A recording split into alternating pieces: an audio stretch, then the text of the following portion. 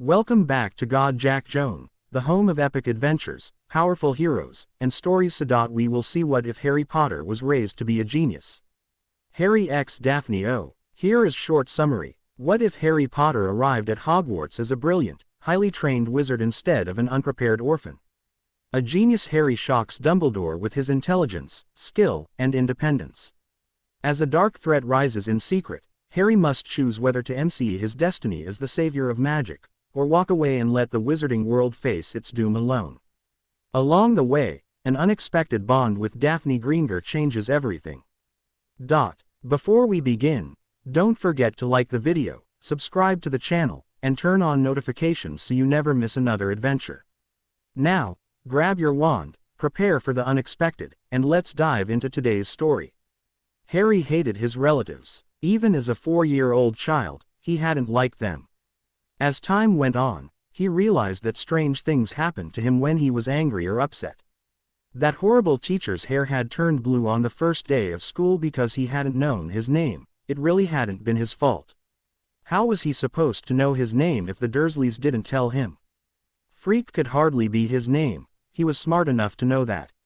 However, the strange occurrences, just like this one, never stopped. When Aunt Petunia had shaved him nearly bald one day, his hair had surprisingly grown back the very next morning. Of course, Aunt Petunia had shrieked and shrieked for an hour and he was punished for it, but it made him very curious as there were several other similar instances over the years. Then, today, during one of Dudley's routine Harry hunting games, he had wished himself to escape from his tormentors, and the next thing he knew, he had appeared on the roof of the school. That had blown things way out of proportion. Harry was 7 years old now. He dreaded to go back home, knowing what was going to happen. He didn't know how he had appeared on the school roof, but it had triggered a major scene, bad enough for the headmistress to get involved. There were no stairs to the roof, so the fire department had to be called to rescue him. Harry knew that he was in trouble. His heart thumped in his as he pondered the question. Did he have some strange power like the superheroes on the telly? Is that how he could do such things? His bones had always healed themselves the next day after every beating. Normally, he should have been covered from head to toe in bandages for months, but even after sustaining several injuries, he was still fine the next morning. Harry took a deep, shaky breath and at once, he calmed down. He had always been able to control his emotions. There was a focus on which he could draw from that helped him maintain an expressionless facade all the time. He didn't know what it was, but perhaps it was his mystery force. He certainly wasn't going to complain. Maybe he should try to do something, like levitating an object. That would prove his theory about some arcane power. If he survived tonight's beating, that is. Harry knew that there was no escaping this. Aunt Petunia had been called to the school because of the incident. As soon as he entered the house, he focused on finishing his chores quietly in order to get back to his cupboard as soon as possible. He could see Aunt Petunia seething in the background. He wanted to get back to the cupboard before his uncle could come home. Maybe then, he could avoid the beating that would follow, but he wasn't stupid enough to expect it. Once he finished cooking dinner, he closed the door of his cupboard, just as Uncle Vernon entered the house in a towering rage. Harry's thin form trembled in fear as he heard Aunt Petunia screech loudly, telling her husband about the incident at school. Boy! Harry cringed as he slowly opened the door of the cupboard. He stepped outside and entered the kitchen. Yes, Uncle Vernon, he asked in his usual bland voice that lacked any form of expression or emotion. But that was the last thing he said before the obese man grabbed him by the throat. What did I tell you about using your freakishness, boy? He bellowed. I won't have your craziness in my house, do you hear me? None of it. How did you end up on the roof? Harry tried to get away, but the grip was too tight. Just as he was about to pee out due to a lack of air, Vernon bodily threw him on the floor towards the other side of the room.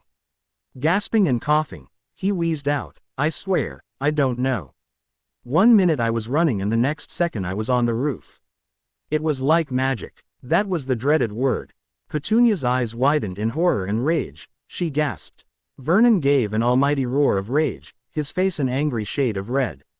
Uncle Vernon came forward and pinned the boy to the ground, face down. Harry whimpered as the man's belt impacted his back.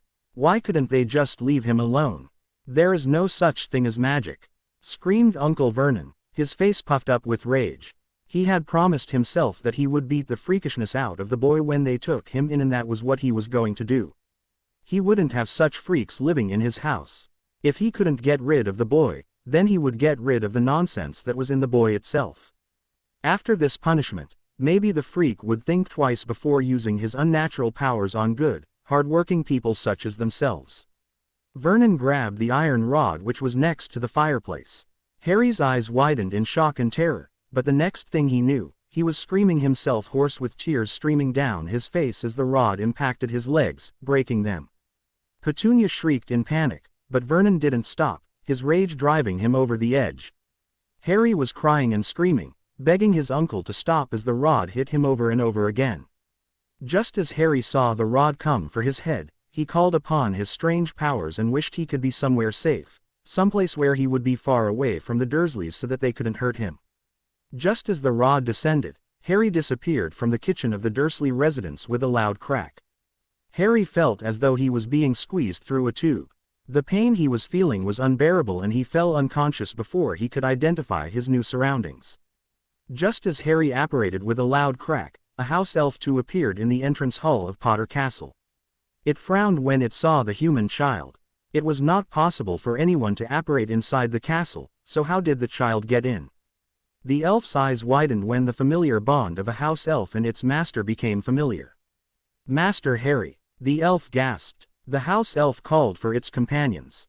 2 other elves popped next to her as they transported Harry to the medical wing of the castle. While elves were not healers, they could use their ND of magic to heal wounds, while they also used potions prepared by wizards to supplement it. Few of the elves used their magic to fix the broken bones, while another poured healing potions down Harry's throat. However, there was something else which the elves recognized. Because of the bond they shared with Harry, they could tell that he was playing host to a possession which resided in his scar. Knowing that such a thing had to be destroyed before it fully controlled their master, the elves surrounded the bed where Harry was sleeping as they chanted in their native tongue. Magic was simple, yet complex.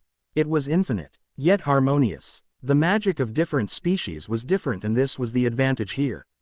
While it was impossible for wizards to destroy a soul piece without destroying the vessel, elven magic could do so. Harry started shaking and sweating as his scar heated up. As the chanting grew, the boy screamed in pain, his scar split open. A piercing scream rent the air as the soul piece was destroyed after being ejected from Harry's head. The boy slumped in his bed, exhausted. The scar on his forehead, which had always been red and inflamed, began healing as the elves tended to it. It was now only a thin, white line, shaped like a lightning bolt. The Horcrux in Harry's scar was destroyed, but unfortunately, it was not a clean job. The house elves thought Harry was being possessed, but in reality, he had been playing host to a soul piece. The two were slightly different in nature, so the ritual of the house elves did not work as they had expected. There was an unexpected side effect that went unnoticed. Harry Potter opened his eyes, groaning softly. He ached all over and he felt like he had been run over by a bus. His eyes widened in panic when he saw that he wasn't at the Dursleys. He was in an unknown place. It was filled with several simple beds and the walls were painted white. Was he in a hospital? "Good morning, young man," said an ethereal voice. Harry turned and it took all his willpower not to scream. There was a man floating in front of him. But it wasn't anything normal because he was silvery and transparent. "Who or why you?" Harry whispered as he tried to get his volatile emotions under control. His hands and legs trembled as a feeling of dread overwhelmed him. Where was he? Memories of the encounter with Uncle Vernon flooded into his mind. He swallowed and asked hesitantly, "Am I dead?" The figure of the man frowned. "No, you were very much alive, though you were badly injured when you got here. As for who I am, I'm the ghost of Alfred Potter. You are a Potter, are you not?" "Ghost," Harry blurted out. He swallowed heavily and answered, "My name is Harry Potter." The ghost of Alfred Potter smiled. "Good. Just making sure that you are indeed James's son. I'm glad you made it back home, young one. It truly was a tragedy what happened to your parents. How are you feeling?" "I'm fine, sir," said Harry, but winced slightly, his body ached. Alfred nodded in understanding as he called out, "Tippy." Harry was startled when he saw a small creature appear in front of him. It had large ears and tennis ball-shaped eyes. "What can Tippy do for Master Alfred? Give young Harry here a pain relief potion, would you?" The elf nodded as it popped away and brought a phial which contained a blue liquid. "Drink this," Alfred instructed. "It will make the pain go away." Harry had 1,000 questions in his mind but decided to do as instructed. Just as he swallowed the concoction, he sighed in contentment as the pain receded. What was that thing? That was a house elf. Harry, didn't you recognize it? Alfred frowned. They serve in many magical households. Surely your guardians would have one in their house, or at least employed one. Magic. Alfred scowled. It looks like you haven't been told about the existence of magic. The scion of our clan being raised by muggles. I can't believe it. When Harry just stared back at the ghost, Alfred sighed. What do you know about your parents? So it began. Harry learned everything about his parents, their names, their status in the society, and about the Potter family in general. The house elves gave him more healing potions, but Harry was still very small and frail for his age. Alfred Potter, Harry's great-great-great-grandfather, began explaining to him about why he had remained as a ghost. To answer your question about why I'm a ghost, you first need to understand the nature of our clan. The Potter family is one of the oldest families in magical Europe, said the ghost. At one point in time, our family was quite large. It was big enough to create our own private army if the situation demanded it. We didn't care much for politics in the Wizengamot, our governing body, but instead, focused more on business. We had warders, Quidditch players, healers, duelists, potioneers, enchanters and businessmen in our family. Our power in international trade was unparalleled by anyone in Europe. We thought ourselves invincible, increasing our fortune through shrewd business tactics and investments that were planned meticulously. However, things didn't remain rosy for long. Alfred took a deep breath. One of my nephews felt it was his right to get the lordship of the family, he continued. That wasn't possible because the next in line to head the clan, the family, was my son, William. With that in mind, he descended deep into the dark arts, consorting with people who were hell-bent on our destruction as they manipulated him, feeding his ego. I won't bore you with the details right now about why people wanted to see us dead. That is a story for later, but suffice it to say, we had many enemies. The boy was able to raise a small army of his own. With sheer power and use of different magical instruments powered by his blood, he was able to get his people inside the various homes inhabited by the family around the world. It was a massacre. He and his companions slaughtered every single one of the Potters, except 3 members. Harry was shocked. To think someone would do that just for the sake of power and wealth was something he couldn't imagine. He was still a 7-year-old boy, having been confined for as long as he could remember, with the realities of the larger world unknown to him. We, that is to say, me, my wife and my son, were here, at Potter Castle. We didn't know what was going on until my son's friend, Daphne Greengrass, was able to find out about it. The massacre was truly well coordinated and executed. Several years of planning was needed to pull it off, from what we found out later. Within a day, the once mighty Potter family was brought down to its knees, never to recover again, with only 3 surviving members left because one of them was power-hungry. However, by the time the attackers came to the castle, we were ready to defend ourselves. We used the offensive and defensive enchantments to a great extent and were able to overcome our enemies. When I died, I refused to move on because I took it upon myself to protect the Potter family in the future, which is what I am doing now. Come with me, Harry. We must raise the wards around the castle now that you are here. Albus Dumbledore was frantic when he saw the silver instrument which monitored the blood wards around the Dursley residence not giving out puffs of smoke anymore. The wards had fallen. How could that happen? He had to get there quickly to put the enchantment back up again, otherwise the situation would be too horrible to contemplate. Dumbledore cursed under his breath. He had not been around when the wards had fallen. The place had been exposed for an entire day. He quickly stepped inside the flow and with a flash of green flames, was transported to Arabella Figg's home. Albus! Exclaimed Mrs. Figg in surprise. What are you doing here? The wards have fallen, he said with worry as he walked out of the house. Quickly making his way to number 4, he knocked on the door. After a few seconds, It opened and he recognized the face of the woman he wanted to meet. "You," whispered Petunia in fear and a hint of anger. "Hello Petunia, it is nice to see you again," smiled Dumbledore. "I have a few important things to discuss with you. May I come inside?" Without waiting for her to answer, Dumbledore let himself in. "I'm afraid the wards have fallen around this house. You are in grave danger. Where is young Harry?" Petunia trembled as she felt the old man's magic flare around her. Dumbledore frowned as he looked into her eyes, attempting legilimency. What he saw shocked him to the very core. Vernon Dursley had nearly killed Harry. Was the boy punished frequently for accidental magic too? How could Petunia do that to her own nephew? Harry Potter had disappeared. Where had he gone? The boy had to be rescued before any of Lord Voldemort's followers found out. It would be disastrous should they kill the boy who lived. Cursing under his breath after obliviating Petunia, he called for Fawkes, who materialized in a flash of flame above his head. He instantly appeared in his office and quickly summoned another silver instrument. This was a tracking charm which he had placed on the boy. He frowned when he realized that he couldn't find Harry. He was obviously under heavy wards. Quickly moving towards a secret cabinet, Dumbledore removed a single filament of hair which was stored in a file. Normally what he was doing was illegal, but since he was the boy's magical guardian, he had the right to ensure Harry's safety. As long as he didn't have any blood in his possession, all was in the game. He put the strand of hair inside the silver instrument. He smiled as it started puffing and glowing. Any minute now, he would know of the boy's location. Harry followed his ancestor to the Lord's study. On the way, he looked around and was in awe of the beauty and splendor of the place. It was richly decorated in crimson, cream and gold, with gold-framed paintings hanging on the walls.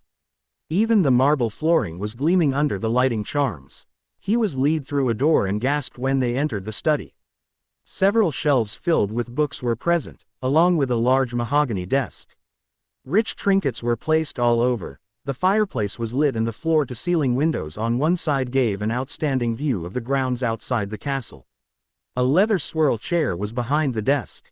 "Come here and place your hand on this spot," instructed Alfred as he floated towards the desk. Harry did as he was told. Just as he placed his hand there, he felt it stick to the wood.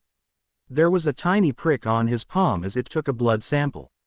When he removed his hand, a metallic disc appeared with several weird symbols on it. "Now listen to my instructions very carefully, Harry.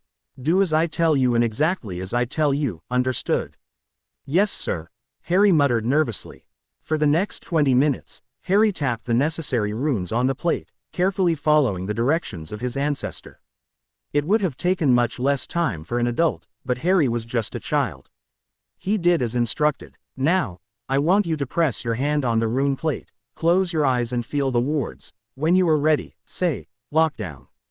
Harry pressed his hand to the rune plate as ordered and closed his eyes. He could suddenly feel something in his mind. The castle seemed to hum with him. It was sensations he had never felt before and he was very excited. Lockdown. Suddenly, the windows and doors of the castle all shut at once. Heavy shutters slammed down, locking the castle into a fortress. Ancient wards activated as they absorbed magic from the ley lines present underground. The castle hummed as the surrounding property around the structure too came under the wards. The water in the moat surrounding the castle began churning as it glowed, various enchantments taking effect. "There," said Alfred in satisfaction. "Unless they're resorting to blood magic, no one would be able to track you. The wards will give you the best protection possible at the moment. For now, this is enough." Albus Dumbledore smiled in satisfaction and relief as the tracking instrument was able to triangulate the coordinates. But just as he was able to reach for it, there was a wailing noise as the instrument gave out. Dumbledore blinked in surprise. What kind of protective enchantments must Harry be under for this to have failed? He must start searching for Harry immediately. It was imperative that he rescues Harry from wherever the boy was being held. He would have to search the homes of the former Death Eaters first. Dumbledore didn't even want to think about what state poor Harry would be if he ever ended in the hands of someone like Lucius Malfoy. Reaching towards the flow, he summoned his trusted aide. "Severus, could you please come up to my office? I need to speak to you at once." The next 4 years went by rapidly. Harry, at first, was quite awed by the castle itself. It was enormous, but he was more impressed with magic and what he was learning. However, he didn't reveal this to the ghost of his ancestor. Harry might feel emotions, but none of it was shown on his face or in his voice. When he confessed to the ghost about his perfect memory, Alfred had exclaimed that Harry was probably a natural occlumens. That was the only theory that seemed to fit because no other child his age could control their emotions or remember something as much as Harry did. The talent was rare, but not unheard of. Thus began Harry's training under his ancestors' guidance and sometimes, under the guidance of the various portraits in the castle. He was not taught in the traditional Potter method, as it was known, as Harry's intelligence warranted for accelerated teaching. They began with potion making, a very important art which not many people appreciated. Potions could accomplish many things that other fields could not. Alfred always stressed that all fields of magic were equally important. He supervised Harry in the potions lab as the boy learned how to create a potion.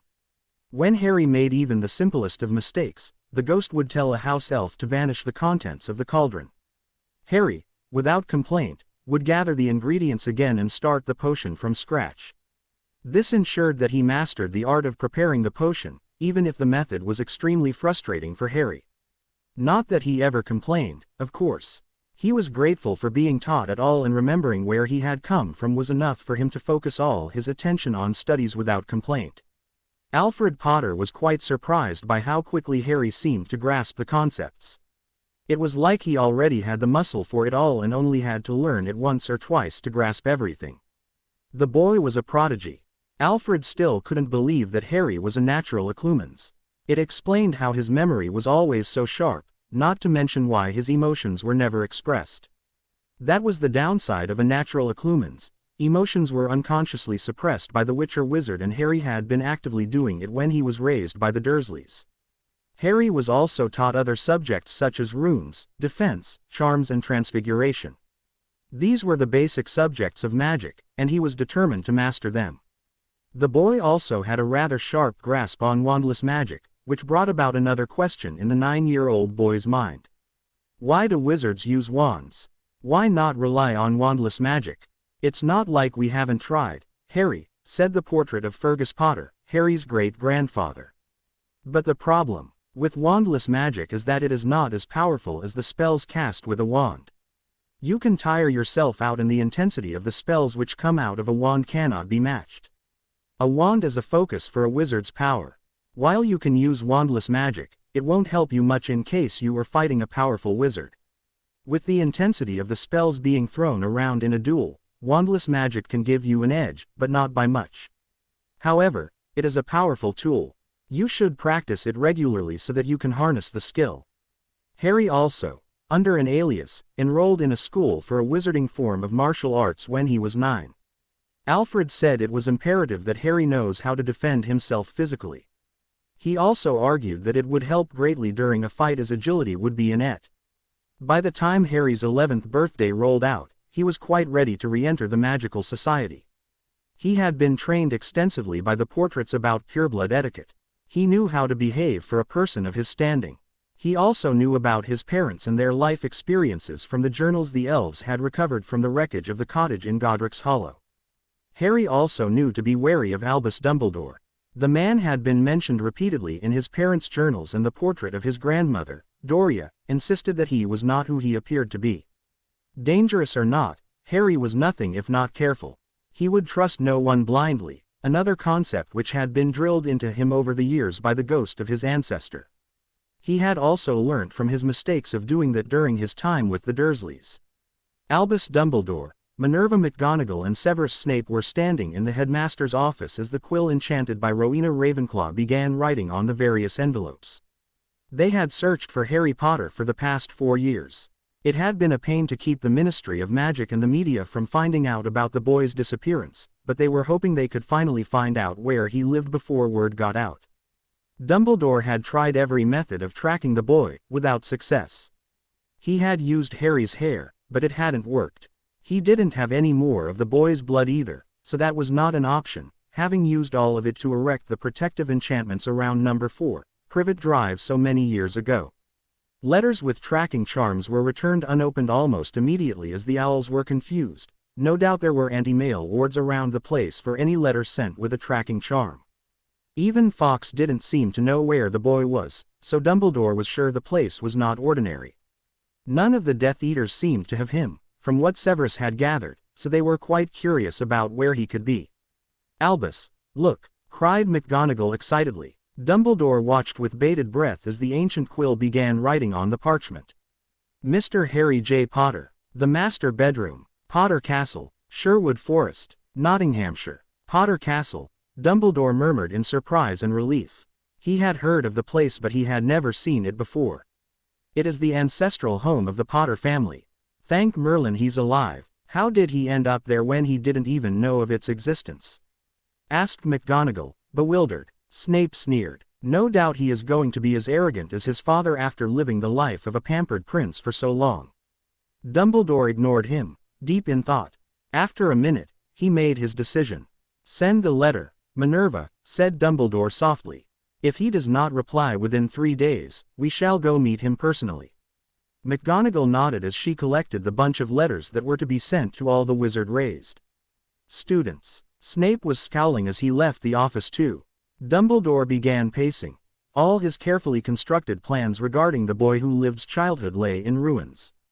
He had wanted the boy meek so that it would be possible for Harry to accept his destiny, but he had never wanted him to be as abused as he had been at the Dursleys. Frankly, Dumbledore had never thought that Petunia would be capable of such a thing. As of now, it didn't matter, because young Harry had somehow found his way to one of his family homes. Was the boy too damaged like Tom Riddle had been? Or was he too traumatized by his experience with the Dursleys that he was afraid of his own shadow? Or was he the arrogant prince that Severus claimed he would be? Dumbledore relaxed. He was jumping to conclusions and there was no point in that. He would wait. School was only a month away. He would wait and see what Harry Potter was like in September. He was positive that he could salvage his plans. This was only a minor hindrance. Harry Potter woke up on his 11th birthday with a small smile on his face. Even though he had heard all about it, he had unfortunately never ventured to Diagon Alley before. Grandfather Alfred had said that it was too dangerous for him and so he hadn't tried venturing out of the grounds for anything other than his martial arts CL, but now, he could finally see the biggest shopping district in magical Britain. He was quite excited even though he managed to hide it. He went to the bathroom and took a quick shower after finishing his morning chores. The walk-in closet in his bedroom showed many clothes that belonged to him. He picked a sky blue shirt and a pair of black trousers, along with an informal open robe that fit him perfectly. After getting dressed, he headed to the family dining room to have breakfast. When he entered the study an hour later, the portraits all wished him a happy birthday. Happy birthday, Harry, Alfred wished him, the ghost drifting into the study. We've discussed this. You know what you have to do today. Harry nodded. He placed his hand on the Potter crest which was affixed to the wall. It contained 2 golden griffins facing each other with a large shield between them, with 2 intertwined swords. Harry closed his eyes as he said, I, Harry James Potter, scion of the most ancient and noble house of Potter, do call upon my birthright and claim the headship of the Potter family. I vow to do my duty and bring honor to my clan. May Mother Magic bear witness to this blood oath of a Peverell. There was a pulse of magic as Harry's hand glowed. A ring appeared on his right ring finger. It had a large blue diamond, seamlessly placed on a platinum band. The inside of the diamond contained tiny, clear diamonds forming the Potter crest, which were implanted with magic by his ancestors. Natus Vincere, whispered Harry, closing his eyes in respect to honor the memories of his great ancestors. That was the Potter family motto, which meant, born to conquer. Congratulations, Harry, Alfred smiled at him. I believe claiming headship does give you some autonomy over family matters. I'm not up to date with magical law. Talk to the goblins. They'll know better. I will, grandfather, said Harry quietly as he exited the study. With confident strides, he reached the entrance hall. He took a pinch of flow powder and stepped inside the ornate, granite fireplace and spoke clearly, Diagon Alley, just as he was swallowed by a flash of green flames. When Harry exited the flow, he was altered by new smells and visions. The place was beautiful. Several buildings were on either side of a large street and there was so much magic in the air that it was unbelievable. For someone who had grown up in isolation for the last 4 years, it was quite unnerving to see hundreds of people in the alley. Harry buried his nervousness under his occlumency shields as he walked towards the bank. He was not worried about being recognized.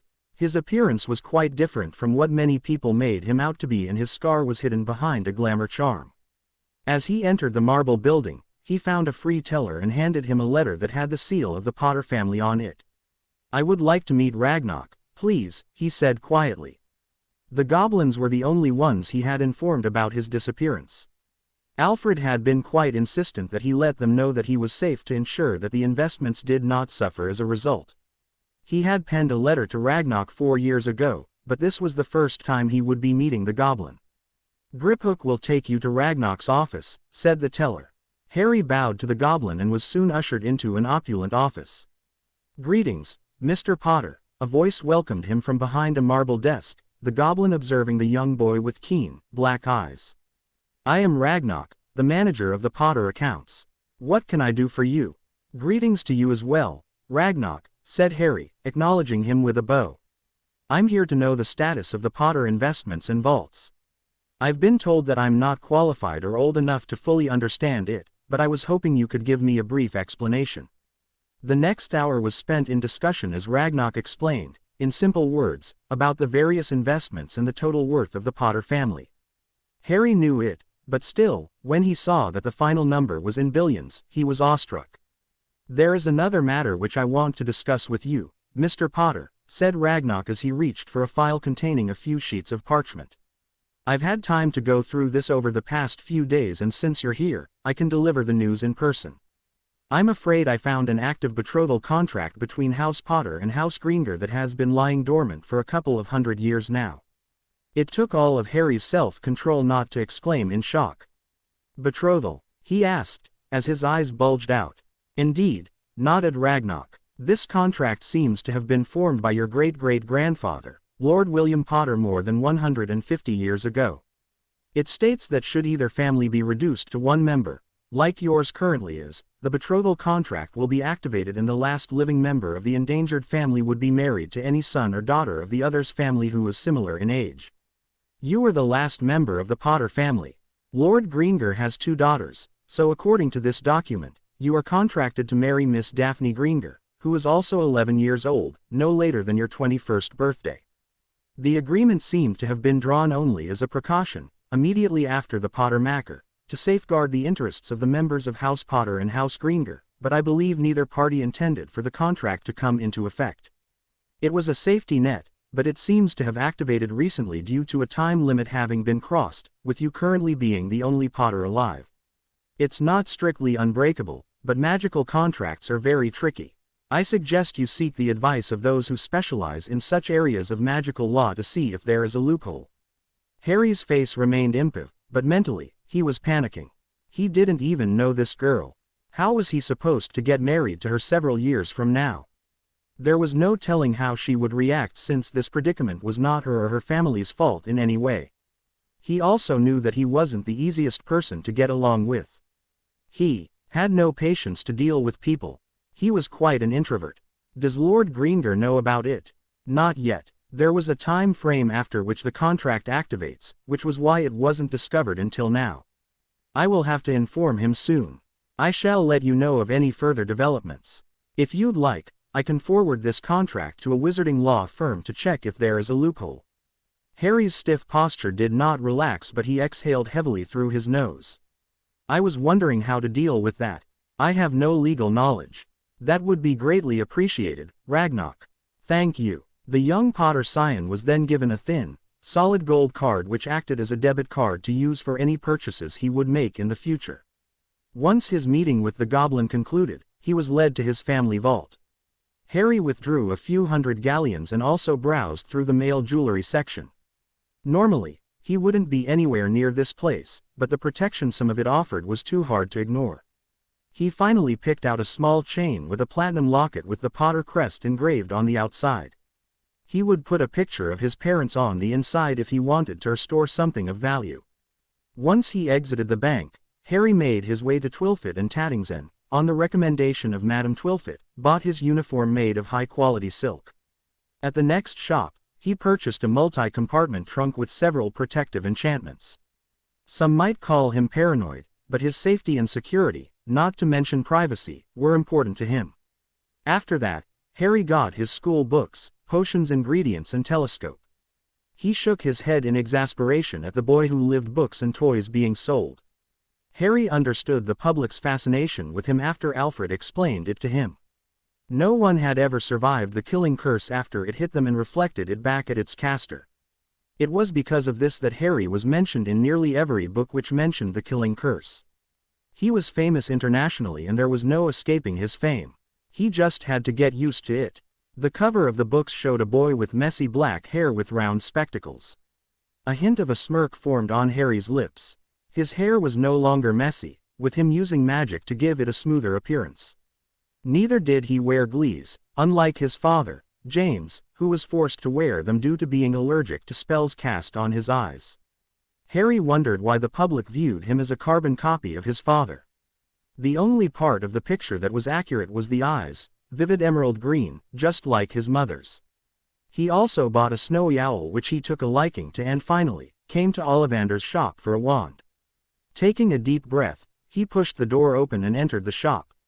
Just as he was about to open his mouth, he felt a presence next to him. Even with occlumency, Harry was so surprised that he gasped. "Ah, I knew I would see you one day, Mr. Potter," said Garrick Ollivander, the wandmaker, softly as he edged closer to him. "It seems just yesterday when your mother and father were here buying their first wands. Let's see what we can do, shall we? Which is your wand arm?" "I'm ambidextrous, sir," Harry answered, extending both his arms. "Oh," exclaimed Ollivander happily, the magical tape automatically measuring the boy. "That is a surprise. Good, that's it. Now let's try this, shall we?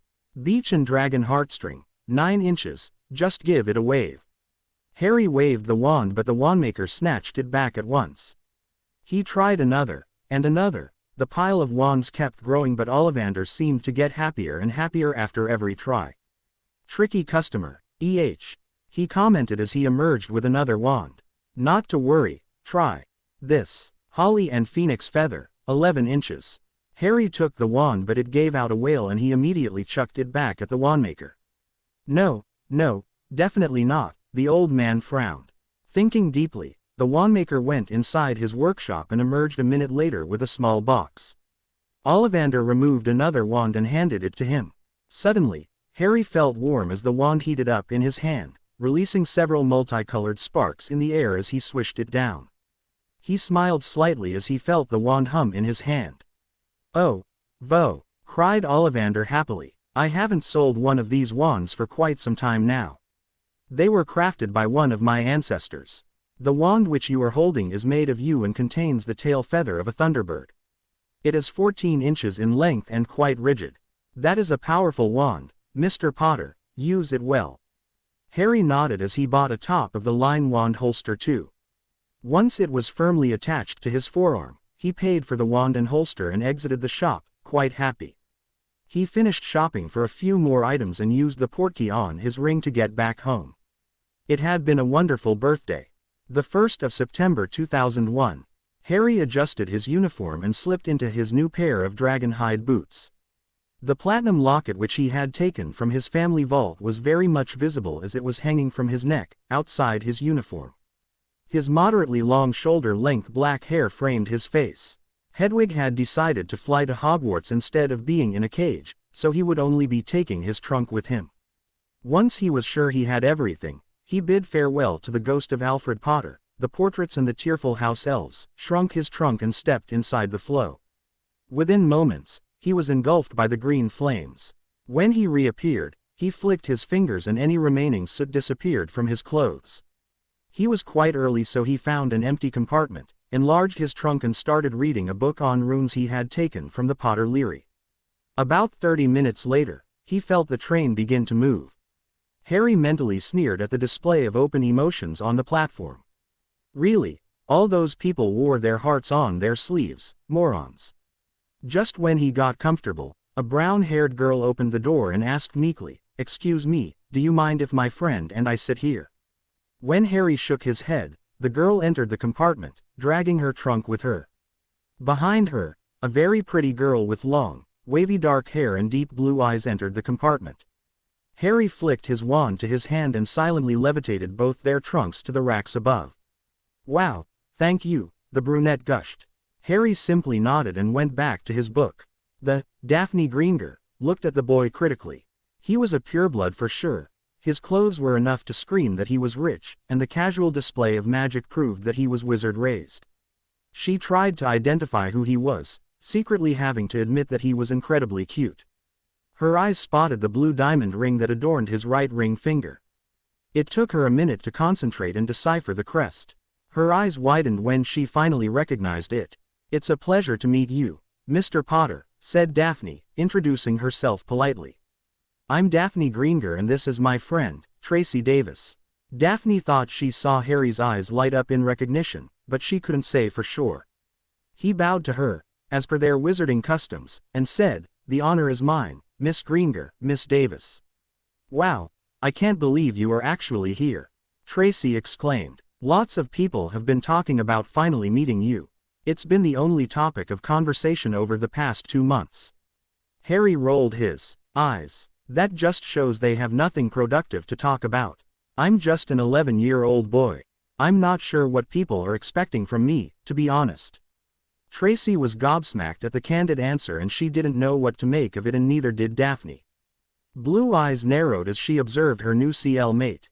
Just then, the door of the compartment was rudely yanked open by a boy with red hair and freckles.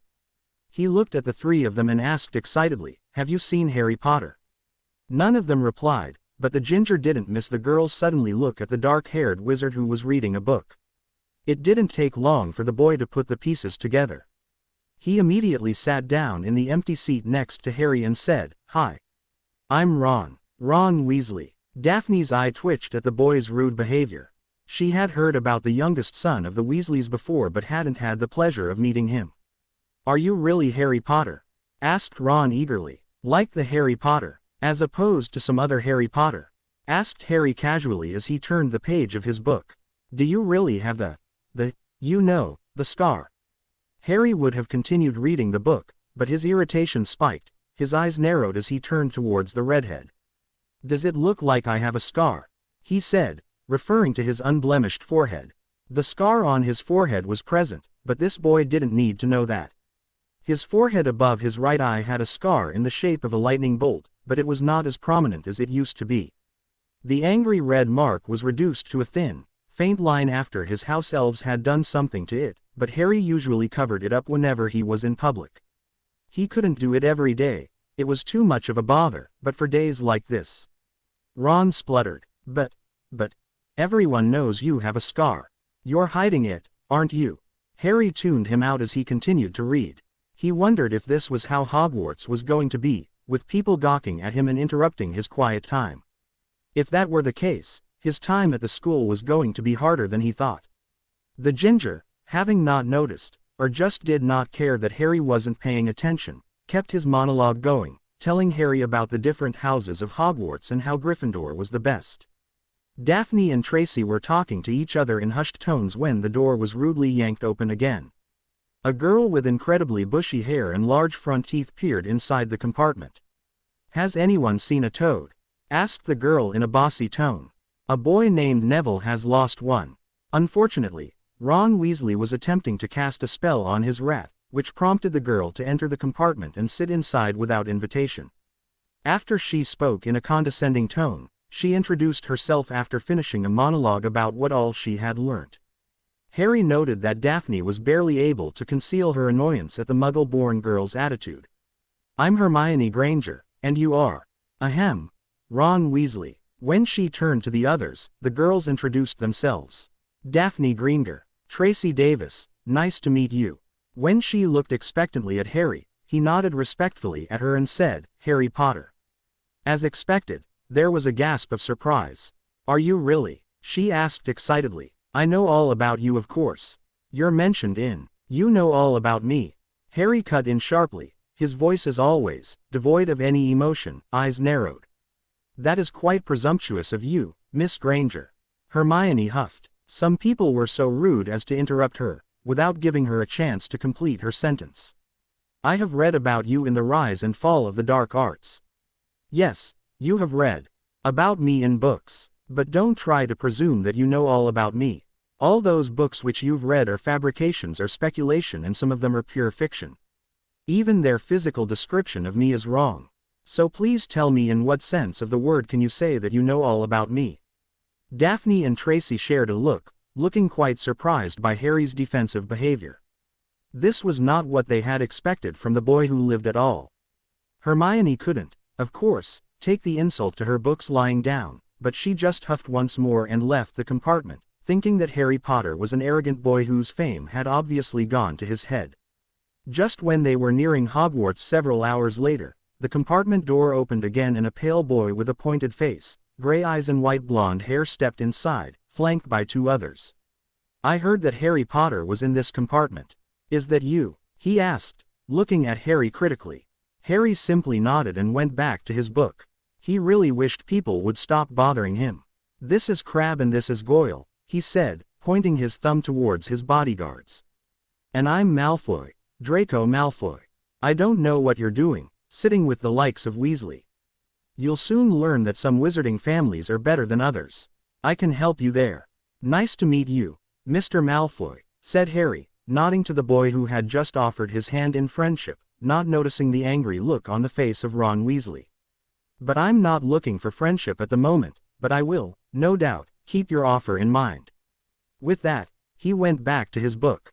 Draco looked confused for a second, but his face cleared up. He smirked at Ron condescendingly, nodded to Daphne and Tracy and left the compartment. Harry took a deep breath as the train stopped. They had finally reached Hogsmeade.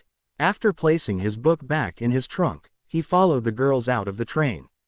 A half-giant who introduced himself as Hagrid led them across the lake to Professor McGonagall, a strict-looking woman, who introduced them to the 4 houses. When they were led into the Great Hall a few minutes later, Harry was quite impressed with the roof which had been charmed by Rowena Ravenclaw. It was truly a spectacular piece of magic. The Sorting Hat opened its mouth and sang a song which described the virtues of the 4 houses. Once it was finished, Professor McGonagall began calling out names from a sheet of parchment. Hannah Abbott, a pink-faced girl with pigtails, shakily walked up and sat on the stool which was placed on an elevated platform, facing the rest of the students. The hat was lowered on her head and within a few seconds, the brim opened as it shouted, "Hufflepuff." The table below the yellow and black decorations cheered for their newest member as the girl hurried towards them. Susan Bones, Hufflepuff. Similarly, several other students were sorted as well. Tracy Davis and Daphne Greengrass were both sorted into Slytherin. Hermione Granger was sent to Gryffindor.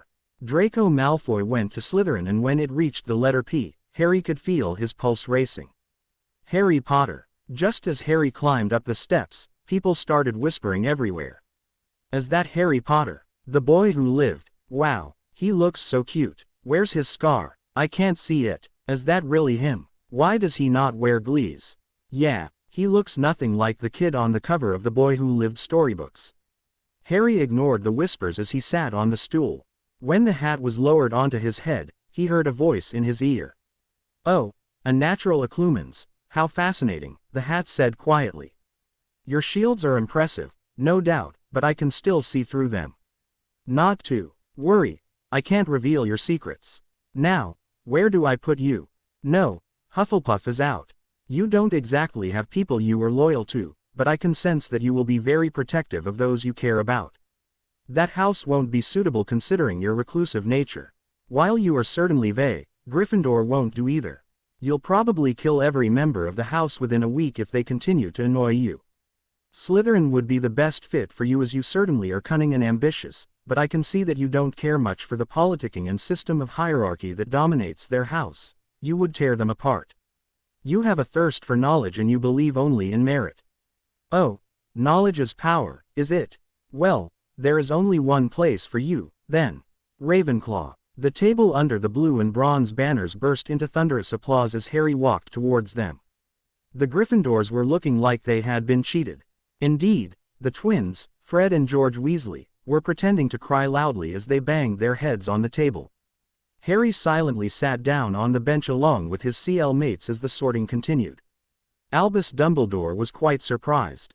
This Harry Potter looked nothing like what he had expected him to be. The boy was one of the tallest in his year and looked quite fit. Dumbledore silently observed him for several minutes as he drew conclusions. Physically, Harry looked like any other 11-year-old wizard, and in comparison, a 14-year-old muggle, as witches and wizards matured faster than their non-magical counterparts, both physically and mentally. But was he emotionally stable after his stay with the Dursleys? He would have preferred the boy to be a Gryffindor instead, like his parents, but that was not to be. Not that Ravenclaw was bad, but it showed that Harry was driven by intellectual pursuits. A boy who was unsure of his place in the magical world would have been easier to deal with. However, this Harry Potter radiated confidence.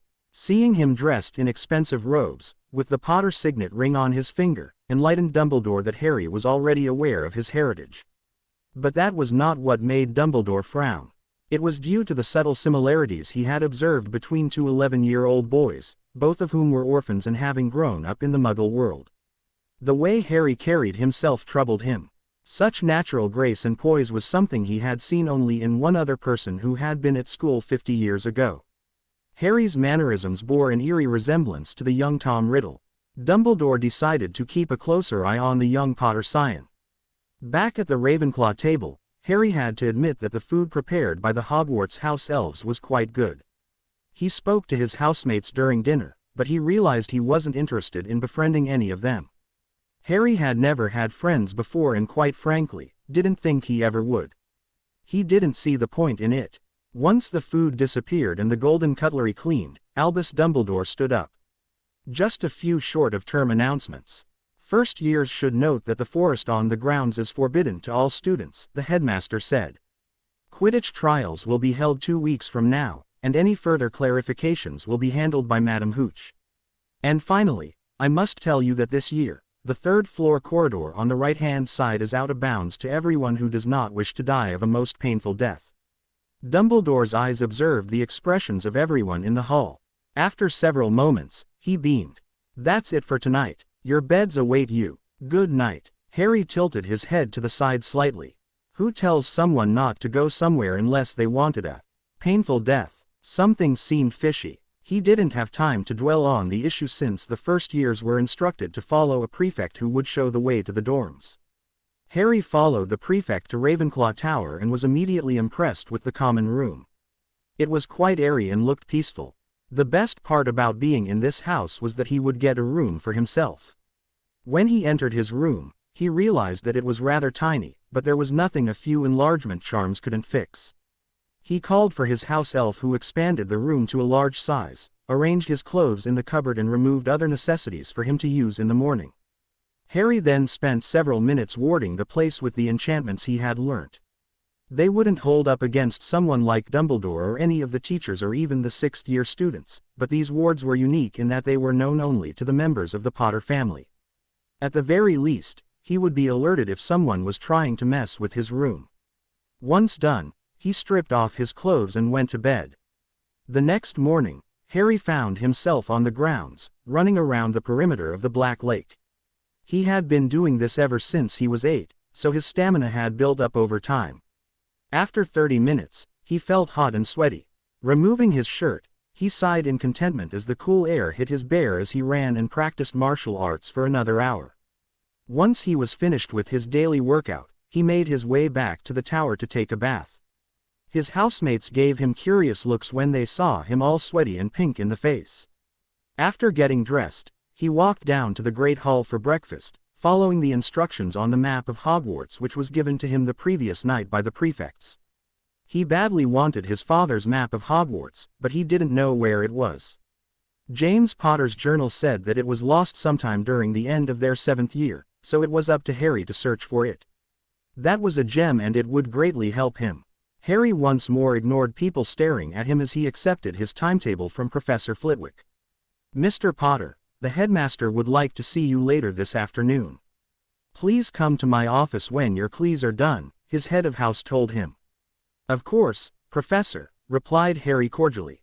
The first CL he had was herbology with the Slytherins. Harry hadn't learnt much herbology before even if he had read books on the subject. Practical herbology was something he didn't care about, but ingredients and their properties were very important for potions. Professor Sprout was a cheerful woman who asked them to form groups of 3. Harry joined Daphne and Tracy since they were the only ones who he had conversed with. "You surprised a lot of people last night, Potter," said Tracy as she repotted the plant as instructed by Professor Sprout. "Everyone, and I mean everyone, expected you to be sorted into Gryffindor like your parents." Daphne acted as though she wasn't listening, but she was quite curious about his response to that statement. "I don't know why people assume stuff about me," Harry shrugged. "As far as I know, none of them has seen me since I was a baby, or seen me at all for that matter. They don't know how I grew up or what my personality is like. I wasn't raised by my parents, so how could they assume I would go to Gryffindor like them?" "True," nodded Tracy. "I was actually rooting for Slytherin. I qualified for Slytherin as well. It was a tie between Ravenclaw and Slytherin, but I don't really care much for the hierarchy that I've heard is prevalent in your house. I refuse to bow down to anyone, so it would have been, not as peaceful. Had I been sorted there. Ravenclaw is a better fit for me." "Scared of the big bad Slytherins, Potter?" Pansy Parkinson, a mean-looking Slytherin, asked snidely. "No, but I'm afraid killing someone who insults my mother due to her status as a Muggle-born is frowned upon in society. I wouldn't want the dungeons to become a bloodbath. But if you do have a death wish, I would be happy to oblige." Pansy gulped. Someone in Potter's tone conveyed that he wasn't kidding when he said that. She turned away and many others were surprised by Harry's candid answer but didn't react to it. Daphne was thoughtful. Harry Potter was proving to be a mystery.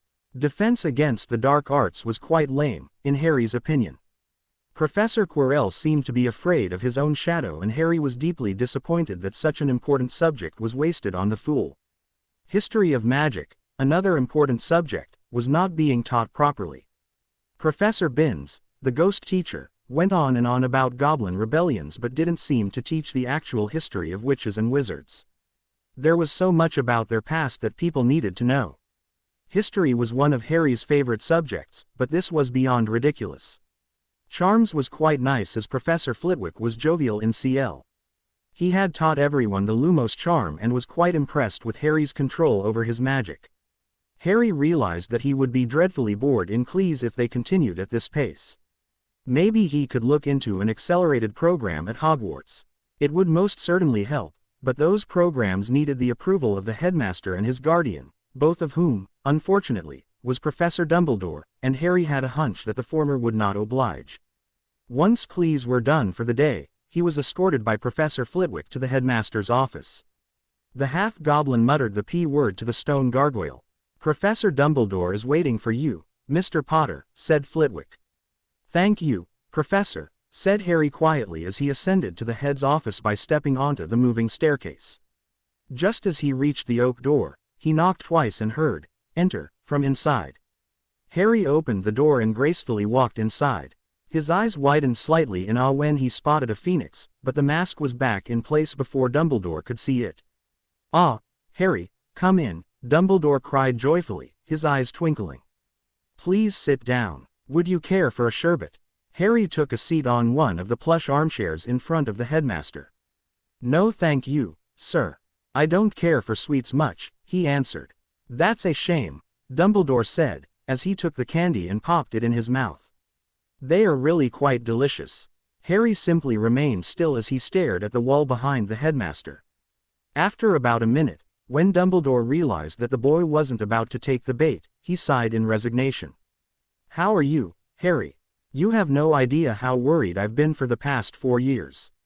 I wish you had not run away from home like that." "I never ran away from home, Professor," retorted Harry sharply. "I went back home. If you're referring to Aunt Petunia's residence, I'm afraid you are incorrect in referring it as mine. I don't own it." "I see," said Dumbledore as he looked at the boy critically. He was unusually composed for an 11-year-old. It did nothing but remind him of the young Tom Riddle and he didn't like that comparison one bit. "But you still ran away. There were protections placed around the Dursley residence, especially for you, my boy. I assume you know of Lord Voldemort." "Yes. I placed a complex enchantment on the house 10 years ago, Harry." As long as you stay there and call the place home, Lord Voldemort's followers cannot touch you. With you having left Privet Drive. Dumbledore sighed. No matter, I'm sure the protections can be updated for this summer. I have already spoken to your aunt and she is most eager to have you back. The temperature in the room dropped a few degrees. Dumbledore mentally frowned when he saw the fire in Harry's green eyes. The boy's orbs were slightly glowing, but it was nothing to be concerned about. It was common among powerful witches and wizards, but what was clear was that Harry was angry. However, he found it unnerving that not a hint of emotion could be seen on the boy's face. How was that possible? I'm afraid that is not possible, Headmaster, said Harry quietly. You may be my magical guardian, but you cannot force me back into that house. I will resist you. I'm pretty sure you already know why I ran away. Besides, if you think the protections around a stupid Muggle home is more complex than the ancient wards around Potter Castle, you are sadly mistaken. You yourself couldn't find me for 4 years, so what makes you think the Death Eaters can? Those protections were placed due to the sacrifice of your mother, Harry, said Dumbledore gently. The blood wards around the Dursley residence would ensure that no one with ill intent would be able to enter as the wards are connected to you through your mother's sister. Please listen to me. As long as you call the place home, it would protect you from outside forces who wish to harm you. I'm only trying to protect you, Harry. But your enchantments won't protect me from the hostile forces inside that house, Harry shot back. Feel free to use legilimency on those worthless Muggles, sir, and you'll see exactly what happened there. Had my magic not reacted instinctively, I would have died or maybe suffered in damage. From what I can infer from speaking to you now, you were the one to leave me there.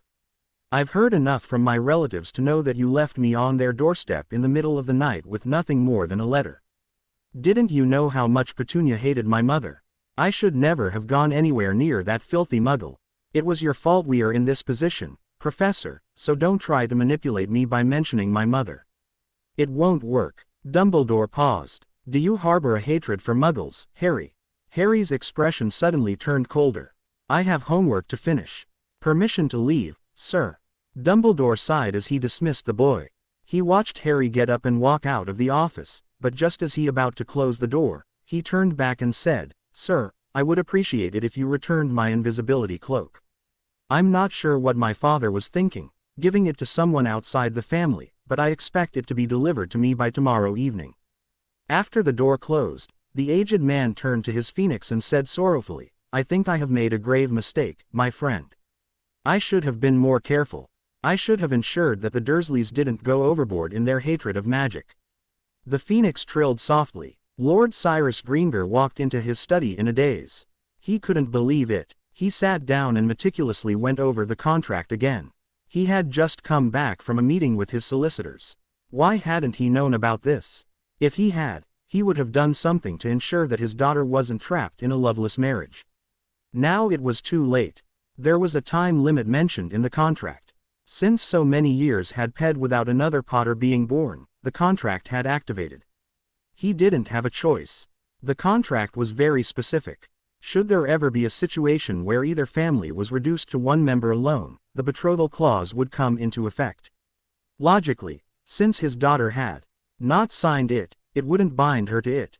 But unfortunately, the contract had been signed in blood, and because there was no escape clause expressly mentioned, the will of magic would determine if the contract was voided or not. If that were to happen, with magic having found his daughter and Harry Potter having violated the terms of the contract, it would be disastrous. The situation was still too unpredictable to comprehend. His solicitors had advised him to accept the terms of the contract without fighting it. But how could he do that? This was his baby girl, his daughter. Any luck? Cyrus shook his head as his wife Elizabeth sat in the armchair by the fireplace. It's ironclad, he explained. They have to get married before they turn 21. Who's the boy's guardian? Cyrus scowled. Albus Dumbledore. There is no way am I talking to that man about something as delicate as this. He was interrupted when he sensed an owl enter the wards and head directly for the study. A beautiful snowy white owl entered through the window and dropped a letter on Cyrus's table and took off. What a stunning bird, murmured Elizabeth. Who is it from? The object of our conversation, exclaimed Cyrus in shock. Harry Potter. Really? What does it say? Cyrus opened the letter and read it out loud. Harry basically said that he wanted to meet them during the Yule holidays to discuss the contract. He also wondered if Daphne knew about it because while they were acquaintances, he didn't want her to be in the dark for long. He also requested them to not contact Albus Dumbledore about the betrothal, since the boy wasn't comfortable with the headmaster knowing about it. "Well, it looks like we have a new guest for our Yule ball this year," said Elizabeth. "We can invite him here the day after the holidays start. And he's right, we better inform Daphne soon. I'll first send a reply to the boy," grimaced Cyrus. "I don't even want to think of the political ramifications of this betrothal. Daphne is going to be pissed, and she has every right to be. Give her some credit, dear, she'll understand," Elizabeth said softly. "I sure hope so," muttered Cyrus. Harry received a letter from Cyrus Greengrass the next morning, inviting him to Greengrass Manor the day after the start of the Yule holidays. Harry sent a brief reply saying that he would be honored to accept their invitation. The day continued with Harry's first Transfiguration CL with the Slytherins. It proceeded without any issue. He was able to get the spell correctly on the first try. After lunch, he had double potions with the Hufflepuffs. Harry knew a lot about Severus Snape from reading his parents' journals. It was quite satisfying to see both points of view, from James's angle and from Lily's as well. The potions master had been best friends with his mother since before Hogwarts. Harry knew that Snape had been abused by his Muggle father and that abuse turned him into a very bitter individual.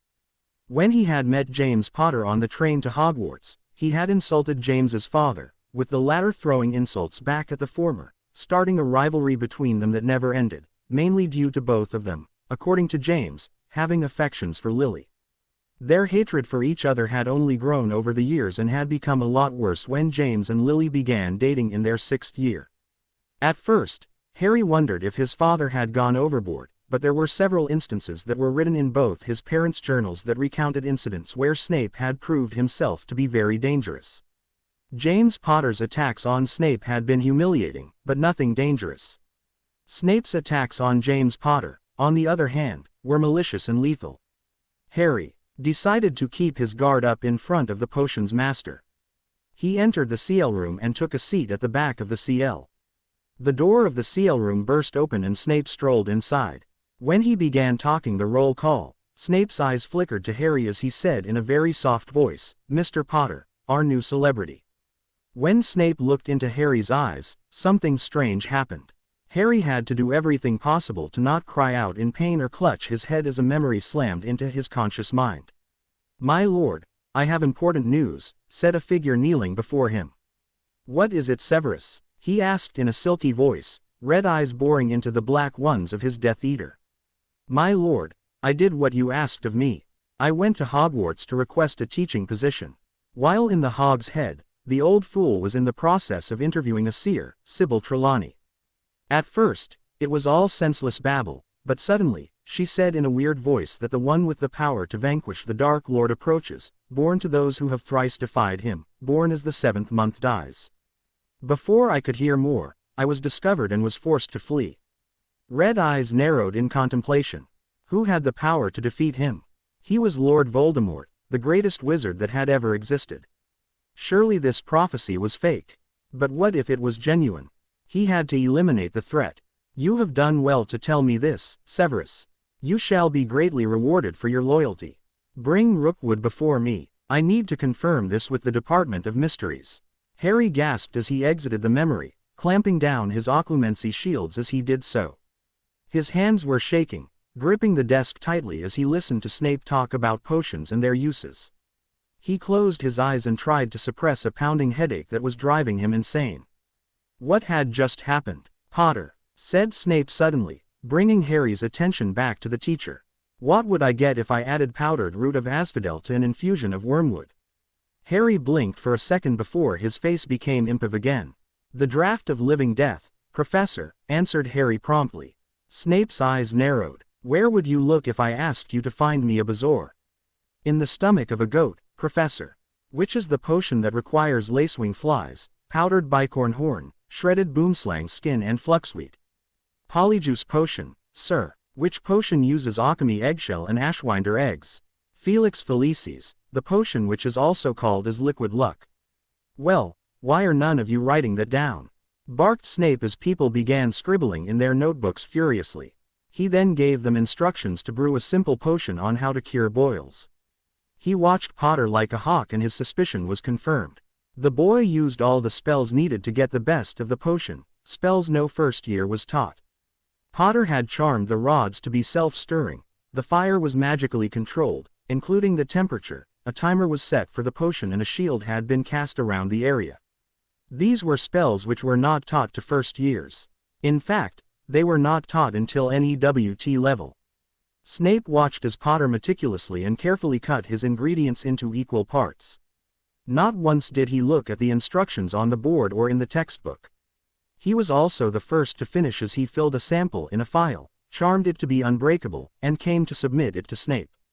The potion's master locked eyes with the boy and pushed slightly.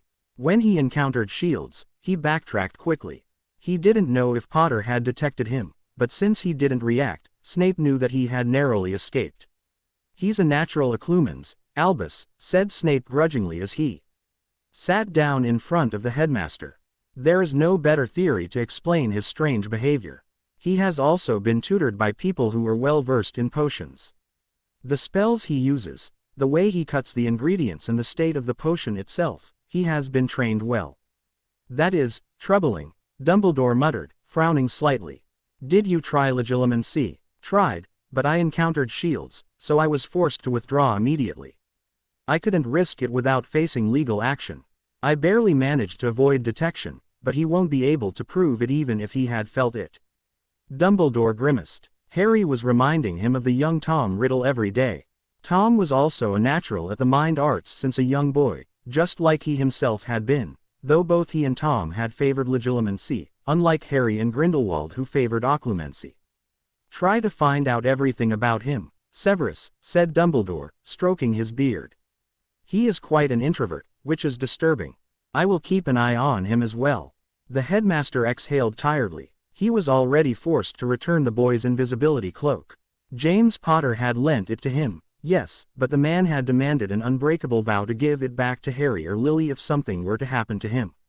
That vow had compelled Dumbledore to return the cloak when Harry had asked for it.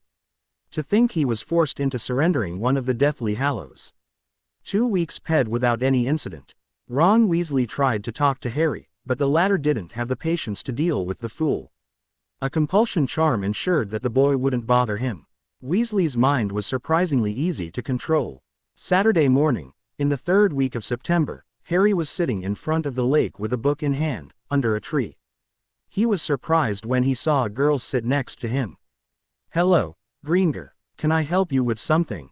Daphne took a deep breath. It had taken her more than a week to come to terms with what had happened and she was finally here to meet him. "I received a letter from my mother last week," she finally replied. "So you know about the contract," Harry said softly. He flicked his wand in the air, casting a privacy charm around them both. "Yes. While I'm not happy with it, I've come to understand that it's unbreakable, though my father says he will look into any loopholes." "There aren't any unless you are willing to tempt magic and fate," muttered Harry as he closed his book.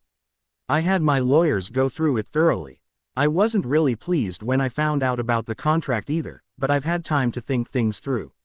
"Look, Greengrass." "Daphne," she interrupted him. "Call me Daphne. We're betrothed, anyway." Harry could hear the bitterness in her tone but decided to ignore it. "Okay then, Daphne, you may call me Harry. As I was saying, I'm not exactly your usual 11-year-old wizard. I have seen you observing me for the past 2 weeks. That is something which you have come to realize as well. I know nothing about you and you know nothing about me. Frankly, I don't know where to start as I am at a loss." He couldn't hide his frustration at that. Daphne looked at him and observed his face.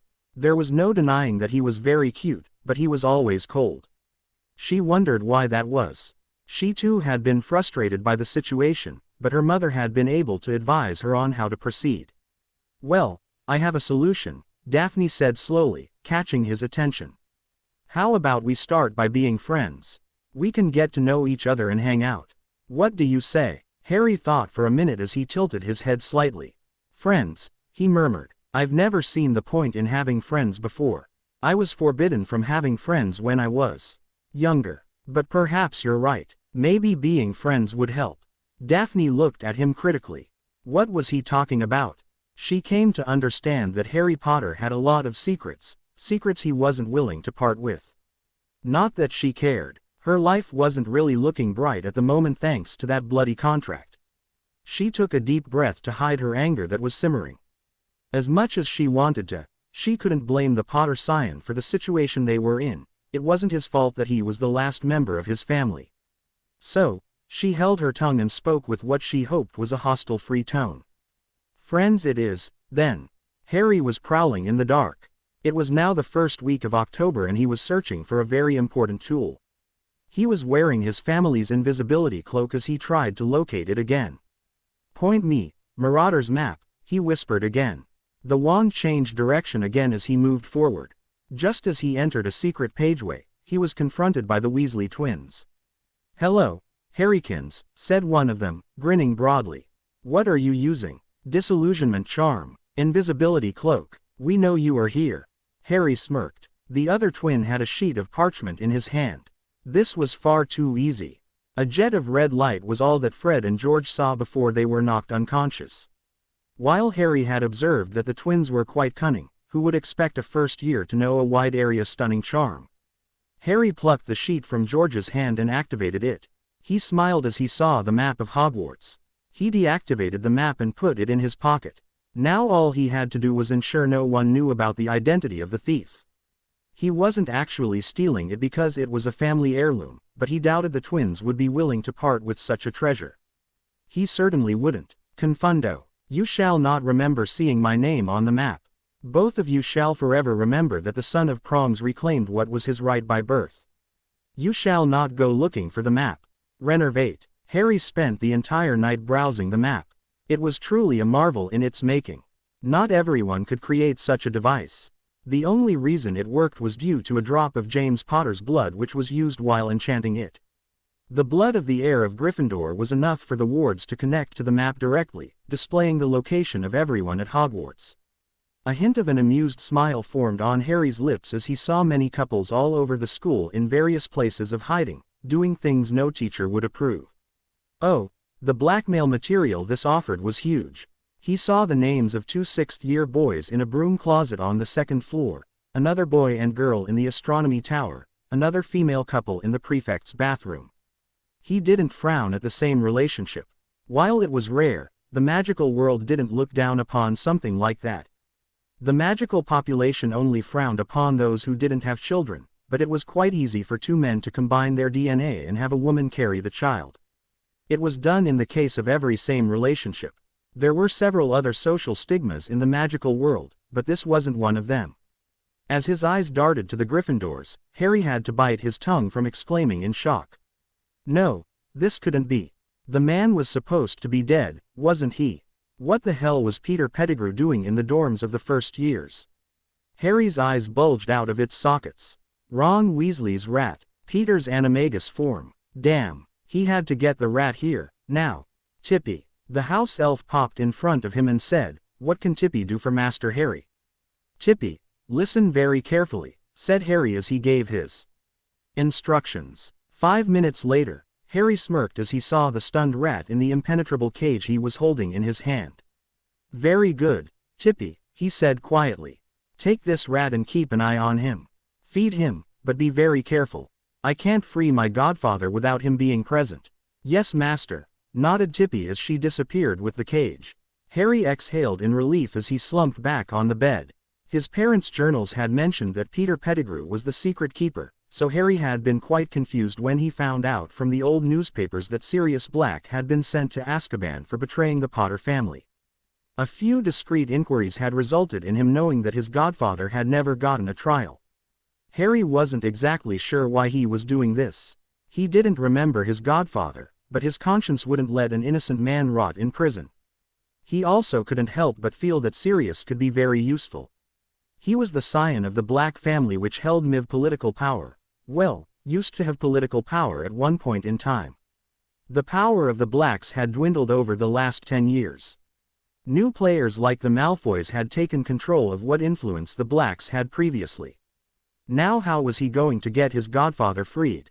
Stripping nude, Harry slipped under the blankets and tried to sleep, but the question kept nagging at the back of his mind. 1 hour later, he suddenly shot out of bed and rushed to his trunk. Tapping it with his wand, he unlocked it and quickly summoned his father's journal.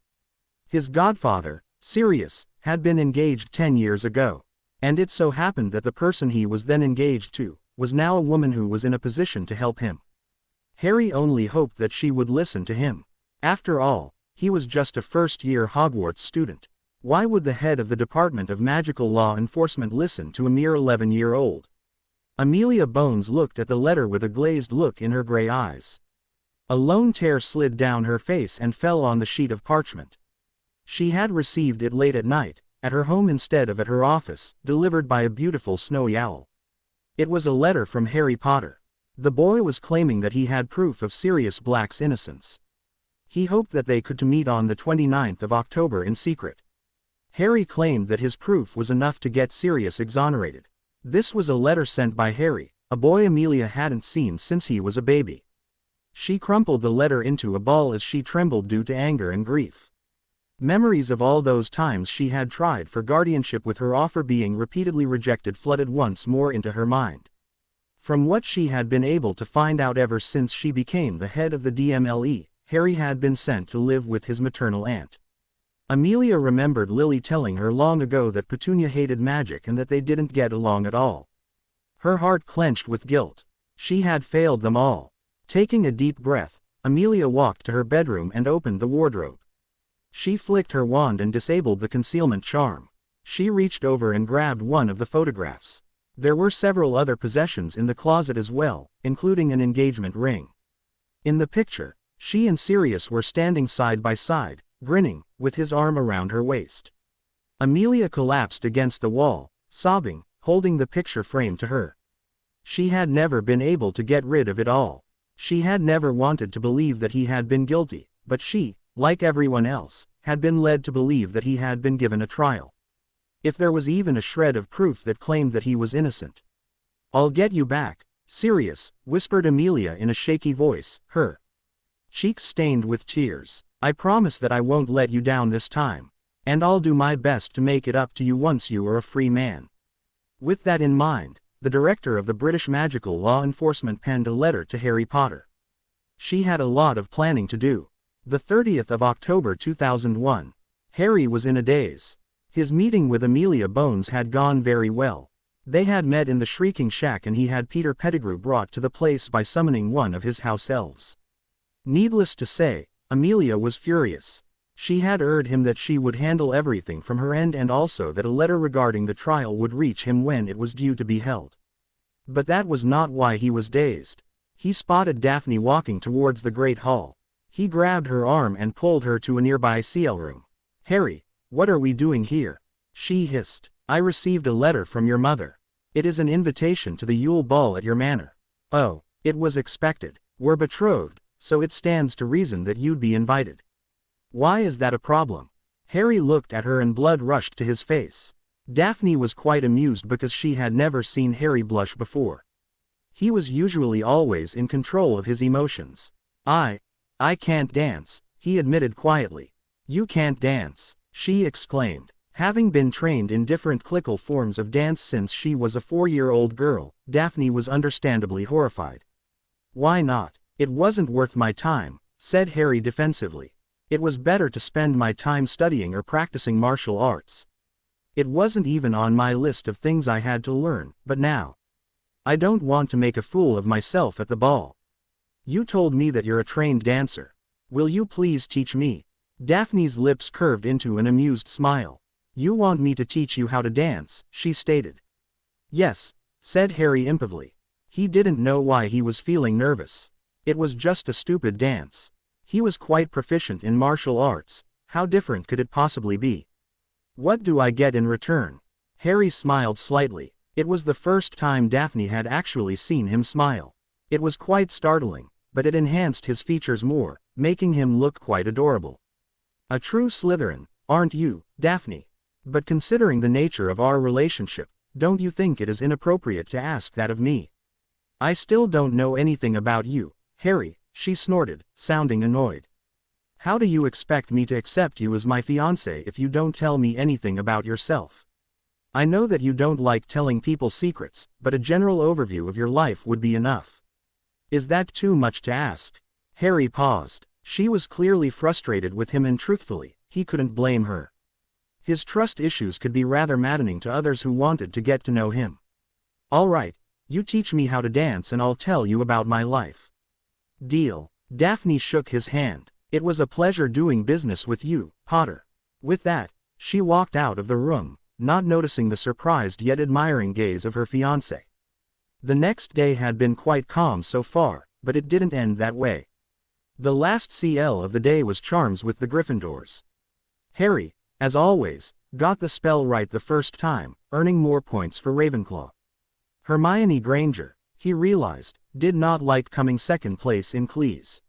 She seemed to always want to be the first one to get the spell right, so Harry found out that he had unintentionally started irking her. Not that he cared. After CL, Harry and Daphne went to one of the abandoned CL rooms in the north wing of the castle. Daphne seemed to have brought a music crystal with her. The crystal started playing clickle music after she tapped it with her finger. You need to come closer, Harry, she instructed softly. She could see him fidgeting as she approached him. Is something wrong? Harry swallowed as he whispered, I don't like anyone touching me. It makes me uncomfortable. It brings back bad memories. He had briefly told her about his time at the Dursleys just the previous evening. Daphne had been quite shocked about the way Harry had lived with his Muggle relatives. Of course, he had only hinted about physical abuse, but from the manner in which he flinched when anyone got too close to him, Daphne realized that he had been downsizing the entire ordeal. Since he had kept his side of the bargain, she decided to be patient. She held up her hands in surrender, giving him some space. Harry took a few deep breaths as he approached her. Green eyes met blue as they stood in front of each other. You'll need to place your hands on my waist, she instructed. When he didn't move, she took his hands and placed them there. She then wrapped her arms around his neck. You'll have to relax, Harry, she said softly. You'll never be able to dance if you are this stiff. You need to feel the music. I'm not going to hurt you or trick you. Please, trust me. Harry looked into her eyes for any sign of deceit and relaxed marginally. Daphne showed him a few basic steps as they swayed to the rhythm. After half an hour, she cast a spell on them which would make them dance.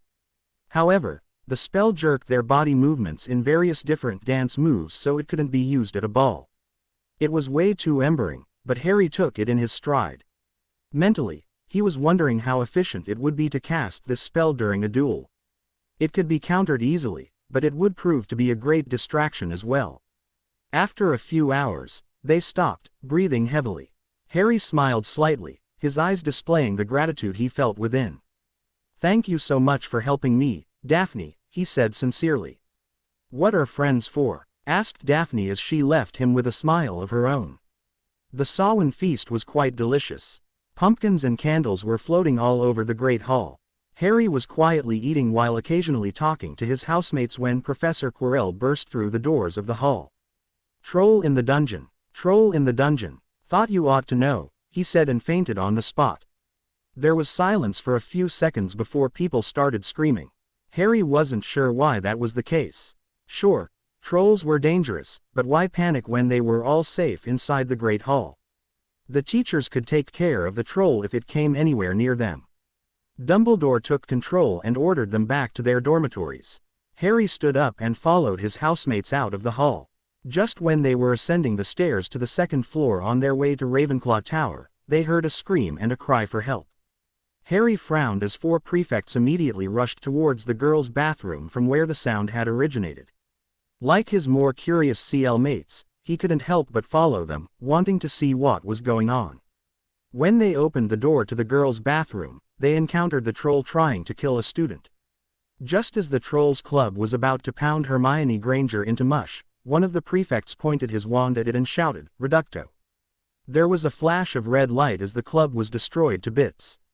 The troll looked at its attacker in anger, but the group of 6th and 7th years frantically shouted at each other to cast spells, their wands raised. They acted. Bombarda Maxima. There was an almighty explosion as the troll was blasted away, destroying a good chunk of the wall and roof along with it. Granger seemed to be injured by the falling debris and was crying. One of the prefects, Penelope Clearwater, levitated the debris away and helped her get up, just as the teachers arrived at the scene. "In the name of Lady Morgana, what happened?" gasped Professor McGonagall. Harry and the rest were quickly ushered back to the tower by Professor Flitwick as the teachers and prefects handled the incident. Harry mentally frowned as he tried to understand the situation. From his experience in dealing with the wards around Potter Castle, he knew that Dumbledore should have known about the troll's presence. Did he knowingly let the troll roam around the castle, or did someone actually block the headmaster's connection to the wards? Both situations weren't desirable. He would have to think about this. The month of November passed by without further drama. However, Harry kept his eyes and ears open. There was something strange going on at Hogwarts. He also corresponded with Amelia Bones, who was taking care of the political aspects of the trial of Sirius Black. Harry couldn't really do much about that. He was only an 11-year-old boy, after all. He had captured Pettigrew. The rest was out of his hands. He had also used the time to look through the books regarding the accelerated program at Hogwarts. Apparently, it had not been done in the last century, but Harry was determined to get himself accepted into it. In the accelerated program, he would be able to finish his education in half the time. If that was possible, he would be able to take his NEWTs after his 4th or 5th year. To ensure Dumbledore's compliance in the matter, he was looking for blackmail material on the old man. There had to be some way to twist the headmaster to make him agree to the program, but that couldn't happen until Sirius Black was released. Harry knew for sure that Dumbledore knew about Sirius' innocence, but he couldn't understand why the former had thrown the latter in prison. He had a vague idea though. The memory that had flashed to him in his first potions CL had revealed a prophecy. He knew that it was Voldemort's memory, having felt the Dark Lord's emotions, but he wasn't sure how the man's thoughts were transmitted to him. He would need to ask Grandfather Alfred when he returned home for the holidays. In the first week of December, the Wizengamot was in session again. Amelia Bones was prepared for this.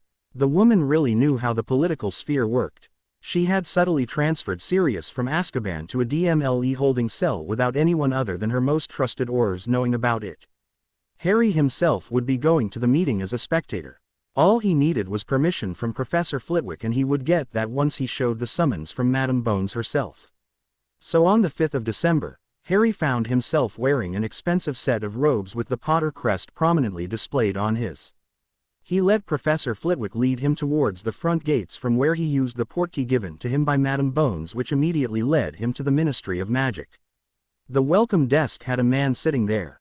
The wizard asked in a bored tone, "Wand, please." Harry paid his polished wand to the man, who placed it on an instrument.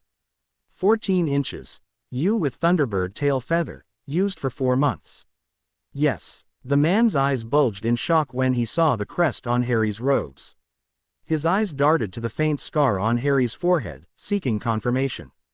You are. Thank you for your services, Harry said quickly as he took his wand back, walking towards the golden lifts. He exited at the appropriate level and entered the Wizengamot chamber after showing the security wizards the letter Madame Bones had given him. He ascended to the seats present for the visitors and watched as various members of the Wizengamot wearing plum-colored robes moved towards their respective seats. Madame Bones nodded to him as she entered the chamber. The chief warlock was quite surprised to see him there. When Amelia cleared her throat, Dumbledore blinked his eyes to regain his bearings and began. Winter session of the Wizengamot on the 5th of December 2001 is now being called into session, said Chief Warlock Dumbledore. After he went through the necessary ceremony, he paid the floor to Madame Bones, who had requested to speak. Members of the Wizengamot, she began, her voice booming.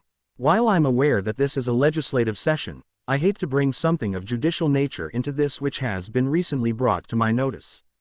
Ever since I was appointed the head of the Department of Magical Law Enforcement 7 months ago, I have been going through the records of all the old cases which were to be filed away.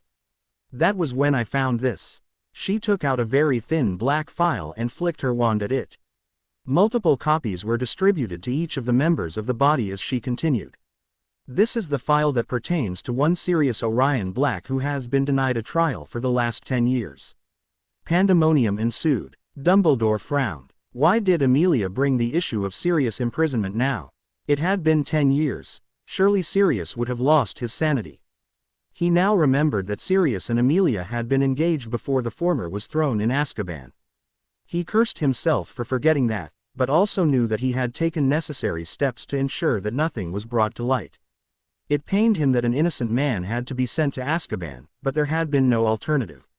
He had not wanted Harry to grow up as a pureblood prince, which admittedly, he was anyway, but that was beside the point.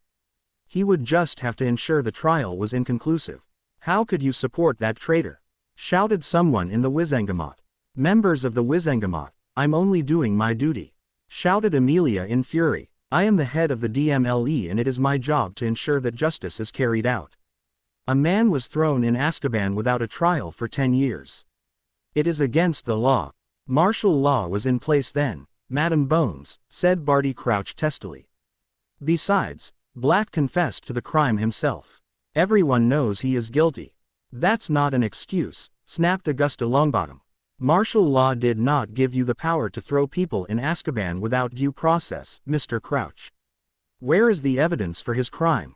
This file is useless in determining his guilt. Albus Dumbledore also stated that Black was the secret keeper, cried another member angrily. He is a deranged murderer. Send him back to the Dementors. That cannot be done, Mr. Doge, replied Amelia. Every person has a right to a trial. It is one of our fundamental laws. We can't ignore them when we feel they aren't necessary. Are you sure this case isn't personal in nature for you, Madam Bones? Asked Lucius Malfoy smoothly. After all, it is well known that you and Sirius Black were engaged before his imprisonment. I wonder where your loyalties truly lie. Albus Dumbledore didn't even have to say anything. The rest of the Wizengamot was doing his work for him. He knew that Sirius being exonerated was bad for everyone.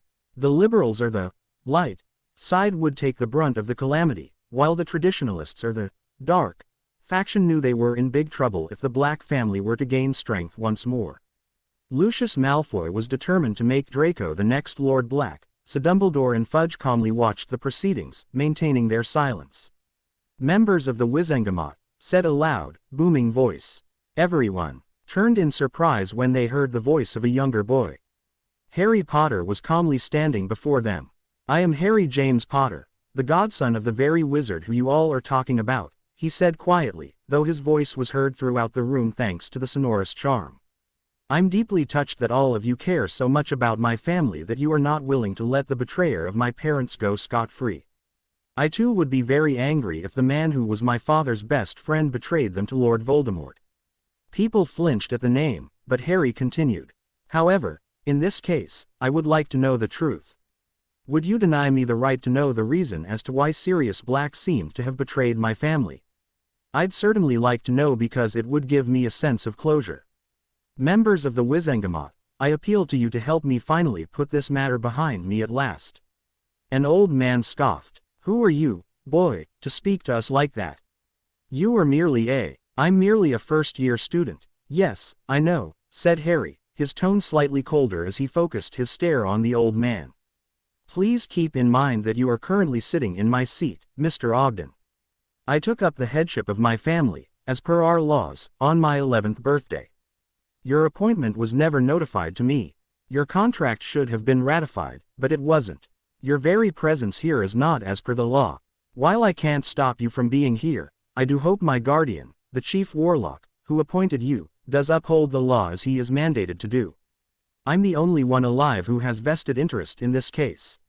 I was the one who suffered because of the betrayal that led to my parents' deaths. For the past 10 years, I have been hailed as a hero, named the boy who lived and celebrated as the person who defeated Lord Voldemort. I've never asked for anything in return. But today, I come before you all to request that you grant Sirius Black a trial. I want answers from the man who supposedly betrayed his best friend. Could this body not listen to the pleas of an 11-year-old orphan whose parents died for the people of this country? All I am asking from you is one trial, nothing more. The members of the Wizengamot were all silent. Some of them were looking ashamed while others looked thoughtful. Dumbledore frowned as he said, "Now Harry. I believe it is Mr. Potter, Chief Warlock," corrected Amelia quietly. "Mr. Potter," Dumbledore corrected himself. "I believe you are too young to understand the workings of the political world. I didn't even receive a notice that you were out of school. Mr. Ogden was appointed as a proxy by me. As your magical guardian, I have that right. Please do not worry. I shall ensure that the contract which appoints him as your proxy is ratified. Besides, I didn't know about you claiming headship," said Ogden heatedly. "That is not Mr. Potter's fault," Madame Marchbanks said, frowning at the man. "A notice would have been automatically sent to the ministry when he claimed headship." "We are getting away from the business at hand," interrupted Augusta Longbottom. "We are here to oversee the trial of one Sirius Black.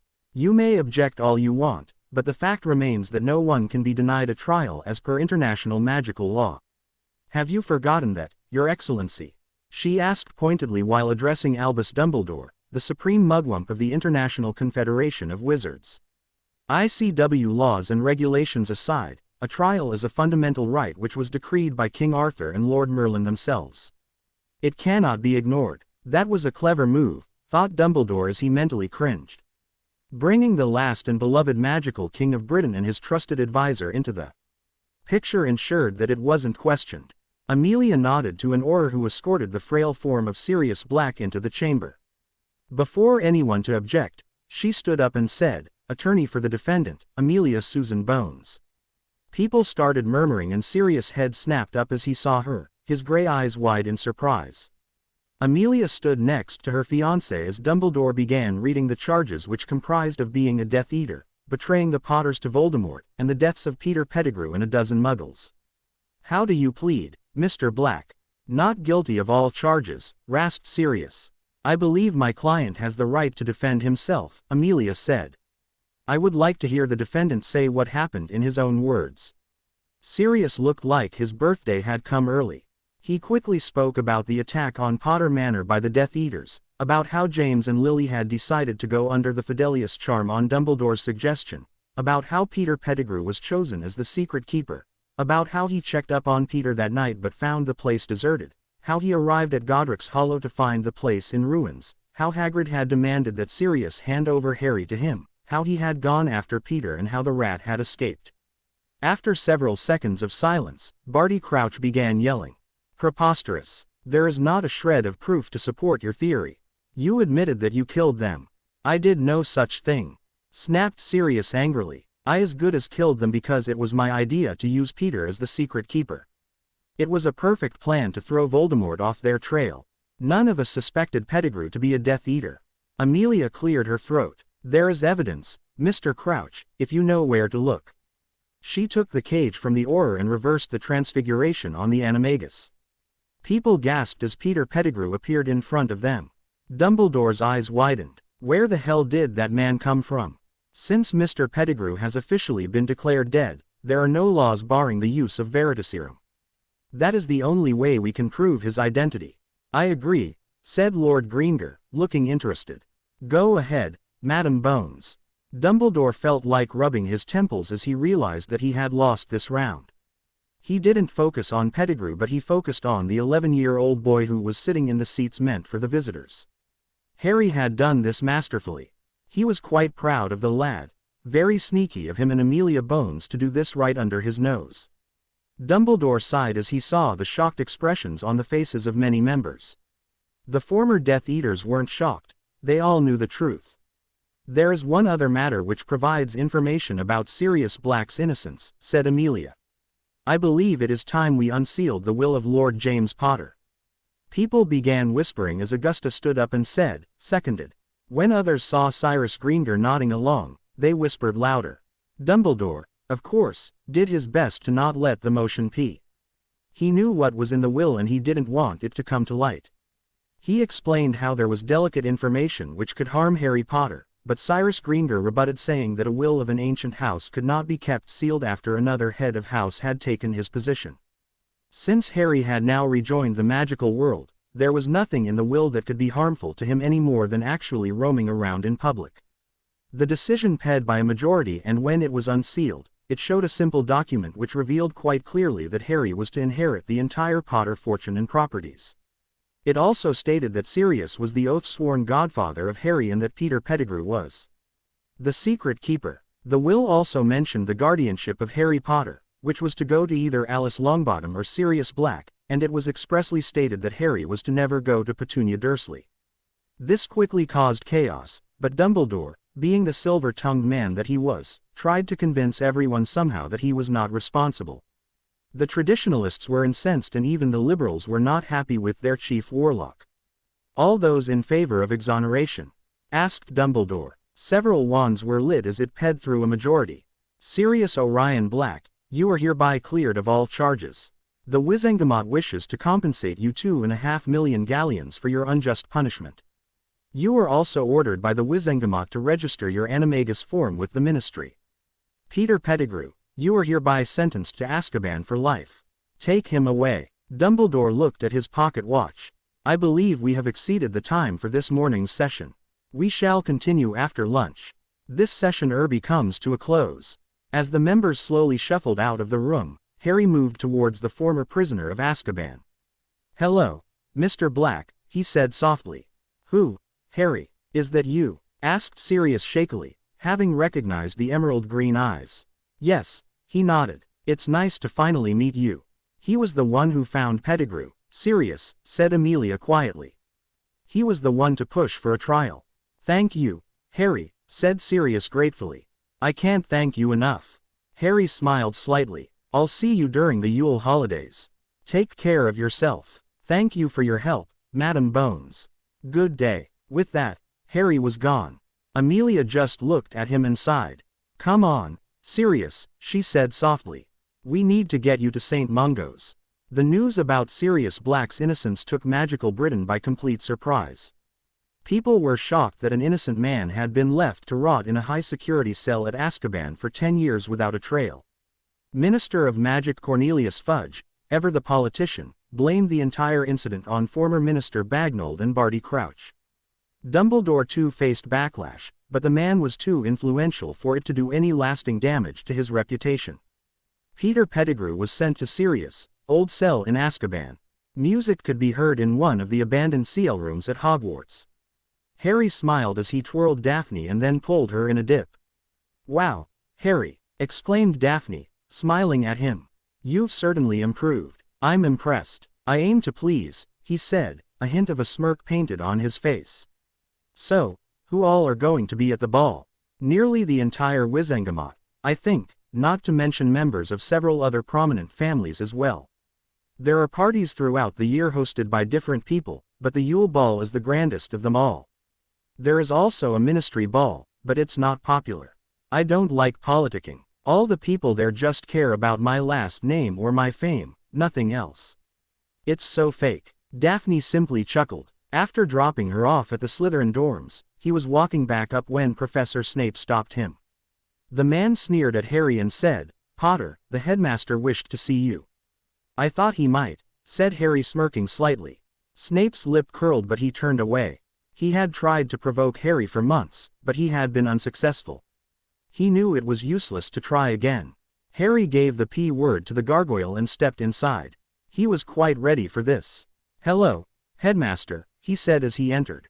You wished to see me? Yes, Harry, Dumbledore frowned. I was under the impression that you would be staying at Hogwarts over the winter holidays, but you have not signed on this list. Why would I want to stay at school during the holidays? I'm going back home. I assume you have not reconsidered your decision to return to Privet Drive. The boy just looked at Dumbledore coldly. That is never going to happen, so forget about it, sir. Now, there was something I wanted to talk to you about. With that, Harry ped a file with the necessary documents he had filed. The accelerated program? Asked Dumbledore, surprised. Yes. The current pace at Hogwarts is too slow for me. I don't want to die of boredom. The accelerated program will ensure that I reach my full potential. I'm sorry, Harry, said Dumbledore, shaking his head. But I cannot allow this. The rest of the students would accuse me of favoritism. Is it only because of people accusing you of favoritism that you don't want to approve this? Or do you have another reason for denying me a chance to learn and grow? I don't know what your plans are, Professor Dumbledore, but I do know that they involve me somehow. Harry paused and continued. I know that it was you who suggested to my parents go under the Fidelius charm after Potter Manor was attacked the second time. If my parents were smart, they would have gone under the war wards around Potter Castle. The fact that they moved to Godric's Hollow without complaint suggests that something sneaky was involved. I also know that it was you who cast the Fidelius charm on the cottage, so you knew exactly who the secret keeper was, and yet you threw Sirius Black in Azkaban without a trial. I may not have proof that is admissible in court, but my evidence is enough for the media. You kidnapped me, the scion of the House of Potter, and violated the will of the previous Lord Potter knowingly, but that charge won't stick as you managed to wiggle your way out of it 2 days ago. I also know that there is a prophecy involved about me and Lord Voldemort, and that you employed the same man who was responsible for my parents' deaths in this school. If people were to know about Severus Snape's involvement in my parents' deaths, what would happen to him? Or your reputation, for that matter? You are a very powerful wizard, sir, but the public would not forget this so easily right after information about Sirius Black's illegal incarceration was revealed to them. And I have not even mentioned the role you played in my placement at the Dursleys. Boy who lived nearly murdered by Muggle relatives, is a very catchy headline, and I don't need to point out the international backlash you could face. Dumbledore sat completely still for a minute.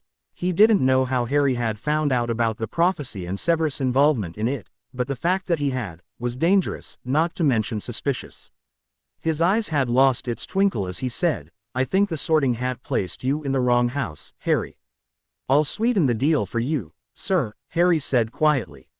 You want me here for the next 7 years, fine. Once I finish my NEWTs, I will stay here until I finish my master's degree in the fields I want. Professor Babbling has 2 apprentices, does she not? Professor Flitwick's apprentice just left last year from what I was able to gather. I'm sure this arrangement would benefit both of us. Dumbledore smiled very faintly. He had underestimated the boy, but he now knew exactly what to expect the next time.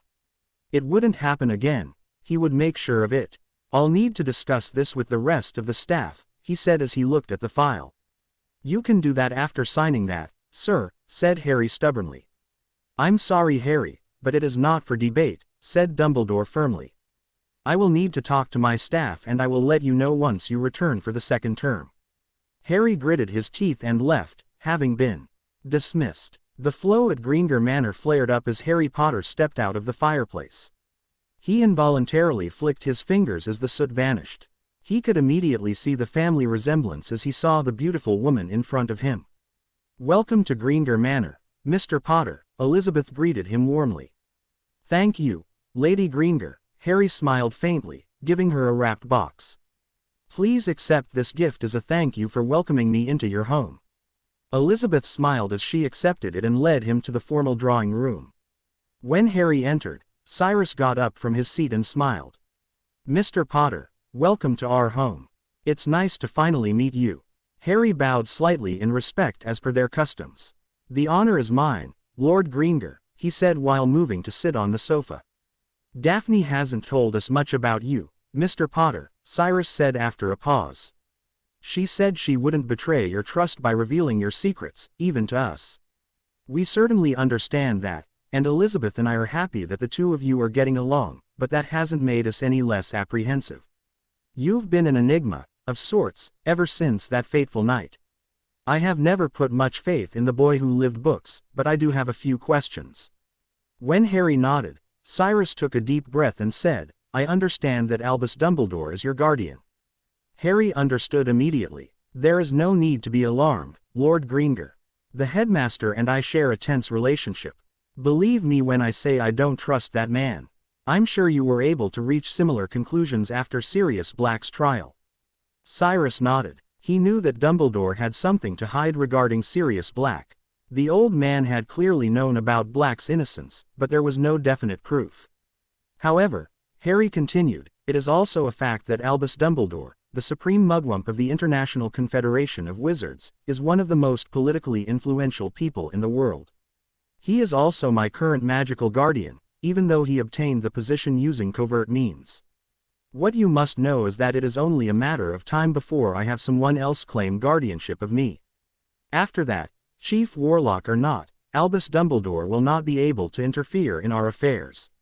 Cyrus and Elizabeth looked at each other. They were dealing with a cunning, manipulative boy. If they didn't know better, they would say that he was raised by a traditionalist family. "My lawyers have gone through the betrothal contract, Mr. Potter," said Cyrus. "And yes, there is no way out. Daphne may be handling this situation well, but that doesn't mean I would want to condemn her to a loveless marriage. My daughter is a very ambitious girl and I don't want her dreams to be shattered because of this predicament we find ourselves in." Harry smiled slightly. "I don't expect anyone to give up their dreams for me, Lord Greengrass. I'm also stuck in the same betrothal contract against my will. I'll admit that I was very angry when I was informed about it, but Daphne and I have become friends over the past few months. I'm hoping that our friendship would strengthen over time, but I can assure you that I'm not interested in your daughter because of the money and influence she has to offer." "You are surprisingly mature for your age," said Elizabeth slowly. "Not many 11-year-olds would deal with politics the way you do, even for heirs of noble families." Harry paused, wondering how much to reveal. "I was forced to grow up because of the manipulations of Albus Dumbledore, Lady Greengrass," he explained carefully. "You can read between the lines when I say that a magical child does not belong in a Muggle home. There were several incidents over the years which gave me a new perspective on things. I decided that I would not get crushed by anyone, especially not by the filthy Muggles that I am unfortunate enough to be related to." Cyrus and Elizabeth were shocked. The boy who lived was more traditionalist than anyone realized. Well, maybe not complexly. They didn't know him well enough to figure out his political views, not to mention he was still quite young for them to judge such matters. But one thing was certain. This young wizard was not a champion for Muggles like Albus Dumbledore had claimed him to be, which did ease their concerns a little. "You say that you were raised by Muggles and yet you behave like a perfect pureblood," observed Elizabeth.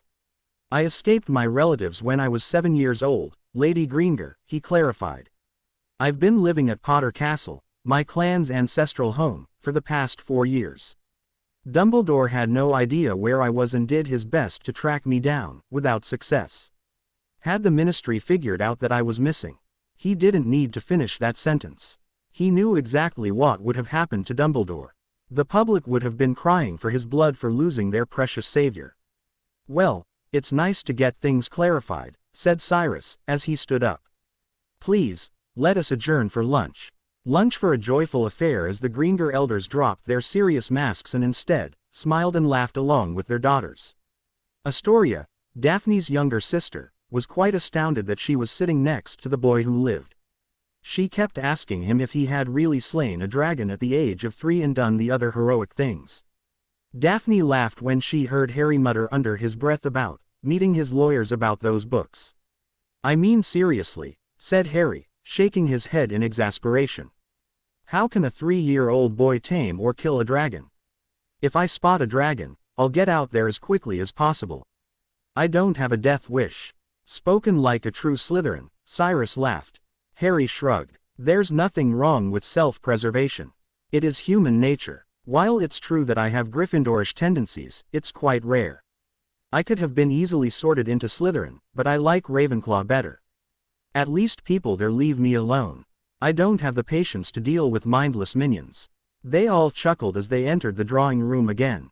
Harry relaxed a bit after spending time with the Greengrass. He couldn't detect any aura of deceit about them, so he decided to drop one of his masks, temporarily. "Hogwarts has an accelerated program?" asked Elizabeth in surprise. "Yes," answered Harry as he took a sip of water. "I would be bored out of my mind in case I had to spend another semester like the last. Sure, I can study on my own, but this is different. The CL room experience does help as they explain the theory better, not to mention I'll learn faster with the help of a teacher. I'm not sure if it's completely possible, though. Are you sure that Dumbledore will allow that?" asked Cyrus, his eyebrows raised. Harry shrugged but didn't elaborate. He didn't owe the Greengrass any explanation regarding most aspects of his life. He had given them enough information to keep them satisfied, but he wasn't about to reveal more. A frown formed on his face when he suddenly remembered something. "Oh, I almost forgot," Harry said as he got to his feet and removed a small box from within his pocket. "Lord and Lady Greengrass, Since your daughter and I are to be married because of the contract, I would formally like to ask your permission in presenting her with a betrothal ring." "Of course, Mr. Potter," Cyrus nodded, his eyebrows raised in surprise. He had not expected that from an 11-year-old boy. He was quite impressed with the Potter scion for sticking to tradition, and so was his wife. Harry opened the small box and showed it to Daphne, who looked at it in awe. "This is the betrothal ring that was given by Raphael Potter to his wife, Aradia Peverell, in the 14th century, he explained. "It has been in my family ever since. The center stone is a very rare magical blue diamond, and it has several small white diamonds surrounding it. From what I've been told, Aradia Peverell was an enchantress, so there are several protection charms on the ring. I would like you to wear it, Daphne." Daphne was stunned, but she regained her wits and nodded. She extended her hand and Harry slipped the ring on her left ring finger. The ring flashed as it resized to fit her. She smiled at him, moving closer to give him a gentle hug. Harry stiffened in panic, something which was not unnoticed by the elder Greengrass, but Daphne pulled back, knowing how he would react. "Thank you, Harry," she said softly. "It means a lot to me. So, what exactly should I do to prepare for this ball?" asked Harry, changing the topic as he took another sip from his GL of water. "Nothing much," said Elizabeth. "Ensure that you are well dressed, as it is something that is noticed by everyone. The first impression is the best, after all. Do you want to announce the betrothal to everyone during the ball?" asked Harry. Cyrus paused. "That is something which I was thinking about. As I mentioned before, the political ramifications will be huge. We'll have to think about this carefully, but I do think it's better if we announce it at the ball. At least that way, we control it. What do you think?" Harry shrugged. "I don't really care one way or another. It saves me the time to explain it to others later." After a few hours, Harry flowed back to Potter Castle. That night, he and the ghost of Alfred Potter were in the Lord's study. "A memory?" asked Alfred shrewdly. "A memory that belonged to Voldemort. Are you sure, Harry?" "Positive, grandfather," said Harry. "When I heard Snape speak, there was a trigger. I was looking down at Snape. I was Voldemort. It was from his perspective, so it had to be his memory. In the memory, Snape mentioned a prophecy that foretold that a boy would be born at the end of July who would have the power to defeat the Dark Lord." "Dear Merlin," exclaimed Alfred as he drifted across the room. "Do you remember what I said to you about the elves sensing a possession in you when you arrived 4 years ago?" When Harry nodded, the ghost continued. "The possession was extracted and destroyed by the elves. We didn't know then whose it was. We thought it was some dark force which had latched onto your magic. That is very rare but possible. But to think it was Voldemort. Is it possible I somehow tapped into his memories during the extraction ritual? But how is that possible? No, we're missing something. I'm not an expert on dark magic, Harry, so I don't know. And it's not like I can read the books in the Leary." Harry sighed as he leaned back in his chair. "Maybe it was a one-time occurrence. I'm going to bed. I need to visit my godfather tomorrow.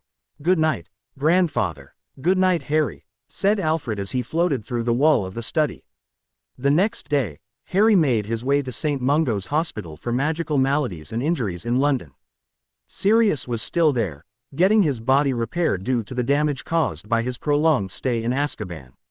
After the routine security check, he was led to one of the private suites. He knocked on the door and entered to find Sirius reading the Daily Prophet. "Harry," exclaimed Sirius, with a broad smile on his face. "Come on in." Harry smiled slightly as he sat down on one of the armchairs. "How are you doing?" "Just fine," he answered dismissively. "It'll take another few weeks of healing before my body stops looking so frail, but I'll still have to seek the help of a mind healer for another year to come to terms with what happened. I'm just glad most of the damage can be repaired." Harry saw that Sirius' eyes still had a haunted look. After an awkward pause, the man exhaled. "Look, I know that it has been 10 years, began Sirius, but Harry interrupted him. "Why did you hand me over to Hagrid instead of taking care of me?" he asked suddenly, the barest hint of anger and hurt coloring his voice. Sirius was, after all, his godfather and closest family after his parents had been murdered. Sirius sighed. "I expected this question ever since I revealed it at the trial. It's not like I had a choice, Harry. Look at it from my point of view. Pettigrew had disappeared and I found out that he had betrayed your parents. I had just seen the corpses of the two people who were the closest to me. My godson was crying his heart out and it took me several minutes to calm you down and put you to sleep. Just when I was about to leave, Hagrid, of all people, showed up and demanded that I hand you over. I protested. I swear I did, but you can't really reason with Hagrid, especially when he has been ordered by Dumbledore. He literally spat out the last word. Taking a deep breath to calm himself, he continued. I didn't want to fight him, so thinking you would be safe at Hogwarts, I handed you over to him and went to find Peter. I was blinded by rage, I admit. It was foolish of me to do so, not to mention reckless. My first priority should have been you. But you have to understand, Harry. At that point in my life, James was closer to me than my own brother. Sure, we were second cousins, but we were more like siblings. Losing him and Lily blinded me to what should have been done. I failed you and I'm really sorry about that. Can you forgive me? Harry looked at the older wizard for several seconds. A small smile played on his lips as he finally nodded. He didn't know if he could ever have a relationship with his godfather, but it wouldn't hurt to try. He would also need Sirius help if he were to get a new guardian. Sirius looked relieved. So, you're engaged to Madame Bones? Asked Harry, changing the subject. Sirius nodded slowly, his face burning with fury. Yes, he admitted, but I'm not exactly in a forgiving mood. Everyone believed that I was guilty of betraying your parents, including Amelia. It should not have been possible because I am your oath-sworn godfather. But no, that fact was easily forgotten as I was indeed a Death Eater and the so-called right-hand man of Lord Voldemort. How could Amelia, of all people, think I would be capable of something like that? I'm not sure what her motives were 10 years ago, but Sirius, do you have any idea of the political maneuvers Madame Bones did behind the scenes to get you into that courtroom? Asked Harry slowly. I don't have a clue about what she did, but I'm pretty sure that it was nothing short of a miracle that she got you out of Azkaban and into the Ministry building at all. Yes, Dumbledore set you up knowing you were innocent. Barty Crouch just wanted to show that he had captured a Death Eater. Lucius Malfoy wanted your title and money. Those are dangerous combinations, Sirius. If I had not captured Pettigrew through pure dumb luck, it would have been impossible for you to have been cleared of any wrongdoing. All of them wanted you imprisoned for their own benefit. Sirius snorted. I guess my mother was right, he said wryly. Never trust anyone. I agree with her, nodded Harry. The older man sighed. No 11-year-old child should say something like that. I'm really sorry you ended up with Petunia, of all people, grimaced Sirius. I know that she is a nasty horse-faced. It's fine, said Harry stiffly, wanting to avoid that topic. I escaped when I was 7 years old. My life has been much better since. There is something else you should know. Because of a contract set up by my ancestor, I'm now betrothed to Daphne Greengrass. Betrothed? Exclaimed Sirius, his eyes wide with panic. He was in shock for a few minutes as Harry explained the situation to him. He finally calmed down, but still looked wary. The Greengrass family, I know that they are quite neutral in their political dealings, but there were no Death Eater activities linked to them during the war. Be careful, Harry. Maybe I should talk to them on your behalf as such families are deep-rooted in tradition. Yes, I think you should. Traditionally, Harry should never have met Lord and Lady Greengrass without his guardian, but the circumstances did not, unfortunately, permit the interference of Albus Dumbledore. Also, I was wondering if you would like to be my guardian. I've accepted the headship of my family, but I still need a guardian until I'm 17. Dumbledore is currently my regent and guardian. The older man sat up straight. Do you have the papers? He asked sharply, interrupting the boy. Harry handed over a file containing sheets of parchment which Sirius read through, frowning in concentration. 15 minutes later, he grabbed a quill and signed his names on multiple copies. The documents glowed. A copy was automatically submitted to the Ministry of Magic, another to Gringotts, and a copy remained with Harry. Since his godfather was his primary guardian as listed in James Potter's will, not to mention the closest blood relative, the guardianship transfer could be done automatically. It could be rescinded by the Wizengamot if someone raised a petition against it and if the body ruled against Sirius, but right now, no one would be willing to do that. The Sirius Black scandal was already tearing the ministry in two. Thank you, Sirius, when are you claiming your lordship?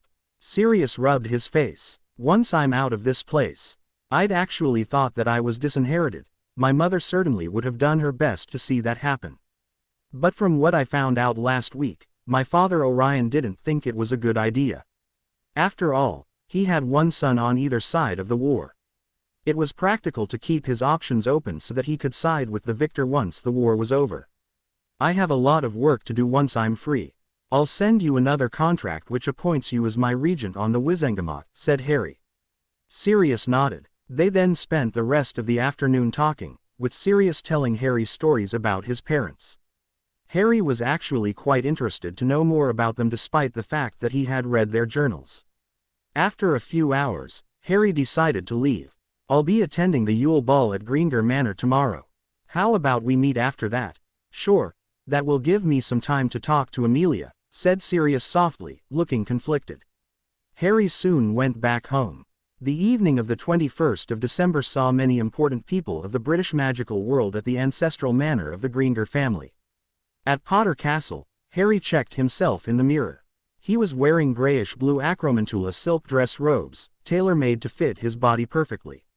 He was also sporting dragon hide boots and his silver locket with the Potter crest was hanging prominently over his. Once he was ready, he made his way to the flow and disappeared in a flash of green flames. When he stepped out of the fireplace at Greengrass Manor, he immediately dispelled the soot that might have collected on him. There were many people milling around the place. A house elf led him to the grand ballroom where several prominent members of the British Magical Society could be seen. Harry searched for his fiancée and relaxed when he finally spotted her. "Hey Daphne," he said quietly. The girl in question turned and smiled at him. Her wavy dark hair was expertly styled. She was wearing a flowing purple dress made of multi-layered thin fabric. "You look beautiful," he said after a pause, feeling a bit uncomfortable. There was still some awkwardness between them, not having figured out each other's personalities. Harry mentally decided to spend more time with Daphne at school when the next term began. After all, he did agree to befriend her. "Thanks, Harry," she said, smiling shyly. "You're looking quite good yourself. Come on, there are several people who want to meet you." And thus the evening began. Harry spent the next hour meeting many of his schoolmates. Some of them were in his year, but many were older than him. They were all curious about him because he didn't really talk much at school, having chosen to be by himself. Harry made it a point to talk to everyone, even if it was frustrating to socialize. He was then dragged to meet the older people. At one point, he met someone who had a powerful, yet dangerous aura about him. "Mr. Potter," said the man smoothly. He nodded his head in greeting. "Lucius Malfoy, it is a pleasure to meet you." "The pleasure is mine, Lord Malfoy," said Harry as he bowed slightly in respect. "Lady Malfoy." The woman merely inclined her head. "Nice to finally meet you, Mr. Potter," she greeted him. "I was wondering if my cousin was here too. It's been far too long since I've last seen him." "He's still recovering from his terrible ordeal, Lady Malfoy," replied Harry, with a tight smile on his face. "I doubt it's a good idea for him to come to a large gathering such as this so soon after being released from Azkaban. What happened to him was a travesty. So many people seem to have an unhealthy interest in him. To think they could stoop so low." Lucius' lips curled. "Yes indeed," he said softly. "None of us are able to digest that Albus Dumbledore could do such a thing. Sending an innocent man to prison without a trail. I wonder if he is fit to be the chief warlock anymore." Harry took a sip of his drink as he pondered the answer. Was that a trap? He realized that he would have to pay more attention to how people speak and how to respond to trick questions. He really had to develop his social skills, for they were lacking. "That's not something I can answer, Lord Malfoy. As you know, I'm not eligible to sit on the Wizengamot yet or mature enough to make such decisions. I'm only 11, after all. However, Lord Black, my guardian, would be more than happy to talk to you about it." "Lord Black," repeated Lucius, with his forehead creased and eyes narrowed. "I believe there is no Lord Black alive as of this moment. Arcturus Black died several months ago. A pity, it will take several years for the House of Black to rise to its former glory." "Several years?" asked Harry, feigning shock. "I'm not sure what you mean. My godfather, Sirius Black, claimed his lordship just this morning. Harry was mentally cackling in delight as he saw Narcissa pale slightly. It was true. Sirius had gone to Gringotts just that morning and claimed his lordship. He would have to tell his godfather about this. It was priceless. Who knew that such an innocent statement could cause so much damage? He would have to use it repeatedly while talking to others so that they would know about his godfather's new position too. "Sirius Black," whispered Lucius, his eyes burning with fury. "I don't think you understand, Mr. Potter. Sirius Black was disowned by his family and was indeed a blood traitor." Harry chuckled and shook his head. "I'm afraid you are mistaken, Lord Malfoy. Lord Black wasn't disowned at all. While it is true that his mother did push for it, Lord Orion Black tended to be a bit more practical in his approach. As someone said, it was a very wise thing to do considering he had one son on either side of the war. I'm sure he would want to talk to you very soon. You are, after all, family." Lucius looked into the emerald green eyes of the boy in front of him, trying not to let the nervousness and anger show. The Blacks were notorious for their blackmail material. If Sirius Black had indeed gained the lordship, there was no telling what information he had at his disposal. He would have to think things through. "It was good meeting you, Mr. Potter," said Narcissa as she led her husband away, whispering heatedly in his ear. The ball continued for several hours as dinner was served soon after. Harry stuck to Daphne the whole time, letting her introduce him to important people, one of them being the Minister of Magic Cornelius Fudge. "Ah, Harry Potter," the wizard exclaimed jovially. "It is simply marvelous to see you, young man. How wonderful it is that you're finally able to join us." "It's an honor to meet you as well, Minister Fudge," Harry greeted him. "I've heard wonderful things about you. I apologize that my godfather is not present here tonight. Lord Black is still feeling under the weather because of his unlawful incarceration, but he told me to send you his regards." Lord Black, blanched Fudge. After regaining his bearings in a matter of seconds, he forced a smile on his face again. "In that case, please let him know that I wish him a speedy recovery. I can't believe the previous administration allowed such a travesty to occur. It's something I cannot even comprehend." "Indeed, Minister," nodded Harry in agreement. "You certainly are a respectable man and I thank you for all that you have done to help my godfather." "Oh, no thanks necessary, Mr. Potter," said Fudge, smiling brightly as he puffed up at the praise. "Please tell Lord Black that he can visit me anytime once he has recovered." "It was a pleasure meeting you, Harry. May I call you Harry?" "Of course, sir. You are the Minister of Magic while I am just an 11-year-old schoolboy. You have every right to address me by my first name. Please take care of yourself." "That I will, Mr. Potter, Miss Greengrass," he said as he walked away.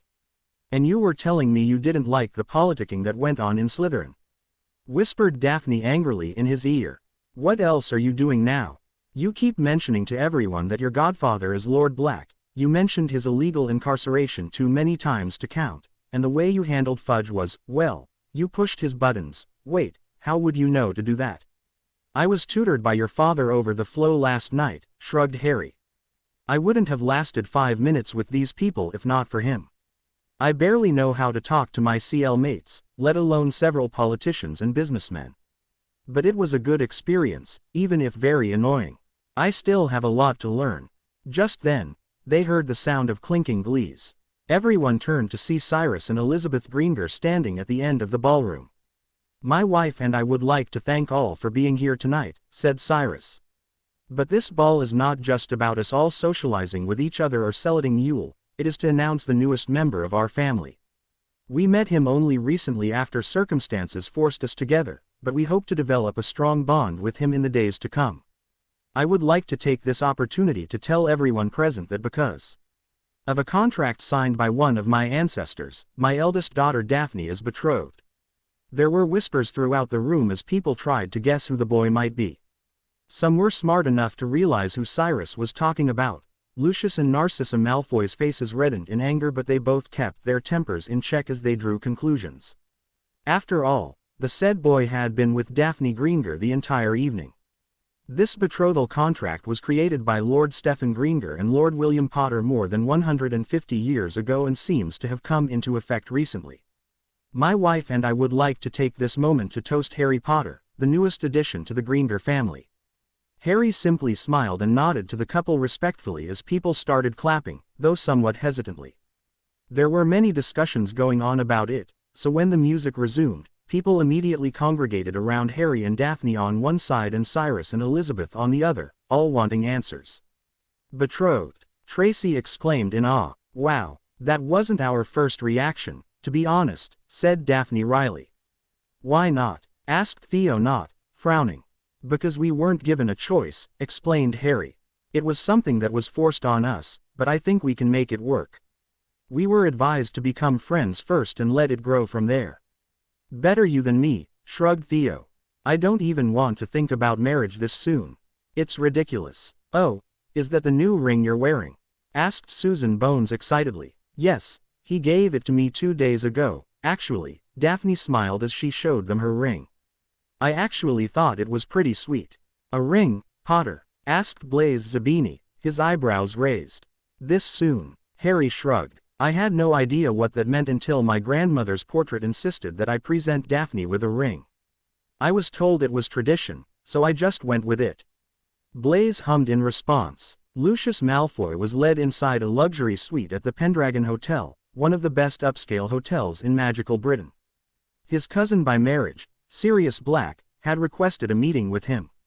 His ebony cane continued to make tapping noises against the marble floor as he entered the room. Sirius Black was already there. Gone was the gaunt and pale form of the former prisoner of Azkaban. The new Lord Black was dressed in expensive silk robes, and the potions regimen prescribed by the healers seemed to have helped him because he looked moderately healthy. He wasn't back to how he was. Merlin knows those haunted gray eyes were proof enough, but it was a far cry from the mangy look from a month back in the Wizengamot. He was now clean-shaven and his curly raven black hair was cut short, no longer long and unkempt.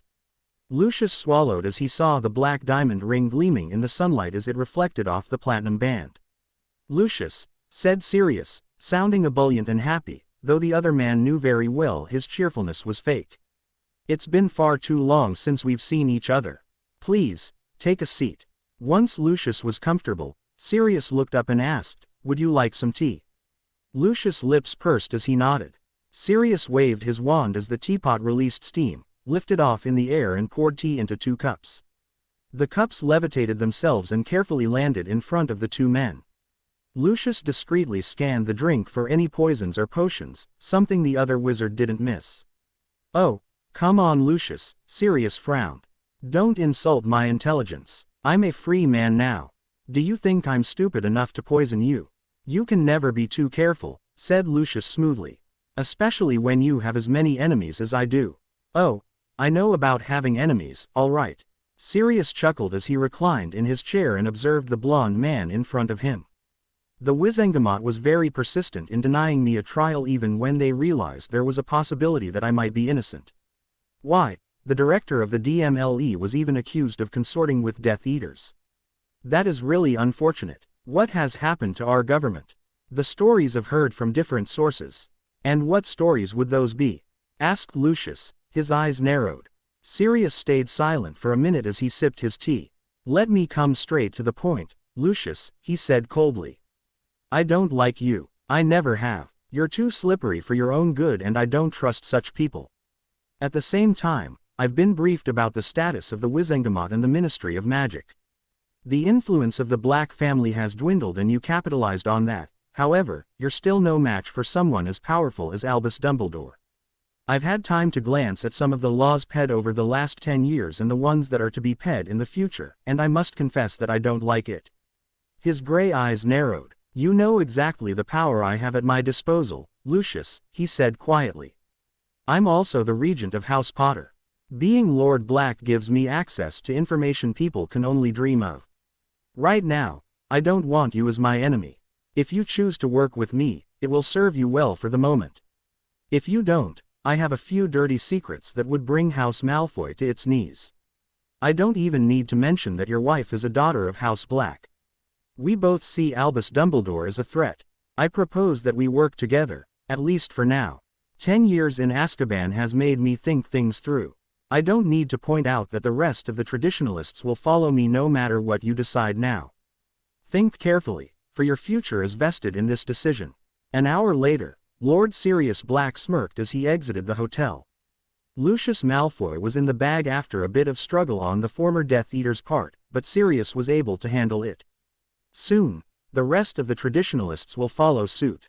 It was time for the houses of Potter and Black to rise again. It was 2 days before the end of the winter holidays. Harry had spent his time alternating between spending time with his godfather and the Greengrass. The regency and guardianship were made official with the ministry, and the news of the betrothal had spread like wildfire. People were mostly shocked because none of them had known about the contract at all, especially since one of the parties to the contract was the boy who lived. Of course, not everything was rosy. There had been an article in the Daily Prophet about the betrothal, written by Rita Skeeter. The reporter had penned it in such a way that it sounded as though the Greengrass family had tricked the young hero into marrying their daughter. That certainly had brought down the mood of the holidays. Currently, Harry was with his godfather in the Ministry of Magic building, sitting in front of Madame Griselda Marchbanks, the head of the Department of Magical Education. Harry had no idea if Dumbledore would give his consent to the accelerated program at Hogwarts, even though he had threatened the old headmaster. Amelia had suggested that they go meet Madame Marchbanks. The wise witch would surely take a more neutral approach, not to mention was qualified to approve it. Your grades over the first term have been very high, Mr. Potter, Madame Marchbanks observed as she looked at the file. But I'm not sure I understand why you wish to enroll yourself in the accelerated program at all. It existed in my time, yes, but it was incredibly rare.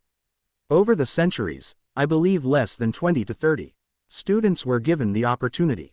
What makes you think you are qualified? I've been studying magic since I was 7 years old, ma'am. I know that it is hard to believe, but I'm more than capable of going through with it. I would be severely stunting my education by being in the regular program.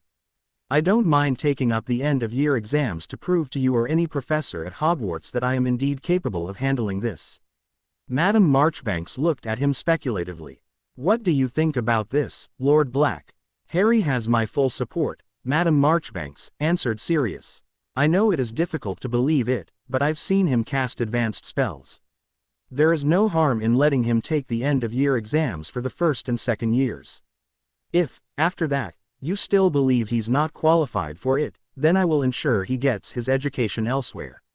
I can move to Hogsmeade so that Harry can become a dayboy instead of a boarder so that I can coach him myself, or I will have him privately tutored full-time and pull him out of Hogwarts.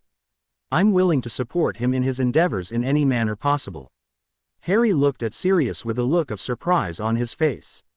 He was really touched that his godfather had actually considered doing that just for him. He felt something warm in his but didn't know how to describe it. All right, young man, said Madame Marchbanks. But I will administer the tests to you myself, here at the ministry. If you are willing, you can take up the end-of-year exams for the first and second years. When can you do so? Anytime, ma'am, Harry replied confidently. I'm ready now, you'd like. Now, asked Madame Marchbanks in surprise. Harry simply shrugged. I'm ready, ma'am. The old woman smiled. Very well, then, go sit in the examination room. We can finish the first-year exams today and the second-year exams tomorrow. Good luck, whispered Sirius as he led his godson out of the room. Harry waited in the exam room for 10 minutes when finally, an assistant came inside and handed him sheets of parchment, a quill and question papers for all his subjects. With a smile on his face, he began writing. He wanted to prove to Madame Marchbanks that he was worthy. The biggest motivating factor was that if he got through these exams, he wouldn't need to ask Dumbledore for any favors. Several hours later, Harry was done with his written portion of the exam, feeling drained and exhausted. Sirius took him for a late lunch and they soon returned for the practical portion, which was a walk in the park. Harry took the opportunity to show off, so by the end of the practical exams of Charms, Defense and Transfiguration, Madame Marchbanks and Professor Tofty, an old friend of the former and another member of the Wizarding Examinations Authority who had wanted to see his practical work, were positively raving about his abilities. That was an outstanding display, Mr. Potter, exclaimed Professor Tofty as he clapped enthusiastically. That spell chain was beautifully done. I didn't think someone your age would even attempt to put together spell chains. Indeed, smiled Madame Marchbanks. You certainly were not kidding when you said you knew how to cast advanced spells. Some of those are taught in the 3rd year and the blasting curse is taught in the 4th. Jolly good. I think we can consider this an exam for both your 1st and 2nd years. Tomorrow, you can write the rest of the 2nd year papers and take up the practicals for potions and herbology. Harry breezed through the practical for potions as well. The 2 old professors were very impressed by the way Harry used magic to stir the rods automatically the precise number of times, the spells used to control the temperature of the fire and also the timer on the potion itself. Harry's ingredients were meticulously cut so that they were perfectly equal. This was something that was ingrained in him as Alfred Potter was very thorough when it came to teaching potions. Even the slightest of mistakes in cutting the ingredients would result in the entire potion being vanished by a house elf even if the potion was nearly complete. It was a frustrating method to learn, but very rewarding. Once all his exams were done, he found himself once again seated in front of Madame Marchbanks with Sirius. "I must admit that you have managed to astound me, Mr. Potter," she said with a large smile. "Never in my career have I encountered an 11-year-old boy who is so talented. I can understand your frustration in having to be a first-year student. Your practical work checks out and I have people evaluating the theory you wrote this morning. Your first-year theory papers are already graded and you scored an outstanding on each one of them. I've gone through the second-year papers too, and though they aren't graded yet, I can tell that you have performed very well in those too. Would you still like to go through with this?" "Yes, ma'am," said Harry, smiling happily. He couldn't contain his excitement. He didn't care if he was grinning like a 5-year-old child with a chocolate bar in his hand. Finally, he would be able to skip those ridiculous classes he had attended in the first term. "You do know that in the accelerated program, there will be some aspects of self-study?"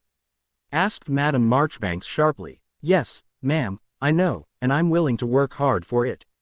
"Very good, because I expect nothing less," she said, looking stern for a moment. "You can begin 3rd-year classes this term, but I don't think you'll have trouble catching up on anything other than the electives. The professors have study groups on the weekends taught by the older students which will help you catch up. That is how it's going to be for you because that's the way the accelerated program works. Self-study is an integral part of it along with CL room education. But I would advise you to use 2 whole years for your NEWTs. You might be very smart, Mr. Potter, but the concepts taught in those 2 years are quite hard to grasp. I advise.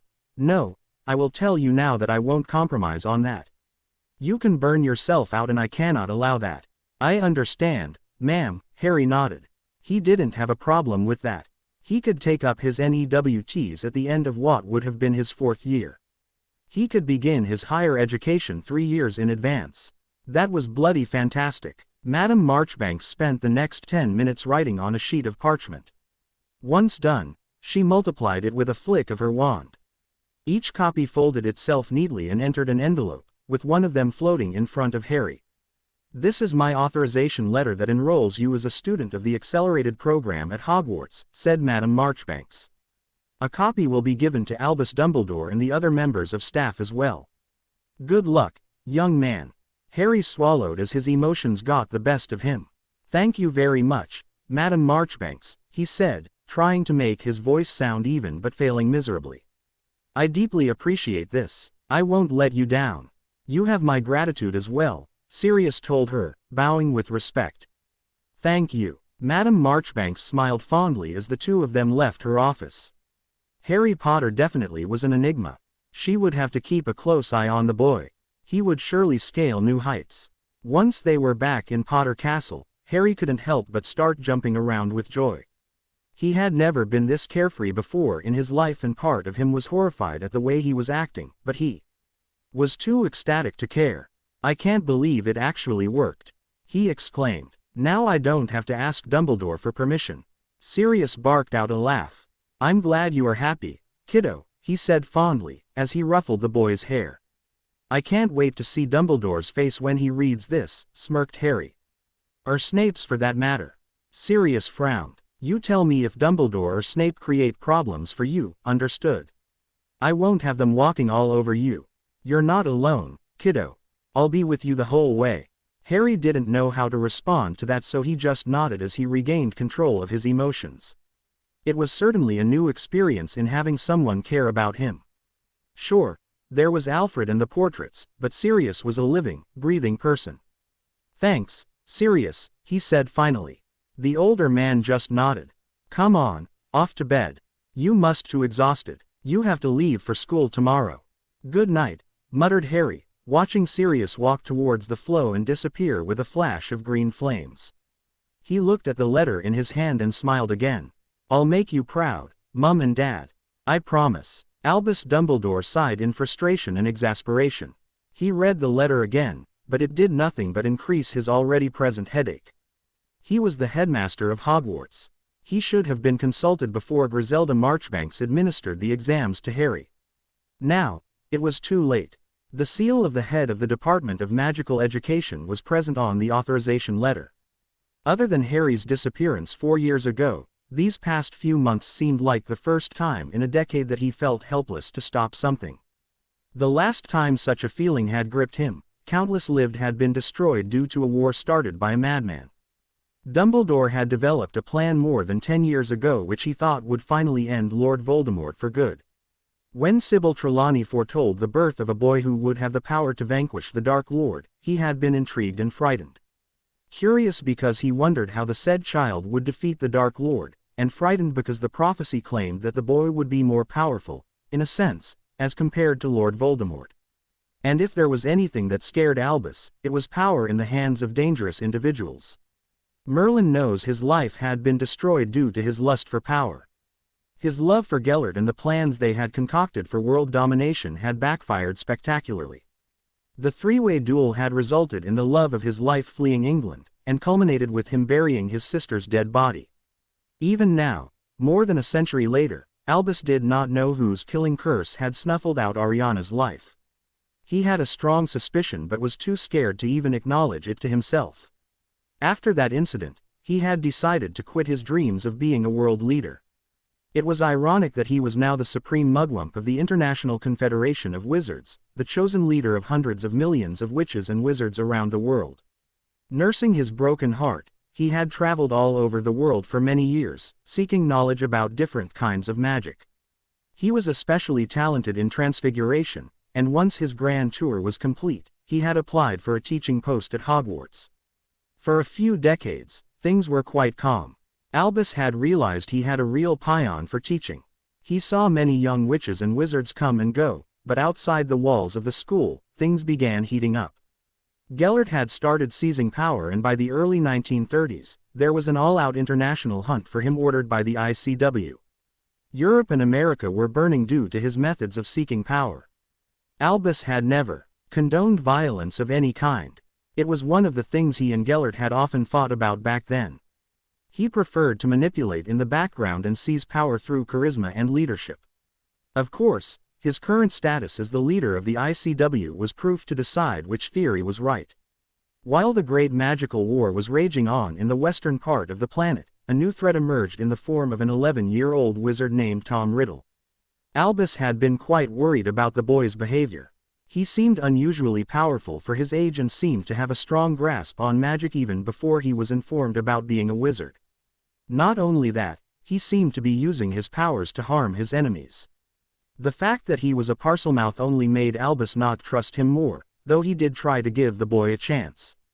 For the next several years at Hogwarts, Albus had treated Tom Riddle with indifference, and in some cases, intense suspicion. Unfortunately, this backfired on him again, with the bright, intelligent boy resorting to the blackest of the black arts, and also opening the dreaded Chamber of Secrets, which resulted in several attacks and the death of a student. Albus remembered the boy pleading with him to let him stay at Hogwarts during the summer, as much pleading as a Slytherin would do, but he had refused, wanting Tom to get along with Muggles better. The other reason was that he did not want Tom to spend more time at Hogwarts than necessary, especially without supervision during the holidays, and he thought his decision was sound after the opening of the Chamber of Secrets a few years later. Unknown to Albus Dumbledore, that choice of his had been one of the main reasons why Tom Riddle resorted to Horcruxes to prevent his death. The young Slytherin had grown up in the Muggle city during the London Blitz, and even though at the time, the Second World War had ended, Tom Riddle was still too frightened to stay in London where a bomb could be dropped on the orphanage anytime by enemy powers. He had at least wanted to stay at the Lakey Cauldron, where the wards around Diagon Alley protected them from the bombs, but without money and adult consent, he couldn't do so. He was forced to stay in the Muggle world and survive during the immediate aftermath of a war, with little to no food, and face the danger of being killed every day. That experience was what had made Tom Riddle create a Horcrux when he was just a 16-year-old boy, despite warnings in the book to not attempt it before magical maturity. The more he split his soul, the more twisted and evil he became. Soon, Voldemort was but a shadow of his former self. In his quest for immortality, he had traded his sanity and humanity. Tom Riddle had always been dark, but he would not have become as twisted and insane if not for the Horcruxes he created. Albus Dumbledore, however, didn't know this. When Voldemort started his surgical strikes against the British Magical Society, the aged headmaster was consumed with guilt. He had allowed yet another very powerful wizard to destroy the world, and it was all his fault. He had allowed Gellert to seize power by supplying him with various plans for world domination. Tens of thousands of witches and wizards abroad had died as a result, and he didn't even want to count the number of Muggle deaths. He had failed in stopping Voldemort's rise to power. Dozens, hundreds, and within 20 years, thousands of witches and wizards in Britain had perished. So when he heard the prophecy in his office when the seer had recited it to him during a job interview, he acted.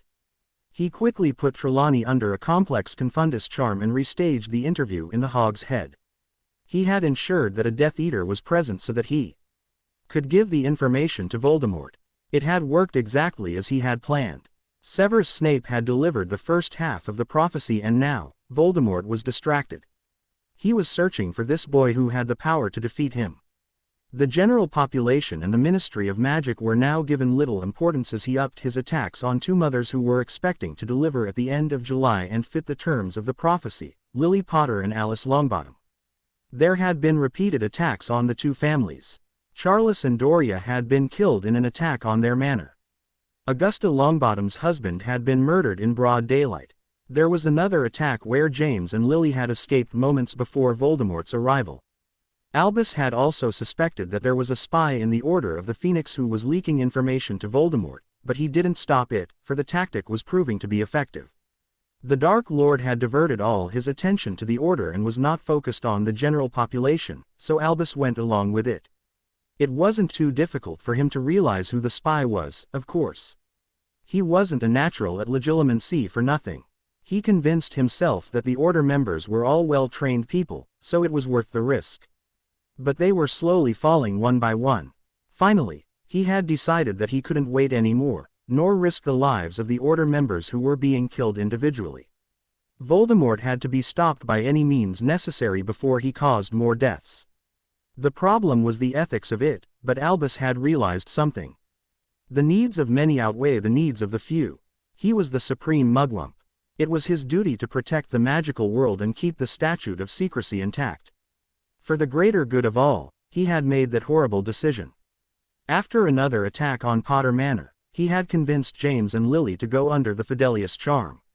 The second alt on their ancestral mansion had shaken the couple, especially after what had happened the last time, resulting in the deaths of Charles and Doria.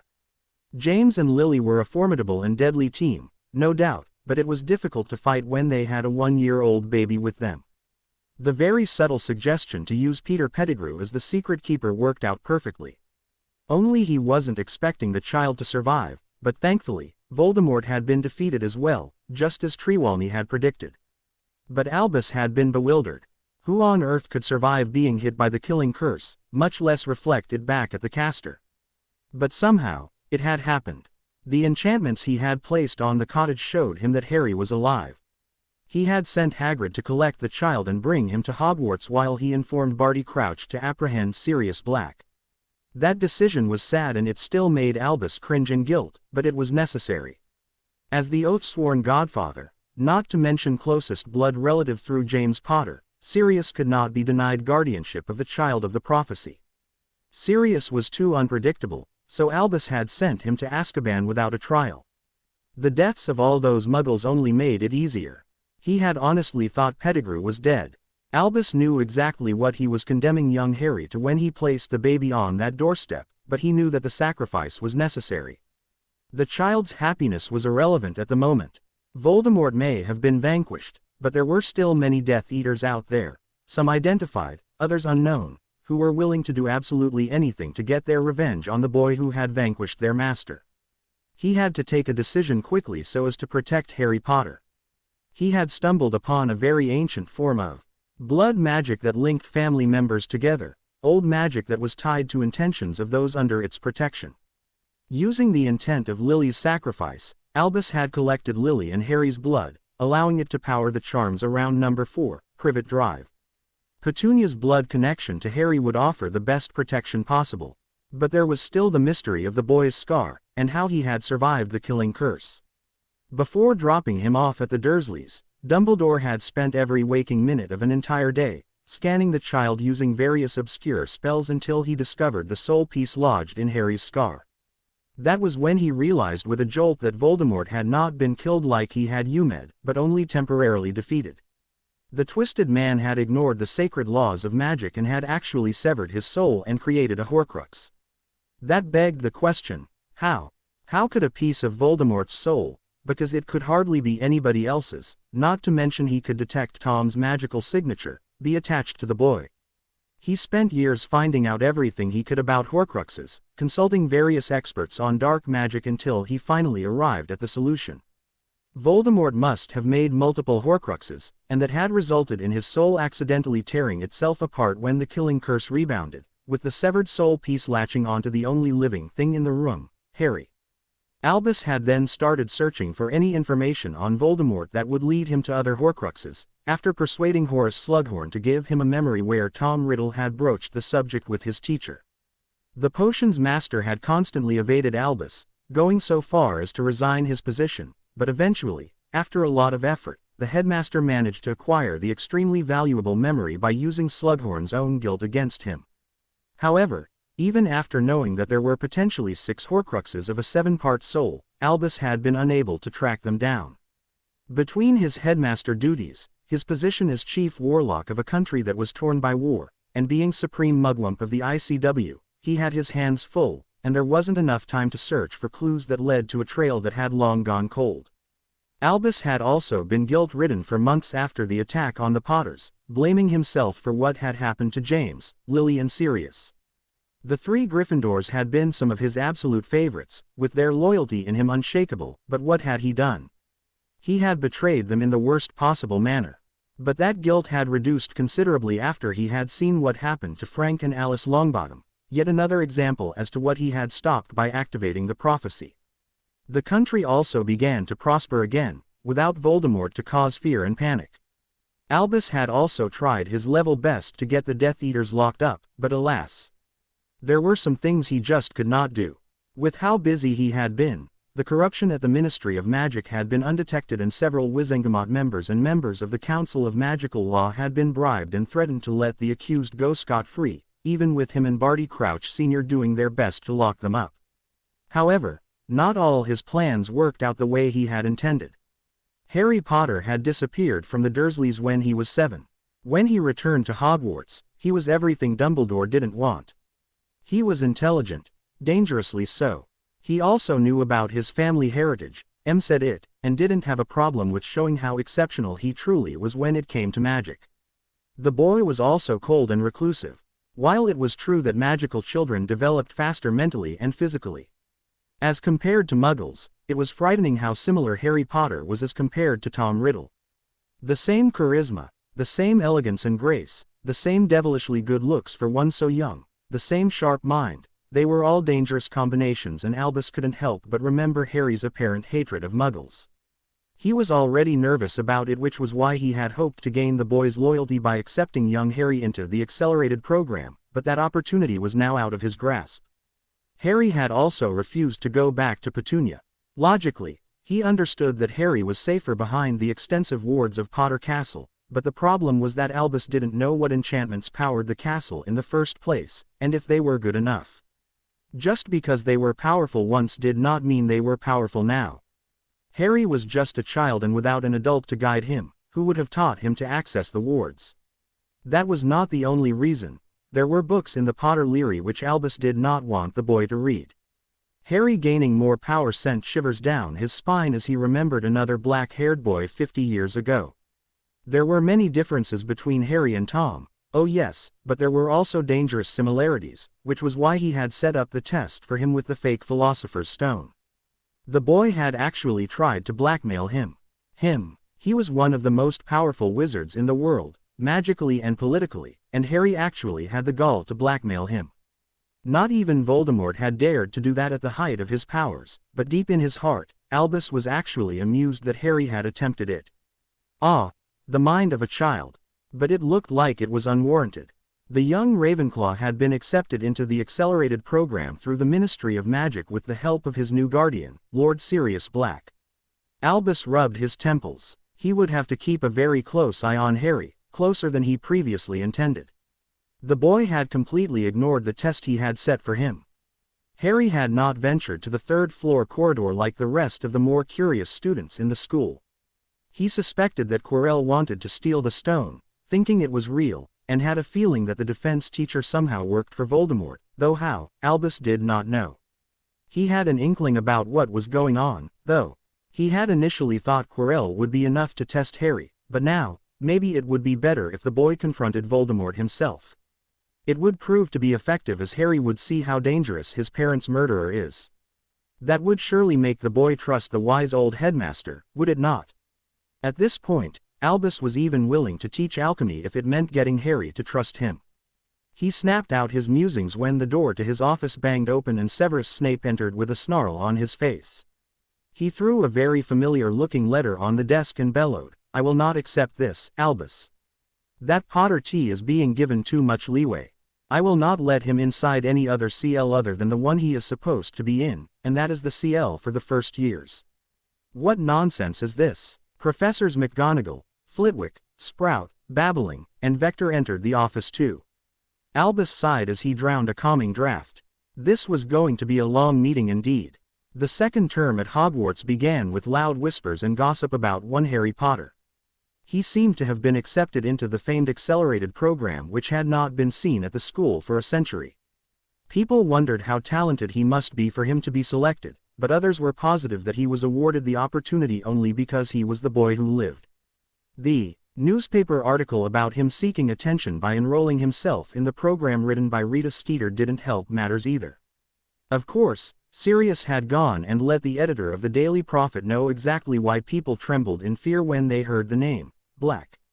It was a synonym for blackmail and the editor had hastily printed an apology the next day. Naturally, it was ignored by the rest of the population. No one read something as boring as a retraction in the newspaper. Much to Sirius' delight, Harry didn't seem to care about the negative press.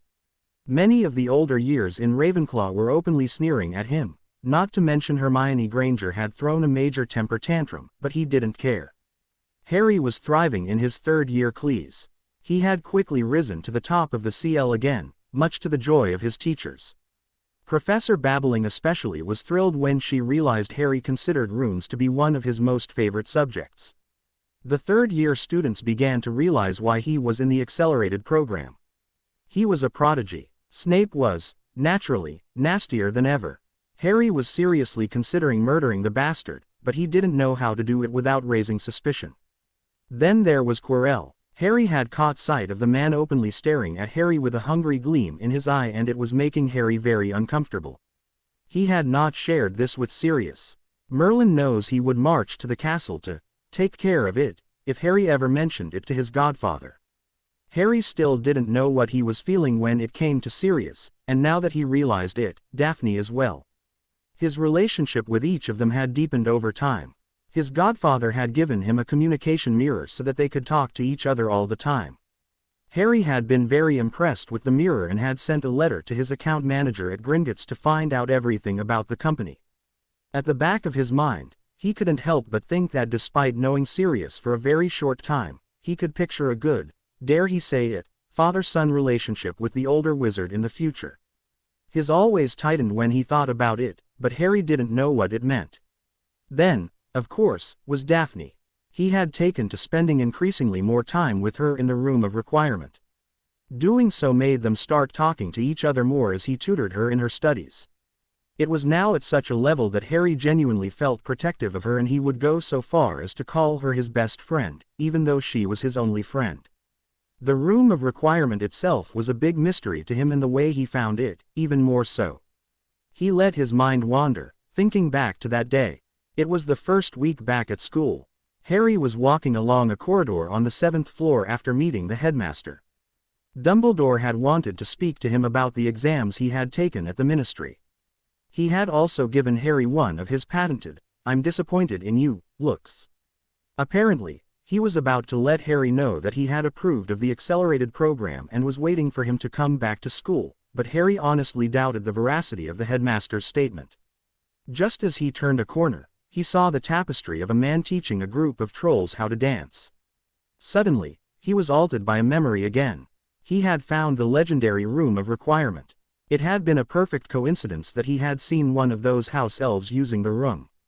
Excitement churned in his stomach as he paced 3 times in front of the blank wall. From what he gathered after interrogating the elf, he could imagine the room to resemble anything he wanted. He opened his eyes and stopped pacing. A large iron door appeared. Harry gasped as he missed a step, nearly tripping on his shoes, wincing in pain as his head throbbed horribly. That had been another memory. A memory that belonged to Voldemort. What the hell was happening? He curiously looked at the blank stretch of wall. Could it really resemble anything he wanted? Harry slowly moved closer and paced 3 times in front of it. On the 3rd try, a large metal door appeared. When he opened it and stepped inside, Harry's eyes widened in shock. The room was exactly as he wanted it to be. Several practice dummies were present, with wands in hand. 10 minutes later, Harry realized that these dummies were nothing like those he had back home at Potter Castle. These felt real, like he was actually dueling a grown wizard. A slow grin formed on his face. He couldn't even describe the advantages this room could offer. He would use it to his advantage. After all, he had a dueling championship to prepare for. Harry activated the Marauder's map again, his eyes slowly scanning it. It was a goldmine of information, giving details about what people were up to by simply observing their movements, which he would pee on to Daphne. She was overjoyed when she realized the amount of blackmail material it offered. Such things were extremely useful if one had to survive in Slytherin, which her parents had repeatedly told her in Astoria growing up. A couple of minutes later, his eyes narrowed. This was something he hadn't seen the last time. Professor Quirrell's name seemed to overlap with another name, but he couldn't read it clearly.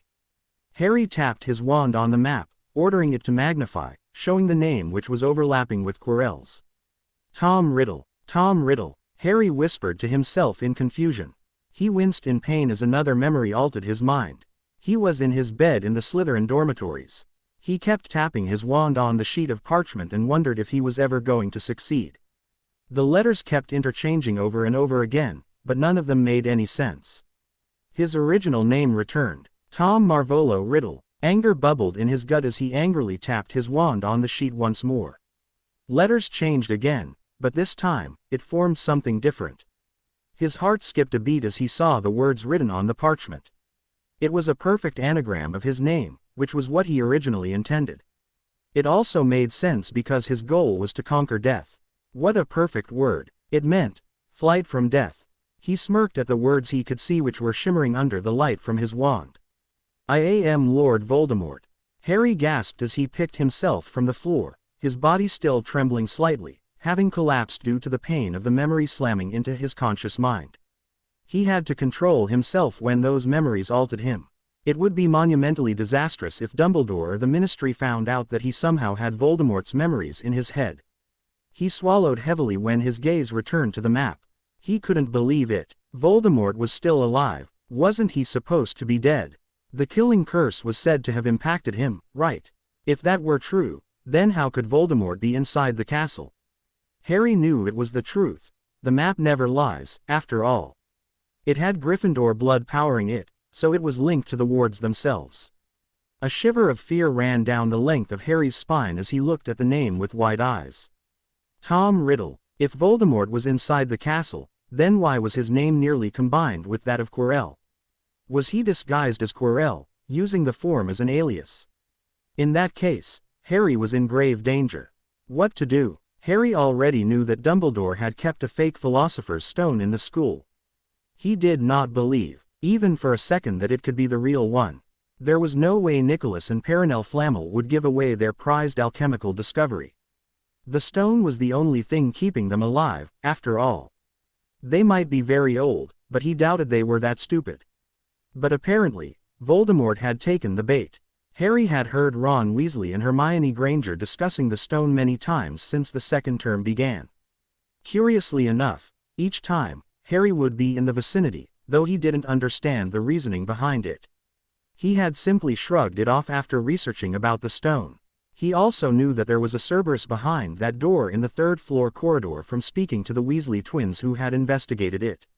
He had read about them from a book he had taken from the Potter family Leary. Very little was known about those monster dogs, but apparently, music can make it go to sleep. Harry absent-mindedly gripped the lock hanging from around his neck. Opening it, he saw a picture of his parents smiling back at him, waving as though they could actually see him. His face remained stony as he looked back. He didn't remember them, but reading their journals, and the way both of them described him, their son, had touched Harry's wounded heart just after he had escaped the Dursleys. Harry may not even remember their voices, but they were his parents, and the strange feeling in his returned again. If not for Voldemort, he would have had parents. If not for Voldemort, he would not have been abandoned at the Dursleys. If not for Voldemort, he would have lived a carefree life as any 11-year-old should. He needed to get rid of Voldemort. He was probably the one who let the troll inside the castle on Samhain, so there was no telling what lengths the Dark Lord would go to get the stone and maybe kill Harry himself in the process. Harry had also noted Quirrell eyeing him recently. Ergo, he had to go. But how? A week later, Harry finally had enough courage to put his plan in motion. He had been tempted to contact his godfather but had restrained himself. Sirius would not approve of Harry's decision. He didn't like it much either, but he wasn't going to let Voldemort kill him now, not when his future was finally looking bright. Swallowing his nervousness and trying to control his slightly shaking limbs, he donned the invisibility cloak and sneaked out of Ravenclaw Tower. Professor Quirrell was walking towards his office, stuttering as usual when he greeted a couple of the prefects who were patrolling the corridors after curfew. When he entered, he noticed a slip of parchment waiting on his desk with an alert charm on it. His master ordered him to investigate immediately, so Quirrell scanned and dispelled the charm. It was a simple message written in indistinguishable capital letters. LV. Music soothes the savage beast. I hope you come back to us soon. A friend. Just as he finished reading it, the parchment burst into flames, startling the man. His master ordered him to head to the third floor at once so that they could test the theory and verify if it was a trap or not. No one else was supposed to know of Voldemort's involvement, and the Dark Lord was curious as to who could have sent that message. He knew that it wasn't Dumbledore because it wasn't his style, so he decided to investigate who was behind this, after, of course, confirming the theory behind the Cerberus reaction to music. As it was quite late, no one was around when Quirrell made his way to the third-floor corridor. Dispelling the alert charms cast by Dumbledore, Quirrell opened the door and entered. At once, the Cerberus started growling, but he conjured a harp which began playing soft music. The large dog's eyelids started drooping. Once it was asleep, Quirrell carefully moved one of the Mivpaws away from the trap door. The defense professor never saw that silent stunner coming from behind him. As he crumpled to the floor, Harry silenced the harp with a flick of his wand and sent an overpowered stinging hex at the sleeping Cerberus. The Miv dog growled angrily and pounced on the only target it could see, the unconscious form of Professor Quirrell. Harry swallowed as he turned away from the sight of the mangled body of the defense professor, putting the hood of the invisibility cloak back over his head. He couldn't believe he had actually done it. Reinforcing his mental shields, he tried to push the memory as far into his mind palace as possible. He opened the door and walked out, trying to get to Ravenclaw Tower as soon as possible, doing his best to think about anything other than the murder he had just committed. He would probably have to take a calming draft for the night, maybe a few other nights too. He never saw the shade rise from Quirrell's dead body, the red eyes staring the place Harry's head occupied before he had left the room. With an angry snarl, Lord Voldemort flew away from Hogwarts and back towards Albania. He had been thwarted again by Harry Potter, but it would be the last time. Lord Voldemort would make sure of it. April 2002. Harry, what are we doing here? It's nearly midnight, Daphne whispered in his ear. The two of them were under Harry's invisibility cloak, prowling the castle after curfew. It was early April now, and Daphne couldn't figure out what her fiancé was up to. Don't worry, it's nothing dangerous, Harry smirked at her. I have a surprise for you. A surprise? Yes, now hush, we're almost there. Harry led her to the 7th floor corridor and they stopped in front of a very familiar tapestry. After he checked the map to ensure no one was nearby, he removed the cloak and paced 3 times until the iron door appeared. He then looked at Daphne and whispered, "Close your eyes." When Daphne reluctantly complied, she felt Harry gently take her hand and led her inside. She could feel a light, cool breeze but knew that it was the magic of the room that created it. Harry carefully guided her down several steps and she was made to sit on something. She was getting restless, so before she could open her eyes, Harry conjured a blindfold and slid it over her eyes. "Harry," whined Daphne, "come on, what's this about?" "You'll see," he said, sounding amused.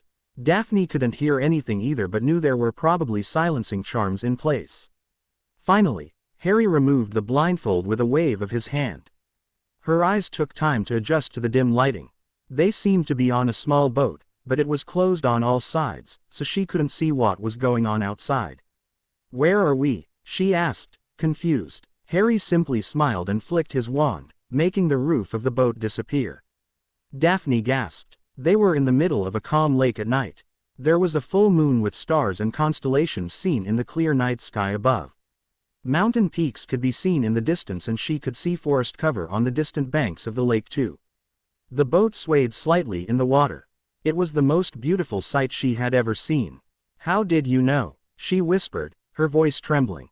"You told me," said Harry, smiling slightly. "You told me that you had dreamt about such a place once and that you always remembered it. I saw flashes of it when I was teaching you occlumency about 2 months ago. You said that if you ever were to come across a place like this, you would wish to spend your birthday there. You remembered?" she asked, not taking her glistening eyes off Harry's face. He simply smiled. As he reached for a bag, she watched him emblay everything needed. A small vanilla cake, her favorite, was being held in his hands, with one of those fancy flower candles on it. "Happy birthday, Daphne," he whispered, just as it turned midnight.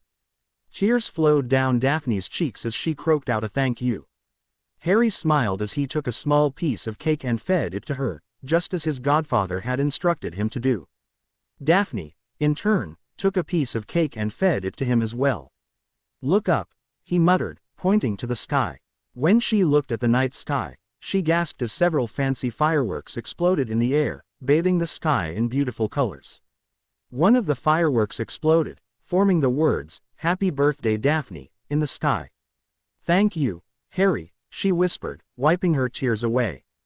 "Thank you so much. You didn't have to go to such lengths to impress me, you know. You may be my fiancé, Daphne, but you're also my first and only friend," he shrugged. "I just wanted to thank you for that and, well, apologize for you being trapped with me because of the betrothal contract.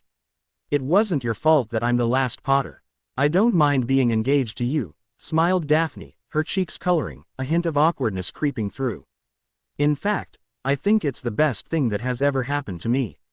"Really, you're not mad that you will be forced to marry me?" "I was angry, yes, but so were you. But I'm not anymore. Over the past several months, you've become my best friend, Harry. Sure, I've known Tracy for a couple of years, but she's very social while I'm not, at least not outside the family, but I don't mind having you as my best friend. Forced into it or not, I'm happy." "Me too," said Harry quietly. There was tense silence for a minute, the air filled with uncertainty, which he broke by saying, I have a present for you.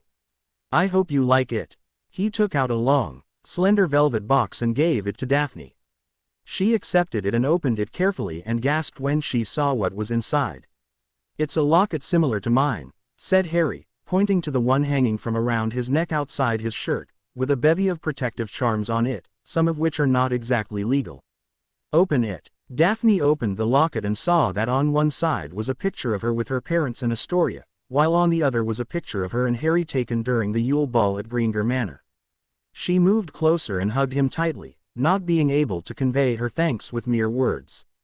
Harry stiffened in panic, and realizing this, Daphne pulled away, giving him his space. "So, whose idea was this?" she asked teasingly. Harry's green eyes sparkled with amusement, but he didn't see the point in lying to her. "My godfather suggested I do this," he acknowledged. "I'd simply wanted to give you a present and leave it at that, but he insisted that I make it special, and since I had no idea how to proceed, he helped me with it. The gift was completely my idea, though." "Well, I appreciate it," said Daphne, smiling brightly at him. "Thanks, Harry, you're a true friend." A hint of a shy, pleased smile formed on Harry's lips, forcing him to look away, his face flushed with happiness. He couldn't fully understand the strange emotions that he was experiencing, but whatever it was, it felt good. They stayed there for an hour, enjoying the beautiful scenery, each secretly glancing at the other when the other wasn't looking. Neither was willing to admit it, but Harry Potter and Daphne Greengrass were slowly beginning to develop feelings for each other. The end of the academic year was finally here. After Professor Quirrell had died in an unfortunate accident, according to Dumbledore, the headmaster had decided to teach defense against the dark arts himself. During the end-of-year exams, Harry impressed all his teachers with his astounding practical application of magic. Professors Babbling and Vector were overjoyed with his grasp of the subjects of runes and arithmancy since he had joined in the middle of the third-year classes. He had needed help with the latter but was able to catch up after private lessons with Professor Vector. He had worked very hard, so it was no surprise, at least to him, when the results stated that he was the top student amongst the third years. Thanks to Harry tutoring her, Daphne too sailed through her first-year exams and stood first in her year. Padma Patil stood second and Hermione Granger third, followed by Draco Malfoy and Ernie Macmillan. While Daphne was ecstatic, a few others were not. Hermione Granger had ranted about how there was no possible way she could not have come first. Throughout the year, she had been under the impression that she was the top student until Professor McGonagall clarified that the rankings displayed on the notice board in Gryffindor Tower only gave information about Gryffindor students. Ergo, she was the top student amongst the first years in Gryffindor. But Hermione didn't like it. In her Muggle primary school, she had always stood first in CL, and that position had been snatched away from her here at Hogwarts. She decided to study harder next year, and maybe even get into the accelerated program like Harry Potter. Draco Malfoy was unhappy because he had been beaten in the exams by a Muggle-born. Due to their performances in the matches, Slytherin won the Quidditch Cup, but thanks to the 200 points the four prefects had gained in saving Hermione Granger, they were able to snag a victory for Ravenclaw for the House Cup. All four students had also been rewarded for their very as they had risked their lives to save a fellow student. The Ravenclaws were especially happy as they hadn't won the House Cup in several years, thanks in part to Snape and his less than cheery attitude towards anyone other than a Slytherin. The older year students in all four houses had finally calmed down after they had to grudgingly admit that Harry Potter really did qualify to be in the accelerated program because of his intelligence and talent and not because of his fame. Once the end-of-year feast was done and the golden plates and cutlery cleaned, Harry let Hedwig fly back to Potter Castle while he shrunk his trunk, which was already packed by one of his house elves. Just as he walked down to the common room, Professor Flitwick informed him that Professor Dumbledore wanted to speak to him. Harry immediately excused himself and withdrew his communication mirror. "Sirius Black," he whispered. The mirror heated up and his godfather's face appeared. The man's eyes narrowed dangerously. "He's calling you to his office, isn't he?" he asked without preamble. "Yes," Harry answered stiffly. "I'll take care of it, Harry," said Sirius calmly. "Don't worry." "Thanks, Sirius," said Harry with a small smile as he put the mirror back in his pocket. About 15 minutes later, when he and Daphne were walking out of the castle, they saw Sirius Black walk in and head directly towards the marble staircase. Lord Sirius Black walked towards Dumbledore's office after getting the P-word from a surprised Professor Flitwick. He saw the gargoyle jump to the side, so he stepped onto the moving staircase and knocked on the door. When he heard the old man invite him in, he opened the door and stepped inside. The room was exactly as Sirius remembered it, with Dumbledore sitting behind the ornate desk, on a throne-like chair. He seemed surprised to see Sirius there. "Sirius?" asked Dumbledore, confused. "I believe I asked Harry to meet me before he leaves. What are you doing here?" "I'm here because I am his guardian and this does not concern his schooling," said Sirius curtly as he took a seat uninvited. "What is this about? Wait, let me guess, is this about making Harry go back to Petunia?" He sneered. Dumbledore mentally sighed. He did not expect Sirius to come here himself. He thought he might be able to persuade Harry by bribing the boy with books from his personal library, but he didn't think it would work with the Lord of House Black sitting in front of him. "Sirius, you have to see reason. The protection I had created around the Dursley residence was based on Lily's sacrifice. As long as Harry calls the place home, and where Lily's blood lives through Harry and her sister, Voldemort cannot touch him. It is imperative that he goes back there for his own protection." "I will never allow that, Dumbledore," said Sirius coldly. "You're delusional if you think I would condemn Harry to such suffering again. You knew Petunia was a Lily told you so, didn't she? And yet you placed Harry with that woman and her husband, making my godson grow up in a magic-hating, abusive household. I can't believe you would sink so low as to condone child abuse." "Sirius, I had no idea." "Save it," spat Sirius angrily. "You should have known about it since it was you who left him there in the first place. You were the boy's magical guardian. It was your duty to protect him. I don't even want to know what state my godson would have been in if he hadn't escaped when he had. There are a lot of mysteries surrounding you, Dumbledore, and I don't like it. You're playing a very dangerous game. It's rather convenient that it was you who sealed James's will, which stated that I was innocent. It was convenient that I didn't know who actually cast the Fidelius charm. All this time, I was under the impression that it was Lily until Harry proved otherwise. You're very lucky that James and Lily's journals are not admissible in court as evidence, because if I had solid proof of your involvement, I would have ensured that something was done about it. You sent me to Azkaban on purpose. You put Harry with Petunia for a reason. I'm warning you now, Dumbledore. Stay out of my way and out of my son's life." "Your son, Sirius." Sirius fixed Dumbledore with a haughty look. "He's as good as my own. I couldn't love him more if he actually were my son. I repeat, leave Harry alone or you will face my wrath." With that, Sirius Black got to his feet and walked out of the office, slamming the door in the process, leaving Dumbledore to ponder the situation. The headmaster's eyes grew hard and a frown formed on his face. He seemed to be the recipient of many threats lately. He had to get things back under control, get Harry under control. Sirius was, unfortunately, protected. The chief warlock could wage political battles, but that was it. He needed the young Lord Black for the fight with Voldemort when the Dark Lord eventually returned, and hence, didn't want to consider any route that could sour their relationship further. Dumbledore turned to his trusted Phoenix. "We need to find him, Fox," he said softly. "I think it is time we brought him back." The Phoenix trilled, and soon, both the old headmaster and the Phoenix disappeared in a flash of flame. The train reached platform 9 3/4 several hours later, and Harry smiled when saw Sirius waiting for him.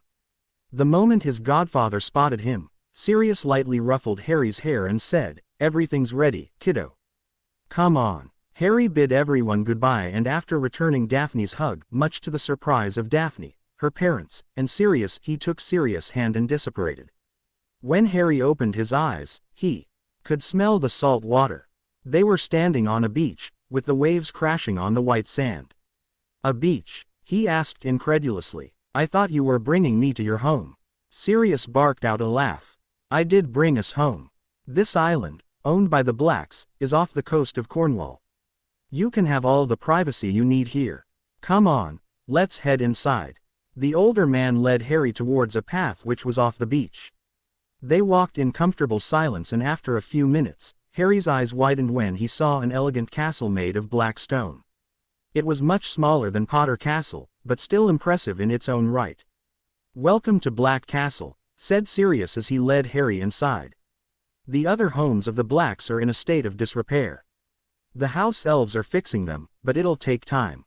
The ancestral manor in Scotland is where I'll be moving in once repairs are complete, but for the summer, it's more than enough. Besides, I like the seaside view. I've never seen a beach before. The Dursleys went to Nice once when I was 6. I saw the pictures and since then, I've wanted to go there too. We'll go on a vacation to France later this summer, then, said Sirius as he led Harry to one of the bedrooms. Really? Asked Harry incredulously. Of course, Harry, said Sirius, fondly ruffling his hair. We can go to different places every summer for a holiday. That's what families do. The young boy was momentarily stunned and stopped walking. Sirius frowned. Is something wrong? You consider me family. I have always considered you family, Harry, he replied patiently. You're as good as my own son. I know that I made a mistake by giving you up all those years ago, but this time, I'm here to stay. I'll be with you all the way. I promised your parents that I'd take care of you, and I intend to honor that promise. You're not alone, Harry. Harry's face was blank as always, but his lower lip trembled as he swallowed thickly. Thank you, he said quietly before entering the room. He was quite touched by his godfather's words. He was feeling emotions he couldn't identify and that confused him more than anything. Sirius just smiled slightly as he walked out of the room. Baby steps, he reminded himself. Sirius had kept his promise. On the 20th of July, Sirius Black, Amelia Bones, and Harry Potter were at the International Flow Terminal in London. When it was their turn, they stepped into the MIV flow and were swallowed up by the green flames. When they emerged, they were greeted by the officials of the French Ministry of Magic in Paris. After their wands were registered, with Amelia flashing her credentials that showed that she was the director of the British DMLE, they portkeyed to the villa in southern France that was owned by the Black family. So, what do you want to do first? Asked Amelia. The relationship between her and Sirius had improved over the past year. He had still been frosty in the beginning, but after spending several months talking to each other, with Amelia convincing him that she had never forgotten him, things had slowly improved. They weren't back to how it was before he was chucked into prison, but their relationship was slowly mending itself. Apart from her fiancé, Amelia had also taken up the responsibility of being there for Harry too, and over the course of 3 weeks, they had become comfortable in each other's presence. The fact that Amelia had already gained Harry's respect and trust thanks to her involvement in his godfather's trial helped immensely, and hence, the latter wasn't as hesitant to open up to her. I want to learn and explore some of the magical culture here in France, replied Harry as he enlarged his bags with a wave of his hand. His wandless magic had grown over time and he tended to practice it as often as he could. I don't know about you, but I want to eat some of their food, grinned Sirius. Amelia laughed and Harry too agreed that he was interested in sampling the local cuisine. After a heavy lunch, they went to Paris and toured one of the best shopping districts of magical France. Harry found several pairs of beautifully designed magical wristwatches which he purchased while Amelia made Sirius buy clothes. The next 2 days went by in laughter and shopping. On the 23rd of July, Harry was nervous. He knew that he was very talented for his age, but he had never participated in a dueling championship before. There were witches and wizards from all over the world who would be taking part. Sirius and Amelia had helped him train ever since he had come back home from Hogwarts. He had also been given tips by the portrait of Fergus Potter, his great-grandfather, who was an international dueling champion himself. He ate a light breakfast and dressed in appropriate clothes that didn't hinder his agility. Once they were ready, the three of them apparated to the arena where the championship would be held. There was a person outside checking the names of the contestants. Harry stood in line, with Sirius and Amelia behind him. Name and country? Asked the man, not looking up. Harry Potter, Magical Britain. The man's eyes widened as he looked up, and his jaw dropped in surprise and awe. He flushed when he saw Sirius glaring at him, but it was not every day you get to meet the boy who had survived and deflected a bloody killing curse when he was a baby. Sign here please, Mr. Potter. You may enter through that gate over there. You'll have to submit your wand for inspection and you'll be informed about anything else later. Here are your name tag and badge. Good luck. Thank you, muttered Harry as he turned away. Stay calm, Amelia muttered as they walked towards the gate for the participants. There are talented kids here, true, but I doubt they would be able to match your skill. Most importantly, do the best you can and nobody will think any less of you. Thanks, Aunt Amy. We'll be right there in the audience, cheering for you, understood? Urged Sirius. Now go and show them what you can do. We have the utmost confidence in you." Harry smiled at them both and turned to enter through the gate. Sirius took Amelia's hand in his as they both walked to a different gate to enter the arena. They paid for their seats, choosing the most expensive ones so that they could be as close to the dueling arena as possible. "He'll be fine," whispered Amelia, squeezing his hand comfortingly. Sirius took a deep breath and nodded.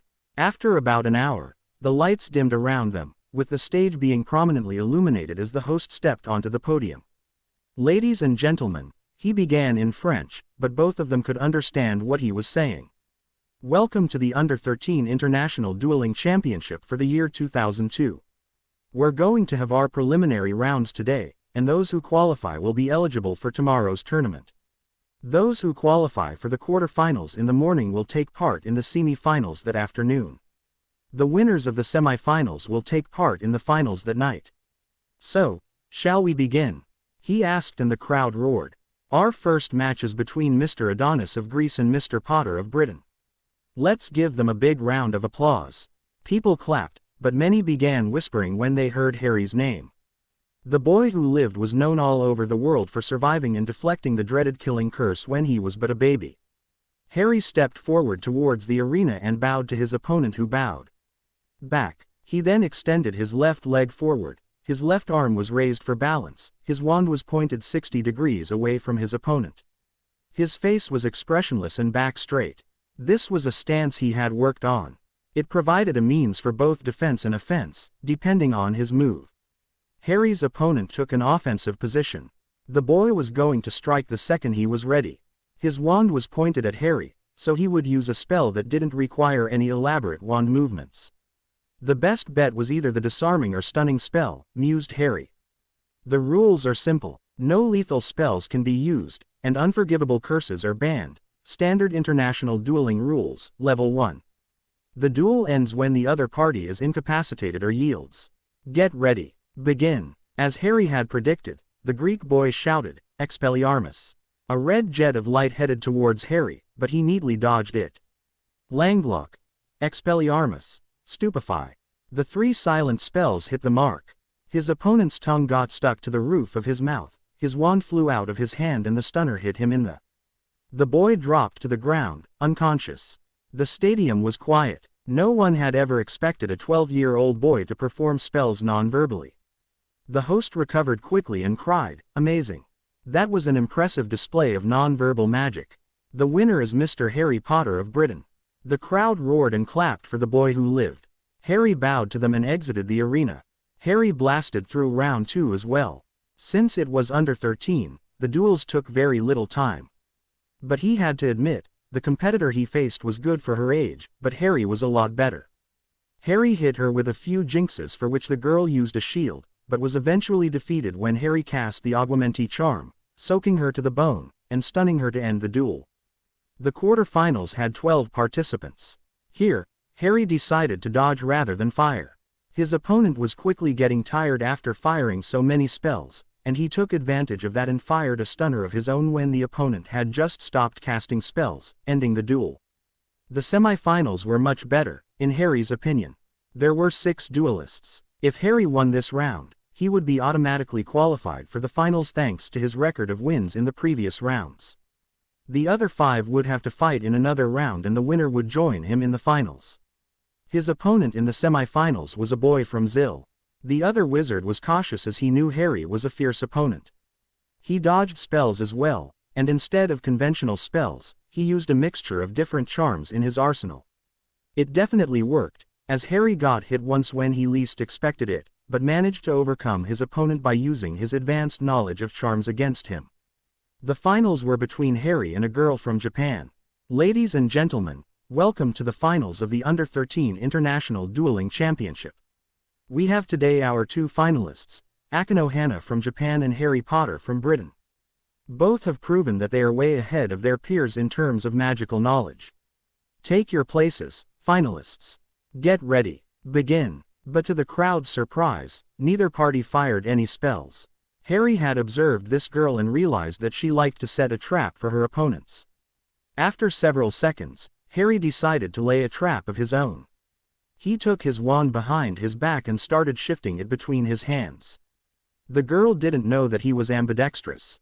He could use that to his advantage. She would probably shift her focus to the hand where he was holding his wand. If he could fool her and attack with the other, she would be thrown off guard. The crowd watched in confusion as Harry shifted his wand from one hand to the other, the entire time keeping it away from his opponent's eyes. Amelia's eyes narrowed in calculation. This wasn't a technique she had seen before. Just a moment later, Harry suddenly attacked. The witch had expected him to fire with his right hand, as she had seen it twitch, and that was where she aimed her spell. But she figured out too late that Harry was using his left hand. She dodged, but was still caught in the path of the hex. Painful boils erupted on her upper arm. Everyone in the arena realized that he was simply toying with her, trying to predict her movements by striking first. It was standard dueling tactics. Harry smirked as he dodged another spell coming his way. She sent a volley of hexes and jinxes his way, but he switched to transfiguration, one of his favorites in a duel.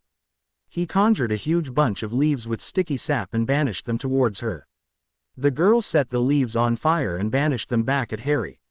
Harry expected this and used the augmenté charm to put off the fire and create a ball of water, a very impressive feat of magic.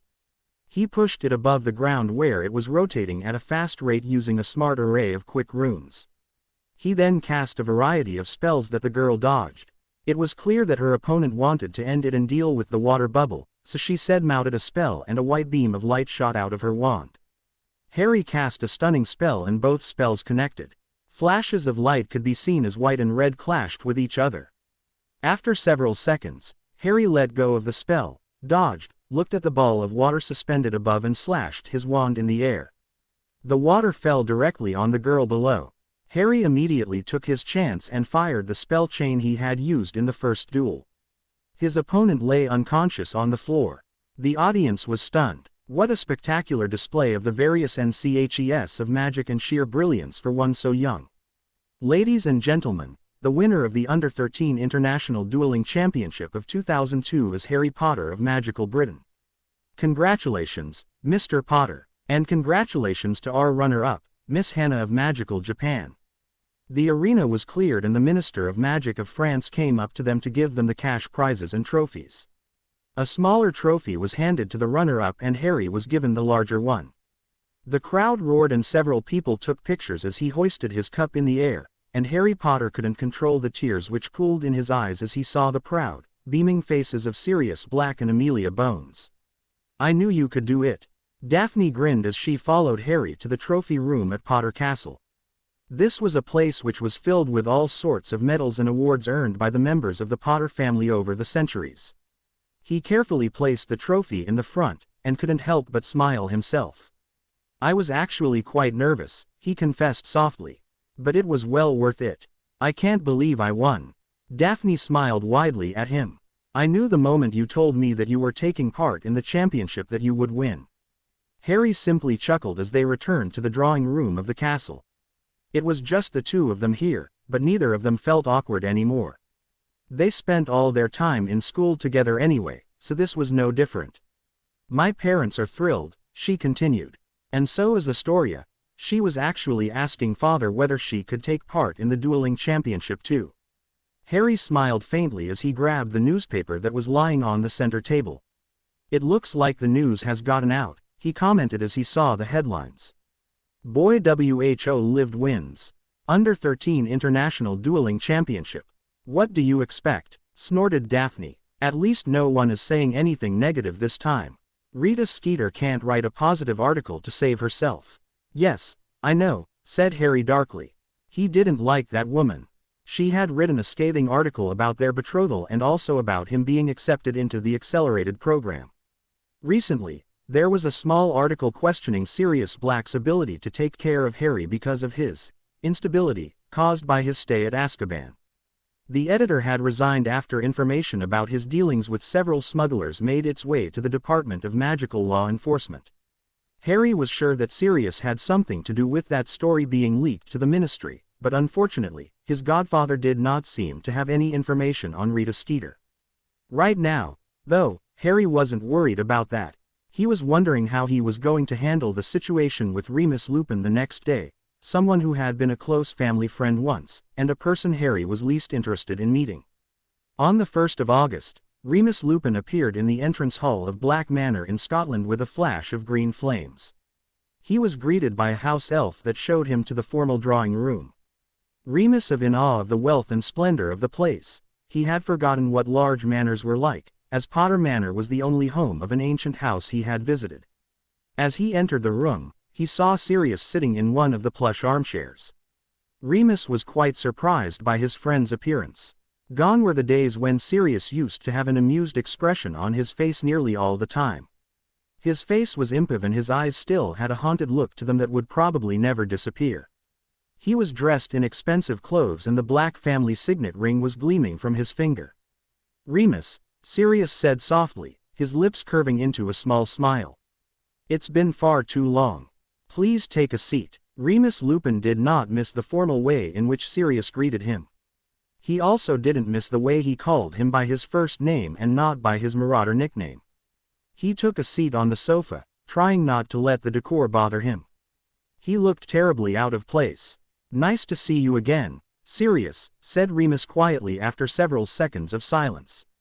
"How have you been?" "Just fine as any prisoner who had lived for 10 years in a high-security cell in Azkaban would be." Remus winced. He paused for a moment and blurted out in excitement, "Where's Harry?" He followed Sirius' gaze to the other side of the drawing room and his eyes widened in surprise. He hadn't seen Harry since he was a baby, but this was certainly not what he had expected. There was a resemblance to James Potter, most definitely, but he could see a lot of Lily too. The boy didn't have the messy hair of his father, but instead, it flowed in slight waves like his mother's. Harry was quite tall for his age and looked fit. He was wearing a light blue shirt with black trousers and an informal open robe was slung over his shoulders. He was leaning against the wall, his legs crossed at the ankles, and arms folded against his. Remus could see a silver locket glittering under the sunlight and also a blue diamond ring which adorned Harry's right ring finger, the head of house ring. The last time Remus had seen it, James had still been alive. "Harry," Remus greeted him with a warm smile. "The last time I saw you, you were just a baby. How are you doing?" "I'm doing just fine, Mr. Lupin," replied Harry neutrally. "And that is precisely what I'd like to talk to you about." "Harry," said Sirius sternly, with a hint of warning in his voice. The boy silenced himself immediately, looking slightly abashed. Remus was surprised that Harry was willing to listen to Sirius. According to Dumbledore, the young Potter heir was quite the rebel. Unfortunately, Remus had not understood what kind of rebel the headmaster was talking about. He had pictured Harry to be like James, which was far from the truth. "How are you, Remus?" asked Sirius, his attention on his guest once more. "How has life been for the past 11 years? The man shrugged. "It's been fine, I guess. I've been abroad mostly, working in the Muggle world since I can't find work elsewhere. Accommodation has been the worst problem as all magical governments have strict laws about werewolves living near a large wizarding population, but I can make do in the Muggle world. I was completely cut off from Britain and only came back the day before yesterday after Professor Dumbledore found me.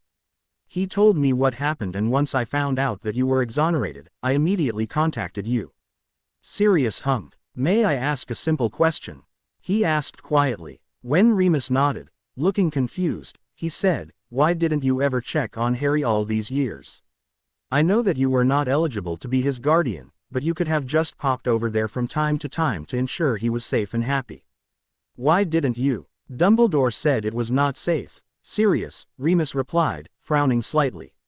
"I did ask him if I could meet Harry, but he declined, and I've never held that against him. I had to maintain distance.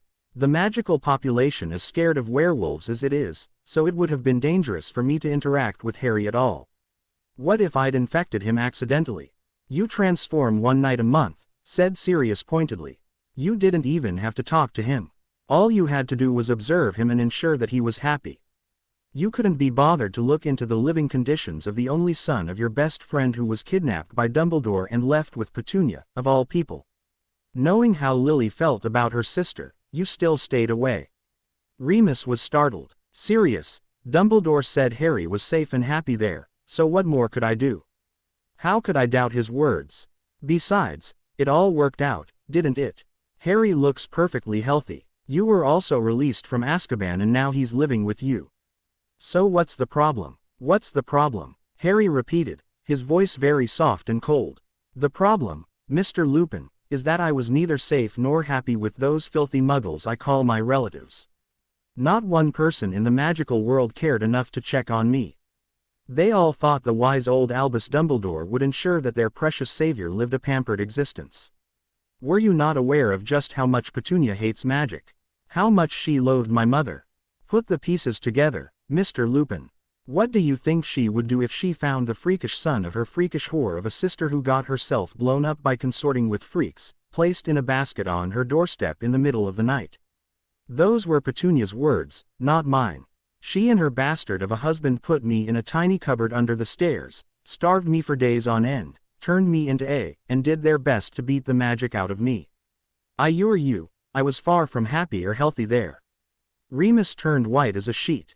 But Dumbledore. Ah, yes, Dumbledore, funny story, said Harry sarcastically.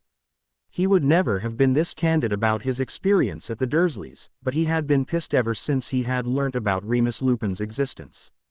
As I mentioned earlier, he left me there on a bloody doorstep, knowing that my father had expressly forbidden me to be placed there in his will. He also sealed the said will which clearly stated that Sirius was not the secret keeper. He has been lying to you the whole time. He knew what life I would lead when he gave me to the Dursleys. He knowingly threw Sirius in Azkaban. I was nearly beaten to death by my uncle, and the only reason I'm alive today is because I escaped through pure desperation and accidental magic. Harry took a deep breath. Logically, he knew that Remus Lupin didn't have to care about him at all. He was not his godfather, nor did he shoulder any responsibility in raising him, but Harry remembered all those times when he had cried in his cupboard, broken and bruised, wishing that someone, anyone, on his father's side would come and take him away. It was difficult to forgive the man, even though Harry tried. He didn't think for a moment that he could ever have a relationship with Remus like he did with Sirius. No, I can't believe that, said Remus vehemently. Dumbledore would never do something like that, Harry. You must be mistaken. He told me that you both hold a grudge against him, but I never realized that it was to this level. Sirius, this is Dumbledore we're talking about. Surely you can't honestly believe that. Once upon a time, you would be right, I wouldn't have believed it, said Sirius quietly. But times change and people change. There are too many inconsistencies regarding Dumbledore and his actions against me and Harry. He was the one to perform the Fidelius charm, from what I found out later. How could he not know that Pettigrew was the secret keeper? Don't even get me started on his actions with Harry. He testified for Snape, but decided I was guilty and denied me a trial. He is nothing but a manipulative old bastard. Remus fought the urge to growl. To him, Albus Dumbledore was the Alpha. To not obey the Alpha or for someone to insult the Alpha was something he couldn't handle. But at the same time, Sirius and Harry were part of the pack. The way this was going, Remus knew he would be forced to choose a side, and his inner wolf was howling in pain. Sirius, think rationally, he pleaded. Albus Dumbledore is the leader of the light. He was the fighting force against the war with Voldemort. I can't believe you can believe such things about him. This isn't you. Dumbledore told me you are also spending time with Malfoy and his ilk, joining their faction of the Wizengamot. What's happening to you, Sirius? Can't you see that you are letting your hatred for Dumbledore blind you against your true enemies? If Voldemort ever returns like the headmaster believes, we won't stand a chance. Professor Dumbledore is our only hope. Harry's eye twitched as he fought to keep his anger in check. Clamping down his occlumency shields, he suddenly moved forward. Permission to leave, Godfather? He asked formally. He needed to burn some steam, and much to his joy, Sirius had gotten him a new Nimbus 1001 for his birthday. Flying always helped him calm down. Of course, Harry, said Sirius as he watched the boy walk out of the drawing room. A minute later, he felt the wards inform him that he had gone back to Black Castle. He's nothing like what I expected, said Remus quietly. Is he always that cold? Yes, and he's quite different from James, commented Sirius. He's more like his mother, but even that's barely noticeable. He's quite unique, or rather, his experiences have made him unique. Do you really believe all those things about Dumbledore, Sirius? Asked Remus desperately. Tell me something, said Sirius, after a pause. It's been a whole year since Harry came to Hogwarts. Why didn't you at least write him a letter? He's an orphan who doesn't know about his parents. A simple letter saying, "I was your father's best friend and would you like to know more about him," would have been enough. I thought it would be prudent not to, exhaled Remus. I didn't have any contact with him all these years, so I figured he wouldn't appreciate me writing to him now. Besides, Dumbledore didn't want me to get in touch with him at all. Sirius was quickly losing patience. Dumbledore, Dumbledore, Dumbledore. He yelled in anger. Even with all the evidence in your face, you still look up to that man. I can't believe it. What has he done for you that make you worship him like that? He provided me with education when no one else would have. And we stayed by your side even after knowing what you were. James and I decided to learn how to become animagi at the tender age of 11 so as to help you. We gave you companionship. What has Dumbledore done? He sent you on useless missions for the Order, trying to convert werewolves to his cause. Why would the werewolves want to join Dumbledore at all? I found the whole notion ridiculous back then and I still stand by it. He's using you, Remus, can't you see that? He never once helped you find a job, here or abroad, and he's the supreme mugwump, for Merlin's sake. He never cared about you until now, until he needed you again. You're nothing more than a pawn to him. You've changed, Sirius, you really have.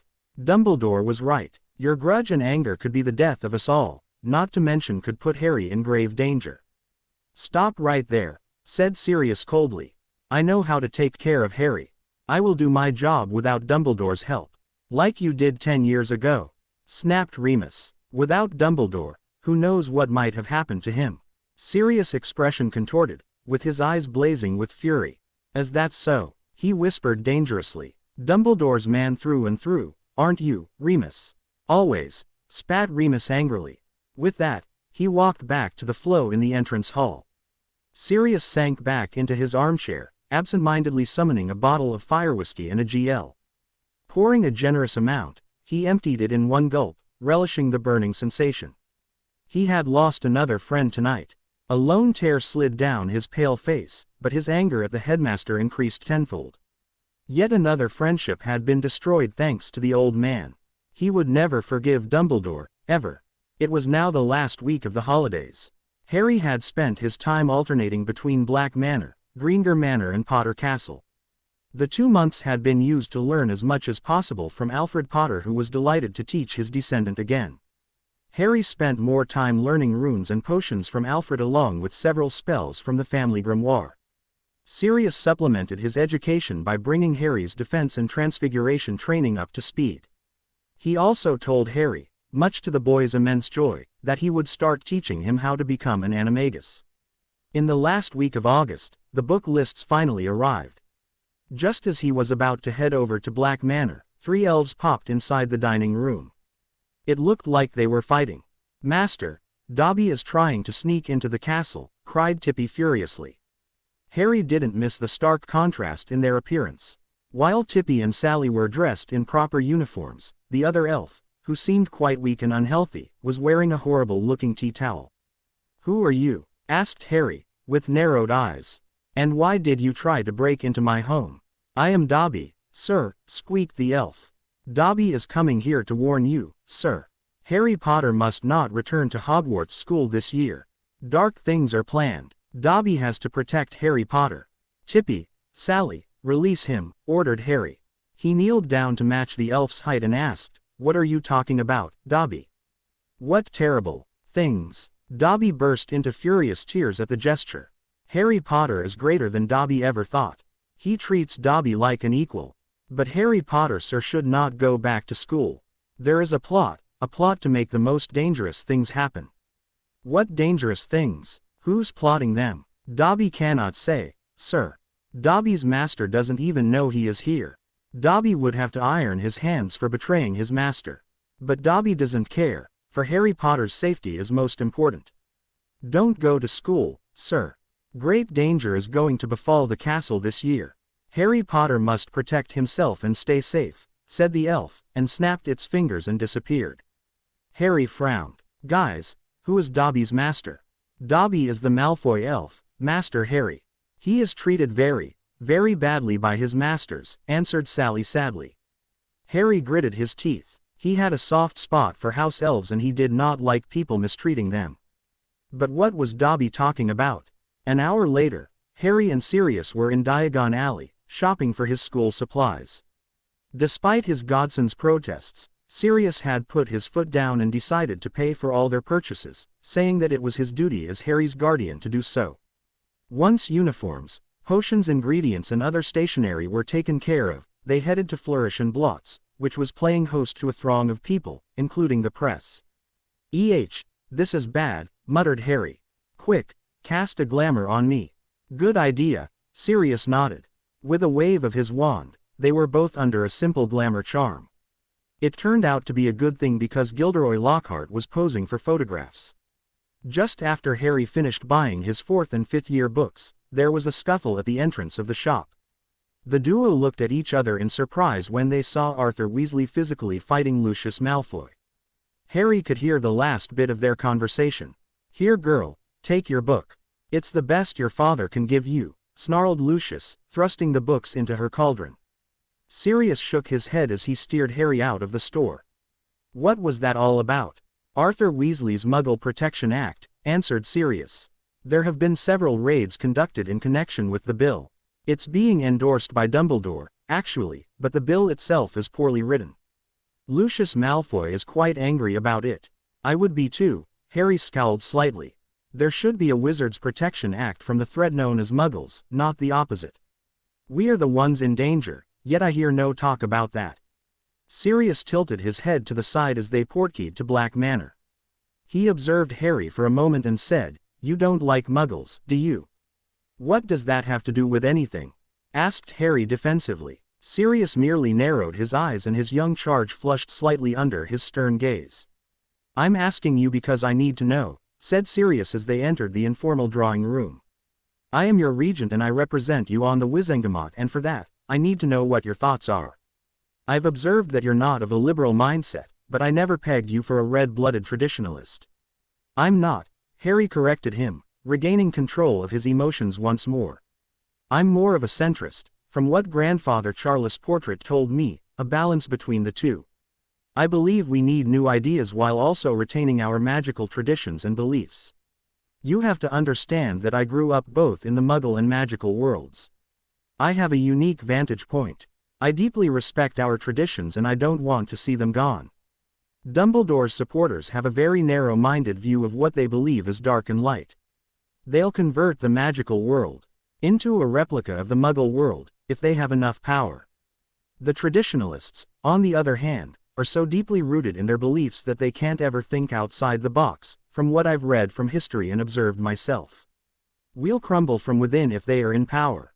We need a balance between the two factions. Surely there are others who aren't extremists.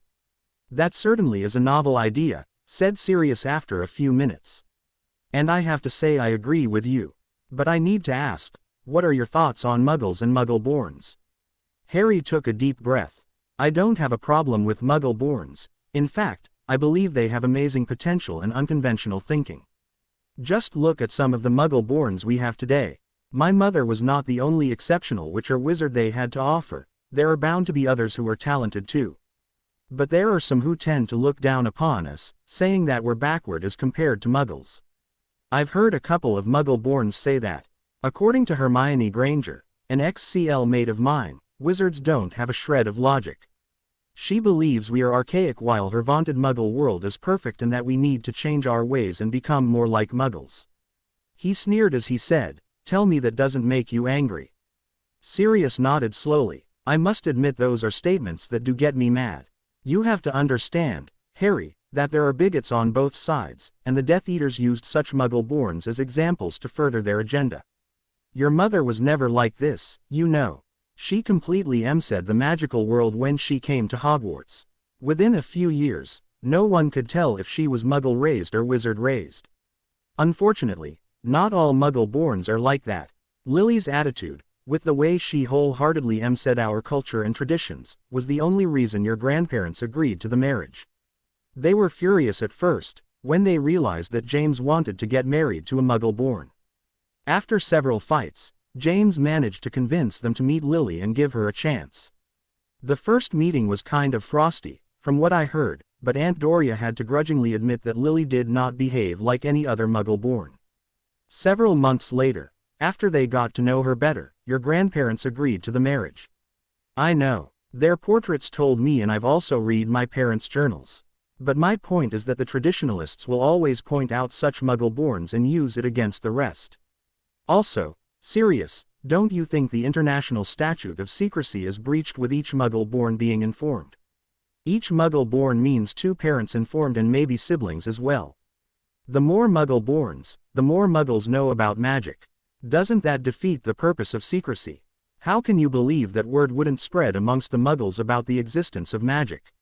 I'm genuinely confused about that. Harry, you are treading in very, very dangerous waters here, warned Sirius. What you're saying is exactly what Voldemort preached. I know, said Harry bitterly. That's why I never raised this issue with anyone but you, but I really do want to know the answer. I've lived with Muggles, Sirius. I have dealt with not just my relatives but also Muggles in the neighborhood and at school. Trust me, there is a reason I don't like Muggles. None of them would react favorably if their child is born magical. Do you think I'm the only child in the world who has been abused by Muggles because of magic? There are bound to be others as well, right? Isn't there some truth to that? Isn't that also why Makusa completely cut off from the Muggle world, banning wizards from interacting with Muggles? I've heard that it is similar in Asia and Africa as well. Why can't we do the same? It's true that magical Europe is far more liberal when it comes to wizard-Muggle relations as compared to the rest of the world. Tell me something. Are you saying all this only because of your experience with Muggles? What about those Muggles who don't hate magic? You can't just vilify all Muggles or expect others to do so just because you had a bad experience with them. That would mean you are imposing your beliefs on others, which was what the last war was all about. Think about it. Sirius went to his room later, pondering the issue. He never thought he would see the day when the son of James and Lily was anti-Muggle. He honestly didn't know how to proceed because his godson's argument made sense. He would have to think about this, find out more. The Black family had contacts throughout Europe, so he could do some research. Amelia also had international contacts, not to mention had access to restricted information at the Ministry of Magic. He owed Harry an answer because he himself had to admit that what Harry said was true. Being raised a Black, he had been taught the true history of why wizards had gone into hiding in the first place, not the diluted version that was made available by Muggle-sympathizing historians like Bathilda Bagshot. The witch hunts back then had truly been horrifying, nothing how the school books described them. Tens of thousands of witches and wizards, maybe more, especially defenseless children, had been tortured to death back then, in magical Europe alone. Countless more had died all over the world. The situation had been too dire to contemplate. That was why the entire international community had teamed up to create the International Statute of Secrecy, and that was the reason it was enforced so rigidly by the ICW. But he was also worried about Harry. The boy was walking down a dangerous path which others like Grindelwald and Voldemort had taken before, and Sirius vowed that he would do everything in his power so that his godson did not make life choices erroneously for something he believed was right. Who knew parenting could be so hard? The 1st of September dawned bright and early. Harry took his time getting ready, finished his breakfast and once done, shrunk his trunk and flowed to the platform where he boarded the train. He spotted Daphne and Tracy already there, so he sat down and began talking. He didn't get time to read much as he was constantly pelted with questions about the dueling tournament by the acquaintances he had in all 4 houses. Neville Longbottom was ecstatic because he had listened to Professor Flitwick's advice from the end of the previous term and bought a wand which suited him. He had practiced magic during the summer and was quite happy with the results. When they reached Hogsmeade, Harry gave a curt nod in the direction of Draco Malfoy, who nodded back at him. The two of them didn't talk much and maintained distance, choosing to nod to each other if the other ped by. They didn't share any clees, so there wasn't much scope for them to interact, with each having a different circle of friends. Harry also spoke to the older students with whom he shared clees with the previous term. He would be their CL mate for another term since he would be starting 4th year CLEs this time. After the winter holidays, he would be advancing to the 5th year's CL. The sorting went on as normal and Harry soon found himself back in his room at Ravenclaw Tower. Chippy had already expanded his room and put his clothes away, so Harry simply undressed and got into bed. The next morning, he was by the lake, as usual, and ran and exercised for nearly 2 hours. Once done, he took a shower and got dressed. There were a lot more people staring at him when he entered the Great Hall, but he tried to not let it bother him. He received his schedule from Professor Flitwick and joined the rest of the 4th years to head to Defense CL, which he shared with the Gryffindors. "I really hope he's competent," said Harry quietly. "Why do you say that? I've read all his books, and do you know what I found?" "Nothing. There wasn't a single incantation mentioned anywhere," explained Harry as he took his usual seat next to Fred and George Weasley. "What's the point of prescribing them as textbooks if they're not going to help us learn? I'm starting to wonder if he's faked it all, claiming fiction to be factual." "Our mum is a big fan of Dear Lockhart," said George. "She would be heartbroken if that were true," agreed Fred. Their defense professor soon entered the room, wearing bright yellow robes. Harry grimaced. He would burn such clothes on principle. They were way too cheerful for his tastes. Lockhart gave a dramatic entrance and pointed to the various portraits of him and said, "Me. Gilderoy Lockhart, Order of Merlin, 3rd CL, honorary member of the Dark Force Defense League, 5-time winner of Witch Weekly's Most Charming Smile Award, and your new defense against the dark arts teacher. Ah, I see you've bought my complete set of books. Well done. Let's start with a quiz, shall we?" He handed over sheets of parchment to everyone. "Now don't worry, this isn't anything difficult. You have 30 minutes, so begin." Harry looked at the questions incredulously. They were all about Lockhart and not one of them was related to the subject he was being paid to teach. Who the hell cared what the man's favorite color was or what his secret ambition was? This was ridiculous. He could hear Fred and George snickering next to him, so he knew that the two of them were writing something embering. He instead wrote something on the margin in his neat handwriting. "I did not sign up for a Gilderoy Lockhart CL. I signed up for a Defense CL. I refused to participate." There. Done. He removed his copy of Curses and Counter Curses from his bag and began reading. When Lockhart collected their answer sheets after the time was up, his eyes bulged when he saw the answers written by Fred and George, but also spotted the empty sheet that belonged to Harry Potter, except for the line at the top. "Detention with me, Misters Weasley and Mr. Potter," said Lockhart, with a beaming smile. "I'm sure you will appreciate why I give these tests once we get to know each other better." Harry rolled his eyes. He gripped the locket that was hanging from around his neck and a Notice Me Not charm activated. If the fool was not going to teach anything, there was nothing Harry could do, but he would be damned if he was going to waste time in CL. His OWLs were less than a year away, and he had to prepare for them. After defense and charms, Harry was heading towards the Great Hall when there was a bright flash of light.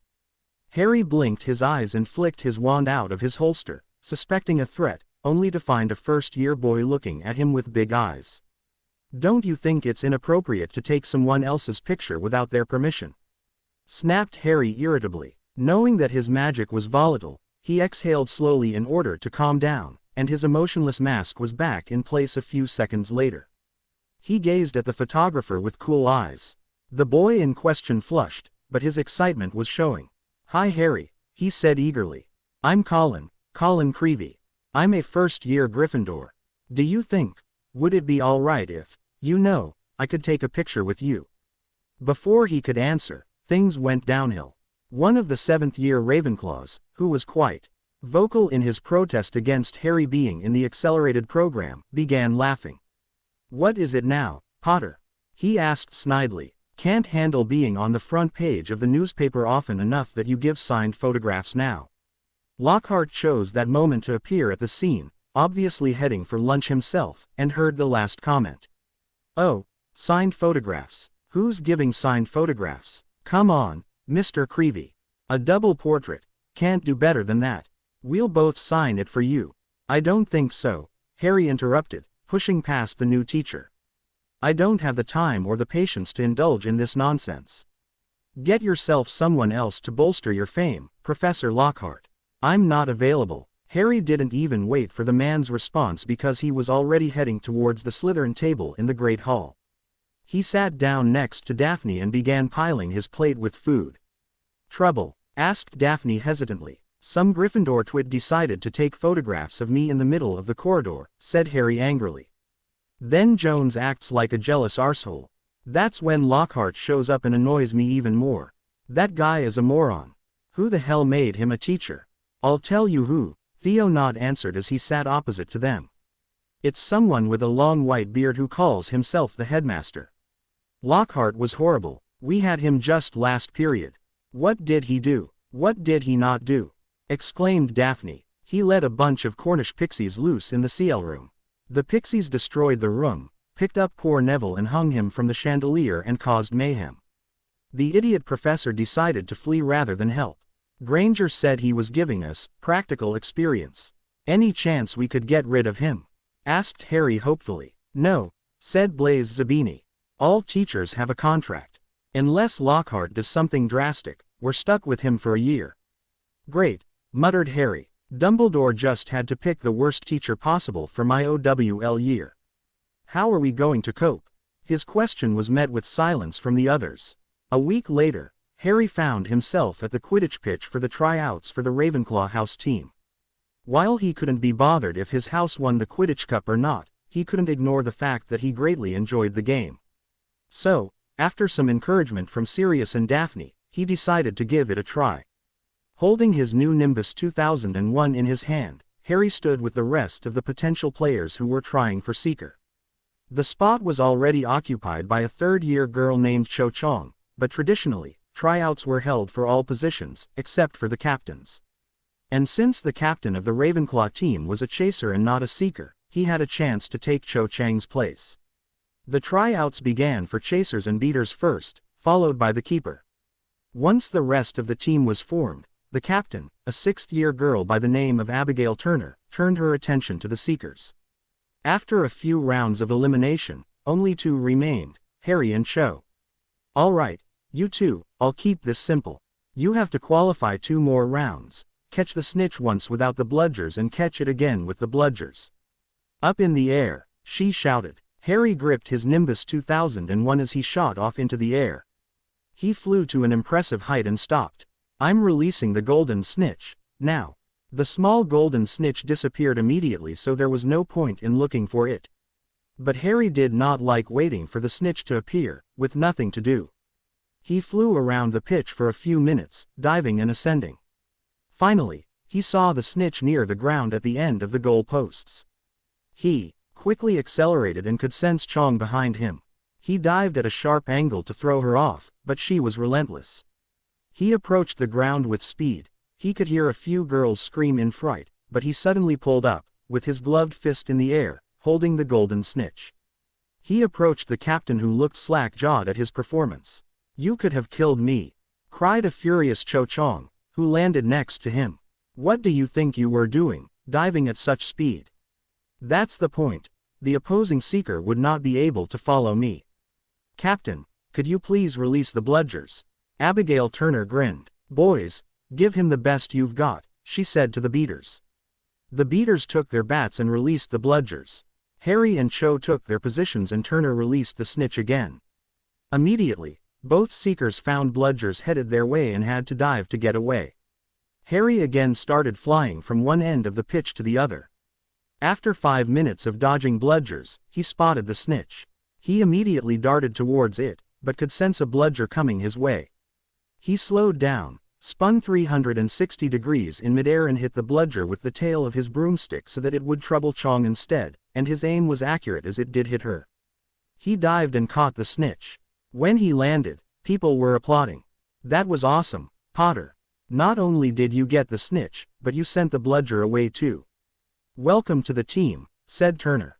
Harry smiled. On the Saturday of the second week of September, Harry donned his invisibility cloak over himself and slipped out of the great oak doors of the castle. Walking towards the Whomping Willow, he levitated a stick and used it to press the knot at the base of the tree, just as he had been taught by his godfather. The tree suddenly stopped being violent and Harry crawled into the secret passageway leading towards the shrieking shack. He removed his cloak and walked up the stairs. When he entered the room, he saw Sirius cleaning it with several waves of his wand. "Hey, Sirius," Harry greeted him with a small smile. "I got into the Ravenclaw Quidditch team." Sirius grinned proudly. He moved closer to give the boy a light hug. "Congratulations, Harry, I knew you could do it." "Seeker, right, yes," said Harry, as he took a seat in the armchair. "The first match will be held soon. Shall we get started?" Sirius nodded as he took a seat as well.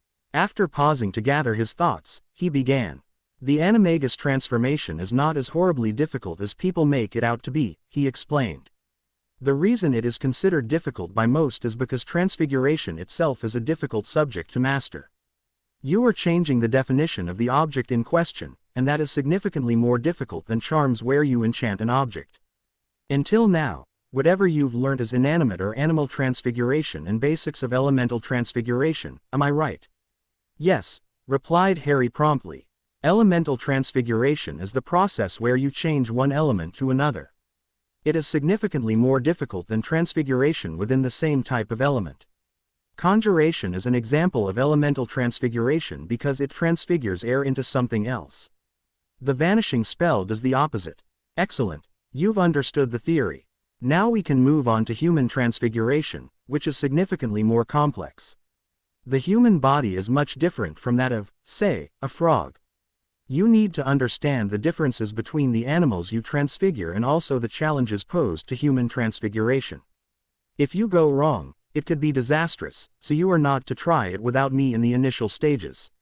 "Understood," Harry nodded. "The first step is to find your center. This won't be difficult for you since you are a natural at occlumency. When you're done, we'll start with your fingers and slowly proceed from there. Once you know exactly what your animal form is, you'll be able to complete the final transformation." "Oh, by the way, I have something important to tell you," Sirius said suddenly, interrupting their session. He hesitated for a moment, as if unsure of how his godson would handle the news, and continued, "Amelia and I were planning to get married this winter.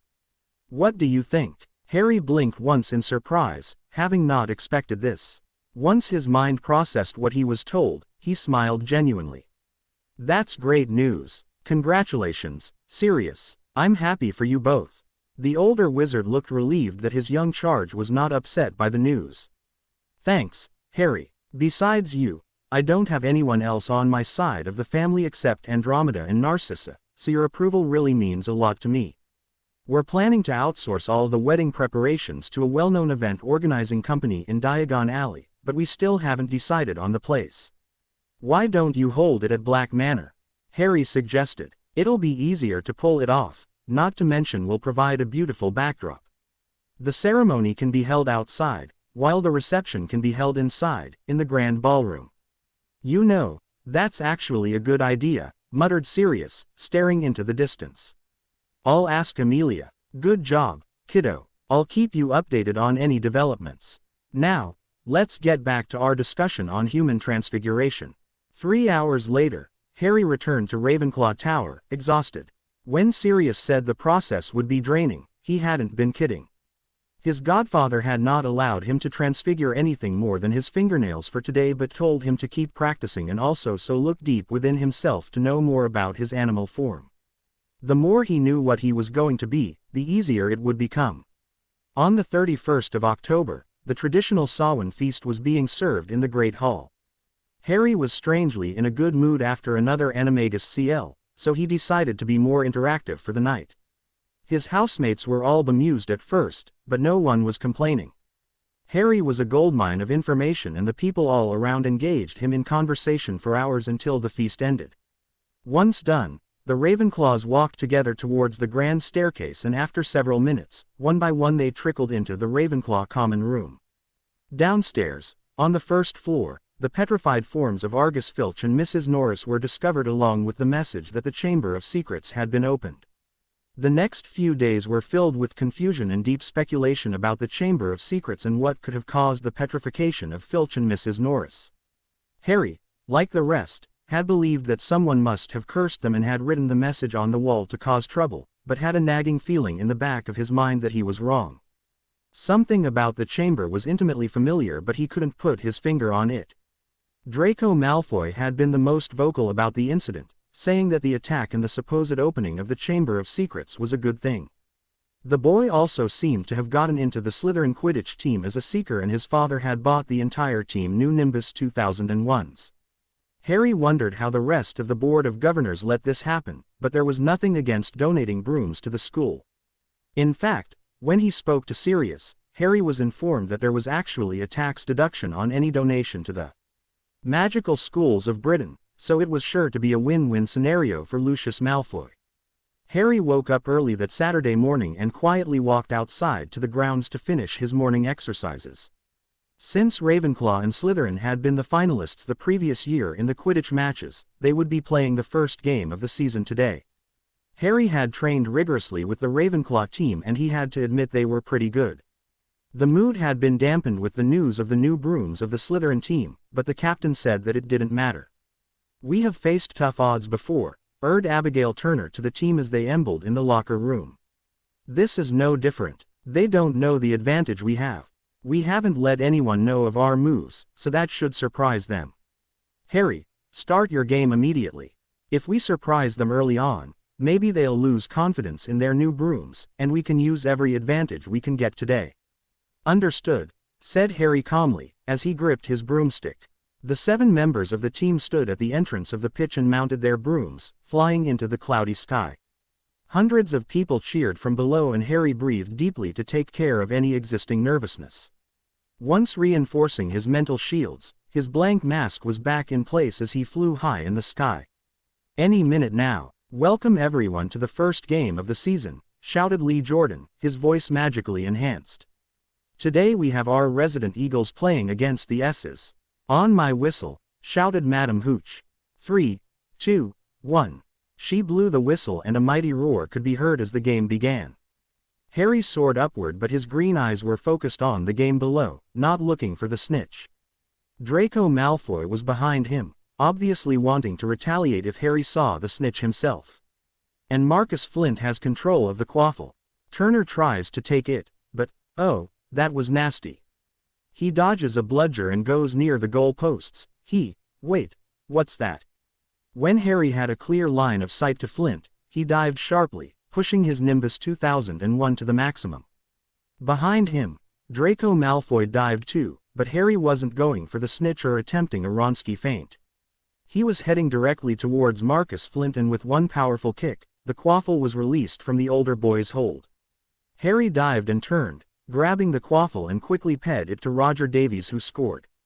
"Outstanding," yelled Lee Jordan. "It looks like Harry Potter is playing as an interfering seeker. That was one hell of a move. I thought it was a feint, but it wasn't." Roger Davies scores, and it is 10-0 to Ravenclaw. Harry saw a bludger coming right at him, so he performed a sloth grip roll to dodge it, but the bludger immediately changed course. He flew higher, just as Jacob Samuels, one of the 2 beaters of Ravenclaw, gave a powerful whack to the bludger towards Adrian Pusey. "You all right there, Harry?" asked Jacob. Just as Harry nodded at the other boy, the bludger once again flew towards him. Harry frowned as he dived to the ground to dodge it, trying to focus on the elusive golden snitch. Slytherin had already scored twice, bringing the score up to 20-10. None of them knew why the bludger was going after Harry alone, but he didn't want to forfeit the game due to an enchantment on the bludger gone bad. "Get back to the game," yelled Harry as the beaters came to help him. "We'll never win if you keep shadowing me." "I'll be fine." The beaters looked concerned, but they decided to follow his instructions. 40 minutes later, the score was 130-50 in favor of Ravenclaw. The rain was falling heavily now, impairing vision.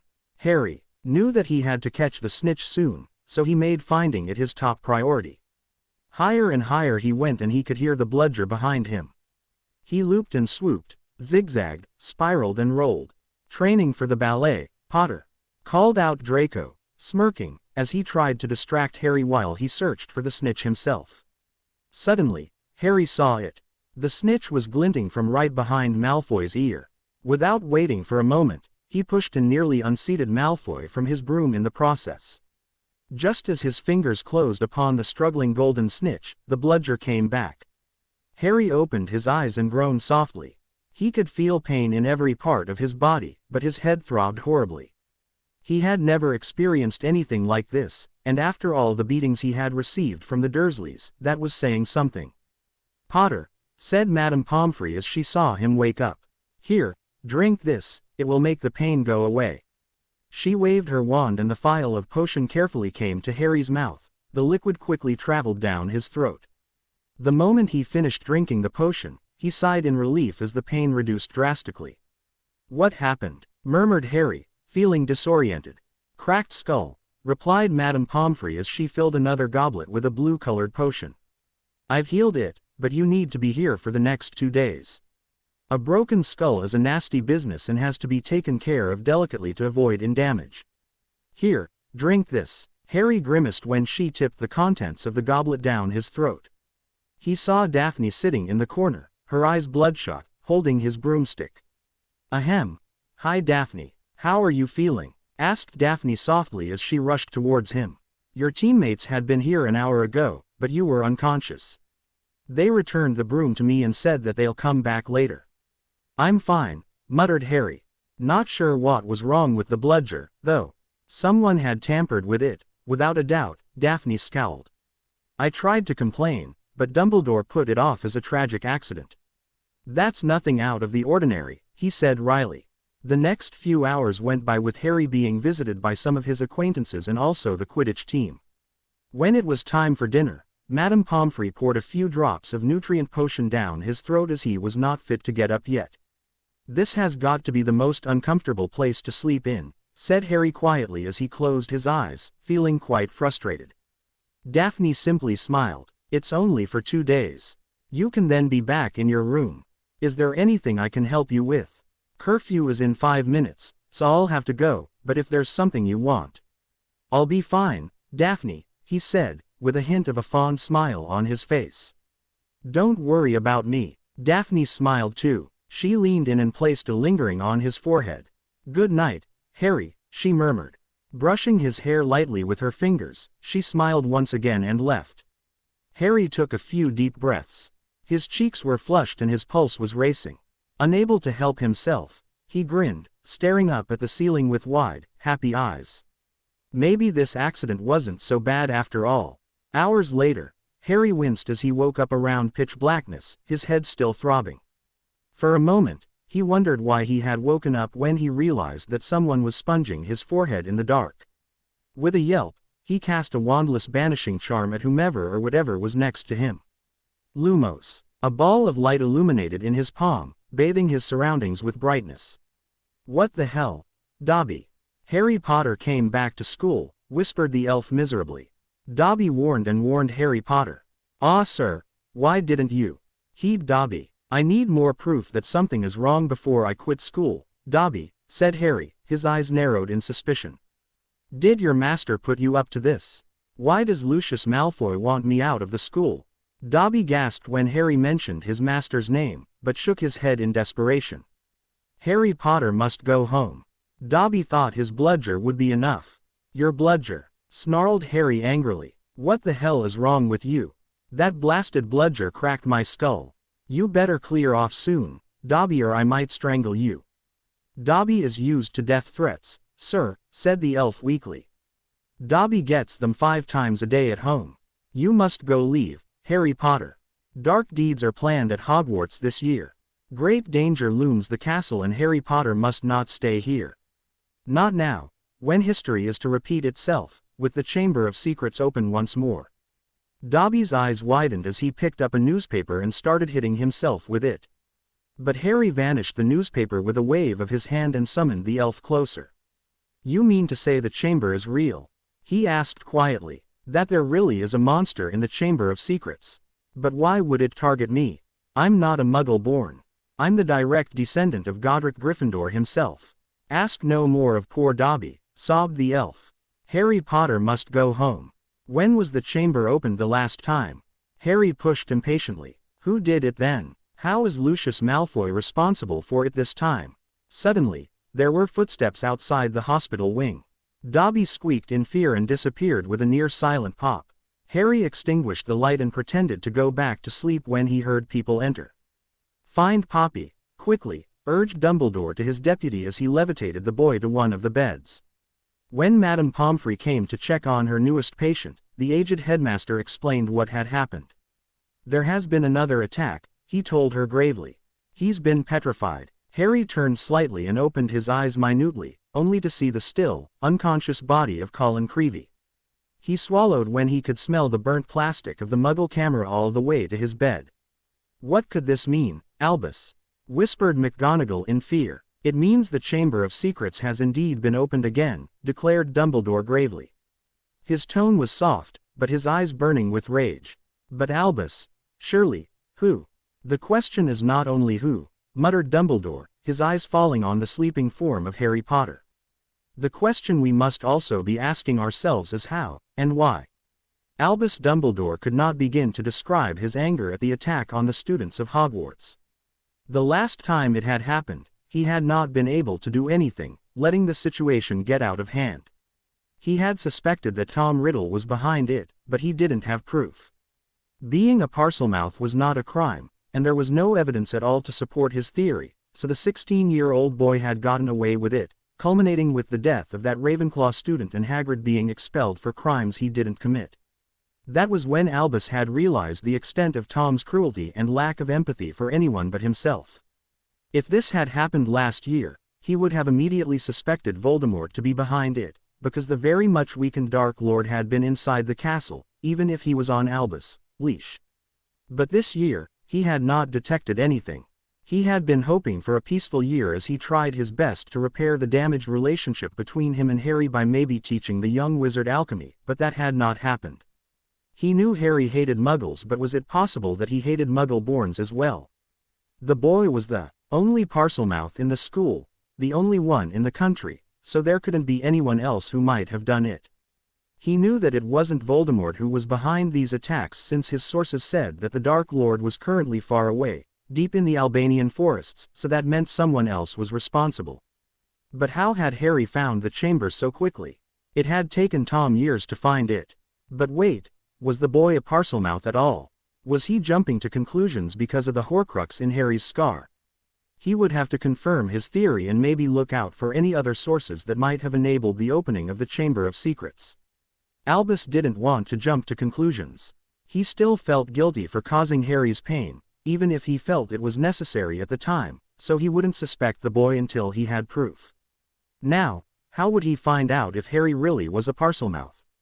"Nothing," sighed Daphne as she plopped herself on the couch beside Harry in the room of requirement. "There is absolutely no information about the opening of the Chamber of Secrets in the Leary." Harry's eye twitched in annoyance. What sort of creature is capable of petrifying its victims, anyway? She asked curiously. "The only thing I can think of that causes petrification such as this is the gaze of a Gorgon, but they are very limited in number and don't exist in Britain. Besides, I'm sure that wards would have picked it up and Dumbledore would have surely noticed it. No, this is probably the work of a wizard. There is absolutely no proof that a magical creature was involved in any way." The two spent the next couple of hours together in animated conversation while they finished their homework. Finally, after dinner, Harry exhaled heavily. "I have detention with Lockhart tonight, Daphne. I'll see you tomorrow." "What did you do this time?" asked Daphne in surprise. Harry smirked faintly. "Fred, George and I decided to play a little prank on him in CL. When he asked us to imitate werewolves, Fred and George cast glamour charms while I used a confundus. Needless to say, for just a couple of seconds it worked and he pissed himself in fear. Naturally, we got detention. According to Sirius, the detention is more than worth pranking that idiot. I swear, I wonder if he's a wizard at all. I haven't seen him perform magic except to beautify himself.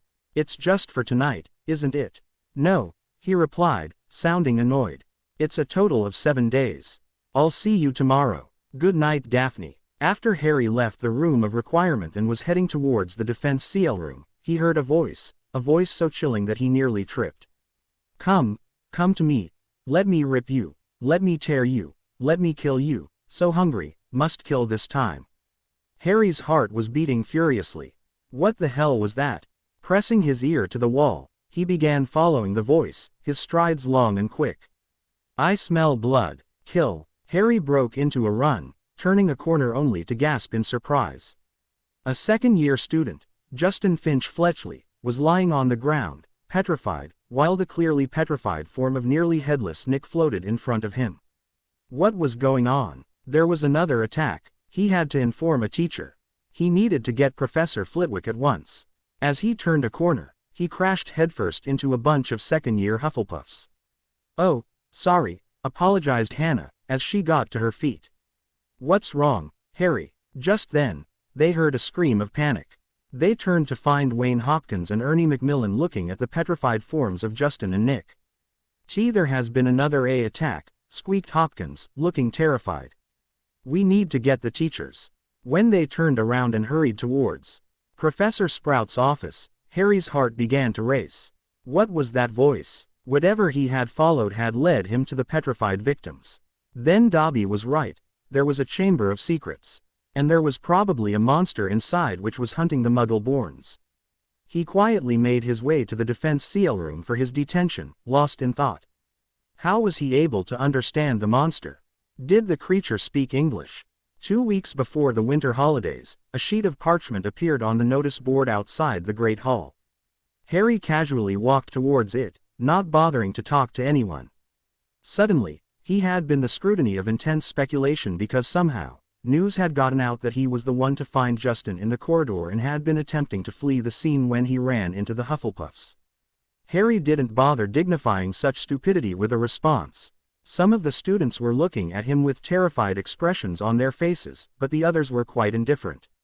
Harry must have been the first person to stumble onto the scene, end of story. The notice informed them of a dueling club that was to be held that very evening. Harry was quite surprised and excited by that. He knew that Professor Flitwick was an international dueling champion, having won the adult championship several times. Being the winner of the Under-13 tournament, he was quite eager to learn from someone who had taken part in the circuit himself. There was also the fact that he greatly admired Professor Flitwick. So that evening, he found himself joining more than half the school in the Great Hall, where they stood surrounding the dueling podium that had been erected in the middle. "Where's Flitwick?" asked Daphne in confusion. That's when she saw someone she didn't want to see at a dueling arena. "Oh, Mother Magic, have mercy," muttered Harry. "I can't believe Dumbledore let this fool teach us dueling. This idiot can't even hold his wand right, so how is he going to teach us battle spells?" "Maybe he knows something about dueling," suggested Neville, sounding hopeful. "Trust me, Neville, that buffoon can't duel to save his life," Harry replied, rolling his eyes. Several girls around them who had heard him gasped in outrage. He mentally snorted. They'll know the truth one day. If he hadn't been so busy studying for his fourth-year exams which were just 2 weeks away, he might have actually done something to get rid of the man. "Do you think we can get out?" asked Blaise Zabini quietly. "I doubt it," answered Daphne. Harry nodded as he looked at the doors of the hall which were closed. "She's right. We'd draw too much attention to ourselves and the last thing I need is to piss off Snape before my OWLs. What was Snape thinking coming here anyway? I thought he hated students and teaching in general, so shouldn't that make him not agree to be Lockhart's eye stand?" Just as the words left his mouth, his attention was diverted. Snape fired a disarming spell at Lockhart, sending the other man flying away as he hit the end of the podium. Theo choked as he bit back a laugh, but Tracy began laughing outright. "That was not a graceful landing," smiled Neville.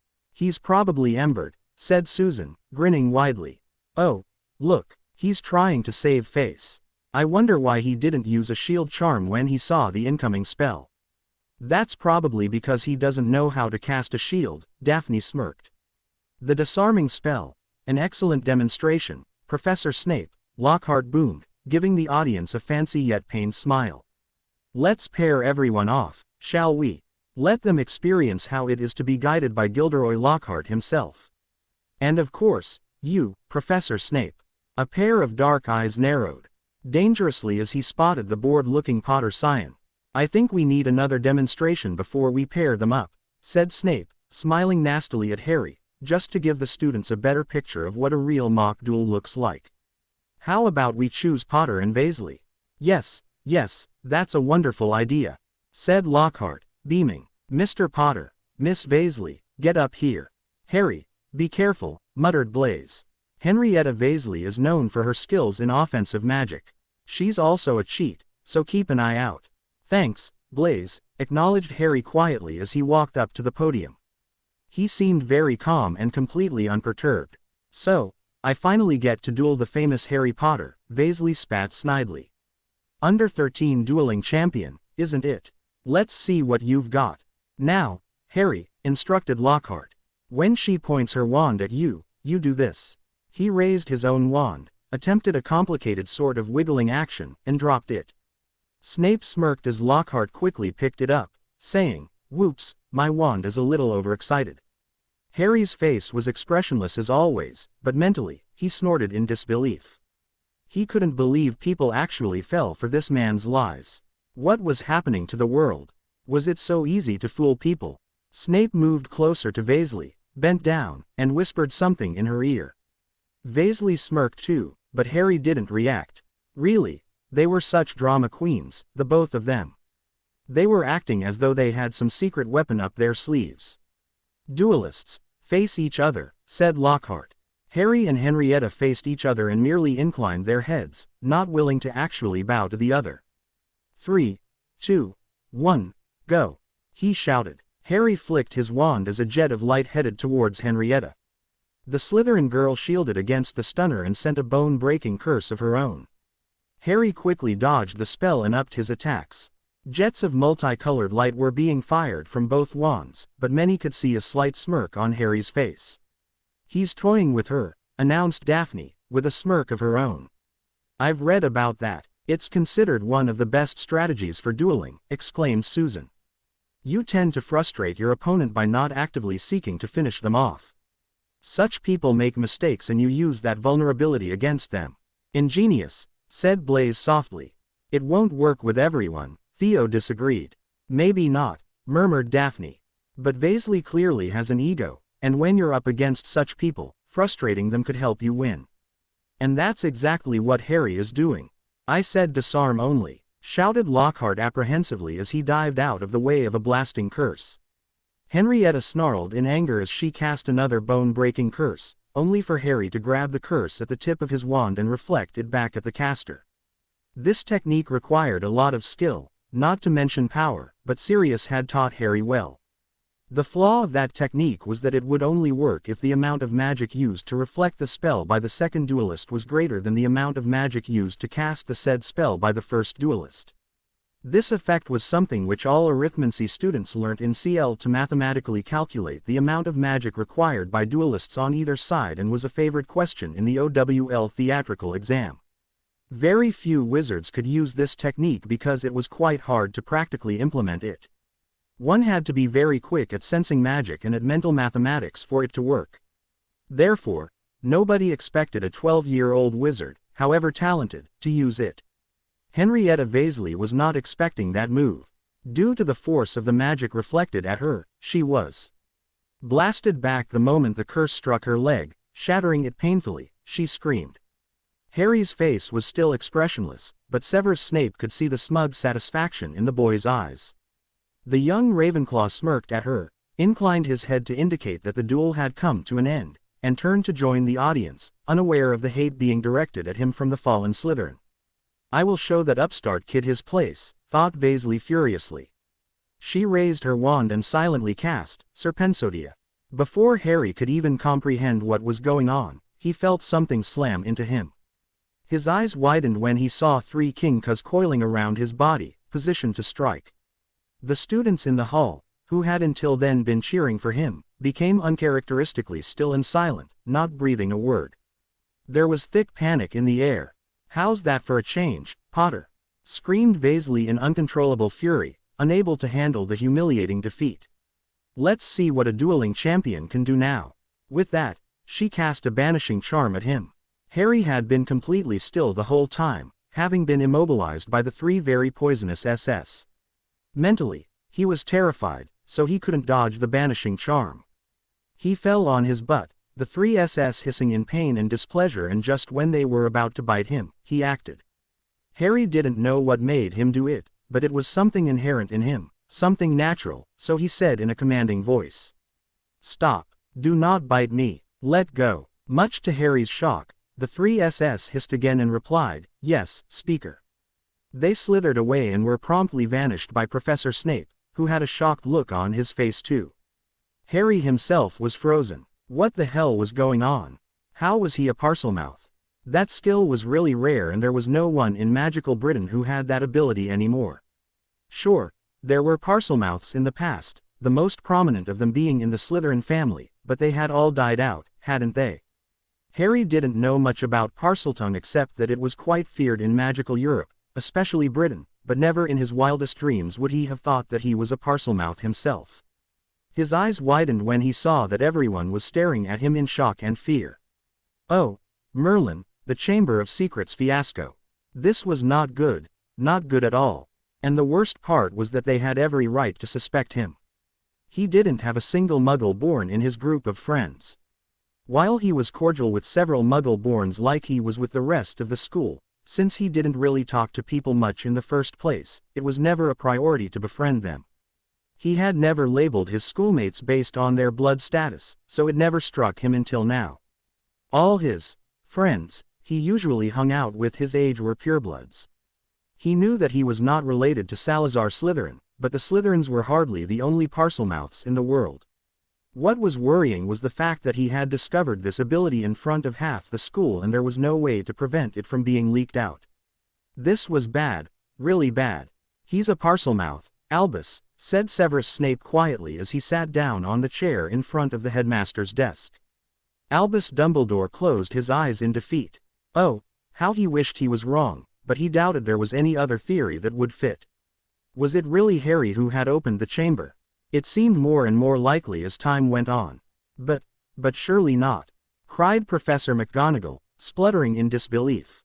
"He's a Potter. He can't be a Parselmouth." "I saw it with my own eyes and heard it with my own ears," Snape replied, his tone bland as always. "Hundreds of students saw it as well. Miss Weasley, though she lost her temper, performed her role admirably, but somehow, I didn't believe you when confided in me, Albus." "You mean this was planned?" asked McGonagall, aghast. "Albus, how could you? Is that why Miss Weasley was only suspended for a week and not expelled?"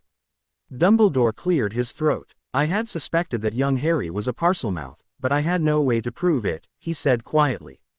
"That's why I granted Gilderoy permission to have this little dueling club.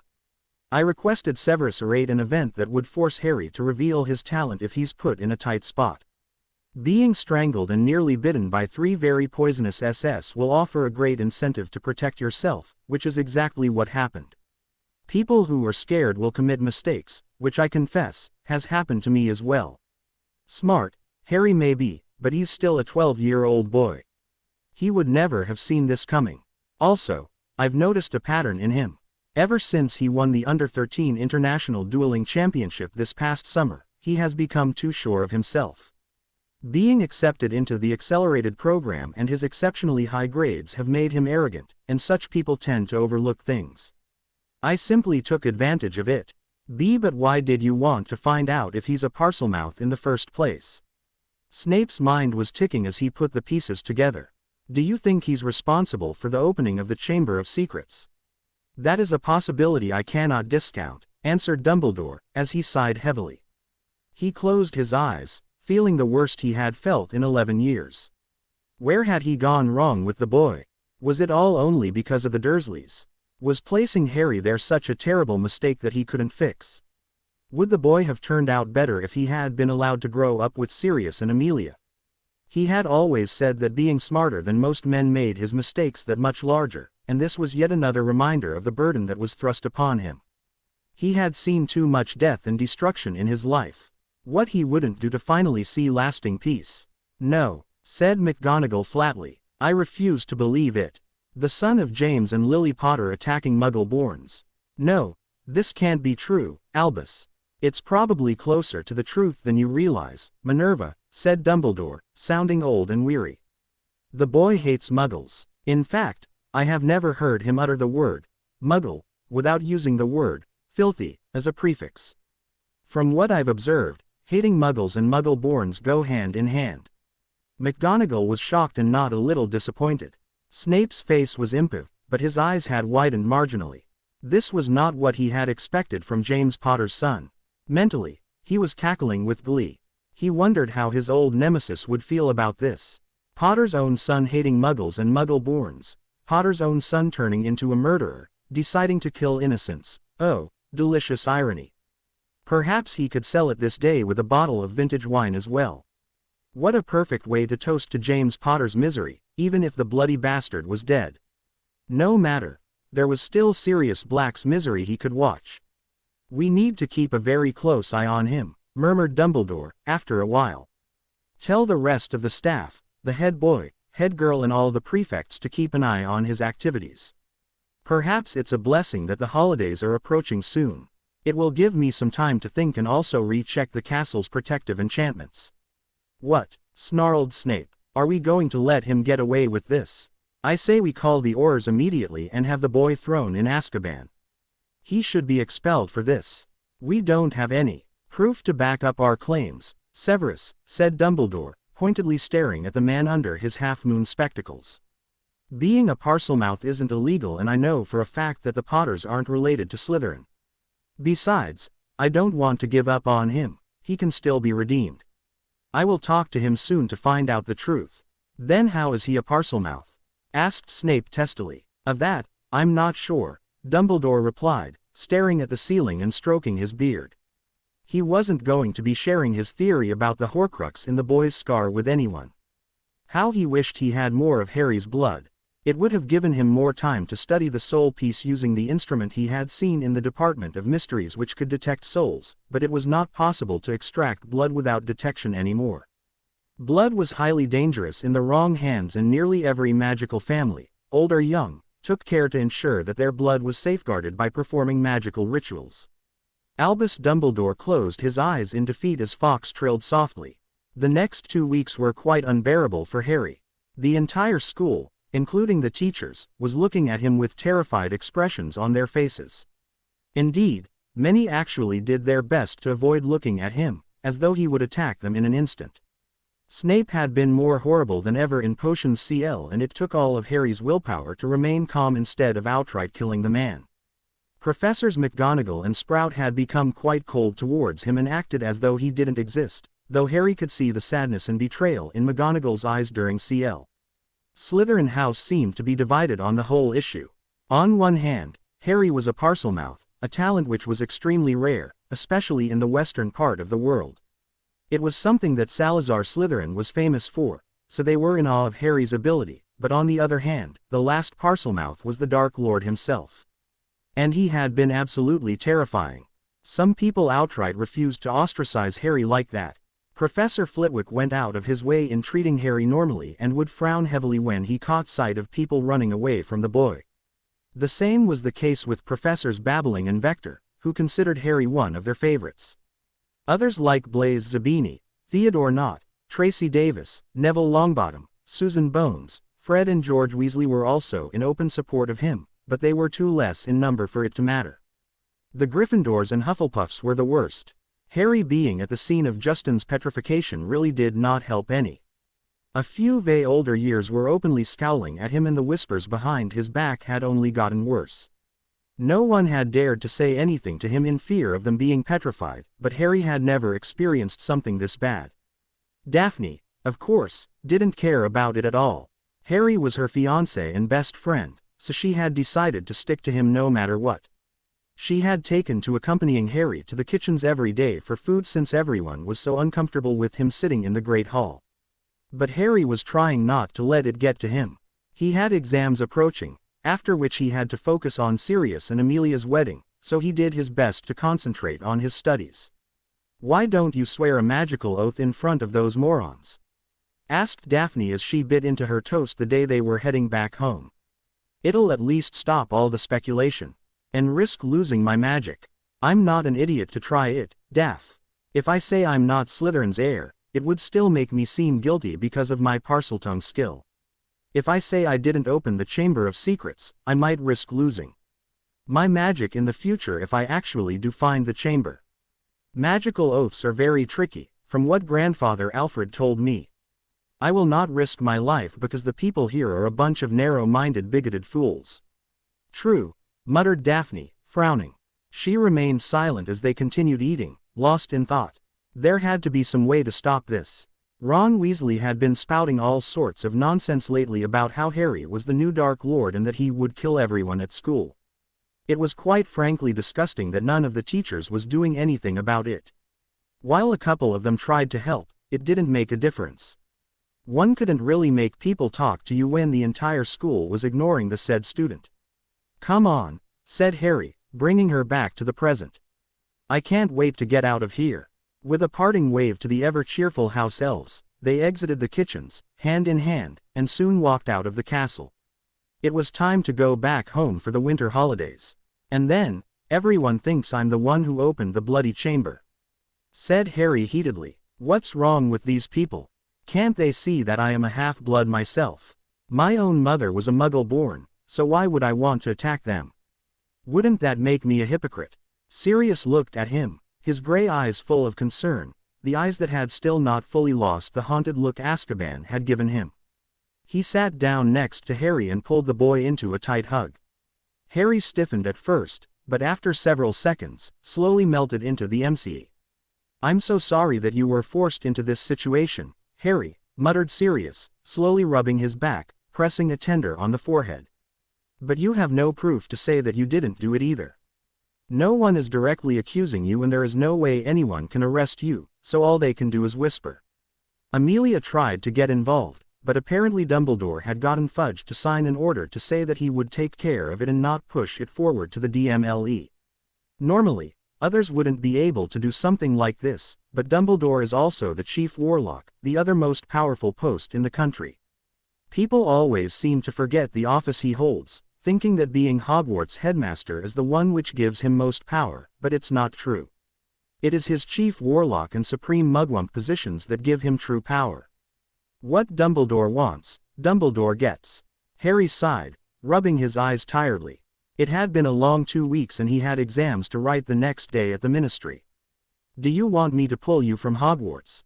Asked Sirius. I can hire tutors, if you'd like, or maybe send you abroad. It's not that bad, Sirius, said Harry, with a small smile, his green eyes strangely soft with affection as he looked at his godfather. It's the way they're treating me that's annoying, nothing more. I'm not going to let it affect my education. I'll be taking my OWLs in June and I can't let these morons distract me. Before the older wizard could respond, they were soon joined by his fiancée who had just flowed in from the ministry. Hey, you two, Amelia greeted them as she entered the drawing room of Black Manor, looking tired. Without preamble, she continued, I was right the first time, Harry. There is no mention of the Chamber of Secrets being opened anywhere in the ministry archives. If there is a story behind it, no one is talking. Even if there were recorded documents, they were probably erased or destroyed. I don't even know if it happened, so we can forget about finding out when. Sirius frowned. You said you could hear the voice of the creature. Yes, answered Harry. I couldn't hear it properly, but it was definitely speaking. I could understand it. The creatures that can speak English are acromantulas, sphinxes, centaurs and manticores, and none of them cause petrification. What you heard might be Parseltongue, observed Amelia. After all, to you, it's the same as hearing it in English, right? Salazar's pet being AS is quite fitting. Maybe, but what sort of creature can do this? The only thing I can think of is a basilisk, finished Sirius. You're right, but the stare of a basilisk kills, it does not petrify. Besides, the thought of a 30-foot-long S is horrifying to even think about. There is no way it's a basilisk, Sirius, countered Harry, shaking his head.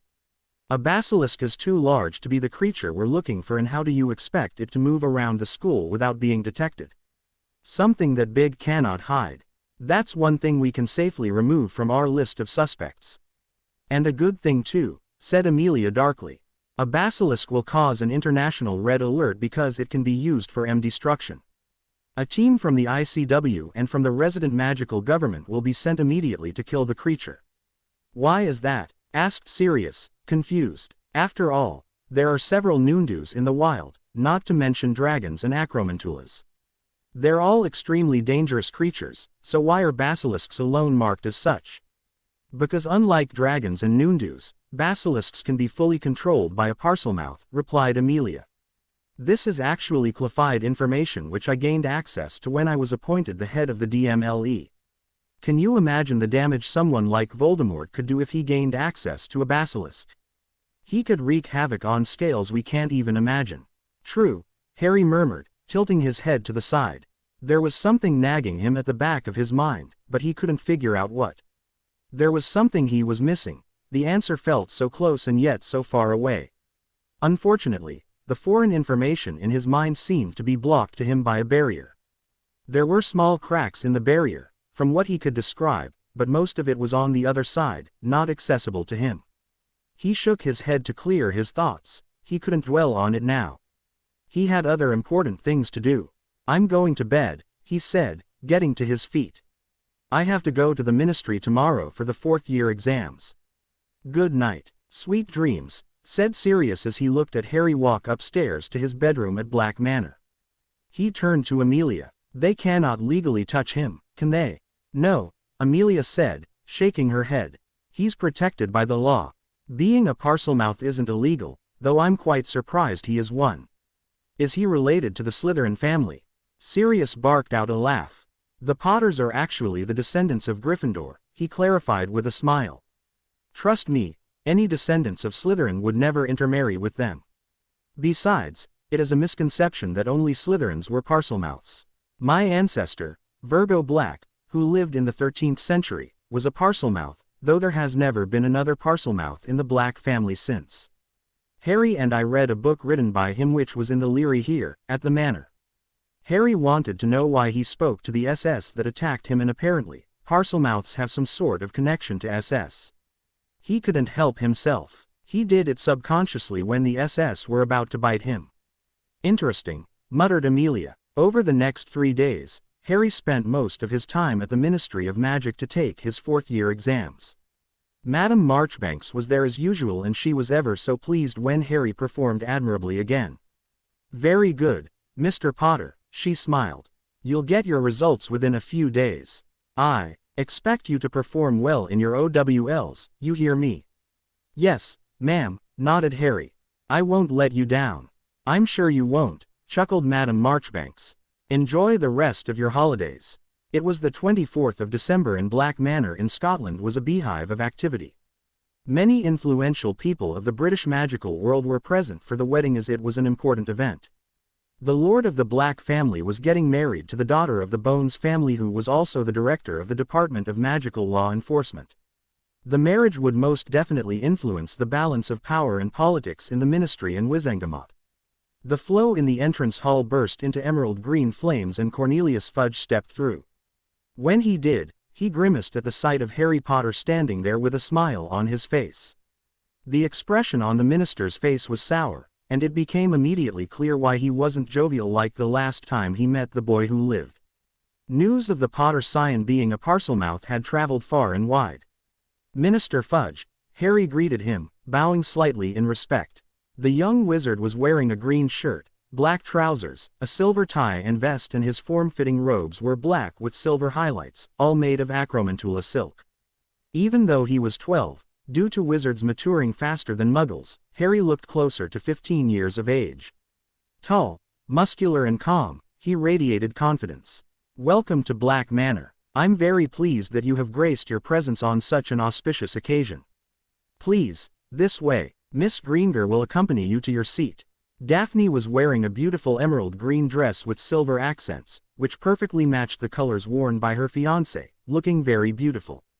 Like Harry, she too was calm and had a smile painted on her face. Her movements looked effortlessly graceful, but one could not ignore the raw magical power growing within her, shining brightly through her deep blue eyes. Standing next to each other, Harry and Daphne looked very regal together and attracted quite a bit of attention. This way, Minister, she said with a smile, as the rest of the minister's office followed them. Many of the guests were in awe of the decorations and splendor the grounds and manor had to offer. The entire place had been decorated with red roses, with tiny drops of water on them. While there was light snow, it didn't fall on them, creating a very beautiful scene of snow falling from the sky. The food served as appetizers along with tea was simply delicious. Wide area warming charms were applied so that the guests would not feel the chill of the winter evening. When it was 15 minutes to 7, Sirius Black adjusted his robes one final time, took a deep breath, grabbed the goblet containing a mild calming draught and drowned it. Once his expression relaxed, he nodded to himself and walked out of the room, down the stairs and into the gardens where the ceremony was to be conducted. As he walked up to the elevated podium, people clapped. Sirius too was impeccably dressed, with a white silk shirt, black trousers, silver vest and tie and black robes with silver accents, all made of very expensive acromantula silk, looking every inch the powerful aristocrat that he was. Amelia was being escorted by her brother, Susan's father, the only other remaining member of her family, as the rest had been killed by Voldemort long ago. She was dressed in a beautiful white dress, with silver accents on it. She didn't look like the stern director of British magical law enforcement everyone was used to. Instead, she looked like a woman who was happy that she was getting married to the love of her life. Amelia came to stand in front of Sirius. The ceremony, while not elaborate, went well. After a few simple magical rituals that were required to be performed at every wizarding marriage, the druid presiding over the ceremony lifted her wand above them. There was a flash of light, and Amelia and Sirius's hands glowed where they were holding each other, signifying that they had been blessed by Mother Magic. Several twinkling golden stars burst from the witch's wand over the newly married couple. Harry nodded to a house elf that was discreetly standing in the corner, beaming at the union of her masters. Just when the audience started applauding, magical fireworks exploded in the air in various colors. Once the show was over, Harry, Daphne and the others led the guests inside the manor to the enlarged formal dining room. There were multiple round tables, with beautiful lanterns and candles floating in the air for enhanced effects. After a truly delicious meal, the guests were ushered to the grand ballroom where people gave their gifts to the newly married couple and started dancing and socializing. "Is it just me or are people genuinely avoiding Harry this evening?" asked Elizabeth Greengrass as she danced with her husband. She had just noticed a group of witches and wizards move away hastily when they saw Harry coming anywhere close to where they were standing. "I know," Cyrus said through gritted teeth. "I feel like punching them in the face. He's just a 12-year-old boy. Who cares if he's a Parselmouth?" "I certainly don't. Daphne told me that he's facing similar problems at school," whispered Elizabeth. "Even some of the teachers do it. I can't believe adults are targeting a mere child, just because they're scared. What can we do?" "Unfortunately, there is nothing we can do. He's not being attacked or bullied in the traditional sense, though I would disagree with that, so complaining to the teachers is out. But this is just as bad. They're acting as though he is a Nundu about to go on a rampage at any second. We can't force people to talk to him, and there lies the problem. He is painfully shy in talking to strangers as it is, and people do this." Cyrus hugged her closer, his eyes filled with concern as he saw Harry slowly walk back to Daphne. From the distance, he could see the young wizard's shoulders droop slightly, but it was only for a moment before he was walking with his back straight, his strides confident and graceful. Cyrus knew that it was a mask, of course. He was a keen observer. He knew that Harry was wearing a mask from the day he had met the boy. That's why he had been careful in dealing with him, but Harry managed to melt the ice between them over time. He genuinely cared for the boy, and he knew that this would affect him psychologically. Smart and mature he may be, but Harry was still a 12-year-old, an abused 12-year-old, who found it difficult to understand his own emotions. "Maybe we should ask him to stay with us for the rest of the holidays," Cyrus murmured. "With Sirius and Amelia leaving the country tomorrow, it's better if he stays with us and not all alone in a large castle." "I agree," said Elizabeth. Harry was unusually quiet when the last of the guests had left. He had tried to lead them to the flow, but after the way Minister Fudge, Rufus Scrimgeour and Augusta Longbottom had acted, he desisted. He tried to ignore it, but he could actually feel an ache in his at the way people were treating him. He wondered why it felt this bad. After all, he had lived with the Dursleys for years and had to listen to them constantly belittle him. The Muggles in the neighborhood and at primary school had always ignored him or made snide remarks about his clothes or parents, but somehow this felt different. In his heart, he knew why. It felt different because this was his home. The magical world was where he belonged, and with the people here treating him like this really hurt. Sirius had explained to him why Parselmouths were as feared in Europe as they were. There had been dark wizards in the past who had exploited the magical language, causing unending chaos. Being quite limited in number, especially in the Western world, there had been very few who had the power to stop them, as parcel magic was quite different from conventional magic. Herpo, the Foul, was a name which was remembered even after thousands of years because the after effects of his transgressions and results of experiments where he carelessly broke the sacred laws of magic could be felt to this day. Salazar Slytherin and Lord Voldemort were other well-known Parselmouths, and both of them hadn't helped matters any in trying to improve the reputation of Parseltongue in Europe. The common witches and wizards today were honestly terrified of parcel magic, thus as an extension, Parselmouths, because in the past, entire villages had been cursed by dark witches and wizards, bringing unending agony to the residents. Sirius had warned Harry to expect backlash and had promised his godson that he would do his best and stand by him, but Harry had still not expected adults outside the school to behave like this just because of their fear of everything Parseltongue. The reason why he felt so bad was that he had been given a taste of what it would feel like to be accepted and appreciated by everyone, and for it to change in an instant was something he had never expected. He did realize something though: fame was fickle. Even though he was the boy who lived, the public would just as easily turn against him as they flocked to him. It was a lesson to him, but he had learnt it the hard way. He was quite surprised by Elizabeth Greengrass' offer for him to stay with them for the rest of the holidays. He refused, though. From past experience, he knew it was dangerous for him to stay with someone when his emotions were all over the place, and he had to get himself back under control to suppress them, and for that, he needed to be alone.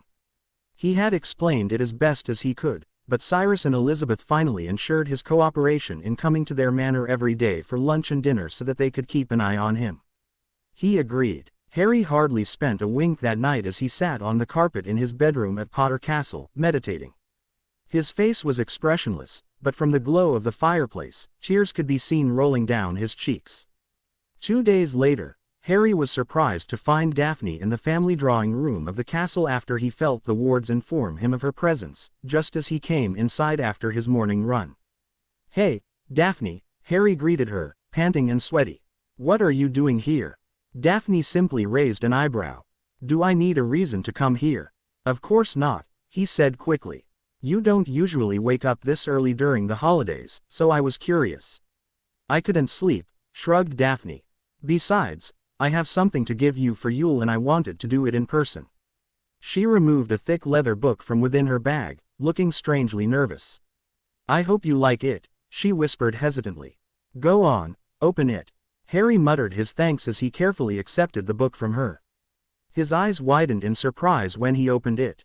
On the front page was a photograph of James and Lily Potter, smiling and waving at him, with baby Harry placed carefully in between them.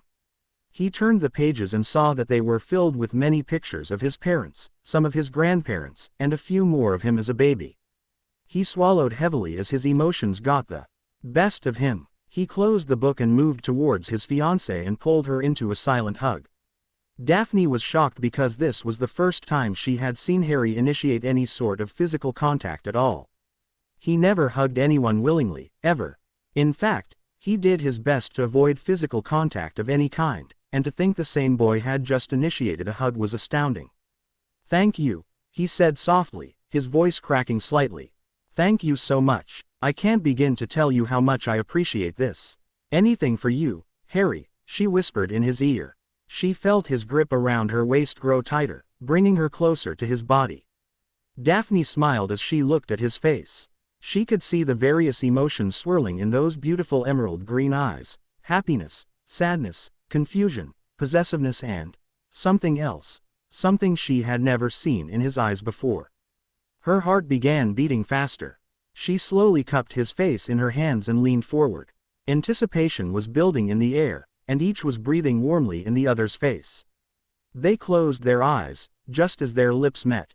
That didn't last long. Their lips brushed against each other a few times, and as Daphne pulled back, she could see that Harry was in a state of shock.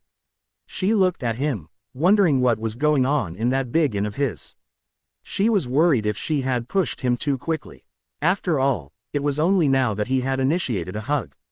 But before she could say anything more, Harry grinned and pressed his forehead against hers.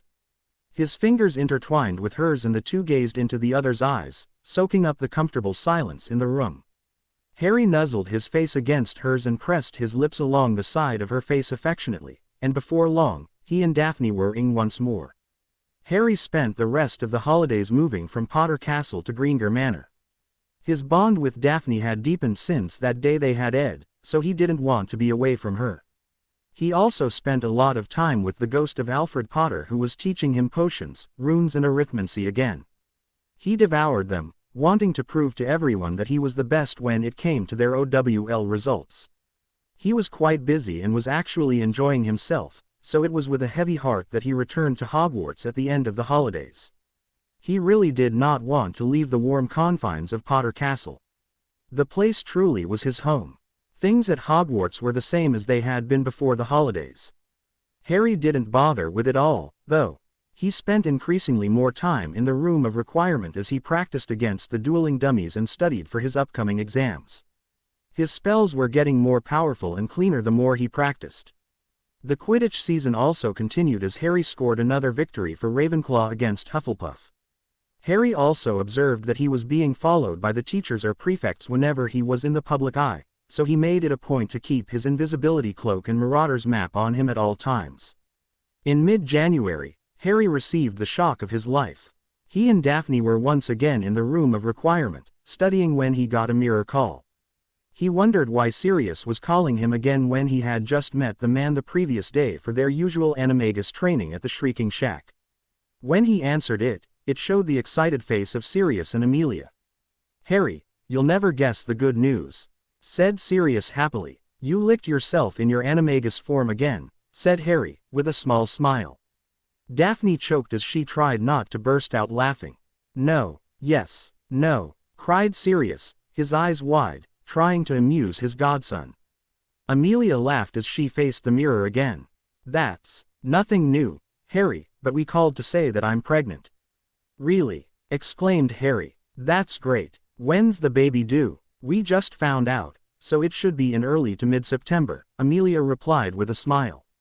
"You're the first person we called." "Congratulations," Daphne told the couple as she came to sit on the arm of Harry's chair. "Let us know if there is anything we can do."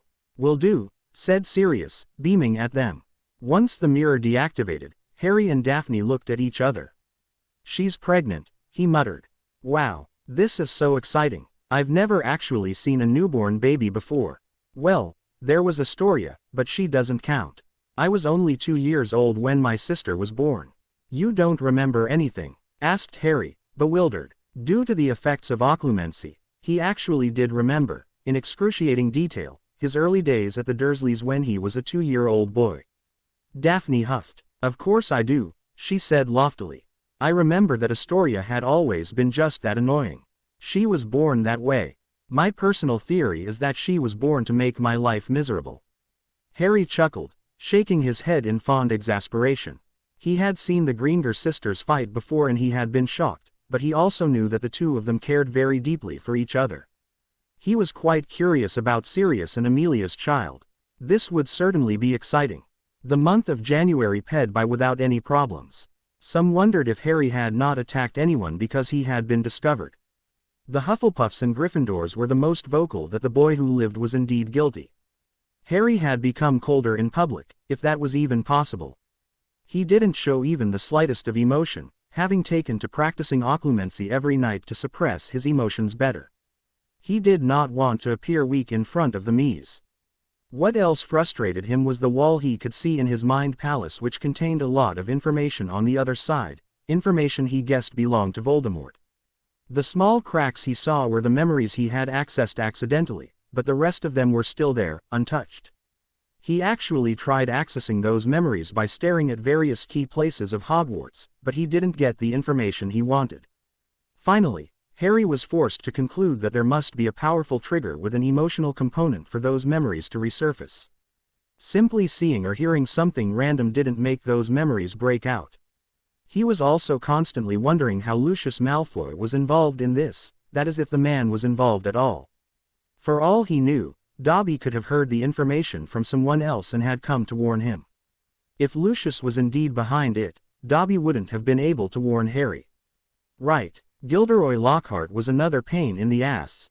The man's pleas were proving to be completely useless, and Harry caught more than one group of students in their 5th and 7th years sitting together in the Leary, trying to learn defense themselves. Sirius had been furious about this, and to ensure that his godson would not suffer in his OWLs, had taken to teaching the boy defense against the dark arts himself in the Shrieking Shack. Worse, Lockhart had also tried to sell it Valentine's Day, something which made all the purebloods splutter in outrage. What was a silly Muggle tradition like that doing at Hogwarts? Of course, there was still that detention Harry had gotten from Lockhart from the previous term. Harry was confused and annoyed by it. Couldn't the man have finished them all in 1 week? But no, he just had to drag them over the course of the year. This is thankfully the last of the man's stupid detentions, muttered Harry. You said it right, Harry. I don't think I can see another fan mail of his again, groaned Fred. Maybe we can write something bad and send it as a reply, suggested George. It would be nice for his fans to have snarky letters delivered to them. Won't work, sighed Fred. He checks them before signing the letters. We need to be more creative. I can't believe he is actually hired to teach defense, said Harry in exasperation as they finally reached their destination. The man is incapable of casting even the most basic of spells. Second-year students are better qualified than him. What was Dumbledore thinking? Diggory, what are you doing here? Cedric Diggory was sitting on the teacher's desk, in the defense CL room, looking bored out of his mind. He snapped out of his trance when he saw the 3 other boys in front of him. Oh, hey, he said hesitantly, looking at Harry warily. Lockhart gave me detention. Humph, snorted Fred and George together. Figures that he would. Give even.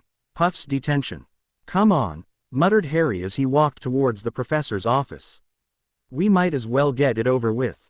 He will no doubt have more letters for us to write. He opened the door to let them all inside. They entered, but there was no sign of Lockhart.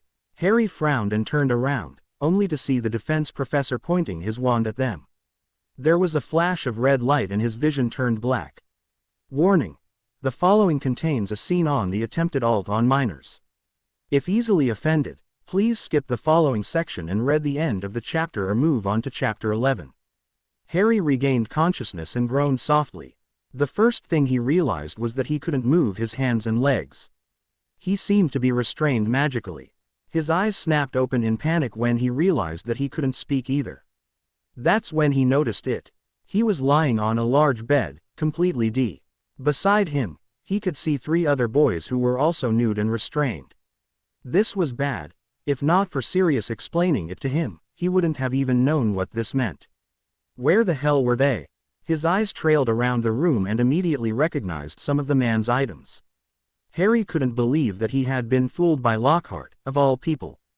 He had always underestimated the author-turned-professor, thinking he knew no magic at all, but apparently, he had been wrong to dismiss him completely. Harry saw the twins open their eyes as well. Cedric too had woken up and they were all panicking at their state of undress. Harry struggled, but it was no use. The magic holding him did not buckle under the pressure. He had to get out of these magical binds soon. Otherwise, the consequences would be too dire to contemplate. Judging by their state of undress, Harry had a pretty good idea what Lockhart was planning. Slowly, he started releasing magic out of his body. It was a technique he had read a few months ago while studying arithmancy. But the problem was that he didn't know how much magic was used by Lockhart while casting the spell, so the amount of magic needed to counteract it would be guesswork. Infusing too much or too little would not work. He would damage himself if he poured too much magic at one go, and he did not want that. He would have to start small and increase the power levels slowly. Just then, the door of the room opened and Gilderoy Lockhart stepped inside, grinning widely. Harry's stomach churned when he saw that expression. He did not like it. Trying to not let his fear get to him, he began concentrating on breaking the magical binds. Well, said Lockhart, as he leered at the 4D boys. What do we have here? Is this a present for me? I must say you boys sure know how to give me a present for Valentine's Day. How very nice of you. When Lockhart saw the twins struggling, he laughed. "There's no point trying to get out of those binds, boys," he taunted. "Fred and George Weasley, the master pranksters of Hogwarts, isn't it? I've always had a soft spot for naughty boys. Then we have Cedric Diggory and Harry Potter. You both are considered the best-looking boys in the school, and I must say, I agree." "Oh, do relax, Harry," he smiled as he placed his hands on Harry, slowly touching the latter's firm stomach. "All those early morning workouts really do help your body, don't they?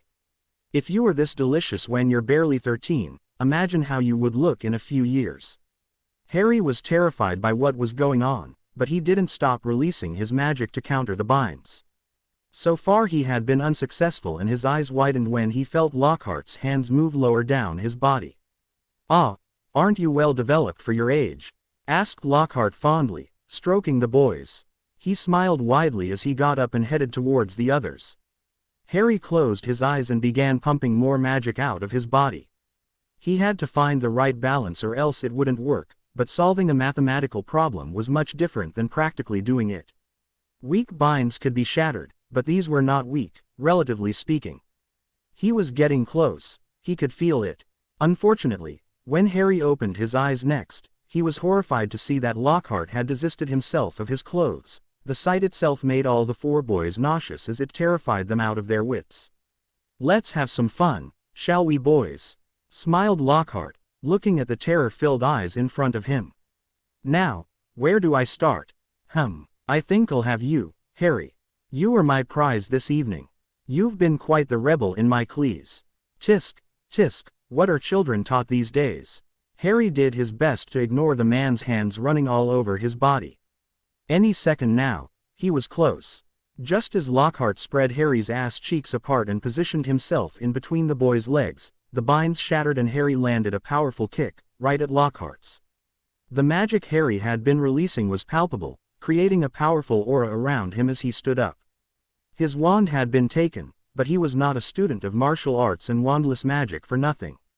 "Stupefy!" cried Lockhart, pointing his wand at the young wizard. Harry simply dodged the red jet of light and cast the most powerful wandless banishment charm he could perform on the professor. Lockhart crashed into the wall just a few feet behind him, but he didn't lose balance. A jet of light flew out of Harry's palm. The man managed to duck just in time, but the wandless stunner was nowhere powerful enough to do any damage. Harry sidestepped the spells thrown his way, his green eyes darkened. It was literally a blackish-green color now, with emerald nowhere to be seen. The magic in the air was thick as he approached Lockhart. With one powerful punch, the defense professor was disarmed, his wand sailing in the other direction. Lockhart tried to fight, but he did not have any knowledge in hand-to-hand combat. After several punches and kicks, Harry pointed his hand at the man. "No, please," begged Lockhart weakly, his face puffed up from the physical blows he had received courtesy of Harry. "I'll ensure that you get the Dementors for this, you sick, Ed bastard," snarled Harry as a jet of red light flew from his palm and impacted Lockhart's, stunning him unconscious. Harry breathed deeply for a minute, quite tired due to the amount of wandless magic he had used, but still stunned by what had happened. He closed his eyes to center himself as he tried to get his violent emotions under control. The urge to torture and kill Lockhart was strong. Looking around, he saw that the other boys were still bound. Harry opened the door and saw that their possessions were thrown all over the living room. Ignoring the rest, he quickly searched for his wand, grabbed it, and came back inside to rescue his fellow schoolmates. With a few flicks and waves of his wand, the three other boys were unfrozen once more. "Oh, bloody hell," George whispered as he frantically pulled on his hair. Fred was white as a sheet, his body trembling violently.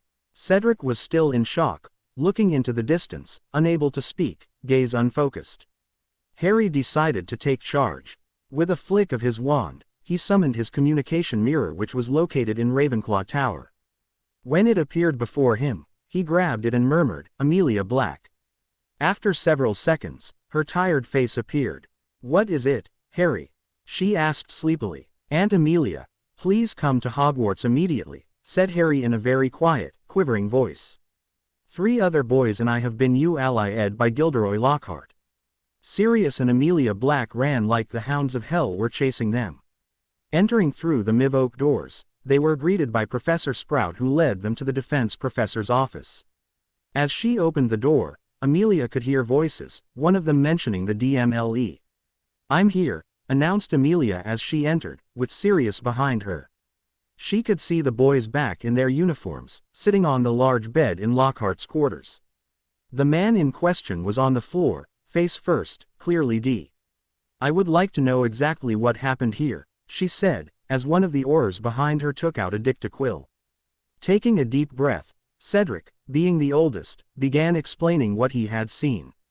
"And then Potter freed us from the magical binds Lockhart had placed on us. I called the teachers by announcing it using a sonorous charm. We got dressed and waited for everyone to arrive," he finished. Everyone was in a state of shock. Sirius was clenching his fist in fury while Dumbledore's aura was leaking all around him, his blue eyes burning with anger no one had seen in a long time. Amelia walked ahead and found Lockhart's wand. She pointed the tip of her wand at the other enchanted, Priori Incantatum. The spells used were exactly what young Diggory had described. She nodded to the Auror, who removed an evidence bag and put the wand inside.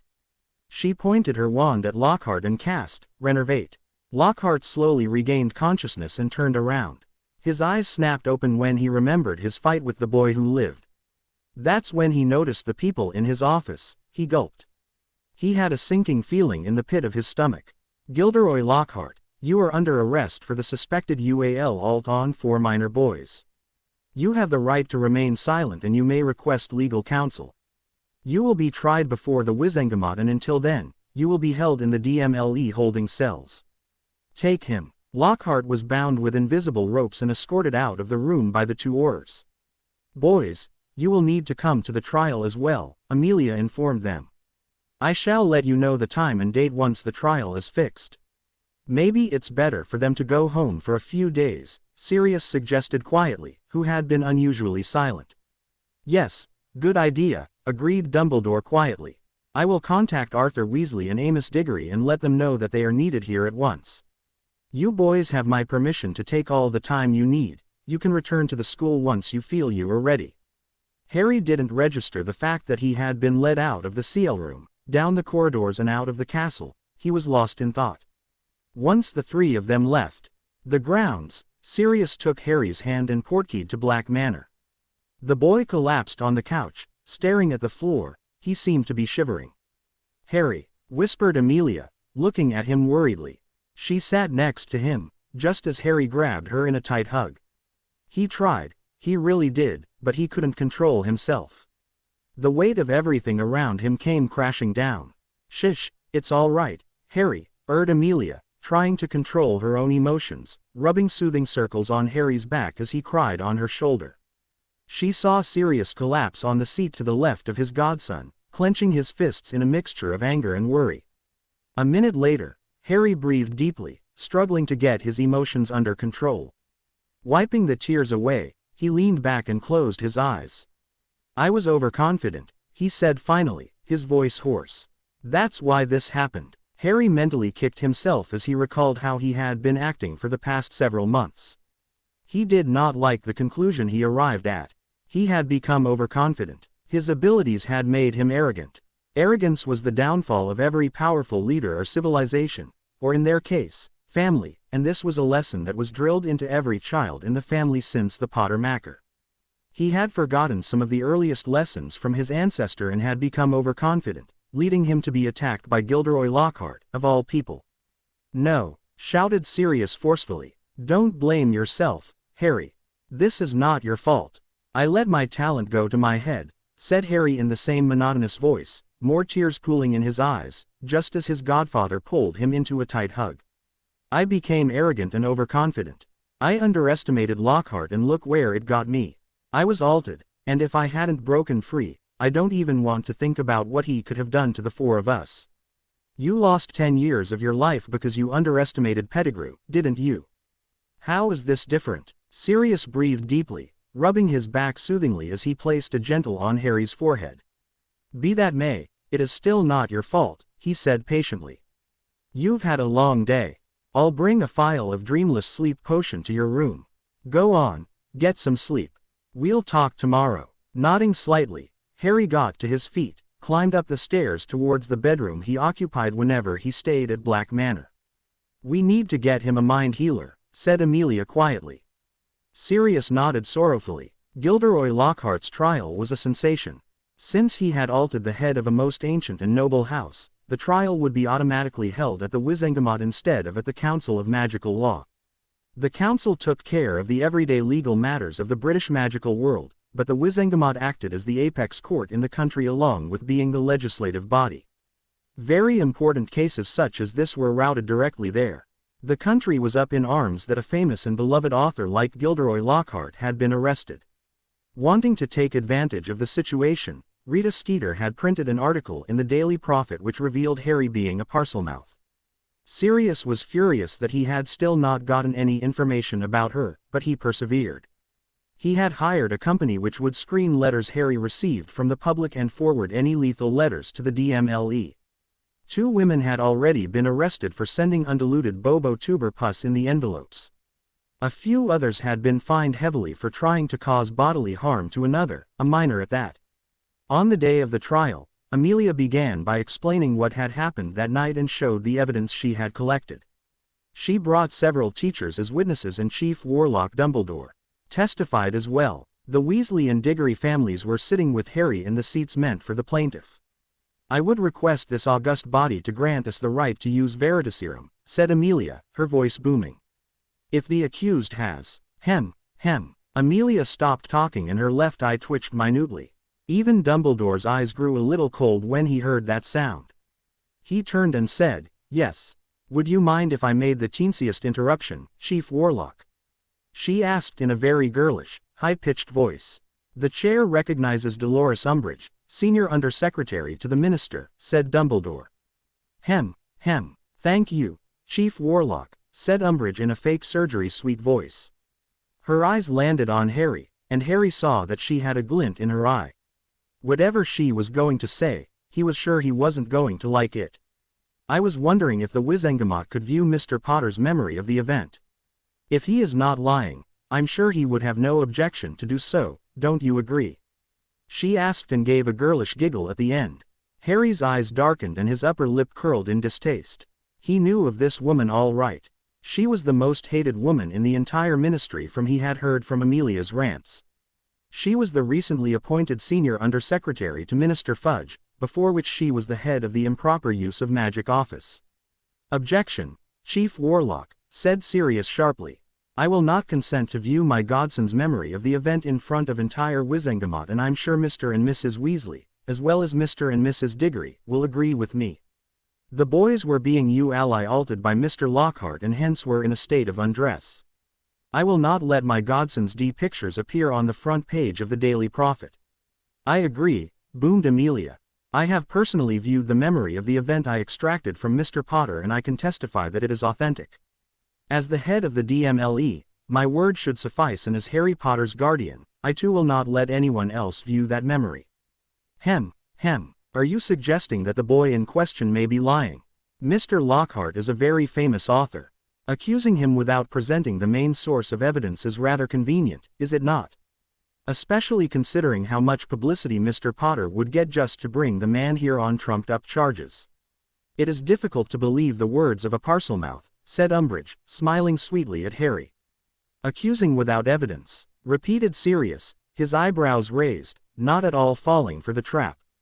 "Oh dear, it seems our new Senior Undersecretary is not capable of hearing and seeing what is right in front of her.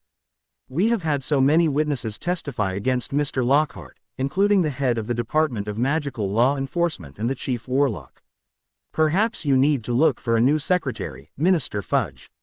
Madam Umbridge seems to be not qualified for the job, or know her place." "How dare you?" shrieked Umbridge. "When I said know your place, I meant it," spat Sirius, harshly, his face turning red with anger. "Suggest something so disgusting again and I will declare a blood feud against you and your family for the intentional harm of the heir of the most ancient and noble House of Black." "That will not be necessary," said Dumbledore quickly, putting an end to the discussion before Umbridge ended up dead right there in the Wizengamot chamber. He knew that she was not capable of defeating Sirius in a duel. James and Sirius had been personally trained by Alistair Moody, and he didn't want anyone dead over something as trivial as this. In fact, he didn't want people dead, period. There had been enough deaths caused because of Voldemort and his Death Eaters in the last war. The resolution to give Veritaserum head by a majority, and after Lockhart was dosed, he sang like a canary. He explained what happened that night and why he picked the victims as well. When asked about any other victims, he began listing his future targets, two of which were Daphne Greengrass and Draco Malfoy. Cyrus Greengrass and Lucius Malfoy were horrified. When the issue of Obliviation came up regarding the victims, Lockhart also slipped out about his books.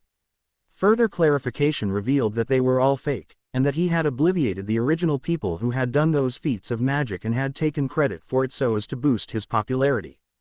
The books he had sold gave him a lot of money, and that was the only reason he had applied for the defense post at Hogwarts. Hundreds of students buying his entire collection of books had increased his sales revenue drastically. Finally, Harry got what he wanted. Sirius Black, Cyrus Greengrass and Lucius Malfoy did not like what Lockhart had done and had planned to do. His entire monetary ETS were seized and were to be divided among the four victims equally. To someone like Harry who came from old money, the amount he received was insignificant to count, but to the Weasleys, it would greatly alleviate their financial strain, especially since they got half of Lockhart's fortune. When it came to the punishment, Cyrus Greengrass gave a speech about how the man's crimes against the boys were a violation against Mother Magic herself, and as such, it shouldn't go unpunished. Lucius Malfoy also agreed, pushing for the verdict. Surprisingly, Dumbledore did not try to stop it, and Lockhart was sentenced to the Dementors, but he did suffer intense disapproval and backlash at hiring Lockhart in the first place. When the next edition of the Daily Prophet was released, people were shocked to stillness about the extent of Lockhart's crimes. Some of them felt ashamed in believing the worst of a 12-year-old boy when the man himself was a monster, but they were still digesting the fact that the boy who lived was a Parselmouth. No one sent any letters of apology. A week later, Harry came back to Hogwarts. Having already finished breakfast, he slowly made his way over to the potion seal room when he literally ran into someone. "Uff!" cried Daphne as arms wrapped around her waist to stop her from falling. "Get your hands off, Harry!" She immediately rushed into his arms and hugged him tightly. Harry smiled softly as he hugged her back. He had really missed her over the past several days. "How are you?" she asked softly. "I heard about what happened. The entire school was in shock." "I'm fine," said Harry quietly. "But Sirius is making me go to a mind healer to help deal with what happened." I tried to say no, but he wouldn't listen. "I'll have to go to St. Mungo's every weekend for a few hours." "That's good, isn't it? Talking to a stranger about my feelings," said Harry, his left eye twitching in annoyance. "If it hadn't been for secrecy oaths, I would never have agreed, despite Sirius not giving me a choice in the first place." "How have you been?" "I've missed you," she admitted softly. A small smile made its way to Harry's face as he pulled her closer to him. Their lips touched briefly, and after several seconds, they broke apart. Harry looked at her tenderly, moving closer to nuzzle his face against hers, breathing her scent deeply. He really had missed her, more than he cared to admit. It was now the first week of March and the castle had quietened somewhat. There had been no more attacks for a long time now, and people thought it was finally safe. Harry was just returning from Quidditch practice when he heard the voice again. "Kill, Rip. So hungry. Kill this time." He stopped, mid-step, his heart thumping a mile a minute. He had a choice. He could ignore it and be blamed for it anyway, or he could find out what the creature was and maybe find the attacker at the same time. If he caught the attacker red-handed, the Ministry of Magic would finally have a lead as to what was causing the attacks. With that in mind, he rushed towards the opposite direction of Ravenclaw Tower, listening to the sounds which were rapidly fading. He was in the fourth-floor girls' bathroom. Tentatively opening the door, his eyes widened when he saw Hermione Granger and Penelope Clearwater lying on the floor in front of the sink with a mirror above. He went forward to check and he confirmed that they were petrified. There was no sign of any wizard or creature nearby. How had the attacker fled so quickly? This was not possible. Just as he was about to leave, Peeves showed up in the corridor outside, signing to himself. "What are you up to, Potty?" he said in a sing-song voice. "Potty, Potty," You are such a dorky. Peeves stopped singing when he caught sight of the petrified girls inside the bathroom. Before Harry could even begin to do damage control, the poltergeist was yelling at the top of his voice. Murder! Murder in the bathroom! Attack! Attack! No one is safe in this castle. Run for your lives! Harry sighed as he leaned against the wall. There was no escaping this. He had found the girls inside the bathroom, a place he had no business being in. What explanation could he give now? Sherbet, said Professor McGonagall as she led Harry to the headmaster's office. She looked at him coldly as she said, Professor Dumbledore is waiting for you. Harry nodded stiffly as he ascended up the spiral staircase. He knocked on the door and entered. The place was the same as always, except this time, the phoenix looked old and frail. Harry went over to the bird and smiled. Hello, oh noble phoenix, said Harry softly. I'm sorry I could not greet you before. I'm not exactly fond of your companion. Burning day, huh, the phoenix trilled softly, but it was full of pain. When Harry could smell fire, he calmly stepped back, giving it more room. Giving one final croak of pain, the phoenix burst into flames. After several seconds, Harry went near and saw the small ugly chick rise from the ashes. Take care of yourself, said Harry softly as the phoenix trilled at him fondly. Harry looked up and saw Dumbledore coming down the stairs. Ah, I see Fawkes has gone through with his burning. About time too, he's been quite irritable lately. I would be too if I were so sick that I could barely move or speak, said Harry, as he took his seat. Dumbledore observed the young boy with keen eyes. The Potter Scion's expression was blank, showing no hint of fear. It reminded him again of Tom Riddle. Speaking of which, now, Harry, said Dumbledore, looking at him pointedly. May I ask what you were doing when you came across Miss Granger and Miss Clearwater? Harry didn't answer. His face was impish as always as he stared at the wall behind the headmaster. He honestly didn't know what to say. Nothing to say, said Dumbledore, observing Harry. This situation has become a lot more serious, Harry. I'm asking you again. What were you doing in that bathroom on the 4th floor? Harry's lip curled slightly. I heard a voice, he said finally. A voice, you say? Yes, it was talking about killing. I followed it. That's how I stumbled upon Finch Fletchley as well. I see, said Dumbledore slowly. I hope you are telling the truth, Harry, because if you are not, it would be disastrous for you. I already know that you harbor a hatred for Muggles and Muggle-borns. Excuse me, said Harry sharply. Who told you that I hate Muggle-borns? I don't. My own mother was Muggle-born, for Merlin's sake. I know of witches and wizards who have had Muggles for parents and yet they hate Muggles with a paean, said Dumbledore, shaking his head. Please, Harry, stop this madness. The attacks have gone on long enough. We can work together in repairing the damage. Don't walk down this path. I urge you to reconsider what you are doing. Harry's face showed genuine surprise. You actually believe that I am responsible for this? He asked incredulously. When Dumbledore raised his eyebrows, Harry's eyes darkened in anger. You will all have to swallow your words one day, old man, Harry whispered angrily as he got up. And I will laugh in your face when that day comes when you realize that I was innocent all along. I can't believe you. Dumbledore watched as Harry walked out of the office, slamming the door in the process. Was the boy truly innocent as he claimed? If that were true, who was responsible for these attacks? Could Voldemort somehow be responsible for this? He had dismissed that idea thinking Harry was guilty, but maybe, just maybe, there was something else going on here. Or was Harry lying about it? No, Harry was many things, but he was far from stupid. Lying to the chief warlock was not an option. Then there was that voice. What was that all about? A flicker of surprise found its way to his eyes as he consulted a book on magical SS. 2 weeks had passed since the incident with the headmaster. The DMLE had finally been allowed to investigate the matter, but there was no evidence of an attack. The entire school seemed to give Harry a wide berth now. Nobody in his 5th year CL seemed to want to be seated anywhere near him. Dumbledore had also been dismissed by the Board of Governors and surprisingly enough, Hagrid had been arrested. Harry guessed that he must have been accused of opening the chamber the last time. How Fudge knew about this was anyone's guess, but if Harry wanted proof of Lucius Malfoy's involvement, he had gotten it now. Daphne also seemed to want to get to the bottom of the mystery, so she spent more time in the Leary. Harry didn't know where to start. He was loaded to the brim with work as his OWLs drew near and he didn't have time to sleep, let alone investigate what was going on. He had checked the map for Lucius Malfoy or even Voldemort, but there was nothing there. It was as though the attacker was invisible. The problem was that there was absolutely no record of any incident with the Chamber of Secrets.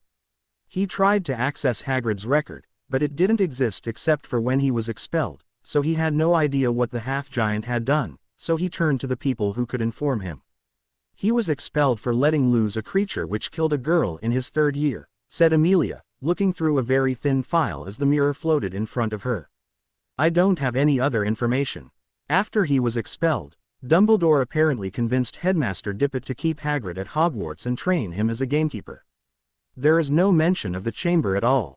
And don't even ask me about Tom Riddle. There is absolutely no mention of him beyond his academic records. Voldemort must have wiped them clean during the war. Damn, muttered Harry. Thanks, Aunt Amy. I have a Quidditch match now. I'll talk to you later. Albus Dumbledore adjusted his cloak as he walked alone in the streets of Cockturn Alley. He was a man on a mission and he wouldn't leave until he got to the bottom of the mystery. He had still not figured out how Voldemort was causing the attacks on Hogwarts, but he had a pretty good idea of what was attacking the students. But he was here for another reason, to find out more information on one Tom Marvolo. Riddle. Good even, Borgin, said Dumbledore as he dropped his glamour.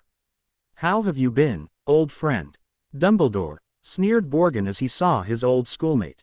What a displeasure it is to see you. What do you want? Can't an old man drop by to visit an old friend? Said Dumbledore, smiling at the owner of Borgin and Burke's. We were never friends, Dumbledore, so cut the crap and tell me what you want, said Borgin in a wheezy voice. Very well, said Dumbledore as he drew himself to his fullest height, his powerful aura palpable as he looked at Borgin with narrowed eyes. What can you tell me about a young man who worked here 50 years ago? He was an old student of mine, named Tom Marvolo Riddle. Borgin paled rapidly and looked ready to die of shock. He was trembling in fear as he realized who Dumbledore was referring to. He still remembered the tortured screams of his business partner Caractacus Burke when Voldemort killed him years ago. He still did not know why the Dark Lord had targeted Burke, but he had no intention of ever finding out. I have no idea what you are talking about, stuttered Borgin, trying not to gulp in fear. Dumbledore's eyes narrowed and his wand was out of his robes in a fraction of a second, far too fast for Borgin to even think.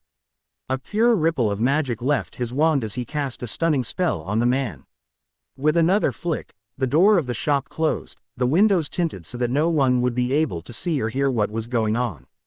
He needed information on what Voldemort had done once he left Hogwarts.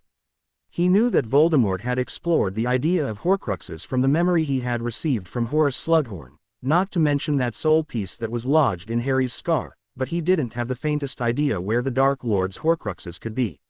Unfortunately, Voldemort was too good at hiding his movements, so it would take some time. He would not let Voldemort destroy the world they were trying to rebuild. Albus had seen the cost of war and he had taken drastic steps to ensure that Voldemort was defeated, going so far as to betray people who trusted him. He would ensure the man was destroyed for good, no matter what the cost. People like Voldemort could not be allowed to live and he was willing to take any action necessary so that the people of magical Britain and beyond did not have to suffer again because of his old students' insanity and thirst for power. Legilimens. Meanwhile, Daphne had just come out from inside a bathroom, repairing the portion of the wall which she had blasted apart. She wondered if anyone knew about the pipes that were at Hogwarts. From her position, she could see small spiders crawling away through the small holes in the stone. She had never seen spiders acting this way. Her eyes widened when she realized the implications. They had never thought about spiders. Hagrid's roosters had been killed earlier this year. It had been chalked off to a wild animal from the Forbidden Forest. Wait, in which year had Hagrid been expelled? Just as Daphne rushed to the Leary, another girl was frowning at her, clutching a small black diary to her. The girl's eyes were crimson. The book which contained the records of students showed that Hagrid had been expelled in his 3rd year. Tom Riddle, who Harry had revealed to her as Voldemort had gotten an award for special services to the school the same year. That couldn't be a coincidence, could it? What was the name of the girl that had died?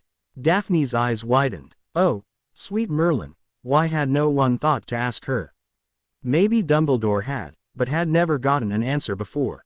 All the girls at Hogwarts tended to avoid that bathroom because of Myrtle. But first, she had to ensure her safety.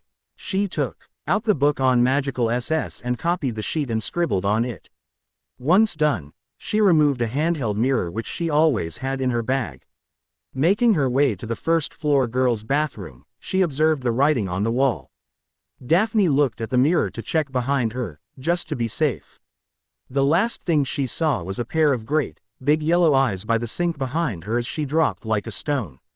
The Ravenclaw and Gryffindor teams were mounting their brooms when Professor McGonagall came running across the pitch. She pointed her wand at her throat. "Sonorous, this match has been cancelled. All students are to make their way to their common rooms immediately. Your heads of house will give you further instructions.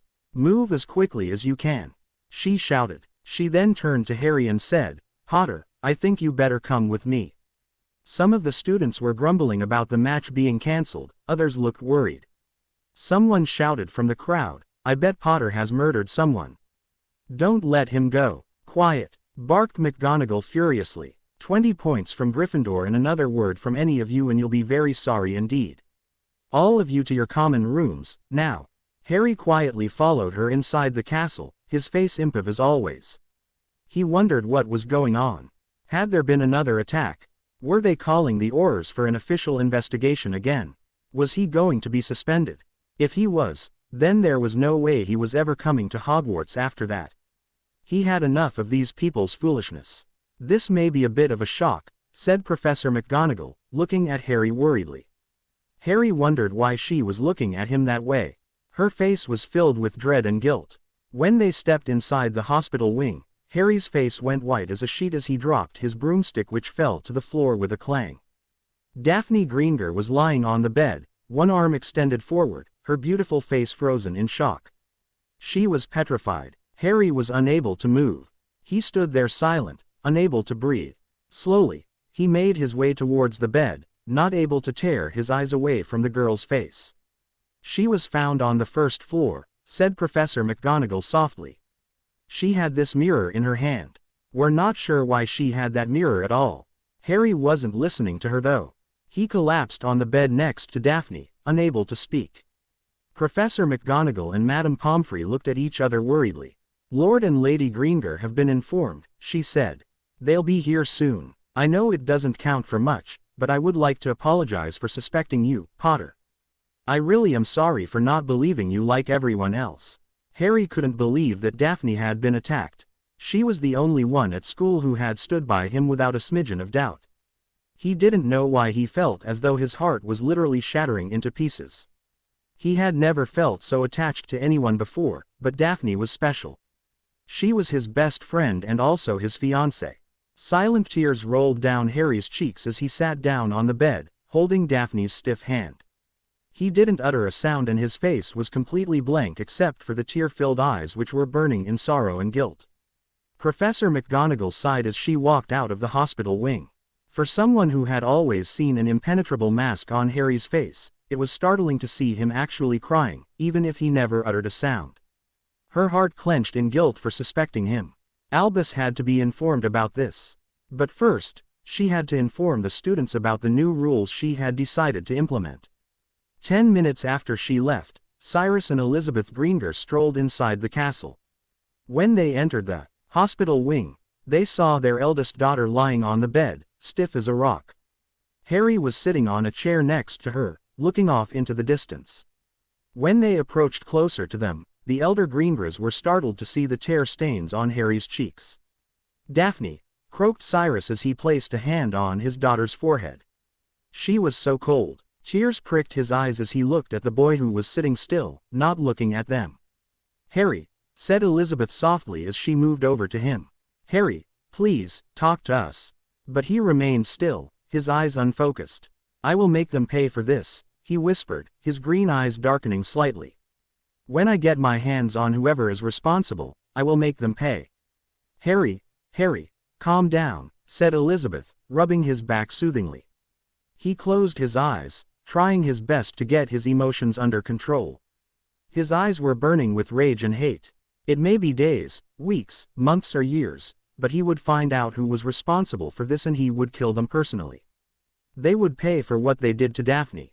His grip on her hand tightened. Lucius Malfoy was going to die by his hand only. He was a dead man walking. Harry would wait. He was nothing if not patient. Sometime in the future, when he was powerful enough to take him, he would ensure that Lucius regretted messing with Harry. The man would suffer in the most painful way possible. No one in Hogwarts school slept well that night. They were all in a state of shock. If Daphne Greengrass, a pureblood girl from one of the oldest families in the country and a Slytherin to boot, was attacked, how safe were the rest? But one thing was clear. Harry Potter was not the one attacking the Muggle-borns. Everyone knew from just watching them how deeply Harry cared about Daphne, so it was not difficult to conclude that they had suspected the wrong person. The heir of Slytherin was still out there, attacking the students of Hogwarts. And he didn't seem to care about purebloods either. "Thank you, Mr. Devonshire," said Lord Sirius Black as he looked at the file which contained the signed sheets of parchment. "I will have the agreed value of the shares purchased transferred to your vault. I assume the information will not make the light of day?" asked Mr. Devonshire, sweating. He swallowed nervously. He had heard about the Black Family Information Network and their ways of persuasion, but he had never had the pleasure of experiencing it himself. How the hell did Black find out that he was the owner of the Daily Prophet in the first place? He and his two business partners had ensured that it was kept quiet. The information Black had about them was too terrifying to even think about. But he would get back at Black one day. He wasn't going to be a sitting duck. He could already sense the subtle shift in power. Politics was heavily dependent on the media, and Lord Sirius Black now controlled the Daily Prophet. "Enjoy your day, Mr. Devonshire," said Sirius with a smile. When the disgruntled and angry older man turned to walk towards the door, Sirius' smile dropped as he pointed his wand at the man's back. "Obliviate, stupefy. I think the DMLE would love to get their hands on you and your two friends," said Sirius with a smirk. "Smuggling illegal potions and artifacts. You all should realize now why the Blacks have always held power and why we have considered ourselves close to royalty. And it is time we got it back. You should have left my son alone. Let's see what the Daily Prophet says about Harry Potter with me in charge." Harry waved his wand as he conjured a bunch of multicolored orchids which he placed at Daphne's bedside table. He hadn't spoken a word to anyone at Hogwarts since the incident. Sirius had told him about the change in ownership of the Daily Prophet. It was now equally owned by the houses of Potter and Black, but of course, no one would know that. It was under an alias, under the name of one Frank Olive. Any information about the true holders of the shares was covered under a mountain of paperwork so that no one would bother looking for it, or find it. Sirius had gone an extra mile and actually created a fake identity for Frank Olive. No one would know that he never existed. "I miss you," whispered Harry as he rubbed Daphne's hand with his thumb. He frowned when he felt something in her fist. He looked down and felt a sheet of parchment nested inside her hand, and he spent several seconds trying to get it out. Once he smoothed the sheet, he read what was in it. "Of the many fearsome beasts and monsters that roam our land, there is none more curious or more deadly than the basilisk, known also as the king of serpents. This which may reach a gigantic size and live many hundreds of years, is born from a chicken's egg, hatched beneath a toad.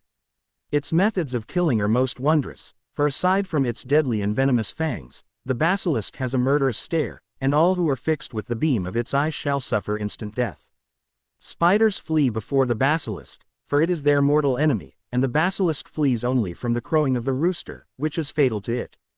Harry frowned because he had ruled out the possibility of the creature being a basilisk. But he saw that Daphne had written something at the bottom of the sheet. "Pipes, plumbing inside the castle. Ask King Myrtle. May be able to find out more. Windows, spiders acting strangely. Hagrid's roosters, killed. Ergo, the basilisk. But the basilisk's gaze kills, doesn't it? Then why wasn't anyone dead? Oh wait. No one did look the creature in the eye. All of them looked at it indirectly, which was what caused the petrification in the first place. There had always been a barrier, water on the ground, a ghost, mirrors. Myrtle. She was the one killed 50 years ago, wasn't she? Harry's eyes widened. Why hadn't he thought about that before? Between all the studying he had been doing along with the shit he was dealing with from the students of the school and the rest of the country, he had discounted a major part of the mystery. His blood chilled when he thought about the basilisk that was at Hogwarts.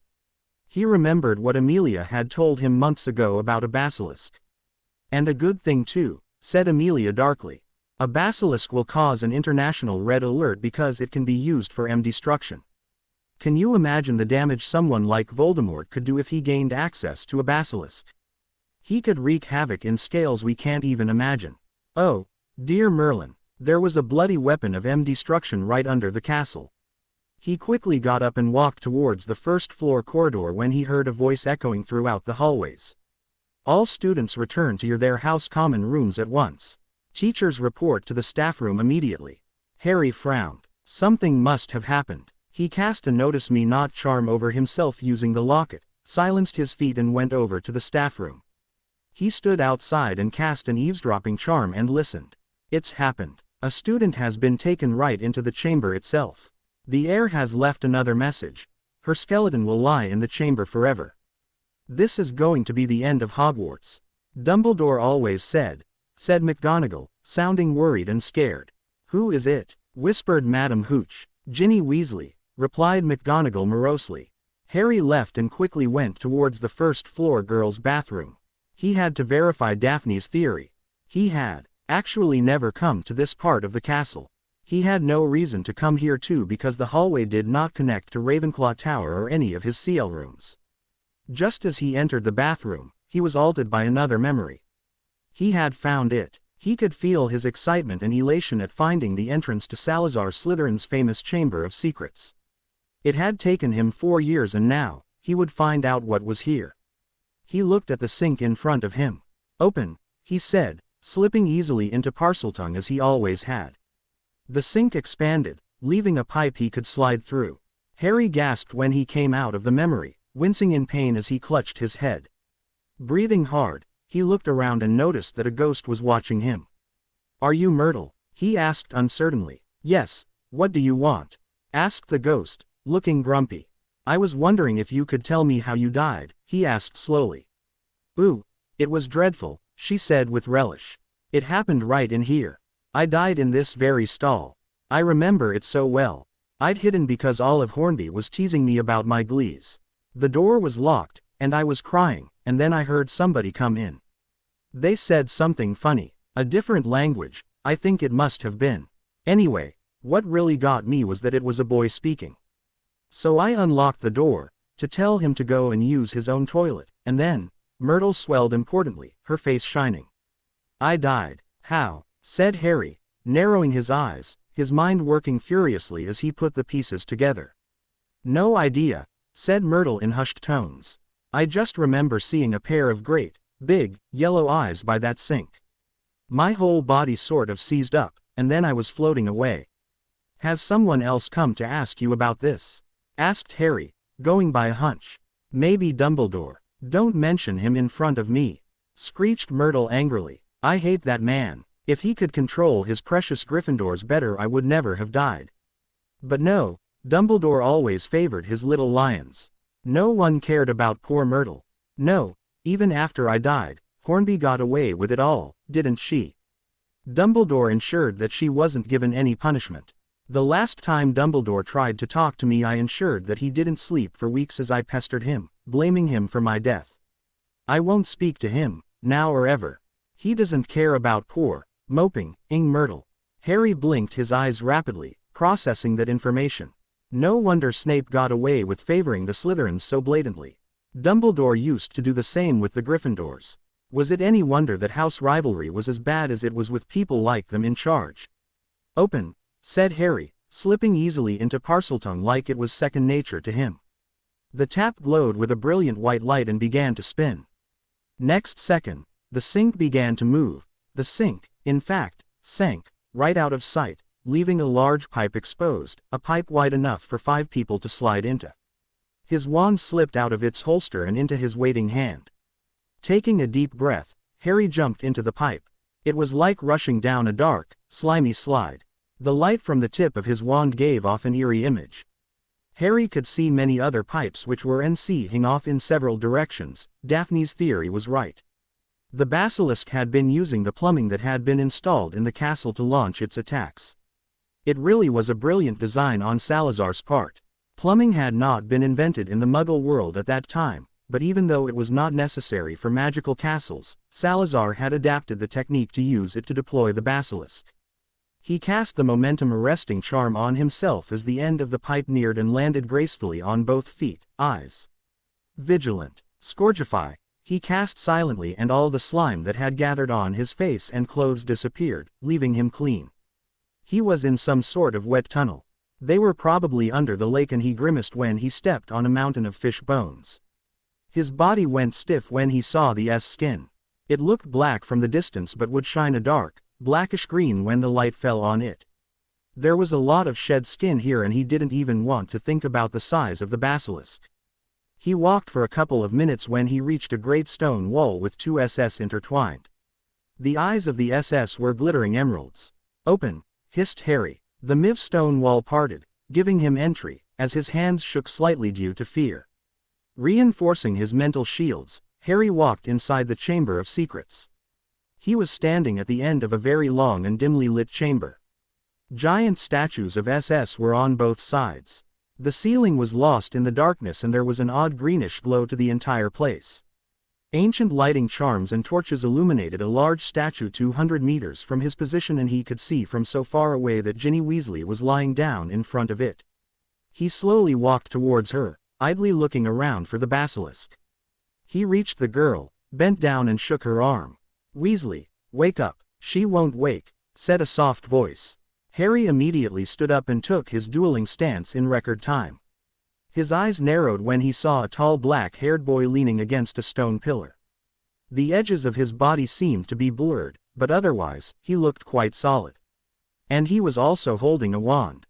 "Who are you?" asked Harry quietly, still not having moved from his stance. "Tom Riddle," he said quietly.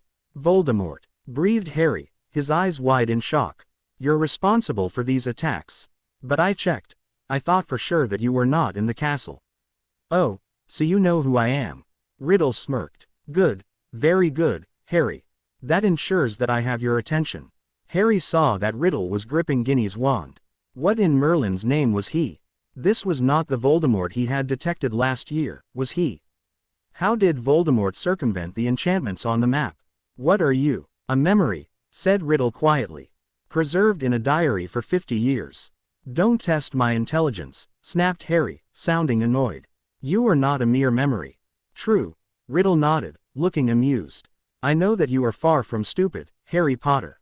Ginny has told me all about you, about how you got yourself accepted into the accelerated program, about how you won the Under-13 International Dueling Championship, everything.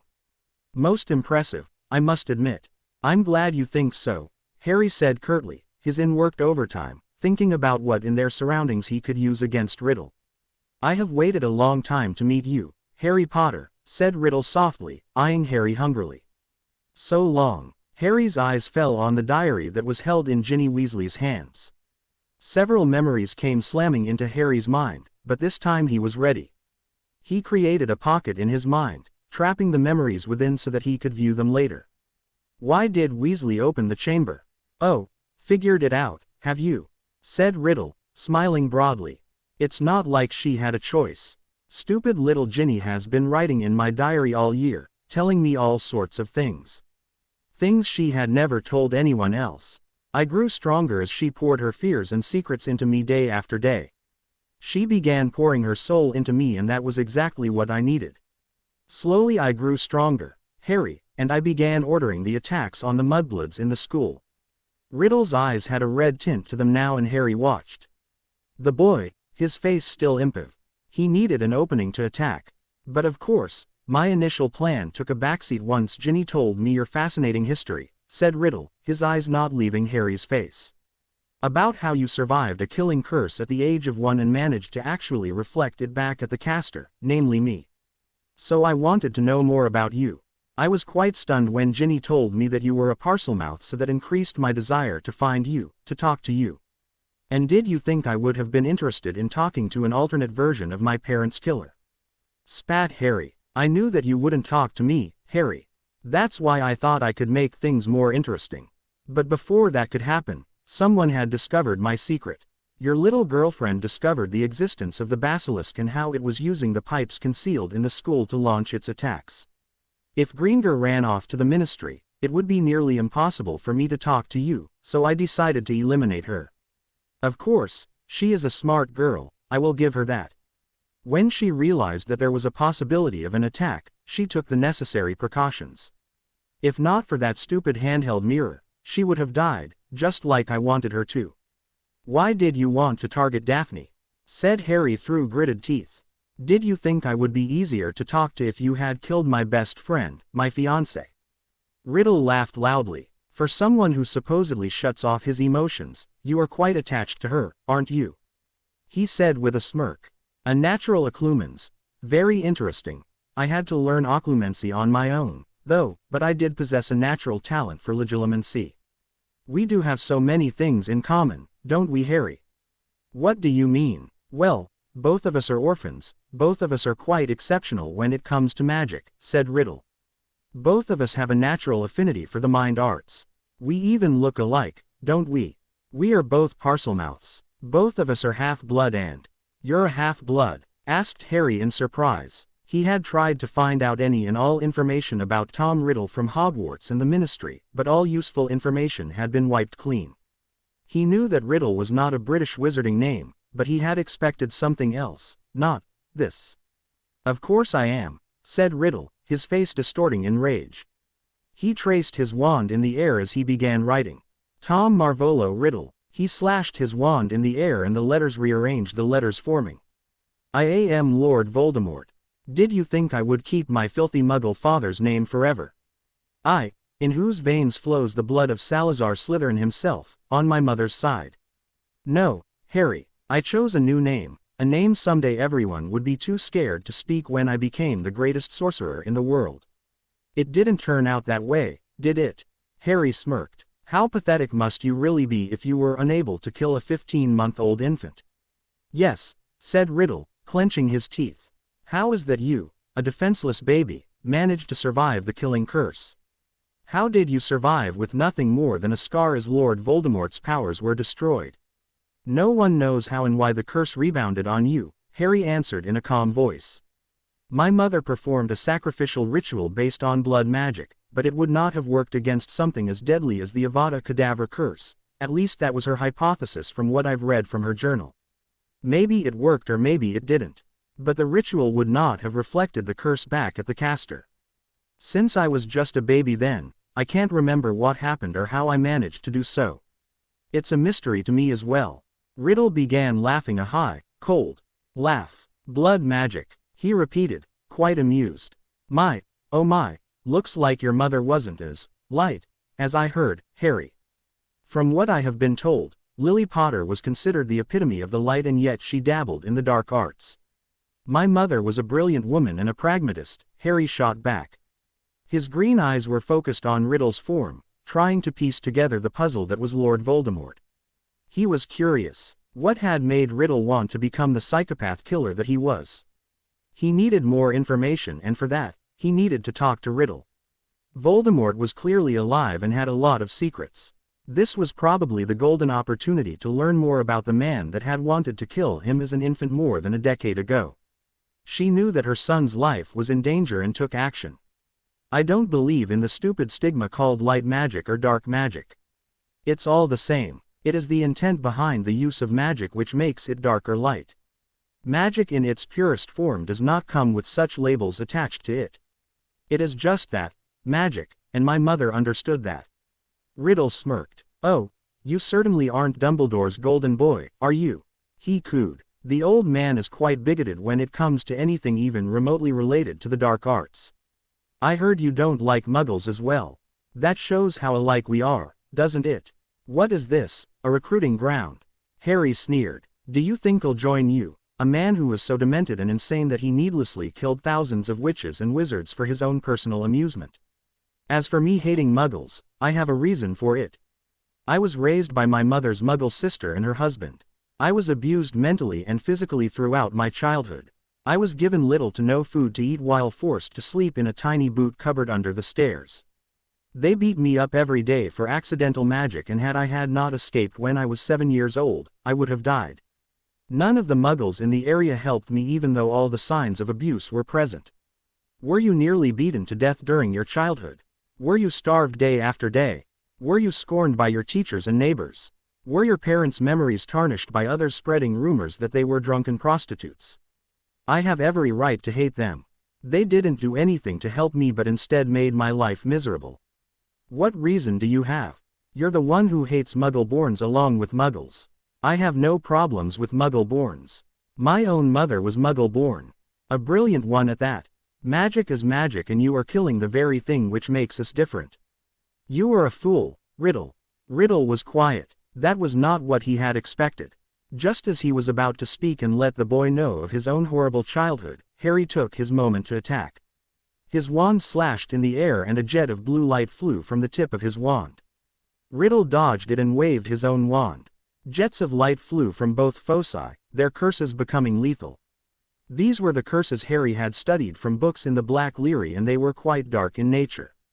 The pain one would feel if it was inflicted on them was truly horrifying. They were indeed the dark arts, but Harry had come to realize that there was again a difference between the dark arts and the black arts, the latter being quite dangerous, from what he had read from his mother's notes. The dark wasn't something that shouldn't be learnt. Anything in excess was bad, including light magic. Balance was essential, but Dumbledore, in his fear of dark wizards, had removed several subjects when he became headmaster of Hogwarts to ensure that only light magic was taught. That led to poor quality witches and wizards graduating every year. They were slow and sloppy, not to mention weak. The balance was broken, but on the other hand, Voldemort and his Death Eaters were perfect examples of what would happen should one sink too deep into the darkest of magic. Voldemort and Bellatrix were literally insane. Harry flicked his wand at the pool of water to his right. The water rose into the air. He quickly spun his wand in a small round motion and the water immediately flew towards Riddle, trapping him in a large liquid sphere. The tip of Harry's wand was glowing bright blue while he was using his offhand to steer the sphere to the other side. Suddenly, Riddle broke free and banished huge gallons of water back at his opponent. Harry charmed it to solidify into ice and transfigured it into tiny, razor-sharp ice crystals and flung them back at Riddle. The other boy slashed his wand in the air and transfigured the ice crystals into grains of sand. He then moved his wand in a circular motion many times, pointing it up. The sand formed a mini tornado which was fast approaching Harry. Harry then pointed his wand at one of the ancient torches in the chamber which flew off its hold. The fire disintegrated the sand tornado, but it turned into a giant fire eagle which launched itself at Riddle. But it no longer was an eagle, but a large black serpent moving towards Harry, who blasted it to smoke, which solidified within seconds to form several daggers which moved towards Riddle. The older boy conjured marble to impact the daggers, but some of them escaped and hit him in the head, and Harry had just dodged the block of marble which had headed his way when he saw the daggers impact Riddle. "It's over, Tom." "You," said Harry, but stopped mid-sentence with his jaw hanging open in shock. Tom Riddle smiled at Harry widely.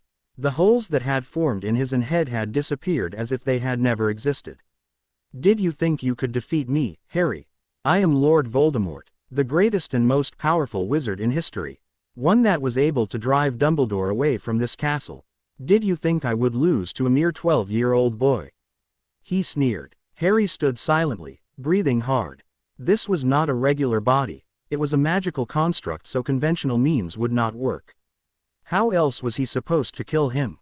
"Do you feel safe now, Harry Potter? You were foolish to come here alone. There's no one here to help you. What's going to stop you from dying now?" Harry was frozen at his spot when he heard something. Music was coming from somewhere. He and Riddle turned and spotted a beautiful phoenix flying towards them. Fox dropped something in Harry's hands and settled on his shoulder. "The Sorting Hat." Riddle laughed. "This is proving to be quite entertaining. Let's see what you and the Songbird can do against the King of Serpents." Riddle turned towards the Miv statue and hissed, "Speak to me, Slytherin, greatest of the Hogwarts Four." Harry backed away. looking for a way to escape. Maybe coming down here alone wasn't a good idea after all. He conjured a rooster and hit it with an amplifying charm. The rooster crowed, but Riddle laughed. Impressive conjuration, Harry, but it won't work, he said with a smile. This is Salazar Slytherin's basilisk. It is not that easy to defeat it. Kill him. Harry closed his eyes as he felt Fawkes lift off into the air. Extending his senses, Harry flicked his wand at Riddle's general direction as he began shooting curses, anything to distract Riddle. He put the sorting hat over his head for all the good it would do, but he had never practiced magic with his eyes closed. Harry winced in pain as he hit a Mives statue, having been thrown off his feet by a blasting curse. Blood poured from behind his head and smeared on the stone pillar as he panted. Why did Salazar keep a basilisk in a school? It made no sense. He founded Hogwarts to protect magical children from the Muggles. So there was no way he would use it to kill the students of the castle, Muggle-born or not. It was his job to protect the students. Protect. That was it. Salazar did not raise this basilisk to kill the students, but rather to protect the students in case the Muggles ever invaded the castle. It was probably the final backup plan, in case all was lost. The S had been here for more than 1,000 years, it must be confused as to who really was the enemy. When he heard the basilisk shriek in agony, Harry opened his eyes, not being able to stop himself. The sight before him made him gasp. The basilisk was probably 70 feet long. It was fighting the phoenix which was flying circles around the great S. Harry saw that blood was leaking from the basilisk's eyes. Fawkes must have destroyed its eyes.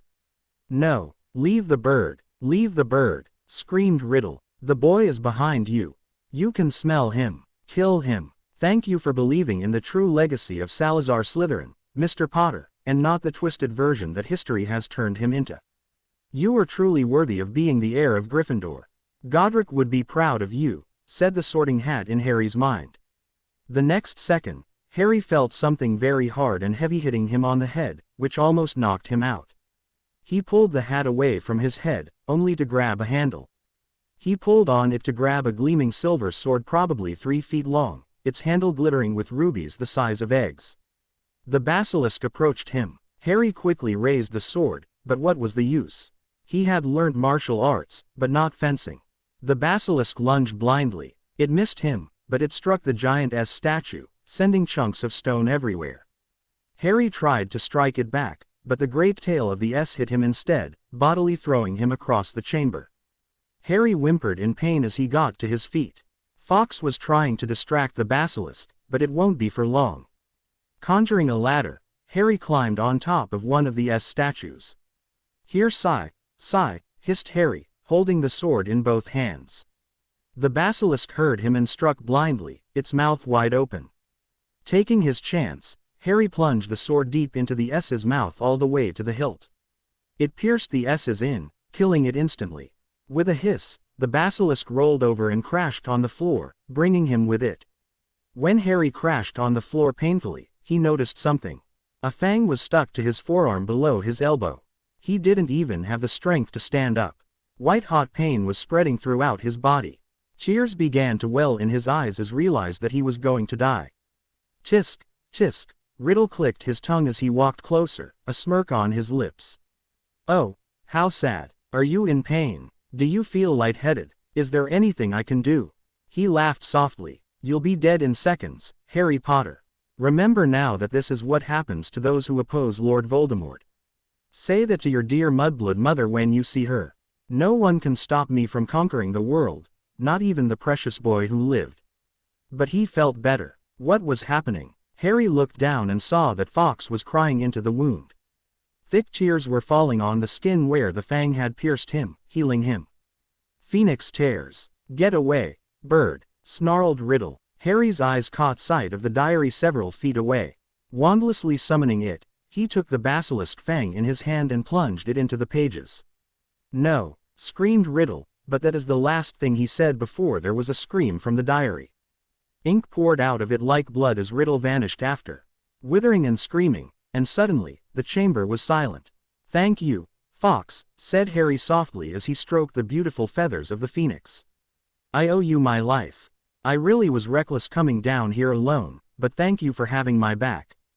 Fox trilled happily, but Harry smirked slightly. This still doesn't change anything, though. I still hate your companion. The magical bird trilled again, apparently not expecting anything else. Harry limped forward towards the basilisk. He removed the sword that was nested in the mouth. He held it up against the light and his eyes widened. On the blade, just below the hit, were the words, "Godric Gryffindor, why you gave me the sword?" Harry whispered, addressing the Sorting Hat. "I know of my family history. You had the sword all along. Generations of Potters have been searching for it for centuries, and Godric had hidden it right under our noses. When Geraldine Gryffindor and Alan Potter had a son, Godric was in a dilemma," the Sorting Hat replied. "He didn't know whether to pee on the Gryffindor family titles and fortune to his grandchild, not sure if his descendants would be worthy of it. However, he finally decided that he would test them, and that his treasures would only pee onto a child of the Potter family who embodied what Hogwarts represented." The Hat continued, "The only way for any Potter to claim the Gryffindor title and fortune, as you know, is to find his legendary sword. That much is known to the Potters, considering they have been searching for it for the last 1,000 years, but what you didn't know was that it wasn't a game of hide and seek. Godric entrusted me with the sword and told me to present it to someone of his blood who I felt was worthy. I have sorted generations of Potters into all 4 houses of Hogwarts. Many of them were exceptional, but I waited. Today, however, I present the sword to you. You embody the true heritage of Hogwarts: loyalty, intelligence and ambition. You truly believed that Salazar could not have been evil, and that was what made me finally choose you. You are unique, Harry Potter. I have never encountered anyone like you before. You are truly worthy of bearing Godric's family name. Welcome back, Lord Gryffindor." A sheen of golden light formed on the surface of the sword, and Harry felt an aura wash over him. Golden light enveloped him, and after a few seconds, the magic seeped into his skin as a ring appeared on his left ring finger. It was a large ruby placed on a gold band with a lion on it. He had gained the Gryffindor title, something which his ancestors had been trying for centuries. "Thank you, Hat," said Harry sincerely. "I am merely doing my job," said the Hat. A few seconds later, Harry heard a groan. He turned to his left and saw Ginny Weasley waking up. His face became impive again. He tried to ignore it, but couldn't help but be annoyed with the girl. She was a pureblood. Shouldn't she know that a diary such as that was dangerous? While he could admit that she was just a naive 11-year-old girl, he couldn't help but feel that if she hadn't been so stupid, all of this could have been avoided. Ignoring the babbling girl and supremely unbothered by her distress, Harry picked up the Sorting Hat and sword and magically attached them to his belt. Delicately grasping Fox feathers with one hand while taking Weasley's hand with the other, they escaped the chamber through the pipes. When they emerged, they saw Professors McGonagall and Flitwick there, with their wands raised. "Oh, thank Mother Magic you're all right," said McGonagall shakily. "We were informed by Myrtle that you went into the chamber, Potter, and we were trying to come after you, but the wards wouldn't budge. Come on, your godfather and Miss Weasley's parents and are in the headmaster's office. Perhaps it is better to take them to the hospital wing, Minerva," Professor Flitwick interrupted as the sink sealed shut behind him as Harry closed it with a Parseltongue command. "What?" McGonagall blinked in confusion as Fox disappeared in a flash of flame. "Oh yes, come on, you two. Let's get you to Poppy." Harry was still feeling dizzy as he limped along.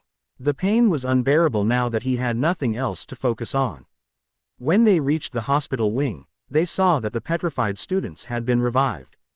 Daphne was sitting on her bed with her parents by her side, wearing a stony expression on her face. "Poppy," cried Flitwick, "we need you here." Madame Pomfrey came over and led them over to a bed. The other students were all looking at them, wondering what was going on. Just when she finished scanning Ginny, the doors burst open and they all heard a screech. "Ginny!" screamed Molly Weasley as she ran towards them, grabbing her daughter in a tight hug. You saved her." She turned towards Harry to hug him as well, but a shield materialized in front of her, pushing her back. Molly Weasley's face turned red with anger when she spotted Elizabeth Greengrass with her wand raised.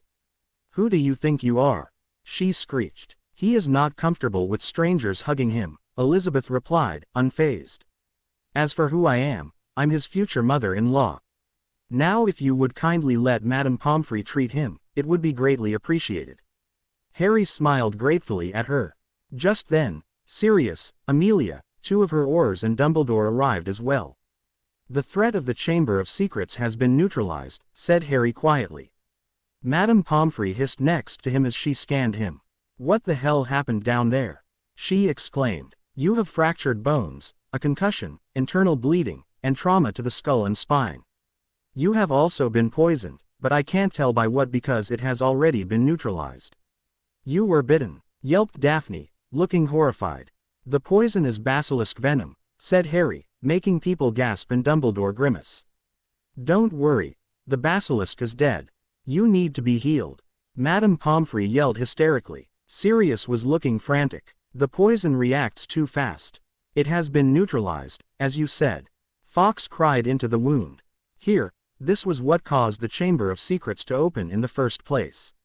He gave the diary to Dumbledore, who looked at it with keen eyes. It was Voldemort's 16-year-old self, Professor, said Harry quietly. Brilliant, said Dumbledore softly. He never thought that Tom would make one of his Horcruxes into a weapon such as this. It was quite unconventional. He was beyond happy that a Horcrux had been identified and destroyed. He would most definitely ensure that Harry was rewarded for this. Perhaps an award for special services to the school would suffice. I'll need to vanish your clothes, Potter, she said. With a flick of his wand, Harry's uniform vanished and he was lying there in his underwear. Miss Greengrass, could you please scrub him clean while I heal him? We don't want any residual poison on his skin. Of course, Daphne said quickly as she took the sponge from her, carefully wiping his body with it. I would like to see the memory of the event, if you would please, Harry, said Dumbledore. Later, Albus, Madame Pomfrey snapped, looking annoyed. He's been through a terrible ordeal and is suffering from magical exhaustion. Potter needs time to heal. No, it's all right, Madame Pomfrey, said Harry tiredly. Pointing his wand to his head, he removed the memory just as Dumbledore paid him a file. I know that I was wrong in suspecting you, my boy, but I have to tell you that I am incredibly proud of you. Dumbledore smiled at Harry as he accepted the memory. Sirius, he murmured, motioning his godfather to come closer, ignoring the headmaster. When he did, Harry gripped his locket and a privacy bubble formed around them. It was Lucius Malfoy, said Harry quietly. He was behind it all. How can you tell? Asked Sirius sharply. See that diary? I recognize it. Lucius placed it in Ginny Weasley's cauldron after he and Arthur Weasley fought in Flourish and Blots last year. The memory is not clear, but I know what I saw. There was also an incident with his house elf, Dobby. The elf repeatedly came to warn me about danger at Hogwarts and that I should go home. Lucius was also responsible for Hagrid getting arrested and Dumbledore getting suspended. He planted the diary, I'm sure of it. It belonged to Voldemort and Lucius was one of his high-ranking Death Eaters, wasn't he? Sirius' eyes narrowed. Are you absolutely sure? Positive, said Harry confidently. Then I believe I should pay dear Lucius a visit. When you negotiate with him, can you get his elf Dobby freed? He asked hopefully. The little guy risked his life to help me and I don't want him killed by Lucius in his anger. I'll see what I can do, Sirius replied quietly. Rest for now, son. I'll be back soon, all right. Harry nodded as his head hit the pillow, feeling butterflies in his stomach when he heard Sirius refer to him as his son. Amelia finished speaking to Ginny Weasley. When Dumbledore wasn't looking, Harry discreetly gave her a copy of the memory. Don't let him see it, whispered Harry. This has a little extra to it and I have plans for this. Amelia nodded as she put it inside her large robes. She was 5 months pregnant at this point, but her robes hid her belly. Telling them that she would be back later for any further inquiries, she and the two Aurors left the hospital wing. Dumbledore was still looking at the diary as he made his way out of the room as well. Tippy, Harry called out quietly. When the elf appeared, he said, take this sword and fang and place it in the vault in my study, will you? Yes, master, Tippy said happily as she left with the items. I'm all right, he said softly, addressing the elder Greengrass. I'm just tired. Don't ever scare us like that again, Elizabeth whispered worriedly, placing a gentle on his head. Harry felt a rush of emotion as he looked at her with affection. I'll try, he told her, wearing a small smile. But that was the last he said before the dreamless sleep potion took effect and he was out like a light. As they walked out of Hogwarts, Cyrus looked at his wife. "He is warming up to us, isn't he?" Elizabeth nodded and smiled. Lucius Malfoy had just finished negotiating with his business partner in France. When he came back to the villa he owned in the middle of a vineyard in northern France, Dobby appeared in front of him. "Master, Lord Black is here to see you," said Dobby, shakily. "What?" said Lucius sharply. Pursing his lips, he said, "Show him in." And Dobby, Crucio. A jet of red light impacted the elf for a second, making him shriek in pain. Shakily, he popped away and a few minutes later, Lord Sirius Black was escorted into the drawing room, impeccably dressed as always. Lucius hated the fact that there was going to be a new male heir for the House of Black. There was absolutely no way for Draco to inherit the title and fortune now. "Lucius, how have you been?" asked Sirius cheerfully as he sat down in an armchair opposite to the man.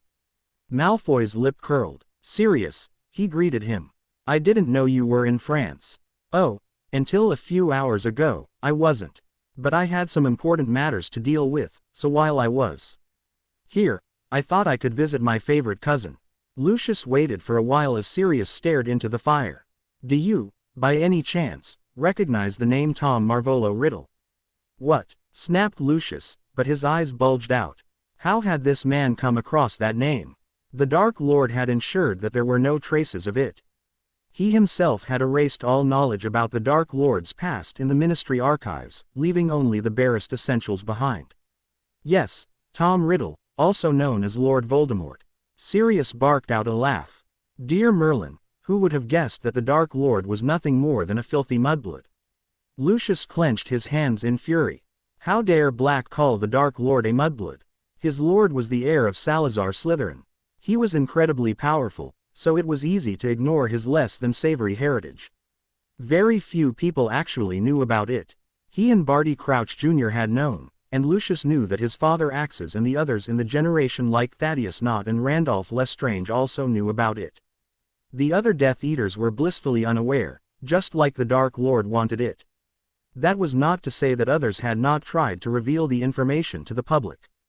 Albus Dumbledore had tried to get the information printed in the Daily Prophet, but the Dark Lord had personally tortured and killed the editor, Dorcas Meadows, one of the old headmaster's supporters and member of the Order of the Phoenix, before that edition of the newspaper was printed. After that, the paper changed ownership and Dumbledore had no control over it again. Lucius was a believer in the pureblood cause, true, but it didn't really matter that their lord wasn't pure because he was the leader who fought for the rights of purebloods. That was enough. Besides, being Salazar's heir was sufficient to gain the respect of many. "I have some information here, Lucius," said Sirius as he opened a small notebook. "This book has been in my family for centuries and it is quite useful in times of need. Do you want to know what it says?" Lucius Malfoy could feel sweat forming on his brow. He knew that the book wasn't the original. Merlin knows Black wasn't that stupid to remove the infamous book filled with blackmail material from his vault. This was probably for Theatrix, but he wondered what he had in the original book. He knew of several families that had suffered because of the information that generations of Blacks had collected. There was a reason the House of Black was considered one of the most powerful families in magical Europe. Even now, Lucius wondered how they did it. The head of House Ring gleaming at him from Sirius' finger really did not help any. "Let us take a brief history lesson, shall we?" Sirius smirked. There were several most ancient and noble houses in our country centuries back, but many of them are now, unfortunately, extinct. The most ancient houses are the oldest families in magical Britain, dating back to the time of King Arthur of the Royal House of Pendragon, the last magical king of Britain. In fact, King Arthur was the last magical king in the world. All other major magical dynasties, Narmer of ancient magical Egypt, the line of Qin of ancient magical China, the Akkadians of ancient magical Mesopotamia, and the Ikshvaku clan of ancient magical India, all of them had been replaced by Muggle emperors. Lucius wondered where he was going with this. His gray eyes were narrowed and he gripped the handle of his cane. The most ancient and noble houses like Black, Potter, Peverell, Knott, Greengar, Slytherin, Gryffindor, Longbottom, Smith, Ollivander, Lestrange and several other now extinct families were all once serving under King Arthur in his court at Camelot. Once the king died, Lord Mervyn entrusted the future of the magical world to us, through the Wizards' Council, the Wizengamot. The royal line ended with Arthur, but an offshoot Muggle line ascended to the throne. Witches and wizards did not like serving a Muggle, but it continued. A few centuries passed and there was the Norman invasion of England which brought about families like yours to magical Britain. That's where this book comes in, said Sirius, acting as though he was reading the said book. Interesting. So the land on which Malfoy Manor sits was presented to you by a Muggle. It seems Armand Malfoy was quite close to the then Muggle king, Willem, I'm told. I also have proof that later in the 16th century, Lucius Malfoy, a man you were named after, had very close contact with Queen Elizabeth I. He was courting her, wasn't he? Then there is evidence that for centuries you curried favor with the Muggle royals, interacting with them. Lucius' face was pale. This information was something which the Malfoy family had gone to great lengths to suppress, with all the evidence destroyed. How had the Blacks gotten their hands on it? The Muggle royals came under a lot of fire when they refused to help witches and wizards, leading to the formation of the International Statute of Secrecy, Sirius continued. All over the world, the Muggle royal houses are hated for the way they, directly and indirectly, led to the slaughter of countless witches and wizards in their bid to keep us downtrodden. If this information gets out, Lucius, the downfall of the ancient and noble house of Malfoy is imminent. People still haven't forgotten the atrocities committed by the royals against witches and wizards. Mother Magic herself does not favor them. That's why there has not been a single Muggle born in their families anywhere in the world, even though all of them, however distantly, had magical ancestors. What do you want? Said Lucius, clenching his fists and gritting his teeth. How dare you try to endanger my son's life? Hissed Sirius angrily. How dare you use one of Voldemort's little trinkets to open the Chamber of Secrets and put innocent children in danger? Did you think we would not figure it out? I have no idea what you are talking about, Lucius replied smoothly, wondering what Sirius was talking about in referring to Harry Potter as his son. Cut the crap, Lucius. I saw you put the diary in Ginny Weasley's cauldron in Flourish and Blots. That diary possessed that girl and unleashed a basilisk inside Hogwarts, petrifying Muggle-borns and nearly killing the heiress of House Greengrass and the heir of Houses Potter and Black. You fool. If Harry or Daphne had died, do you think Cyrus Greengrass or I would have let you go scot-free? We would have hunted you down and killed you. I'm quite tempted to do it now, anyway. Basilisk, yelped Lucius, his eyes wide. The Dark Lord had never said anything about that. He only said that it would cause the Chamber of Secrets to open, getting rid of the filthy Muggle-borns in the school. Yes, you fool, a basilisk. Snapped Sirius. My godson had to kill a bloody basilisk. Do you have any idea what would happen to you if people found proof of your involvement? You would be awarded the Dementors. The International Confederation of Wizards would have you utterly destroyed for putting thousands of children in danger by unleashing the deadliest magical creature known to wizard kind, and nothing and no one would then help you. Malfoy was white as a sheet. He had put his own son in danger. There had been a basilisk roaming in the bowels of Hogwarts and he had been unaware of it. He had put his own son in danger in the process.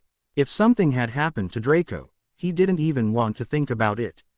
The boy may be spoiled, but Lucius and Narcissa loved him dearly.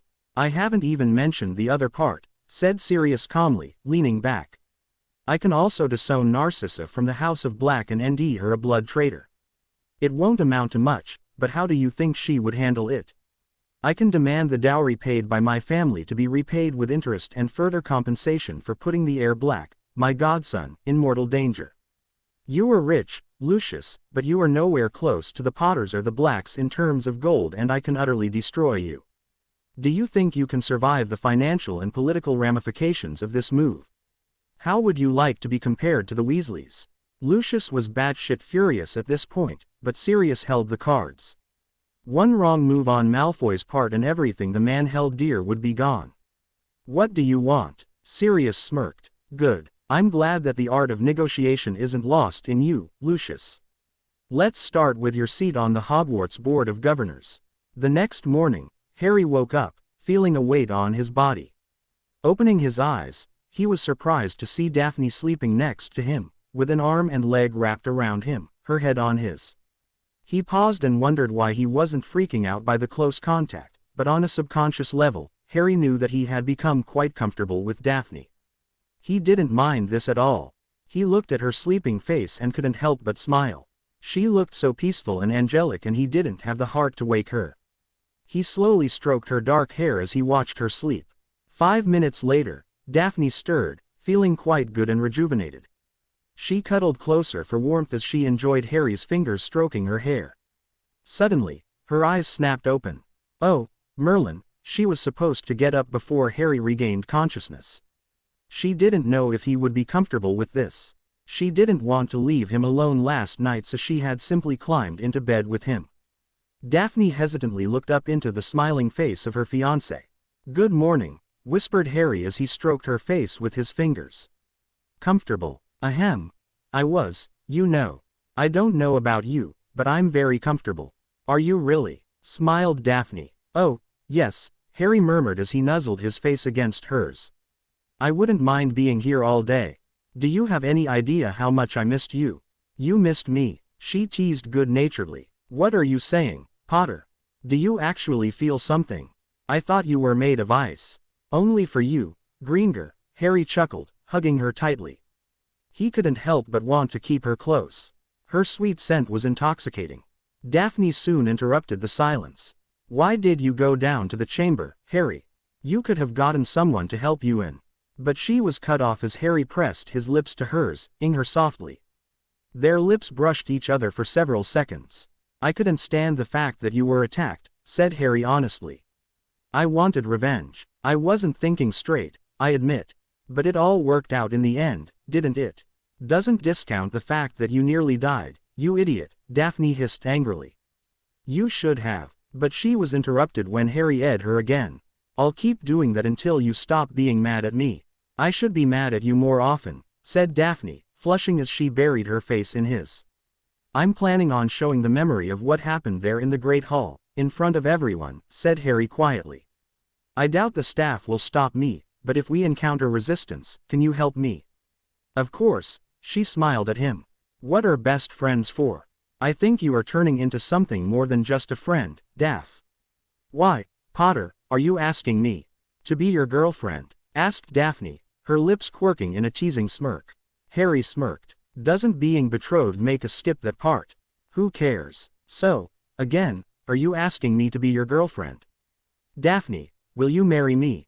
asked Harry cheekily. "You've already asked me that and I said yes by wearing this ring," Daphne sighed, rolling her eyes in exasperation. "You're so frustrating." All right, Daphne Greengrass, would you do me the honor of being my girlfriend?" "Not that you have much of a choice, but still. Way to ruin the moment by your sarcastic comments." Let me think." "Think? But what do you need to think about? I'm better than anyone in the world." "And why is that?" "I need an explanation before I consider you worthy, Potter." "Well, I'm smart. I'm a dueling champion. The scion of the Potter family, the boy who lived, an international celebrity." "Oh, quite full of yourself, aren't you, Potter? I wonder where all this is coming from. This is quite unlike you." "Well, you know what they say." "No, what do they say?" asked Daphne curiously. "How should I know? I thought you might know something to finish that sentence." Daphne groaned, shaking her head. Soon, laughs and squeals could be heard as a ticking war began, leaving them laughing and breathing hard. "You're the best, Daphne," whispered Harry as he closed his eyes, breathing deeply. "I'm glad that you came into my life." "Same here," Daphne murmured as sleep claimed her too. That night at dinner, Harry and Daphne walked into the Great Hall, hand in hand. The entire hall was silent as the two of them sat along with their friends at the end of the Slytherin table.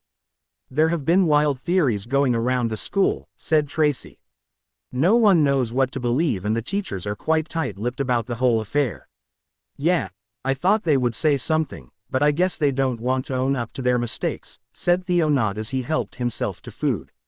"Maybe you can show them a memory of the event, Harry," said Daphne casually. "That way you can stop the speculation. I'm sure the headmaster wouldn't mind." Since the hall was silent, several people heard what Daphne said and whispers began going around the house tables. Dumbledore's beard twitched and his eyes began twinkling as he realized what the two had planned. "Yes, this would work perfectly.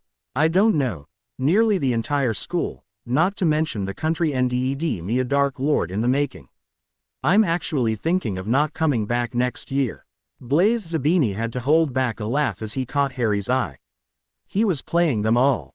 What? Said Blaise, acting as though he was shocked. Why you can't, Harry? Don't you think it's a bit excessive? Maybe, Harry shrugged as people listened to him intently.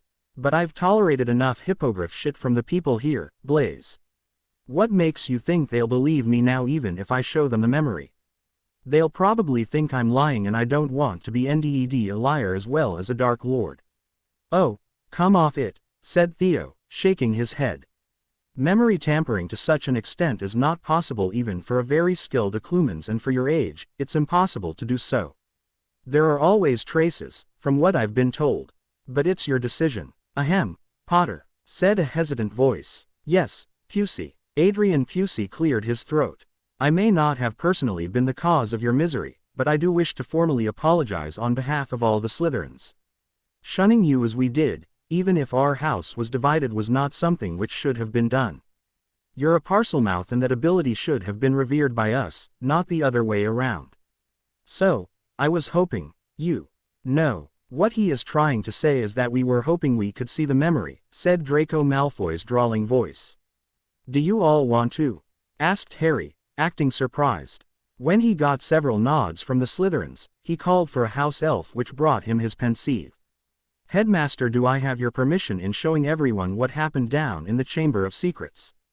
Of course, Mr. Potter, answered Dumbledore, smiling at the young boy. He really couldn't fault Harry for trying to get his credibility back, because it was something he would have done himself. He still remembered his Hogwarts days when people used to point and whisper at him when his father had been thrown in Azkaban, so if Harry was innocent, he wouldn't stop him from letting others know. He had to hand it to Harry, it was executed rather well. Albus had seen the memory in his pensieve. Finally, Voldemort's true heritage would be released to the press. The last time he had tried that, he didn't even want to go there. Dorcas Meadows' death would finally not have been in vain. The pensieve glowed, with three-dimensional images forming above it. The memory began. Everyone watched in silence as Harry talked to Myrtle and then opened the chamber entrance with the use of Parseltongue. They saw him walk through the dark tunnel and enter the chamber proper. People gasped when they finally saw what the legendary chamber looked like. It certainly had been preserved over the last 1,000 years. They saw Harry talking to Tom Riddle, and many screamed when Harry said, Voldemort. Harry mentally smirked when he saw Dumbledore's eyes narrow in suspicion. Memory tampering was indeed quite difficult, even for a very advanced occlumens, but selective memory recall was not. Harry could not even begin to attempt memory tampering, but he could recall part of the memory and not the rest while he extracted it, thus not giving Dumbledore the information he didn't want him to see, yet. People like Dumbledore and Voldemort, who were natural at legilimency, had a much easier time with memory tampering, but Harry's natural talent at occlumency prevented it. Either way, Harry was quite happy with his work. The memory he had given the headmaster did not contain most of the conversation he had with Riddle or him claiming the Gryffindor title. They all watched as Harry and Riddle spoke about Ginny opening the chamber against her will, about how Daphne had figured out how the basilisk moved and Riddle trying to kill her, but Daphne's prudence saved her life. They watched Riddle say how similar he and Harry were. There were many stunned faces when Riddle revealed himself as a half-blood and that Voldemort was only a made-up name. It certainly debauched people's claims of him being a pureblood when they saw the anagram. To think that the Dark Lord, the person who spouted pureblood propaganda and even killed for it, was the son of a Muggle. Dumbledore grimaced when Harry's childhood was brought up. Beside him, he could hear Minerva gasp and glare at him. She hadn't known about the abuse and she certainly had warned him against them, but he hadn't listened. He mentally frowned when he listened to the next part of Harry's conversation with Riddle. Many were stunned when Harry revealed a theory about how he survived. Lily Potter having dabbled in the dark arts to save her son's life was a monumental revelation, and people didn't know what to think about that. Snape looked smug, but Dumbledore was frowning heavily. He had thought that Harry had survived because of the power of love, but obviously, that was not true. He would need to get that journal and Lily's notes about the ritual. He wanted to know more about it. The duel between Harry and Riddle was awe-inspiring for many. Professor McGonagall was overjoyed at Harry's transfiguration skills, and Snape had to grudgingly admit that Harry's knowledge of the spells which were most definitely considered dark by many was good. Flitwick was bouncing in his seat at the outstanding charm work, and everyone cheered when the daggers impacted Riddle, only to gape in shock when nothing happened to him. The fight with the basilisk was terrifying to watch, and when Harry stabbed the S, people screamed in fright. Madame Pomfrey had buried her face in her hands as Harry was slowly poisoned by the deadliest venom on the planet. The entire school exploded in cheers once Harry had destroyed the diary. Harry had to try very hard to conceal his smirk when everyone realized that the sword belonged to Godric Gryffindor. While it was true that the Potters had not actively suppressed the knowledge that they were descendants of Godric, they didn't advertise it either. It was known only in influential circles in the nobility, while the common folk were blissfully unaware of it. So it was quite a shock when they all heard the Sorting Hat tell them that Godric Gryffindor's only daughter had married a Potter. The ring appearing on his finger had Dumbledore closing his eyes in frustration. Why did things have to get more difficult? Even the information about the Dursleys was manageable, but not this. The fact that Harry was the future Lord Gryffindor would get the liberal faction of the Wizengamot flocking to him. How was Dumbledore supposed to be their leader if they looked up to someone else? He would have to do damage control. Sirius Black already had a grip on the traditionalist faction. Cyrus Greenger was the leader of the centrists, and if Harry had this level of influence over the liberals, he would have to think things through, because this could have political repercussions. When Dumbledore was thinking and the rest of the teachers were cellating, Severus Snape was mentally scowling. Things had been so good over the past year. He had thought that James Potter's tea was the one attacking the Muggle-borns. He had dreamt happily about the day the boy would finally be taken to Azkaban and he could gloat to Sirius Black. But now, the boy had to go and do this. "Potter, I think it is time you give the artifact back to the school," said Snape silkily, his voice echoing throughout the Great Hall. Dumbledore snapped out of his trance. He looked at Snape with his eyebrows raised. Surely Severus was not that desperate to get his revenge on the boy. He should know better. As headmaster, he knew of the laws surrounding the founding families, and he was positive that there was no way that sword was leaving the hands of the Potter family. He should know. James Potter had demanded an unbreakable vow just to borrow the Peverell invisibility cloak. "What artifact?" asked Harry, looking at Snape with a straight face. "The Sorting Hat has been returned to the headmaster." Dumbledore's beard twitched in amusement, but before he could intervene, Snape said in a dangerous voice, 5 points from Ravenclaw, Potter, for your cheek. "I'm talking about the sword. Gryffindor's sword. It belongs to Hogwarts, so return it." "And who in Merlin's name told you that Gryffindor's sword belongs to Hogwarts?" "It says so in Hogwarts, a history," answered Hermione Granger imperiously. "It's the legendary artifact of Godric Gryffindor, and since he is one of the founders of Hogwarts, it belongs to the school." Harry's face remained impassive as he spoke. "Hogwarts, a history is the most biased book I have ever read in my life. I'm pretty sure it was written by a Gryffindor who looked down upon the other 3 houses. As for the founders, artifacts, let's ask Smith, shall we?" "Hey, Smith, what are the laws governing the founding families in Hogwarts?" Zacharias Smith's eye twitched in annoyance at the Hufflepuff table. He really did not like Potter, and he did not appreciate the boy bringing unwanted attention to him in the middle of the Great Hall, but he would be damned if Snape were to start spouting nonsense about seizing founders' artifacts. His family would never agree to that, and he knew that Potter wouldn't either. "The founding families are different and separate entities from Hogwarts," said Smith imperiously. "The descendants of the founders cannot own the castle, and similarly, any money and artifacts of the founding families have nothing to do with Hogwarts. This is a school, not a museum. And would you be willing to return any artifacts that you have that belong to Helga Hufflepuff?" asked Harry casually. Smith scowled. "No. Didn't you hear what I just said, Potter? These laws are something that should have been taught to you, considering our unique position. You should know them." "Oh, I certainly know them, but I was asking you to explain it to Professor Snape and Miss Granger here. Long story short, the sword is Potter family property and no one can take it away from us. If you have any doubts about the veracity of that claim, Professor Snape, I'm sure Professor Dumbledore or Lord Smith would be more than happy to explain it to you. I would explain it to you as well, but you never believe anything I say, so it is counterproductive." Snape's lip curled, but he didn't say anything. He thought for sure that he would be able to ember Potter by doing this publicly, but it didn't turn out that way. Well, the tea wasn't going anywhere. He would get an opportunity in the future to take that boy down a peg or two. He was a Slytherin. He was nothing if not patient.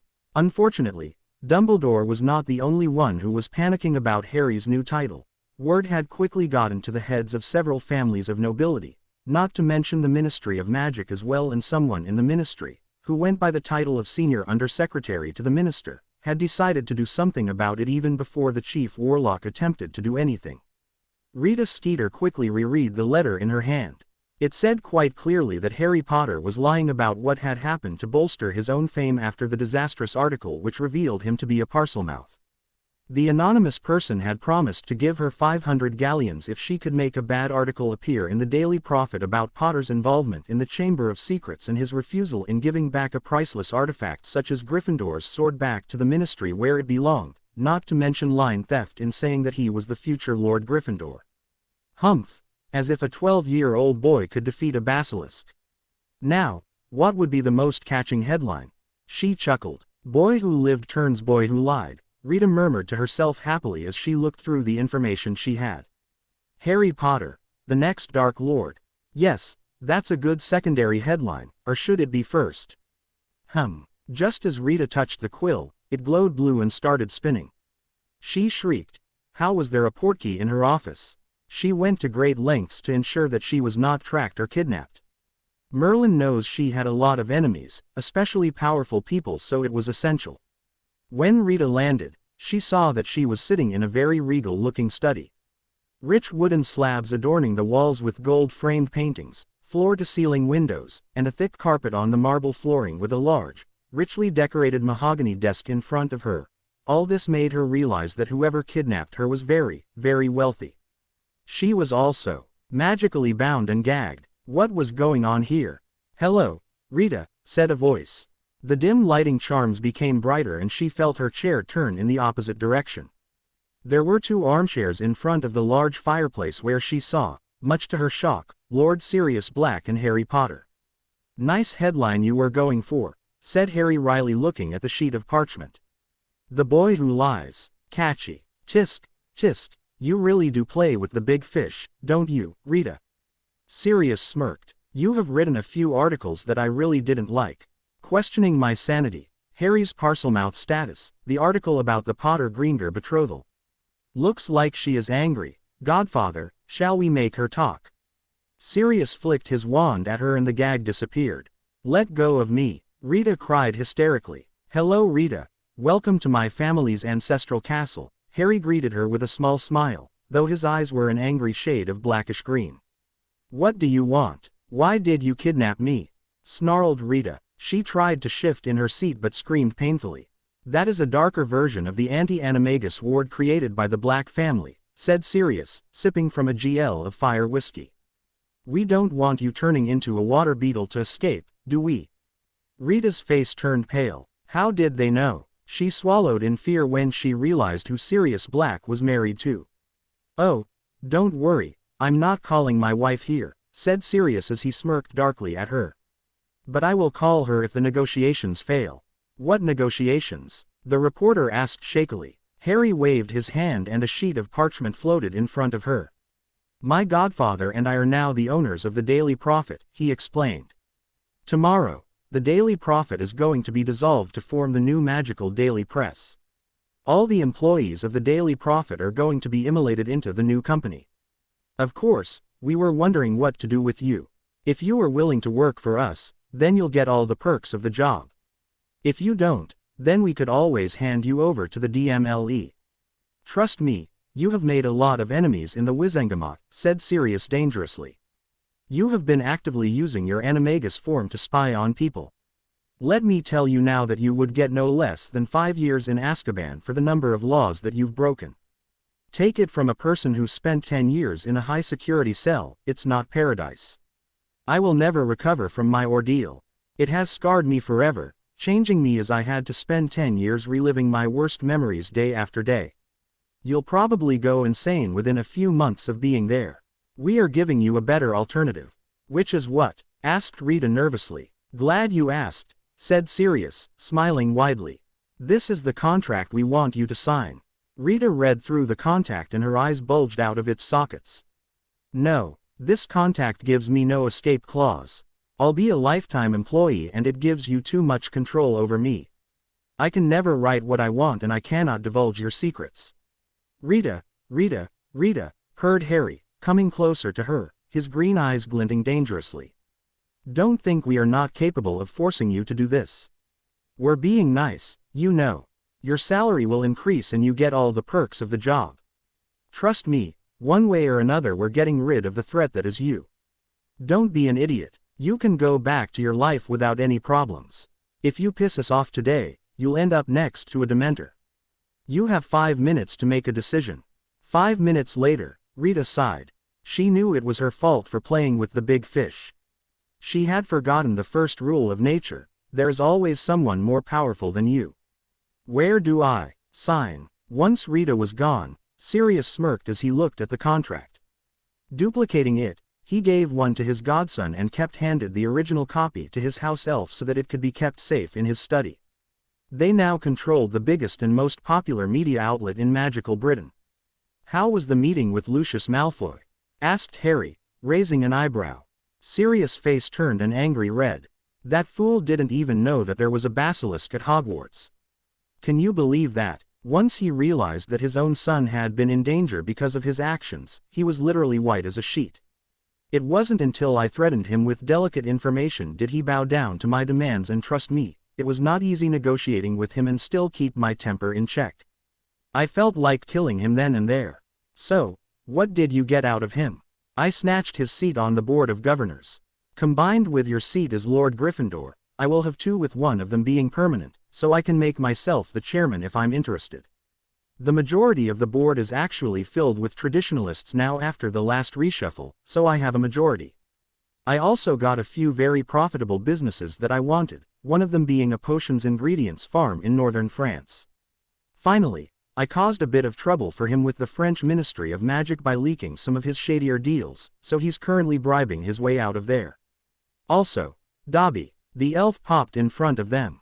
"Lord Black, sir," said the elf, his face lighting up.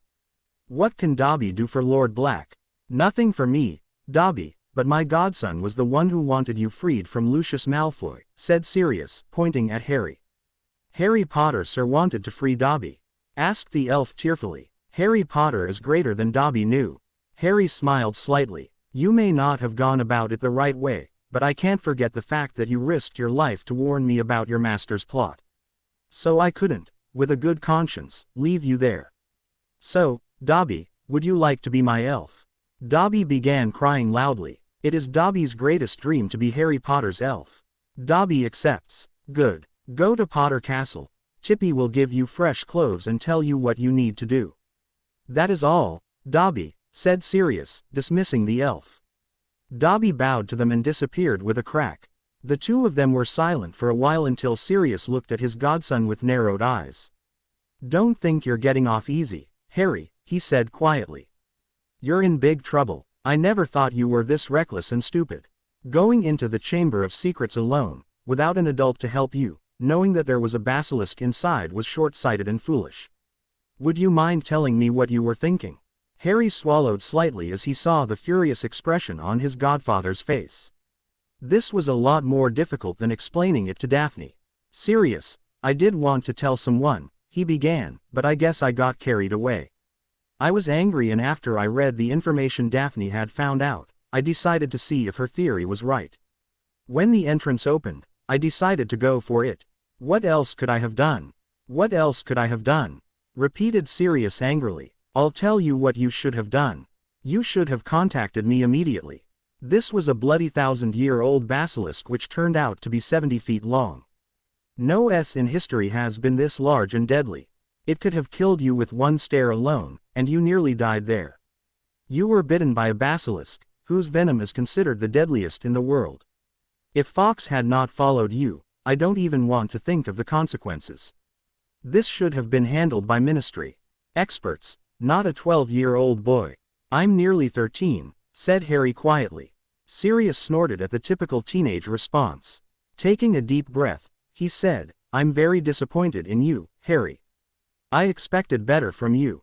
I know that you're an exceptional boy and I'm very proud of the way you defeated the basilisk, but can't you see from my perspective? You nearly died, son, and I can't ignore that. The butterflies in his stomach returned when Harry heard Sirius refer to him as his son once again. His voice was caught in his throat as he tried to say something, but he couldn't. He was feeling emotions he couldn't identify and that confused him more than anything. Right, Sirius nodded to himself. Your punishment is to clean the stables and dungeons at Black Castle this summer for 2 weeks, without magic. I've done the same during my childhood and I know how hard it was and how much I hated it. It will give you time to reflect on your actions. 2 weeks? Asked Harry incredulously. Without magic, I can always make it 3. Harry opened his mouth but closed it immediately. No, it was futile to argue with Sirius. He knew that from past experience when he had forced Harry to go to a mind healer after the Lockhart incident. Sirius sighed softly as he extended his arms. Come here, Harry, he said softly. Harry hesitated, but he sat down next to his godfather who wrapped his arms around him tightly. Having now being used to it, he stiffened only an instant before melting into the MC. I'm not doing this because I enjoy punishing you, Harry, said Sirius quietly. You should realize what you did wrong and ensure that you learn from your mistakes. Your parents would not have wanted you so unnecessarily risking your life when your future is looking bright. You want to make James and Lily proud, don't you? Of course. Then don't do something this reckless again. You nearly died, Harry, and I can't believe I came this close to losing you. I hope you won't be doing something like this again, son, because I would be severely disappointed if you do. Do you really consider me your son? Asked Harry, looking up at his godfather, his voice very soft. He honestly sounded like a small child. Harry may be a nearly 13-year-old boy who was quite mature for his age, but he was also quite abused during his childhood. Those scars had never quite faded from his mind, even if those on his body had disappeared. He still remembered the time he had pined for his parents or anyone else who would take care of him and be a father figure to him that he could look up to. Even as he grew up, he subconsciously still pined for a parental figure who cared about him. Growing up, he had watched as Dudley was constantly showered with attention from his parents. He had seen Aunt Petunia give Dudley loving hugs while he got nothing but scorn and disdain. He could see the proud look in Uncle Vernon's eyes when he saw Dudley, but nothing but anger and hate when he looked at Harry. The dreams concocted by the then 4-year-old boy had never truly vanished in Harry's heart, who still longed to have parents. From reading their journals, he knew that James and Lily Potter had loved him with every inch of their hearts, but it didn't discount the fact that his godfather, Sirius Black, had done everything possible to provide for him over the past year and a half. He had constantly showered Harry with attention and affection, something which Amelia had done as well, both of them coming to the Shrieking Shack nearly every alternate day to teach Harry more magic and spend time with him. The way Sirius had done his best to protect him from the press and the general public, and the affection shining in those haunted gray eyes still moved Harry deeply. Of course I consider you my son, said Sirius patiently. I know that you are James and Lily's son, and I have my own son who is to be born in a few months, but it doesn't discount the fact that I promised your parents and myself that I would take care of you the moment your father placed you in my arms the day you were born. I swore an oath on my magic to always be there for you, Harry, and I will honor that promise till my death. I know that I'm not James or Lily, but I am always here for you when you need me, and if that requires me to be strict with you and hand out punishments, that's what I'm going to do. Harry swallowed thickly as his eyes grew misty. Sirius hugged the teary boy sitting next to him and rubbed his back soothingly. Harry hugged Sirius tightly as silent tears rolled down his cheeks, long-buried emotions resurfacing as he finally reconciled with his childhood, accepting it for what it was, something he had never been able to do. He felt as though a miv weight had been lifted off his shoulders as he put the issue of the Dursleys behind him. The scars would never disappear, but he now had the strength to wear them without hating that part of himself. Thanks, Sirius, said Harry softly, wiping his tears away. You're welcome, Harry. Even though Dumbledore had cancelled the exams for the rest of the school, the 5th and 7th year students still had to finish theirs. Harry was busy studying for his incoming OWLs, so he didn't bother with what was going on outside. The news about the Daily Prophet changing ownership and its shift to the Magical Daily created a storm in magical Britain.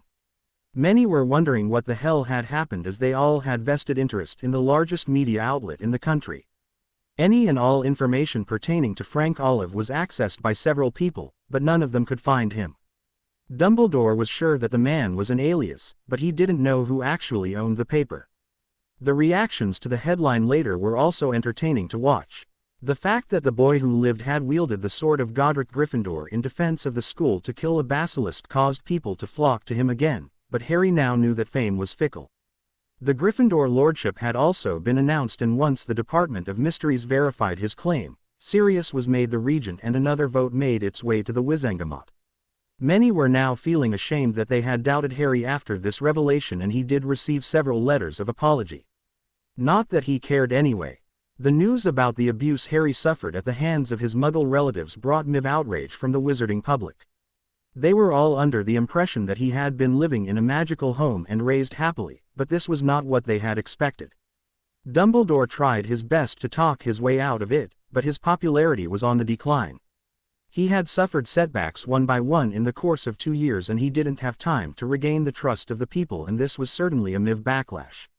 Sirius and Harry were happy about that, because from what Blaise Zabini told Harry, who had heard from his mother, the news about him had traveled internationally as well.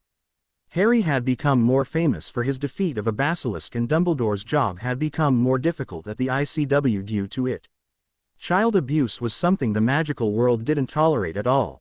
Children were considered as the sacred blessing of Mother Magic herself, and for them to be tortured to such an extent was not something they could accept. But the biggest reaction yet was the revelation about Voldemort's ancestry.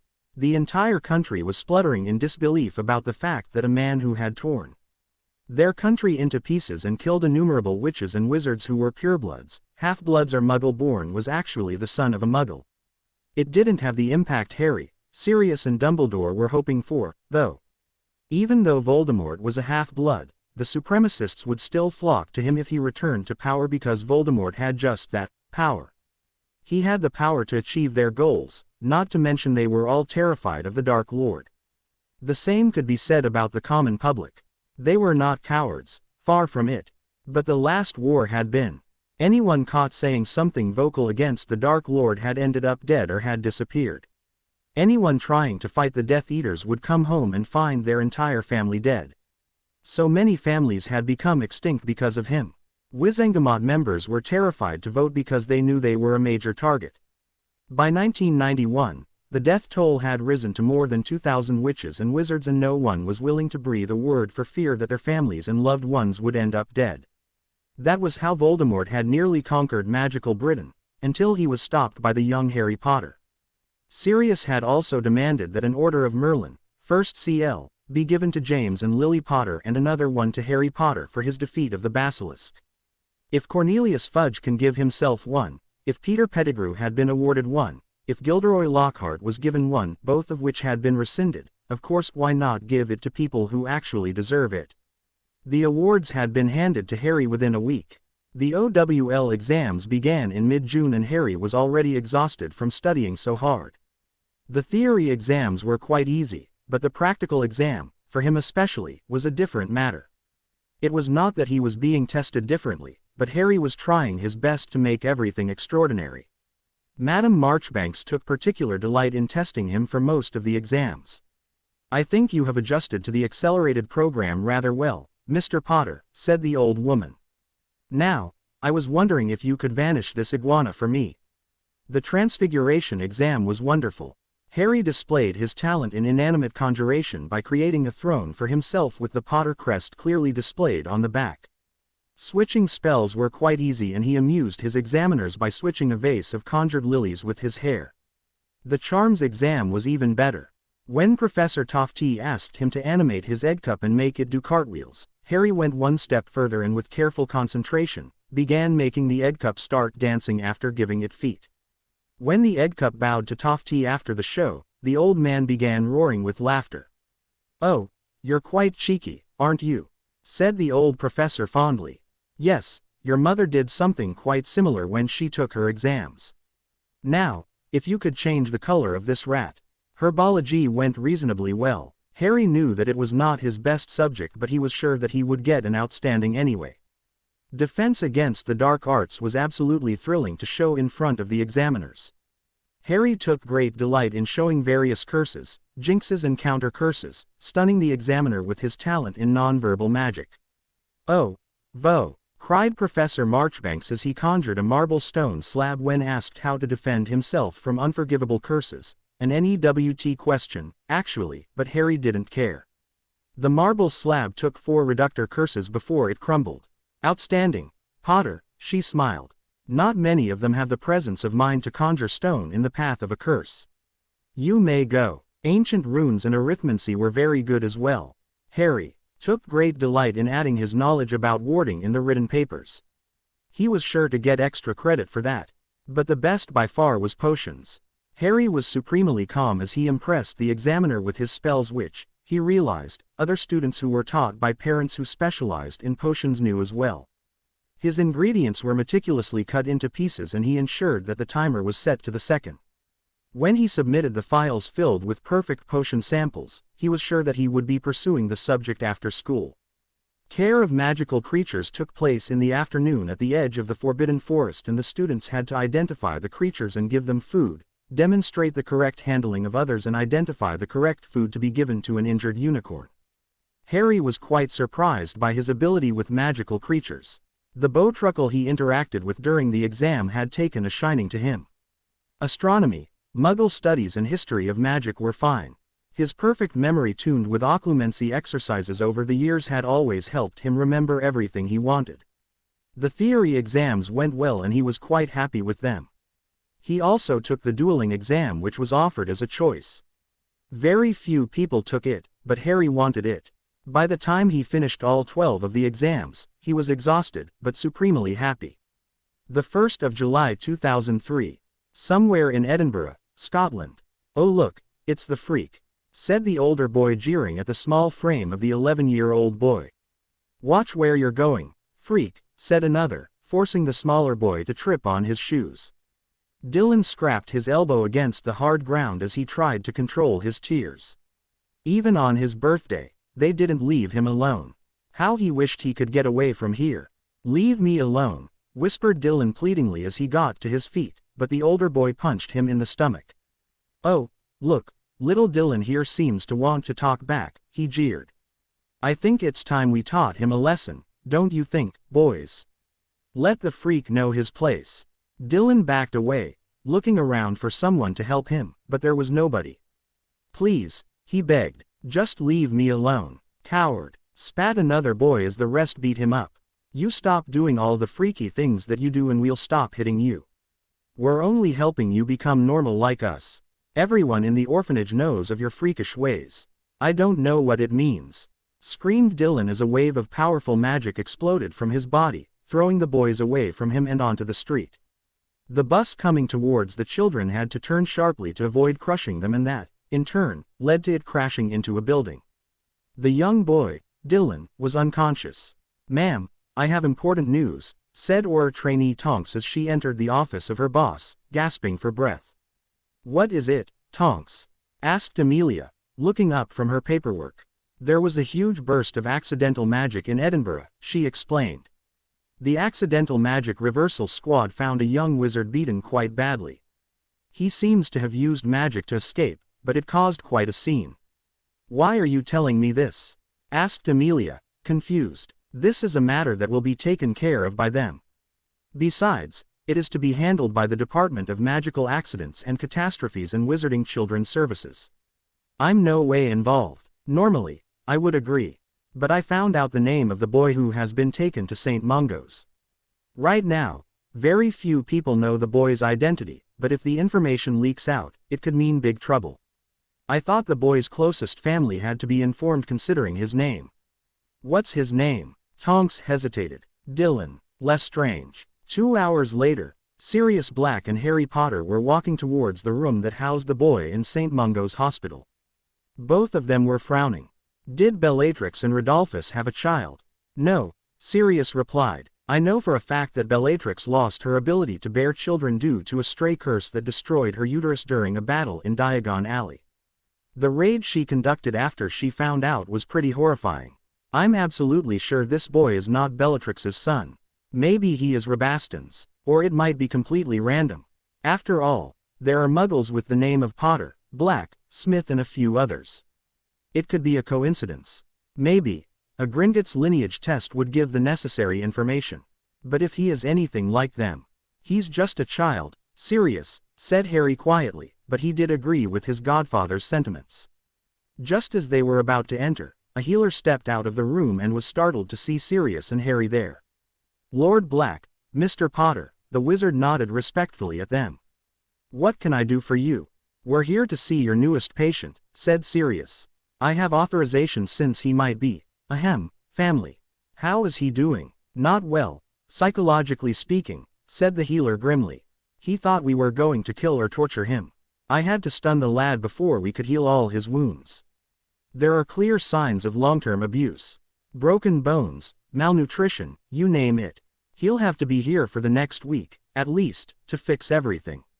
Are you sure he said Lestrange? Asked Harry sharply. Yes, Mr. Potter, the healer nodded.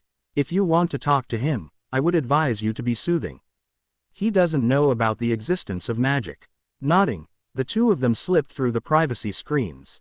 The adorable-looking boy had mousy brown hair with slight curls and looked quite small for his age. At the moment, however, he was sleeping peacefully. He's definitely a Lestrange, said Sirius quietly, observing the boy's features critically. I'd recognize that cleft chin anywhere, but he is not Bellatrix's son. He might be the son of Rabaston. What about the mother? We won't know that until we talk to him, said Sirius grimly. Poor kid. I don't even want to imagine what is going to happen when people find out about this. The Lestranges are quite hated by everyone for what happened to Frank and Alice Longbottom, not to mention the countless other deaths they were responsible for. Well, there's no point in just standing here, said Harry quietly. He extended his hand towards the boy and there was a flash of red light from his palm. The boy groaned softly as he opened his gray eyes. Where am I? He squeaked out. Easy, said Harry gently, surprising his godfather. You're in a hospital, getting your injuries treated. We found you on a street in Edinburgh. May we know your name?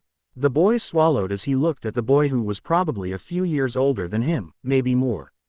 Harry began releasing some of his magic in a comforting way which enveloped the other boy, calming him down. Dylan, he said nervously. Dylan Lestrange. It's nice to meet you, Dylan, Harry smiled. I am Harry Potter, and this is my godfather, Sirius Black. How old are you? 11, muttered Dylan. My birthday is on the 1st of July. Well then, happy birthday, Dylan, said Harry, as he shook the boy's hand, making him gape in shock. No one had ever wished him on his birthday before. Can you tell us the last thing you remember? I was walking back to the orphanage, Dylan answered, swallowing hard. That's when Tony and the rest started to gang up on me. They always call me a freak and they said that I was to be cured of something. They were beating me up and I wished that they would stop, and then I blacked out.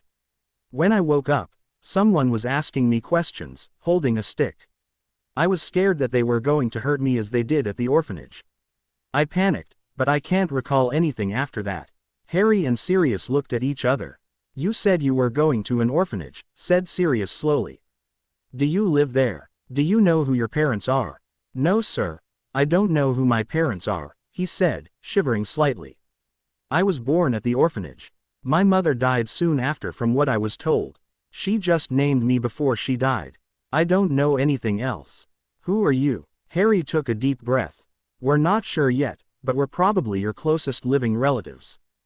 Don't worry, we're not sending you back to the orphanage. What? Dylan gasped, gaping at Harry. Our relatives. But, I was told I had no family. Why, we didn't even know you existed until a few hours ago, Dylan, said Sirius patiently. Can you please tell me the name of the orphanage that you grew up in? It's called David's Orphanage for Children. All right, said Sirius softly. I'll just have to check something, but while I'm gone, Harry here will explain everything to you. But before I go, will you let me take a drop of your blood? Blood? Why? It is so that we can know who your parents are, said Harry soothingly. Please, Dylan, It's very important. I'll explain everything to you as soon as Sirius leaves. Sirius flicked his wand, conjuring a file. Harry waved a hand over Dylan's palm, slicing a thin line. Dylan was gobsmacked at the display. Once a few drops of blood were taken, Harry healed the wound and Sirius left. How did you do that?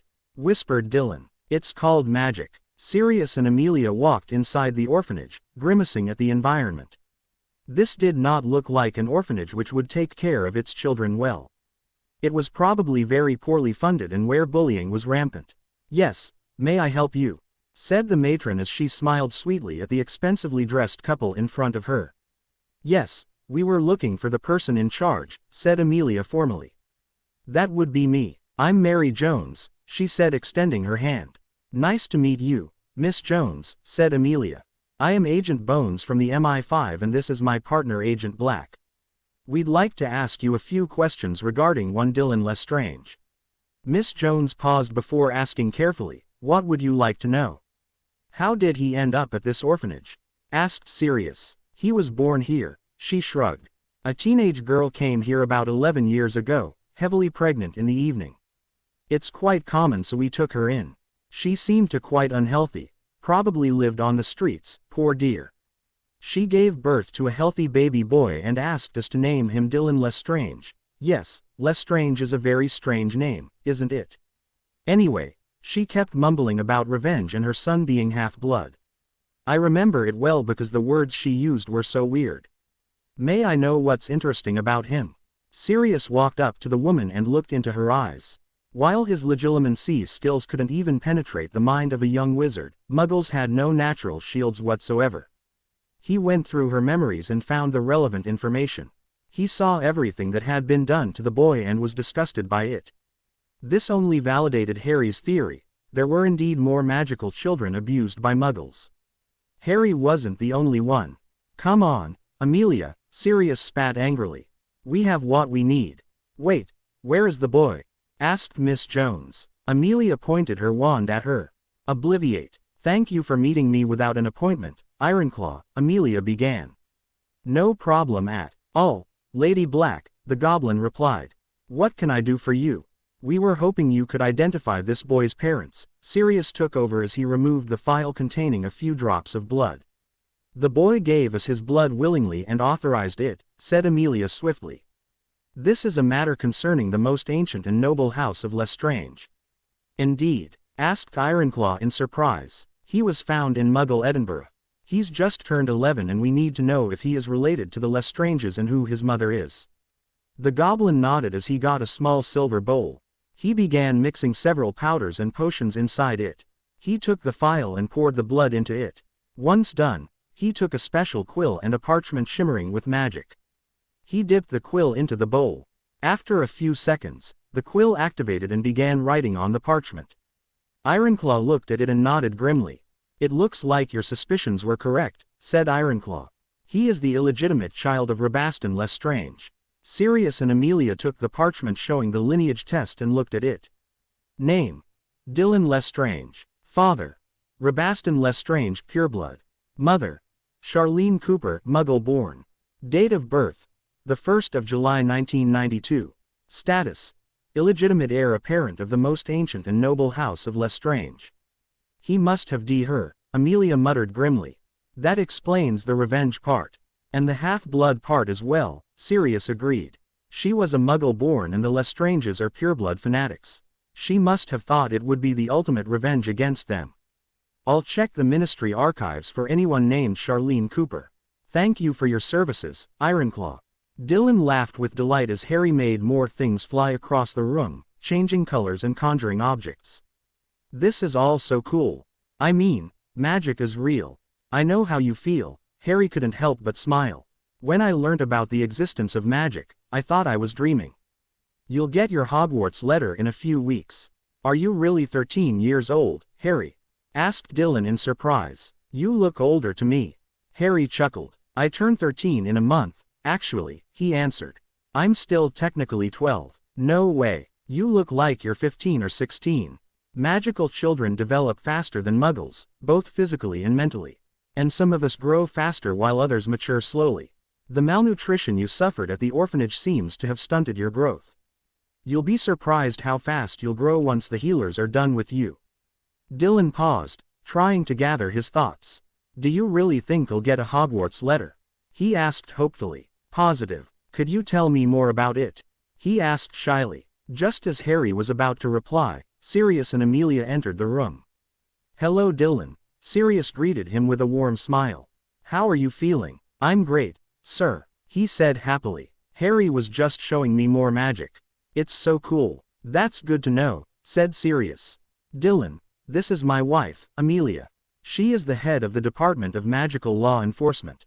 Think of her as the head of a magical version of the UK's Home Office," explained Harry quietly. Dylan's eyes widened. "Ma'am," he said awkwardly. She was a stern-looking woman with short red hair and blue eyes. When he saw her, he knew that she was not to be messed with. She definitely looked the part of an important government employee. "Hello, Mr. Lestrange," Amelia nodded. "We have managed to get some information about your parents. Would you like to know about them?" "Yes, ma'am," said Dylan excitedly. Harry had a bad feeling in the pit of his stomach. "Your father is Rabaston Lestrange and your mother was one Charlene Cooper," said Amelia candidly. There was no point in trying to soft-pedal the truth, as she had an official duty to inform him of the situation.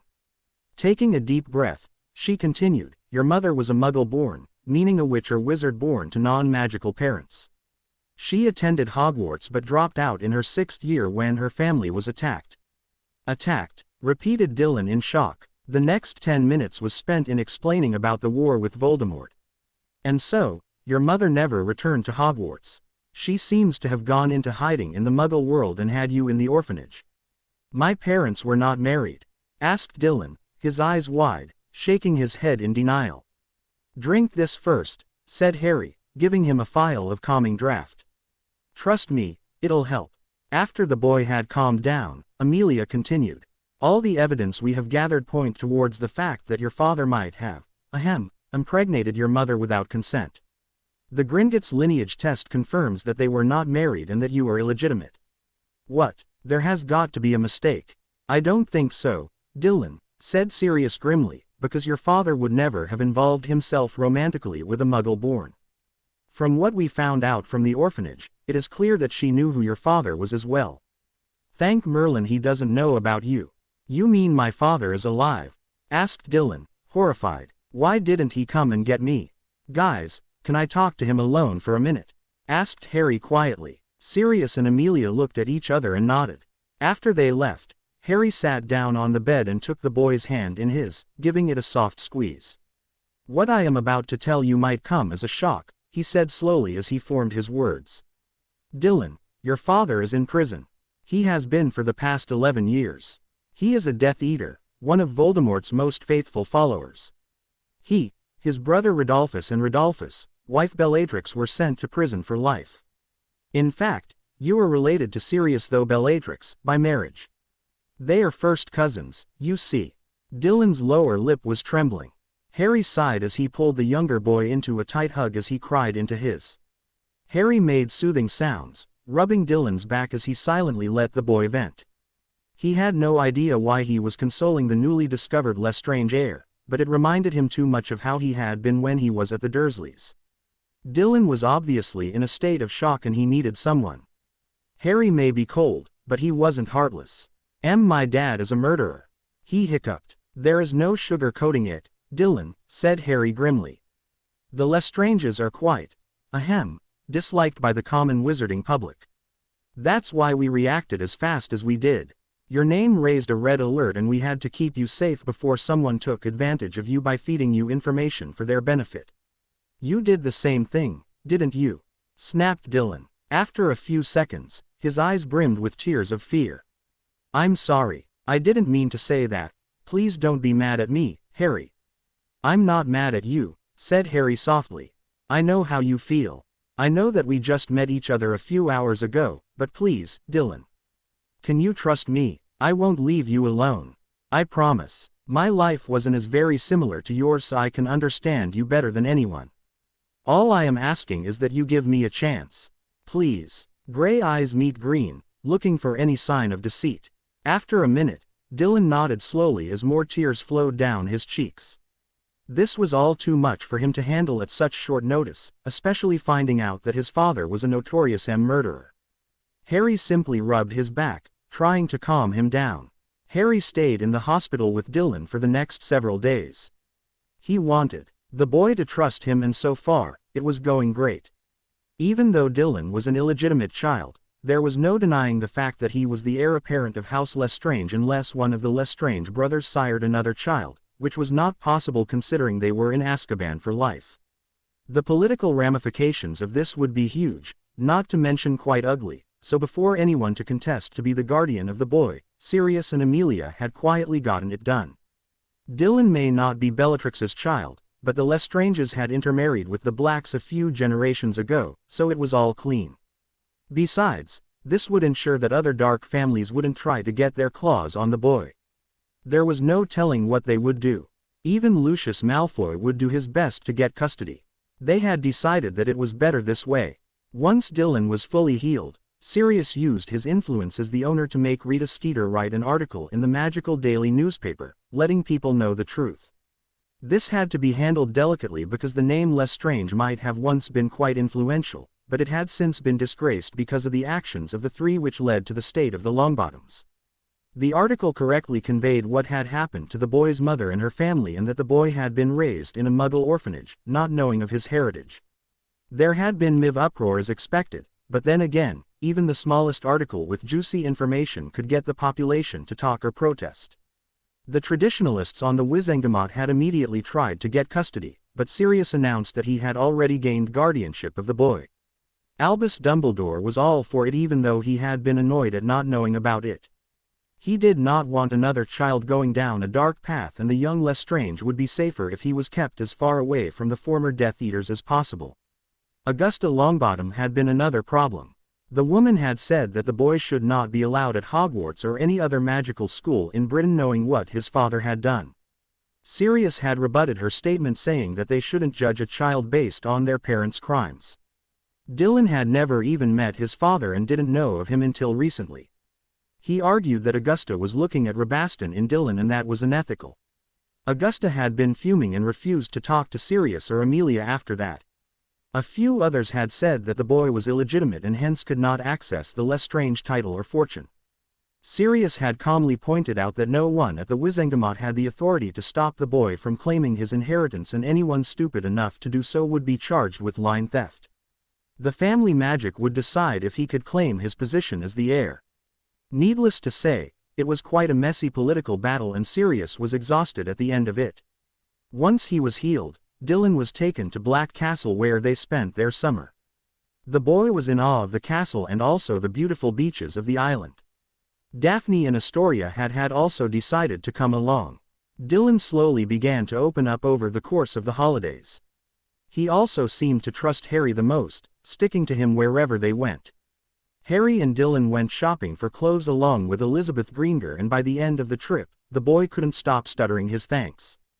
Dylan had also devoured all the books Harry had given him about magic. All in all, the summer holidays were going quite well. The Lord's study in Potter Castle was dim, with the lighting charms at minimum setting and a fire burning brightly in the fireplace. Harry Potter was sitting at the center of the room, on a luxurious carpet, in a meditative state. He was looking for the memories that had come to him when he was in the Chamber of Secrets. He dwelled into his mind and found a memory which he had trapped in his mind palace. He was standing in a seal room with Professor Slughorn and hesitantly asked while trying to hide his excitement. "Sir, I was wondering what you know about Horcruxes." "Well," said Slughorn, not looking at him, but fiddling with the ribbon on top of his box of crystallized pineapple. "Well, it can't hurt to give you an overview, of course, just so that you understand the term. A Horcrux is the word used for an object in which a person has concealed part of their soul." "Yes, sir," he said. "What I don't understand, though, just out of curiosity, I mean, would one Horcrux be much use? Can you only split your soul once? Wouldn't it be better, make you stronger, to have your soul in more pieces? I mean, for instance, isn't 7 the most powerfully magical number? Wouldn't 7? He looked at the small diary in front of him and many other ingredients which surrounded him. A GL of potion, which was pitch black, was sitting on a table. He took it and drank the contents, and then pointed his wand at the diary and said the spell. Pain. It was more pain than he had ever imagined. Had something gone wrong? Just as he felt like he couldn't tolerate the pain anymore, it stopped. He opened his eyes to look at the diary, which was glowing. He smiled widely. He was just 16, but he had done it. He had finally created his first Horcrux. His filthy Muggle father. How dare the man leave his mother and reject him before he was even born? The words of his father calling him and his mother unnatural freaks still echoed in his mind. The big black and gold ring lay in front of him. He drank the potion and pointed the wand at the ring. Pain. The ring glowed. How stupid of the ghost, and she actually was the daughter of Rowena Ravenclaw herself. While he immensely respected Rowena for her sheer intelligence, he couldn't help but be disgusted by her daughter. She had just handed over her mother's prized diadem to him, without question. He gazed at the artifact in front of him. He drank the potion and pointed the wand at it. Pain. The diadem glowed. That stupid woman. How dare she insult his mother? Not that he cared about his weak mother, but it was the principle of the thing. And she possessed Salazar Slytherin's locket. It rightfully belonged to him, the descendant of Slytherin. He looked at the golden cup in front of him. Hufflepuff's chalice. He drank the potion and pointed the wand at it. Pain. The cup glowed. What a worthless family. He had just eliminated the McKinnons for daring to stand up to him and his Death Eaters. They would serve as an example to others who wanted to rebel against him and also send a strong message to the Ministry of Magic and Albus Dumbledore. He looked at the locket in front of him, Salazar's locket. He eagerly drank the potion and pointed his wand at the locket. The pain was a lot lesser than before. The locket glowed. Harry gasped as he opened his eyes, his heart thumping wildly. He went over to the flow in his study and threw the powder into the polished granite fireplace. Black Castle, he shouted as he was engulfed by the green flames. The Black Leery was truly a horrifying place to be in if you did not approve of dark magic. The Blacks were perhaps the most notorious of all the families in Europe who dabbled in such magic or at least studied it. They did not go too deep and actually break the laws of magic, but they did insist on studying it all. They were a paranoid bunch, as there was no telling when someone could use the most dangerous of magic against the family. And the Blacks had to prevail at all cost. That's why there were books on Horcruxes in the secret Leery, which was accessible only to the head of house, deep inside Black Castle. Harry had searched the Potter Leery, but not one book even mentioned the word Horcrux. He wasn't too surprised though. The Potters had their fair share of books on dark magic in their Leery, but Horcruxes were a taboo subject around the world. Even dark wizards suppressed all knowledge of it as they knew of the consequences of splitting one's soul. But of course, Voldemort never did anything halfway, or ever listened to others.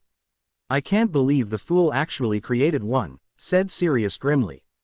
According to Scorpius Black 3, creating a Horcrux goes against the sacred laws of magic. Tearing your soul is something that shouldn't be done. To think Voldemort created one at the age of 16 is horrifying. It says here that a Horcrux can only be destroyed by something which is so destructive that it can't repair itself, said Amelia. Basilisk venom worked against the diary, Harry interrupted. What else? According to Virgo Black, Fiendfire and the Killing Curse work too, said Sirius. I can perform the Killing Curse, but not Fiendfire, Harry shrugged. What? He asked defensively when he caught them staring at him. Sirius pursed his lips, giving him a penetrating look. We'll talk about that later, he said quietly. Virgo Black managed to split the soul of a rabbit and contain it in a metal jar, though how he did it is beyond me. He used the Killing Curse on it, which worked. The curse itself works on the soul, so it is effective. Horcruxes are meant to be heavily protected and very few people can effectively perform the Killing Curse. Even amongst the Death Eaters, not all of them could cast it. I know I can't. Neither can I, admitted Amelia. Any idea of how you were able to access Voldemort's memories? Grandfather Alfred said something about a possession by Voldemort which was lodged in my scar. It was removed and destroyed by my house elves when I was 7. Possession? Asked Sirius suspiciously. No, that doesn't add up. I'll look into it. In the meantime, I'll see if I can access more of those memories. In a room at the Pendragon Hotel, the best upscale hotel in magical Britain, a woman named Serena Miller was sitting, looking quite nervous. This was the biggest make-or-break moment of her life. Serena was a Muggle born. When she had received her Hogwarts letter, her parents and siblings, being quite traditional, hadn't been happy at all. They had called her a freak of nature, an abomination, and had kicked her out of the house. She had been devastated, but went to Hogwarts anyway, despite her parents' warnings. There, she had been sorted into Hufflepuff and made lots of friends. Her best friend had been a half-blood boy, Chris Miller. When she was dreading to go back home after school ended, he helped her. When Mrs. Miller, Chris's mother, a Muggle born herself, took her to Serena's home, her parents had yelled at them and told them to never come back. Her parents had later moved away, so as to cut off all communication with their estranged daughter. Serena had been devastated and had slowly slipped into depression. Chris's parents took her in and looked after her, and thus, she came to regard them as her own parents. She and Chris got married after leaving Hogwarts. But tragedy struck as the Death Eaters killed her husband and in-laws when she was away one night. She had been inconsolable. She was alone, as her family was killed. She couldn't return to the Muggle world as she didn't belong there, but the magical world was not safe either. She disappeared for a few months, hoping everything would settle down. Thankfully, it did. Harry Potter had saved them all. She had been working in the Ministry and the Obliviation Squad as they needed them in numbers at that point to ensure that the international statute of secrecy wasn't breached during Death Eater attacks. But she didn't want to work there forever. Her dream was to be an enchantress. She was highly gifted in the field and wanted to make her dream a reality. She had created mirrors that would be able to communicate with each other, but she didn't know if they were going to be a success because such technology was already present due to the Flow network. But she finally decided to try. So 3 years ago, she had quit her job at the ministry and had opened her own business. The business wasn't very profitable, but luckily it didn't go into losses either. More than a year ago, she had been contacted by the director of Gringotts Bank, London. Rangoke informed her that Harry Potter, the boy who lived, wanted to invest 100,000 galleons, perhaps more, if she could enhance the mirrors and create other useful gadgets with them. Since she didn't have a family, she was quite free to do anything with her time. So she had spent every spare moment on those devices. She was here today to demonstrate her products and hopefully, they would be impressed. She swallowed when she saw them walk in. Lord Black, Mr. Potter, she greeted them. Good morning, Mrs. Miller, Sirius greeted her as took a seat. I have gone through the contract after our last meeting. Harry is very interested in your products and he is willing to invest as much money as it takes if you are able to improve upon the mirrors you currently possess. Actually, I sent her a letter long time back giving her ideas about more devices, said Harry. I took those ideas to heart, Serena replied. She opened a bag, removing several mirrors and crystals. The crystal would be able to move from one place to another, transmitting the image to a mirror which it was connected to using a modified form of a protean charm. This would greatly enhance the entertainment industry. The mirrors, which she called them as e-mirrors, were loosely based on the Muggle television. Then there were the improvements she had made to the communication mirrors as well. The crystals could also record anything and play it on the e-mirrors later. This type of magical technology already existed in the form of omnioculars, but this was different. A Quidditch match could be watched at home using the mirrors, and Harry's in was already processing the information on how to best use it to their advantage. Several hours later, Harry now owned 50% shares in Miller's magic mirrors and he had spent 1 million galleons on production and international coverage, but it was worth it. If he and Sirius were right, this was probably the best investment Harry had made yet. You can turn into an animal? Asked Dylan in surprise. In response, Sirius changed into Padfoot as he pounced on the boy, licking his face. Dylan laughed as he tried to push the black dog off of him, but failed. Get off, Uncle Sirius, you're too heavy. Harry was concentrating on the final stages of the animagus transformation. He had spent nearly a whole year on this and was close to finishing it. Sirius transformed back and the two of them sat down, watching Harry, who had his eyes closed. Concentrate, Sirius instructed him. The transfiguration process is done and now you need to merge with your animal form. Feel it within you and let your instincts guide you. Dylan watched curiously as Harry got up and stretched his arms towards the side. They were outside, on the beach, early in the morning. He watched as Harry's body began shrinking. Dark brown feathers began making their way on his body. His arms turned into large wings with lethal-looking talons for legs, and after several seconds, Harry's head changed, creating a sharp beak. Harry's animagus form was a golden eagle. "Wow," Dylan whispered as he looked at the eagle in awe. He could see that the raptor's eyes were a stunning emerald green instead of the yellow they were supposed to be. Just above the eagle's right eye, there was a distinctive lightning-shaped scar as well. It wasn't too obvious, but if you knew where to look, it could be seen. "Congratulations, Harry," said Sirius, beaming with pride. "Go on, let's see if you can fly." 5 minutes later, Sirius and Dylan were still rolling on the ground laughing as Harry tried to learn how to use his wings. The eagle screeched at them, not at all amused by their display of laughing at him, but he didn't give up. Nearly an hour of trial and error later, he managed to fly a short distance. "Now, be careful when you change back," warned Sirius. "You need to want to be human again. Think about your original self and concentrate."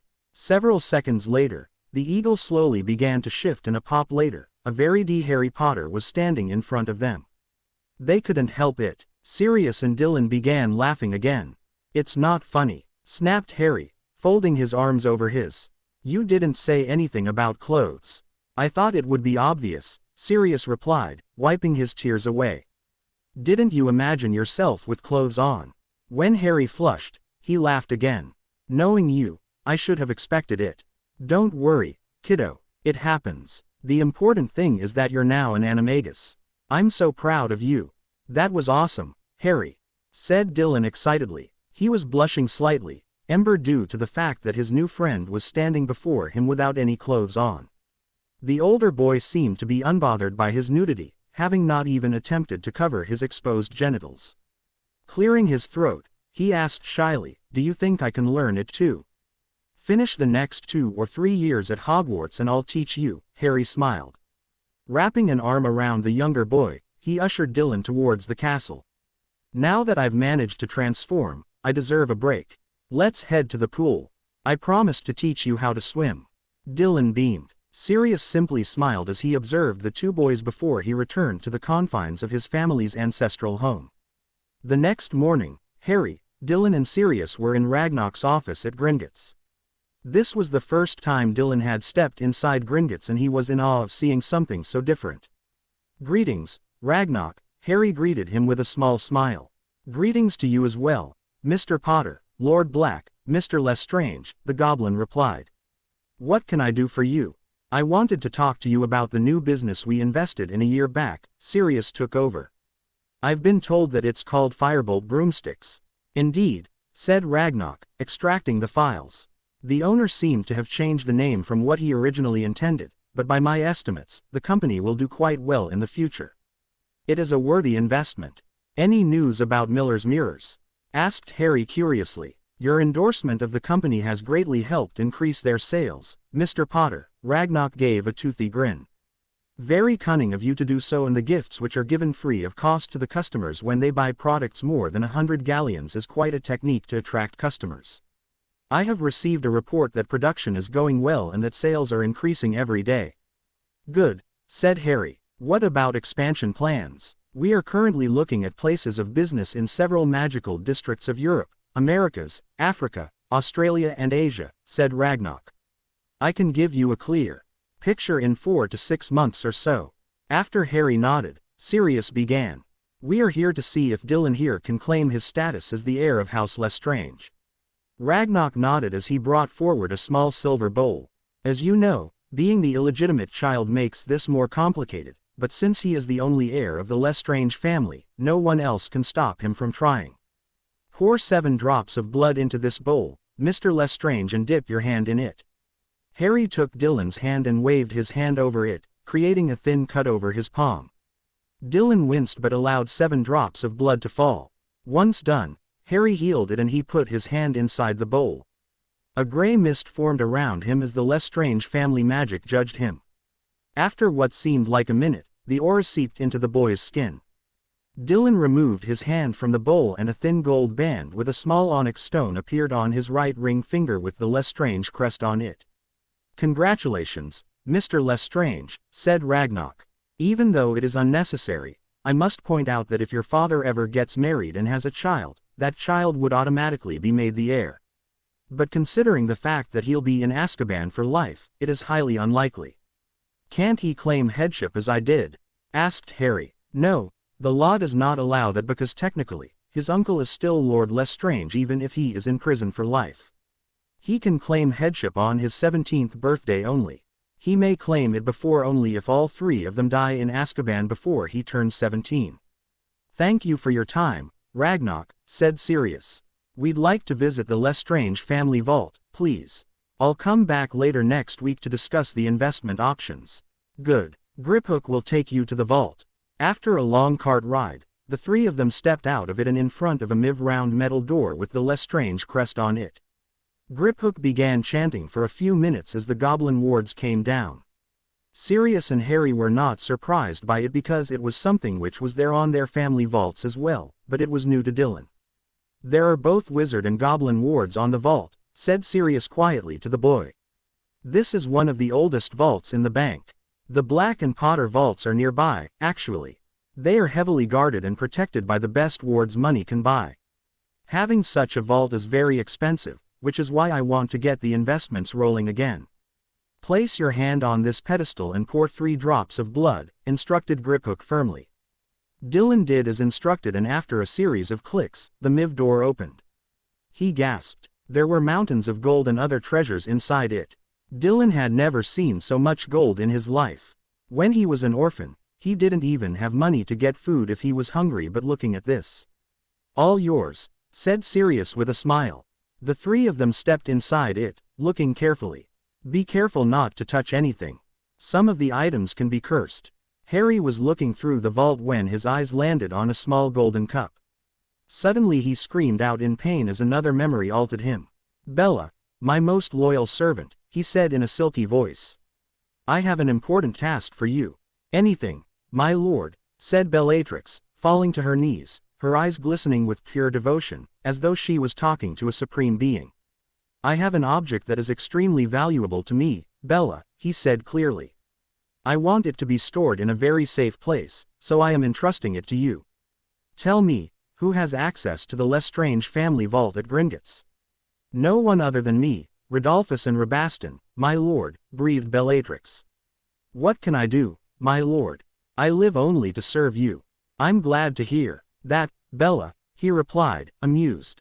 "Protecting this item is more important than your life itself. It is a chalice that was created by Helga Hufflepuff. I need you to place it in your family vault. Tell no one other than Rodolphus and Rabaston about it. The cup should never leave that vault. Take all the necessary precautions.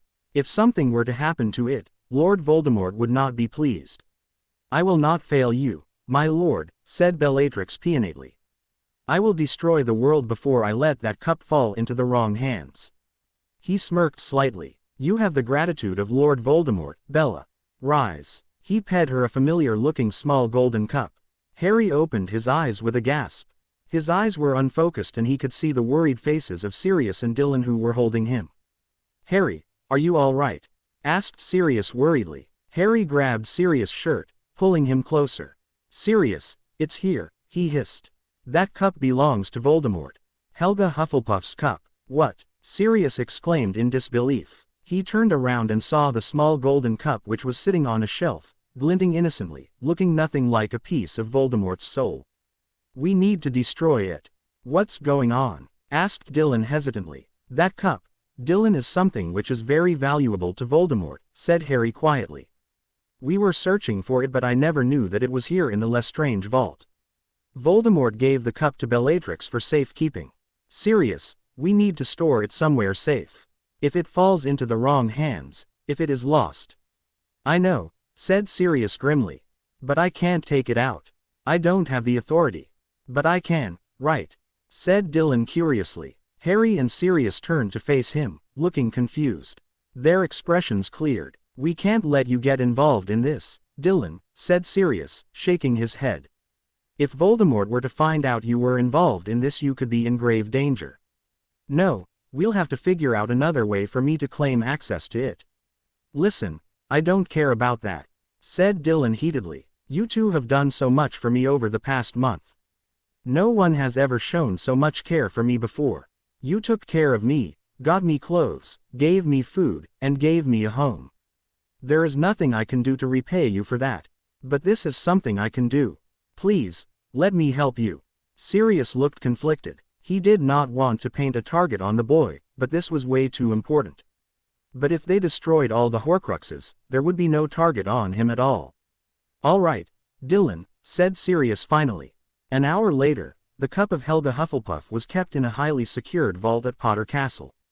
The rest of the summer passed rapidly. Harry's OWL results had come a few weeks back and he had gotten an outstanding in all his 12 OWLs, which made everyone very happy. It was now the last week of August and Harry and Dylan were in Diagon Alley, finishing their school shopping. Amelia was now staying at the manor full-time because she was close to delivery and she was getting quite irritable at the smallest of things. Luckily, Sirius took the brunt of her anger. Harry and Dylan escaped to Greengar Manor during the mornings. Dylan seemed to have become friends with Astoria, so it worked out quite nicely for Harry, who wanted to spend time with Daphne. At Twilfit and Tattings, Harry ordered a full set of robes for Dylan made of silk. Dylan protested, but Harry was having none of it. Like it or not, you are the scion of the most ancient and noble house of Lestrange, said Harry quietly. All attention, mostly negative, will be on you when we enter Hogwarts. I don't want you stepping inside the castle on a back foot. The first impression is important, Dylan. He refused to get new books, but instead, kept Harry's old books in which the older boy had written useful tips on the margins. It was certainly useful considering that Harry was a genius. Harry also bought a crup for Dylan and the boy was ecstatic about getting the puppy for a pet. Once regular shopping was done, they entered Ollivander's shop. Ah, the new Mr. Lestrange, said Ollivander suddenly, startling them both. Harry Potter. You and Thunderbird Tail Feather, 14 inches. Yes, Mr. Ollivander, said Harry. I need to speak to you, but it can be done after Dylan gets a wand. Yes, I remember the wands of both your parents, Mr. Lestrange, said Ollivander as he took measurements. Your father preferred Blackthorn and Dragon Heartstring, very well suited for a warrior, but your mother's was a willow and unicorn hair wand, better suited for healing magic. But let's see what suits you, shall we? Here you go. Beach and Dragon Heartstring, 9 inches. Several tries later, Ollivander gave another handsome-looking wand. Try this, Mr. Lestrange. Rowan and Phoenix Feather, 12 1/4 inches. Nice and supple. When Dylan took the wand, he felt it heat up. Bright sparks shot out of the end of his wand as he swished it down, making Ollivander cheer. Bo, Mr. Lestrange. Good, very good. Now, what can I do for you, Mr. Potter? Harry carefully removed a box from inside his robes. This is the basilisk fang that nearly killed me a few months ago, Mr. Ollivander, he explained. It pierced my forearm from where I was poisoned. Since that night I have felt a connection to it and I was wondering if it had anything to do with the focus. Ollivander gazed at Harry pointedly. You've read my books on wand lore, haven't you? Yes, said Harry honestly. Good boy, muttered Ollivander. No one seems to care about wand lore these days other than those who want to pursue it as a career. He touched the fang with a pair of dragonhide gloves and closed his eyes to feel it. You're right, you do have a connection with this fang. The very tip of it has your blood on it too, which is mixed with the basilisk venom. I think I can modify your wand if you are interested. Oh, I'm very much interested, said Harry as he flicked his wand out of his holster and presenting it to the old man. I'd like Dylan to have a holster too. It'll take me a few days, Mr. Potter. Come by my shop the day before you are to leave for Hogwarts and you'll have it ready. Thank you, Mr. Ollivander. Harry bowed with respect and ushered Dylan out of the shop. On the 31st of August, Harry found himself in Ollivander's shop again. The wandmaker had gone to his workshop to retrieve the wand. When he came back, he brought the wand in a box. This is my finest work if I do say so myself, said Ollivander happily as he opened the box. Harry gaped at the beauty of the wand that was inside it. It had changed significantly. The wand is 15 inches now, he continued. I managed to infuse the tip of the fang with the focus of the wand. The entire length of the wand is covered with fang ivory and yew wood which are intertwined with each other. This certainly is a unique wand, Mr. Potter, because I have never created anything like it. I must confess, it was inspiring to work on something like this. I thought it would be thicker, but I managed to work the ivory in such a way that it now sticks to the yew wood like a second skin. The thickness has only marginally increased, but I couldn't help but increase the length. It is still very rigid, unfortunately, but that certainly explains your personality. What do you mean? Asked Harry curiously. Ollivander paused for a second. A wand of this flexibility will only give their true loyalty to someone who has faced a great personal tragedy. It is the best when it comes to offensive magic and has a stigma on magic that is frivolous and silly. Owners of highly rigid wands also have a tough time trusting others and they prefer to be left alone. You can tell a lot about a person by studying their wand. Yew is a wood which is quite unusual because they tend to have more power than others and hence has a somewhat dark reputation. Those who don't study wand lore tend to fear the yew wand based on the superstition that only dark wizards carry such a wand, which is not true at all. The owner of a yew wand is never a mediocre wizard, quite the opposite in that they are exceptional and sometimes notorious. The Dark Lord is a perfect example of this and so are you. The Thunderbird is a powerful magical creature. It is like an eagle in its majesty and power. Not everyone can handle a wand which has a Thunderbird feather as a core. It is highly adaptable to combative magic and it won't back away from a fight when provoked. The Thunderbird has a powerful affinity with nature and is a symbol of creation and destruction. An eagle is said to be the king of the sky and magical creatures like thunderbirds, hippogriffs and griffins are the same. You bow down to no one. The basilisk is also the king of serpents and its venom is the deadliest poison ever known in the world.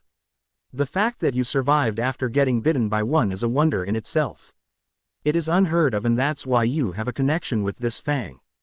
Harry blushed because he felt quite exposed in front of the old wandmaker. He didn't like it when people knew so much about him and he was astounded that Ollivander managed to describe him so accurately just by studying his wand. What about Dylan's wand? Ah, Mr. Lestrange, mused Ollivander. His wood comes from the nch of a rowan tree. From what I know, rowan wands tend to be more protective than any other and are very skilled in all kinds of defensive magic. It is quite common among wandmakers to say that no dark witch or wizard has ever owned a rowan wand. A true owner of such a wand is clear-headed and pure-hearted, but don't be fooled. Rowan wands are very powerful in the hands of a skilled warrior and should never be underestimated. Mr. Lestrange has great potential and I am quite looking forward to what he does with his life. His wand is also supple, which means he is usually gentle, warm, humble and kind-hearted. The phoenix feather core shows that while he is free-spirited, his loyalty once earned is not something anyone can shatter easily. It is still too early to say anything for certain, though. Each witch or wizard is different just as each wand is different. Can you tell me about the wand of Daphne Greengrass? Asked Harry, his mind spinning. Miss Greengrass, muttered Ollivander, lost in thought.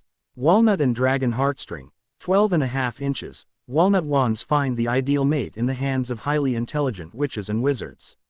Enchanters and magical innovators much prefer this wand wood and the dragon heartstring core coupled with the wood makes it a truly lethal wand in the hands of a warrior. Yes, we can expect great things from her as well. Harry nodded and picked up his wand from the box. The moment his hand gripped the handle, power seemed to ooze out of him as the wand hummed in his hand. Oh, this is amazing, Harry breathed out in awe. I've never felt so connected with my wand before. You truly are a great wizard, Mr. Ollivander. I'm just doing my job, Mr. Potter, said Ollivander with a smile. Harry then exited the shop 100 galleons lighter, but extremely satisfied. After he left, Ollivander smiled, his silvery eyes looming over the boy outside as another vision of the future became visible in front of his very eyes. The Saviour of Magic, he whispered. Yes, as I said, we can expect great things from you, Harry Potter. Some might view it as terrible, but it is necessary. Universal greatness usually comes at a cost of enormous personal suffering, Harry Potter. I just hope you don't crumble before you fulfill your destiny. As long as you take the right decisions, magic can be saved. If not, the entire planet is doomed. He walked to the back of his office and removed a sheet of parchment and a quill. He began writing, and once done, he sealed it in an envelope and attached it to the leg of his owl. The letter was addressed to Nicholas and Perenelle Flammel. On the 1st of September, after shrinking their trunks and saying goodbye to the elves and the ghost of Alfred Potter, Harry and Dylan flowed from Potter Castle to platform 9 3/4 to head to Hogwarts. Dylan was chatting away to him about the newest book he had read, and Harry simply shook his head in amusement. Choosing a compartment, they sat down, both taking out a book to read. "I think I already know which house you'll be sorted into," said a sarcastic voice. Dylan's eyes lit up as he saw his first and only friend at the door. "Hey Astoria," he said excitedly. "Hey to you too," she replied happily, sitting down next to him. "Ahem," Harry cleared his throat pointedly. "I exist too, you know." Astoria rolled her eyes. "I haven't forgotten, but when my sister is here, you tend to forget everyone else in the room. I'm just waiting for you to finish greeting her." "Someone's in a bad mood," said Daphne, rolling her eyes as she entered the compartment. "Hey Harry," she greeted him, wrapping her arms around his neck, giving him a soft "Ah, I didn't need to see that," grumbled Astoria as Dylan snickered. "No one is asking you to watch, Tori," Daphne snapped at her sister, taking a seat next to her fiancé. They began talking to each other when more people came by to greet them. At the end of the previous term, many people had come to apologize to Harry about the way they treated him, so he had gotten over his anger at them mostly, but that didn't stop him from introducing the Weasley twins to Sirius so that the former would have help in pranking the rest of the school for what had happened the previous year. After about 10 minutes, Theo, Blaise and Tracy entered. "Bonjour. How was your summer?" Tracy grinned. "What's with the bonjour? I spent the last few weeks in France with my family. So, what's new, everyone? This is Dylan Lestrange. Dylan, meet our friends Theodore Knott, Blaise Zabini and Tracy Davis. They're third-year Slytherins." "Nice to meet you all," said Dylan shyly, holding out his hand. The boys shook hands enthusiastically, but Tracy was a bit uncomfortable, which Harry noticed. He exhaled. This was only the beginning of what the Lestrange scion would soon face. After a few minutes, Susan Bones entered the compartment. "Guys, we have a problem," she said grimly. "What is it?" asked Daphne as she and Astoria petted Dylan's crop. "It's Neville," said Susan nervously. "Father and Aunt Amy told me about what went on in the Wizengamot this summer and, well, looks like Neville's grandmother has shown her displeasure at Uncle Sirius' decision earlier this summer." Dylan stiffened suddenly, knowing where this was going. Harry frowned, but Daphne and Astoria looked at each other worriedly. "I don't know what she has told him, but he seems quite angry," Susan told them. "Usually he's quite shy, right? But when I saw him yesterday he was ranting about how it was not fair. I tried to explain, but he got angry. I'm pretty sure his grandmother has told him something which has irked him a little too deep." "I'm sorry," whispered Dylan. "Maybe I should leave." "No," said Harry firmly. "Dylan, Augusta Longbottom is too set in her ways. I can't fault her for her anger, but to hold it against you is immoral and unethical. I won't let anyone treat you like that, understood? This is no way your fault. I wonder why she doesn't hold the same hatred for Narcissa or Draco Malfoy." Daphne frowned. "After all, Lady Malfoy is Bellatrix's sister. Dylan, on the other hand, has never even met his father." They were all quiet for a while. Neville found them after a while and his eyes swept over them. He looked at the small boy sitting near the window and his eyes hardened as he walked away. "Well, so much for that," said Theo quietly. "I'll talk to him in a few days," said Harry. "Give him some time and I'm sure he'll be back to normal." Dylan was unusually quiet during the train ride, but Astoria kept trying to cheer him up. After several hours, they finally reached Hogsmeade Station. When they disembarked, Harry pulled Dylan into a hug. "Remember, whichever house you end up, I'll be there for you," he said quietly. "I'm really proud of how you are coping with all this. I'm not saying that it is going to be easy, but I know you can do it. I have confidence in you, but you need to believe in yourself. Ignore what everyone else has to say, understood?" "Thanks, Harry," whispered Dylan. "Good luck, Dylan," said Harry as he watched the boy go and join the rest of the first years. He made his way to the Thestral-drawn carriages and several minutes later, they reached the castle proper. Making his way to the group of third-year Ravenclaws, he sat down and made small talk with his housemates. He did his best to ignore the people staring at him, but it was starting to get annoying. He took a deep breath and his emotions were back under control, his face impassive. Professor McGonagall led the new first years into the Great Hall and Harry could see Dylan looking at the starry sky above in awe. "When I call your name, you'll come forth and sit on this stool and place the hat on your head to get sorted," said Professor McGonagall. She began reading the names and Harry felt his heart beating faster. Astoria Greengrass. Like her sister before her, Astoria calmly walked up to the stool and sat down gracefully. The sorting hat was lowered onto her head and there was silence for several seconds. Harry frowned slightly. He had known Astoria for 2 years and knew exactly where she would end up.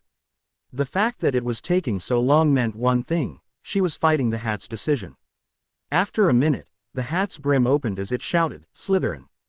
Harry smirked. It looked like Astoria was unsuccessful in changing the decision of the sorting hat. He could see that she was glaring at the hat and he couldn't suppress a smile. He wondered which house she wanted to go to. His guess was Ravenclaw, so that she wouldn't have to be in the same house as her sister. Several names later, McGonagall swallowed slightly as she announced, "Dylan Lestrange." There was absolute silence in the Great Hall as no one dared to breathe. Albus Dumbledore leaned forward slightly in anticipation and Harry mentally scowled. There was no way he would let Dylan be manipulated by the old fool. Harry didn't know why he was feeling so protective of the boy. True, when he first met Dylan he had felt bad for what had happened to him, but his mind had been working on how to use it to his advantage. Not the boy, but his predicament. Here was another wizard who had been abused by muggles. After spending the last 2 months with Dylan, he had come to regard the boy as his little brother, mostly because of how both of them had grown up. He would be damned if someone messed with him. Dylan slowly made his way to the stool, shaking slightly. Harry observed the expressions on the faces of many students. Most of them were terrified of the boy while some were openly scowling. His eyes narrowed when he saw a smirk on Draco Malfoy's face. Once the hat was placed over his head, Harry felt his heart beating faster again. After just 3 seconds, the brim opened as it shouted, "Ravenclaw." Harry, Daphne, Astoria and a few others clapped but the rest of the hall remained silent. Harry felt his anger beginning to rise as he pursed his lips in irritation. Dylan, having expected it, simply walked down and moved towards the Ravenclaw table, where the rest of the first years were seated. None of his housemates even spared him a glance, as if they were purposely avoiding him. A few even scooted away, shooting fearful looks at the gray-eyed boy. Harry clenched his fists, hoping that the feast would start soon. In his nervousness, he had not observed the new defense teacher.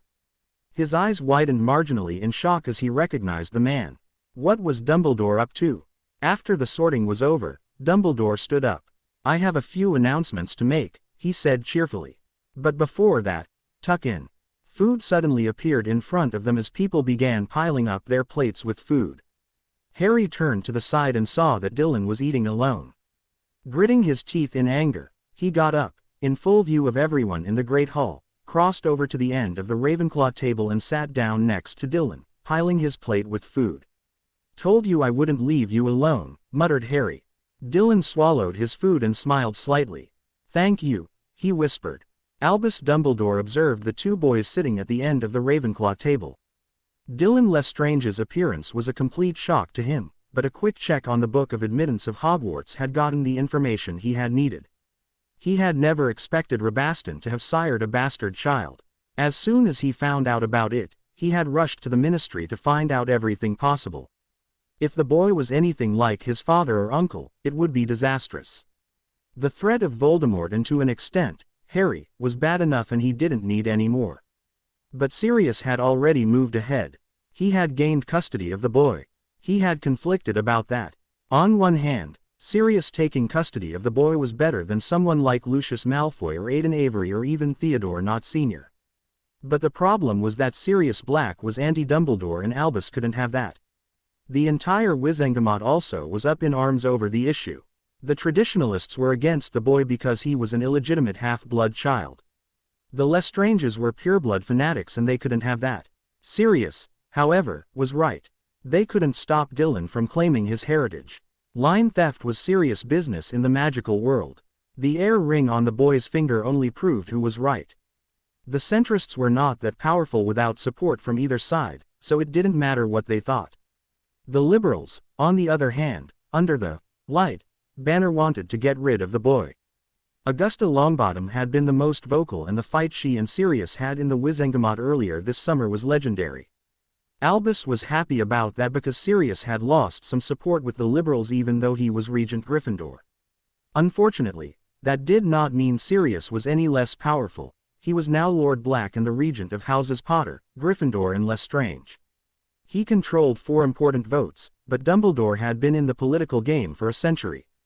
Sirius was still a newbie. He needed to have Dylan Lestrange under his control. It would be a great aid in the war against Voldemort if he could convince the boy to spy on the Death Eaters for the Order. Being the son of a very high-ranking Death Eater would certainly have its benefits. Albus was sure that whether it was 5, 10 or 20 years, Voldemort would rise again and they would have to be ready for it. He would have to talk to the boy and get him out of Harry's influence. He did not need legilimency to see the pure hero worship in the boy's eyes every time he saw Harry. No, until Harry could be firmly placed with the light, he was dangerous. Albus was still working on his plans to redeem Harry and get him to change his view on Muggles. It was very important. After all, the path of Grindelwald and Voldemort had started with Muggle domination. That was the root cause of it all, and it was imperative that Harry did not take such a path in his life. Once the feast was done, Dumbledore got to his feet. A few start-of-term announcements, he said happily. I would like to mention 2 staff changes this year. First, please welcome Professor Remus Lupin, the new Defense Against the Dark Arts teacher. Good luck, Professor. People clapped politely, but some were less than impressed with Lupin's worn and faded robes. Remus bowed slightly and resumed his seat. Snape was glaring at him. Since Professor Kettleburn decided to retire this year, I am pleased to announce that our new Care of Magical Creatures teacher is none other than Rubeus Hagrid. Harry raised an eyebrow as people at the Gryffindor table cheered. He knew that Hagrid knew a lot about creatures, but did that mean he was qualified to teach? Knowing something and teaching it are different. Just look at Snape. He was the worst teacher anyone could have in potions, but no one could doubt the fact that he was brilliant at the subject. That's all for tonight. Pip, Pip, said Dumbledore, dismissing them. Harry led Dylan to Ravenclaw Tower, showing him useful shortcuts along the way. Once they entered the common room, he followed the boy to his room. It was quite tiny and simple, just like the rest. Well, it's better than the orphanage, said Dylan, examining the room. I'm happy that I get my own room. What's your favorite color? Green, said Dylan promptly. Harry smiled slightly. Maybe some things were genetic, after all. The Lestranges were proud Slytherins, or maybe it was a coincidence. Harry flicked his wand to his hand, idly noting that his spells had become more powerful since the addition of the basilisk fang ivory in the wand. Waving his wand in a long fluid motion, he expanded the room to a large size. The walls turned from stone to green and beige and the closet expanded. All in all, it was quite luxurious for a student. Wow, I love magic. Harry chuckled as he ruffled the boy's hair fondly, just like Sirius did to him. I'm glad you like it. Remember, if you need anything, you have your mirror with you and you can call me. My room is 2 floors up and you are welcome there anytime, got it? Thanks, Harry, said Dylan with a bright smile. Good night. Good night. The next morning, Harry got up early as usual and went out for his morning run. 2 hours later, he came back pink and sweaty and went to take a bath. Ensuring that he was impeccably dressed as always, he gracefully walked down the stairs, not noticing the admiring looks the girls in 3rd and 4th years were giving him. Entering the Great Hall, he sat down at the Ravenclaw table and began helping himself to food. He had to clear his schedule with Professor Flitwick after breakfast and start his NEWT class. He was just finishing his breakfast when Daphne and their friends arrived. When Professor Flitwick left the hall, Harry ed Daphne goodbye and rushed after him as the other 6th-year students left as well. Dylan Lestrange came down to the Great Hall too. He had just seen Harry leave and he was on edge. He knew that nobody would want to talk to him, but he should try, right? He carefully sat down near a group of Ravenclaw first years, helping himself to food. 5 minutes later, he realized that it was going to be more difficult than he thought. Dylan closed his eyes in frustration and misery.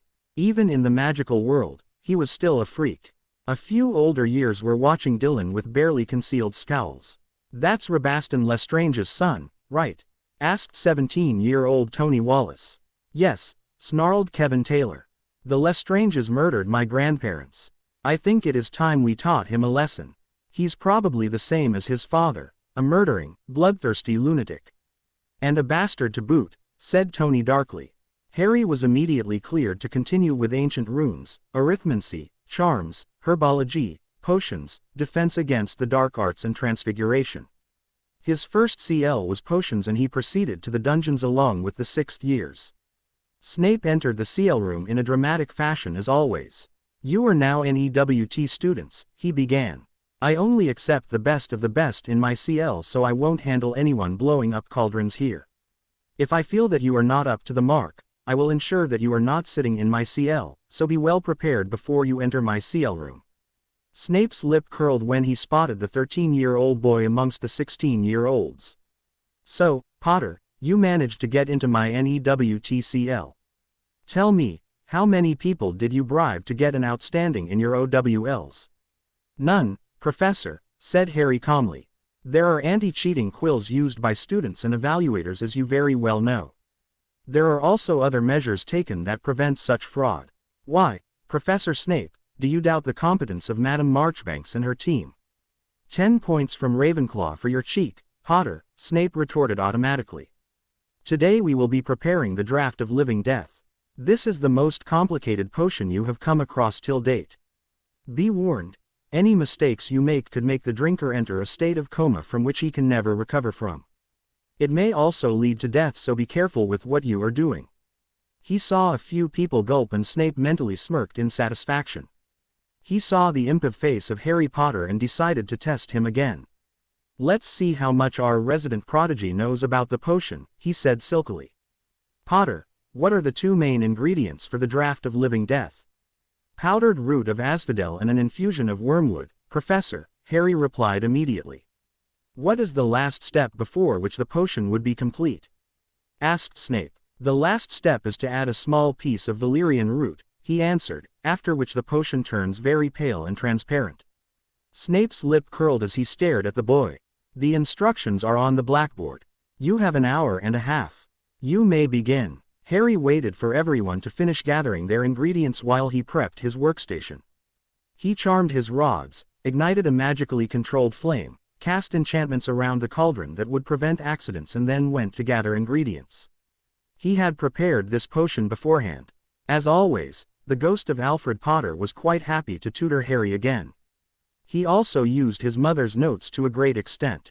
Lily Potter had really been a genius and he was quite proud of that fact. He took his silver knife and crushed the soporiferous bean with the flat side of his dagger, ignoring the instructions in the book. Harry also added a clockwise stir after every counterclockwise stir.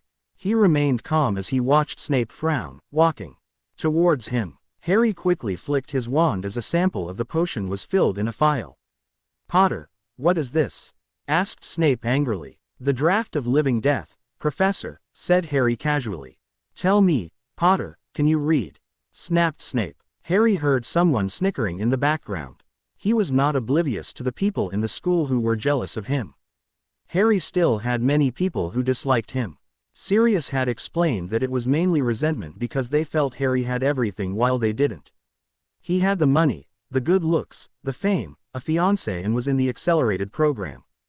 Who wouldn't be jealous? Of course, none of them truly knew the extent of Harry's suffering, but jealousy was not something anyone could reason with.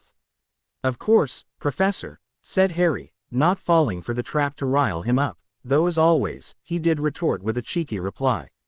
It would have worked if Snape hadn't tried it 100 times before over the past 2 years. "I would never have been allowed in this CL if I had not learned how to read or write." 5 points from Ravenclaw, the potion's master snapped. "Read the 7th line of the instructions for me, Potter." Harry simply looked at the board. "Cut the soporiferous bean and pour the juice in the cauldron." "Now read the 10th line for me." Stir counterclockwise until the potion turns as clear as water. I don't see the problem. Don't you? Said Snape dangerously. No, I don't, said Harry quietly. I know exactly where you are going with this, Professor Snape, and there is no reason I need to follow those instructions when there are alternate ones available that provide better results. You don't follow the same instructions when you brew the potion, but you somehow feel that I shouldn't use the alternate instructions which every potion's master uses. Snape loomed over him dangerously as he whispered, I am not someone who is impressed with my students cheating in my CL, Potter. I don't know where you got these instructions from, but you will not use them in my CL. This textbook is not the only source of reference, sir, said Harry, his eyes cold as the temperature dropped in the dungeon slightly as both wizards released some of their magic in anger. As any good student would do, I researched the properties of the changes and applied them. The changes I used were confirmed by a certified potions mistress. Do not call me a cheat. Harry and Snape stared at each other, anger displayed on both their faces. How dare you use those instructions? He snarled quietly, his face turning red in anger. Why would I be asking you permission for a method that is used by several potions masters around the world? Asked Harry haughtily. You and my mother were not the only ones to discover it. Following my mother's instructions is hardly something to be frowned upon. Didn't you do the same? You both altered several potions together after all. Enough, barked Snape, before leaning closer to speak in hushed, harsh tones. 50 points from Ravenclaw and detention with me, Potter. Don't you dare talk about Lily. CL dismissed. The rest of the CL hurried out, but after packing his bag, Harry remained, looking at Snape with an unreadable look on his face. What are you still doing here, Potter? Spat Snape. Get out. First shut up and listen to what I have to say. What did you say? Asked Snape dangerously. You have some nerve even mentioning my mother's name when you are the reason she is dead. Hissed Harry. I have put up with enough hippogriff shit from you over the past 2 years, Snape, but I have reached the end of my tether. I don't have unlimited patience. You treat me like crap because of what my father did to you during your school days, but you don't realize that you are exactly what you hate most, a bully. Why you leaked the prophecy to Voldemort, do you deny it? Snapped Harry, making Snape stop in shock, his wand still pointed at Harry, the tip glowing. You're the reason my parents were targeted. You're the reason my parents were killed. You're the reason I am an orphan. You are the reason I wound up living with Petunia and getting the shit beaten out of me every day for being a wizard. Don't act as though you are almighty, Snape, because you're not. I know that I don't stand a chance if you choose to attack me right now, but know this. My influence in this country, especially after the Chamber of Secrets fiasco, is not something I am unaware of. I'm heir Potter Gryffindor, and that holds sway in the government. I'm the boy who lived. You may have Dumbledore, but I have the entire magical population under my thumb. A former Death Eater won't stand a chance. Don't push my buttons or you will regret it. With that, Harry walked out of the CL, slamming the door shut. Snape gripped the handle of his wand tightly. Someday, he would get his revenge on Potter. He would make sure the boy suffered for mentioning Lily. It was not his fault that Lily had died, not really.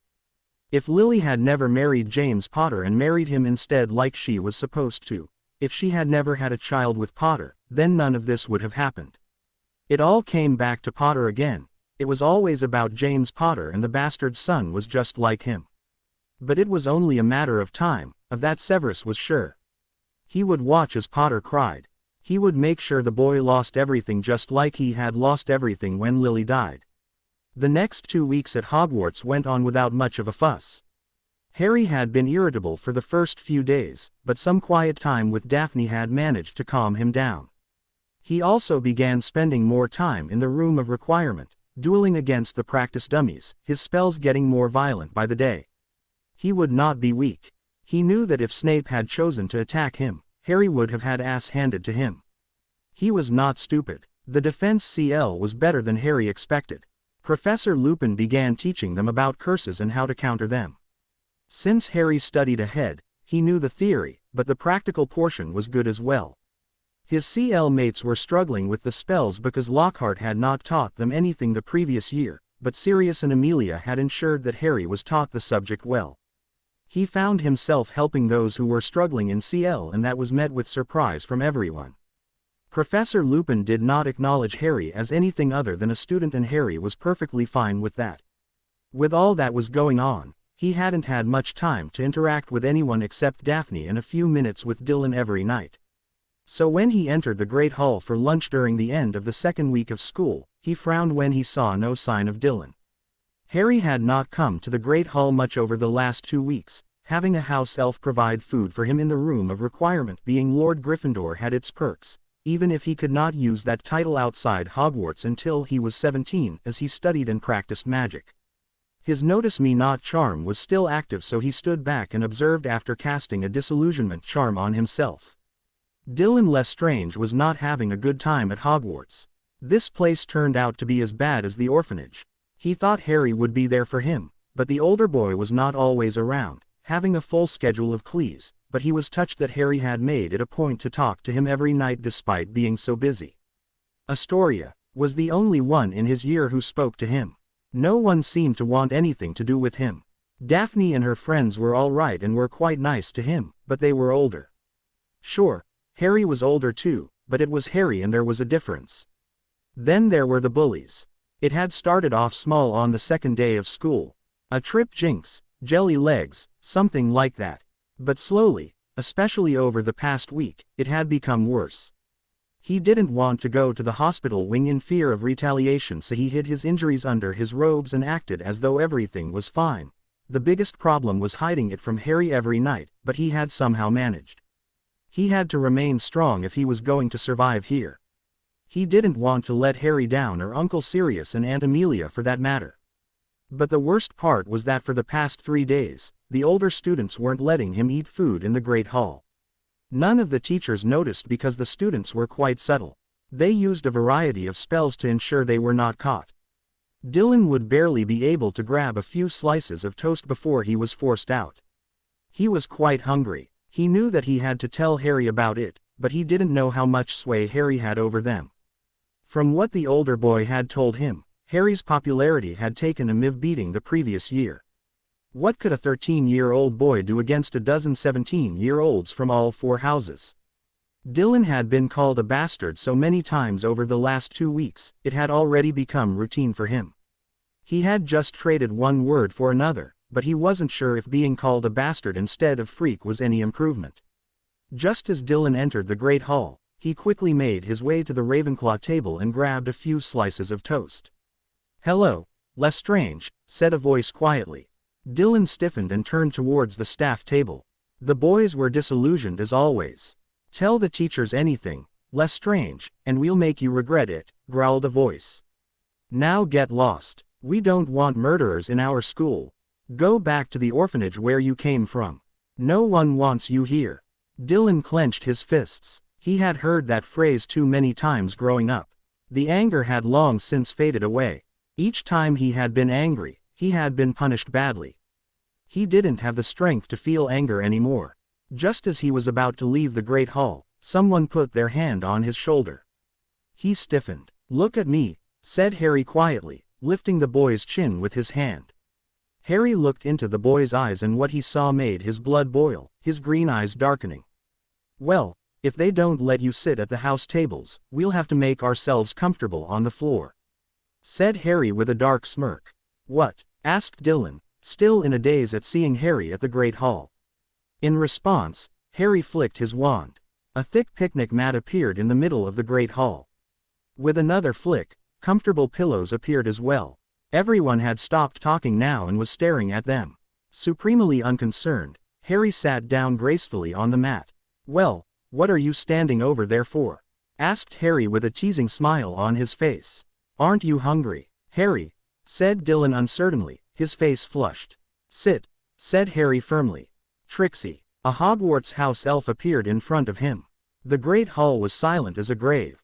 It was a very good thing that Dumbledore was away at some ICW conference. "What can Trixie do for young master?" asked the elf. "Trixie, could you please provide us with some food? A chocolate cheesecake too, for dessert, if you can manage it. It's Dylan's favorite." "At once, Master Harry," said the elf, beaming at him before it disappeared. When he Saw Harry staring. Dylan flushed with emberment as he sat down next to Harry on the floor. "Mr. Potter, may I ask what you are doing?" asked Professor McGonagall angrily. "Well, there are several students here who are denying Dylan to eat at the house tables or even eat at the Great Hall at all for that matter," Harry replied with a fake smile. "So, I thought something should be done about that.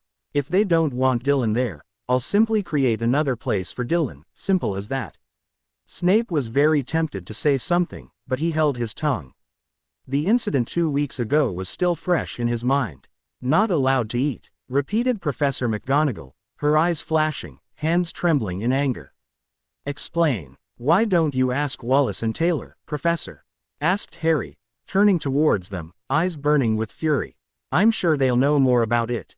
In the meantime, Dylan here has not had a proper meal in 3 days. I need to do my duty as his older brother and ensure that he's well fed." There was a collective intake of breath when Harry said that, and Dylan's jaw dropped in shock as well. Trixie appeared in front of Harry, leaving delicious food all over the mat. Harry cut a piece of shepherd's pie and put it on a plate for them both. When he was serving, a knowing smirk formed on his lips as another person sat next to him. "Oh good, you have all my favorites," piped Daphne as she helped herself to food. Dylan just gaped as Daphne began eating, not at all bothered that she was sitting on the floor amidst hundreds of students staring at them. He was startled to see Astoria sitting on his other side. "Pee me a plate, Harry," she ordered. "What do I look like, your waiter?" asked Harry with a mock frown. "Wait, don't answer that. I know what you'll say. For the record, you are what I say you are, so deal with it." Astoria smirked challengingly as she took a bite of her salad, ignoring the playful glare being sent her way. "Budge along," said Fred and George as they sat down. "You really know how to throw a picnic, Harry." "I can't believe I'm doing this," muttered Blaise under his breath as Tracy and Theo sat down as well. "You could have conjured a table, you know. Now where's the fun in that?" "Any more room?" asked Susan Bones, Hannah Abbott and Padma Patil, taking a seat. "Feel free," Harry replied. He then looked at the stunned face of one Dylan Lestrange. Leaning forward, he whispered in the younger boy's ear, "I promised you that I wouldn't leave you alone. I will honor my promise, little brother." Biting his lip to control his tears, Dylan opened his mouth only for Harry to feed him a spoonful of his favorite chocolate cheesecake. A privacy charm ensured that they didn't have to listen to McGonagall yelling at the group of 6th and 7th year students at the top of her voice. Harry mentally smirked in satisfaction. No one messed with the people he cared about and got away with it. A wink from Fred and George got the confirmation he needed. The twins would take care of them now. "Why didn't you tell me?" Harry demanded angrily. I thought I could handle it," Dylan cringed. Madame Pomfrey kept muttering about immature teenagers. "I can't believe what this school has come to," spat Madame Pomfrey angrily as she healed Dylan's injuries. "A dozen 7th years picking on a 1st year is utter cowardice, I tell you." 5 minutes later, she finished. "You'll be fine, Mr. Lestrange," she said. "Next time, don't be stubborn and actually come to me if something is bothering you.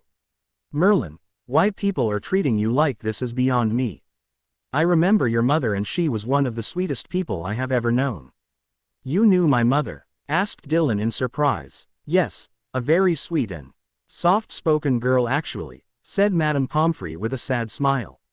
"She was a Hufflepuff, but she stuck to a very small group of friends. She used to spend a lot of time here because she had desired to become a healer. But she left in the middle of her 6th year after her parents were attacked." There was a momentary silence. "I don't know much about her personal life, Mr. Lestrange, but I can tell you everything I know. If you are interested, you can come to my office this weekend." "A few memories are better than none," she said quietly. "Thank you, Madame Pomfrey," said Dylan excitedly. Once done, Harry led the boy to the room of requirement. "The next time something like this happens, I want you to tell me immediately, got it?" said Harry firmly. "I won't have them treating you like this." "I don't want to be a burden," said Dylan fidgeting. Harry sighed as he sat down next to the boy. "Dylan, you are not a burden," he said quietly. "We have known each other for a few months now and you have already managed to break the ice with me. When I look at you, I see myself and trust me, that is not something I want to see in anybody. But I also care about you and I want to see you happy. Did you really mean that? Asked Dylan hopefully. When you called me your little brother. Of course I meant it, said Harry honestly. Not many people can get close to me, but you succeeded in a short amount of time. You may not believe it, and quite frankly I'm finding it hard to understand myself, but yes, I do consider you family. Dylan threw his arms around Harry, hugging him tightly. Harry stiffened in panic but wrapped his arms around Dylan slowly too. Then you're my brother too. On the 22nd of September, Harry, Andromeda Tonks, Susan and Susan's parents were in St. Mungo's Hospital, waiting for Amelia to give birth. After waiting for 2 hours, the door opened and Elizabeth Greengrass, wearing her healer's robes and looking slightly worn out, beckoned them in. Everybody, I would like to introduce to you the newest member of our family, said Sirius, beaming with happiness. Meet our son, Rigel Sirius Black, the new heir Black. Harry looked at the baby with a smile on his face. The baby was in Amelia's arms and he cuddled up to his mother, his hair turning from black to red. He's a metamorphagus, exclaimed Susan in awe. It's a trait that is dominant in the Black family, explained Andromeda with a smile. Dora started changing her hair color when she was born too. Harry looked at the baby fondly when Amelia cleared her throat. We have also decided something else. Susan, Harry, will you both accept the honor of being Rigel's godparents? Susan squeaked in happiness as she nodded and Harry was quite stunned. Of course, I would be honored, said Harry with a small smile. He pulled Sirius aside. Can you set up the Godfather ritual later on? He asked quietly. Of course, Harry, said Sirius with a smile. I did the same for you when you were born. It is quite simple, actually. Let the rest of them leave and we'll have it done. About 2 hours later, the others had all left and Harry was holding the sleeping infant in his arms. The boy looked really adorable and Harry lightly tickled his cheek, making the infant smile in his sleep. I don't think I have ever seen anything so beautiful in my life, said Harry softly. Amelia smiled. Wait until you get to babysit him, she said teasingly. Harry chuckled. Sirius gave him a slip of parchment which had the words of the oath and Harry took his oath as Rigel's godfather that he would do his duty to protect him and take care of him. After spending some more time there, he returned to Hogwarts with a smile on his face. Things had smoothened out nicely after the incident in the Great Hall. Some of Dylan's CL mates hesitantly decided to give him a chance and Harry was happy to see that they weren't actively shunning him anymore. The boy was also quite close to Astoria and the two of them seemed to spend time in the Leary doing homework or Astoria teaching him about pureblood culture. Of course, people were still calling him a bastard, but Dylan had learned how to deal with that thanks to Astoria's help. If anyone called him that anymore, he would just raise his hand and showed them the Lestrange heir ring on his ring finger, signifying his position even if he was born out of wedlock. That was enough to shut most of them up. The rest couldn't be helped. Harry had also been receiving funny looks from Neville Longbottom. He knew that it was only a matter of time before Neville realized the truth, so when the Gryffindor boy asked if they could talk privately, he had no reason not to oblige. Harry, what the hell is going on? Began Neville, his eyes wide with panic. I was told that L. Lestrange was just like his father and that I should stay away from him. My gran said that it was a mistake to let him come to Hogwarts and that he will be just like our Rabaston. But after observing him, he doesn't act like that at all. Harry sighed. Look, Neville, I'm not blaming you for thinking that way. Your grandmother is too set in her ways and the incident with your parents has created a block against the name Lestrange. Her paranoia and anger at Bellatrix, Rodolphus and Rabaston have taken a new target. She has been quite outspoken in the Wizengamot about not allowing Dylan to come to Hogwarts. What she doesn't realize is that Dylan is not Rabaston. The poor boy didn't even know who his parents were until this summer. He was raised in a Muggle orphanage and trust me, living among Muggles when you are a wizard is not paradise. Your grandmother, in her anger at all things Lestrange, is targeting a child. Looking at Neville, Harry continued. Tell me, what would happen if the three of them broke out from Azkaban and found out that there is a half-blood who now wears the heir ring to their family? How do you think Bellatrix would react were she to realize that the heir of the Lestrange line to which she is the Lady of, is a bastard born out of wedlock? How do you think they would react were they to realize that he is the son of a Muggle born? Neville swallowed. He would be killed, he whispered. Exactly, said Harry calmly. Your grandmother needs to stop blaming a child for the actions of his father. If I had done the same I would have bloody murdered Draco Malfoy already for his father's role in Daphne's petrification last term. But I didn't do that. I don't blame Draco for Lucius' crimes. Why does she not blame Narcissa? Isn't she the younger sister of Bellatrix? What about Crouch Sr. for his son's role in the crime? I get your point, said Neville. They stayed silent for 10 minutes, looking at the beautiful Scottish scenery outside the astronomy tower. Do you think I can apologize to him? He asked quietly. Harry snorted. Trust me, he will not hold it against you. He's too sweet for his own good. Daphne and Astoria actually think it's cute. Neville snickered as they climbed down the stairs. To be continued. I hope you enjoyed this story. Also remember to subscribe and like this video. See you in the next video.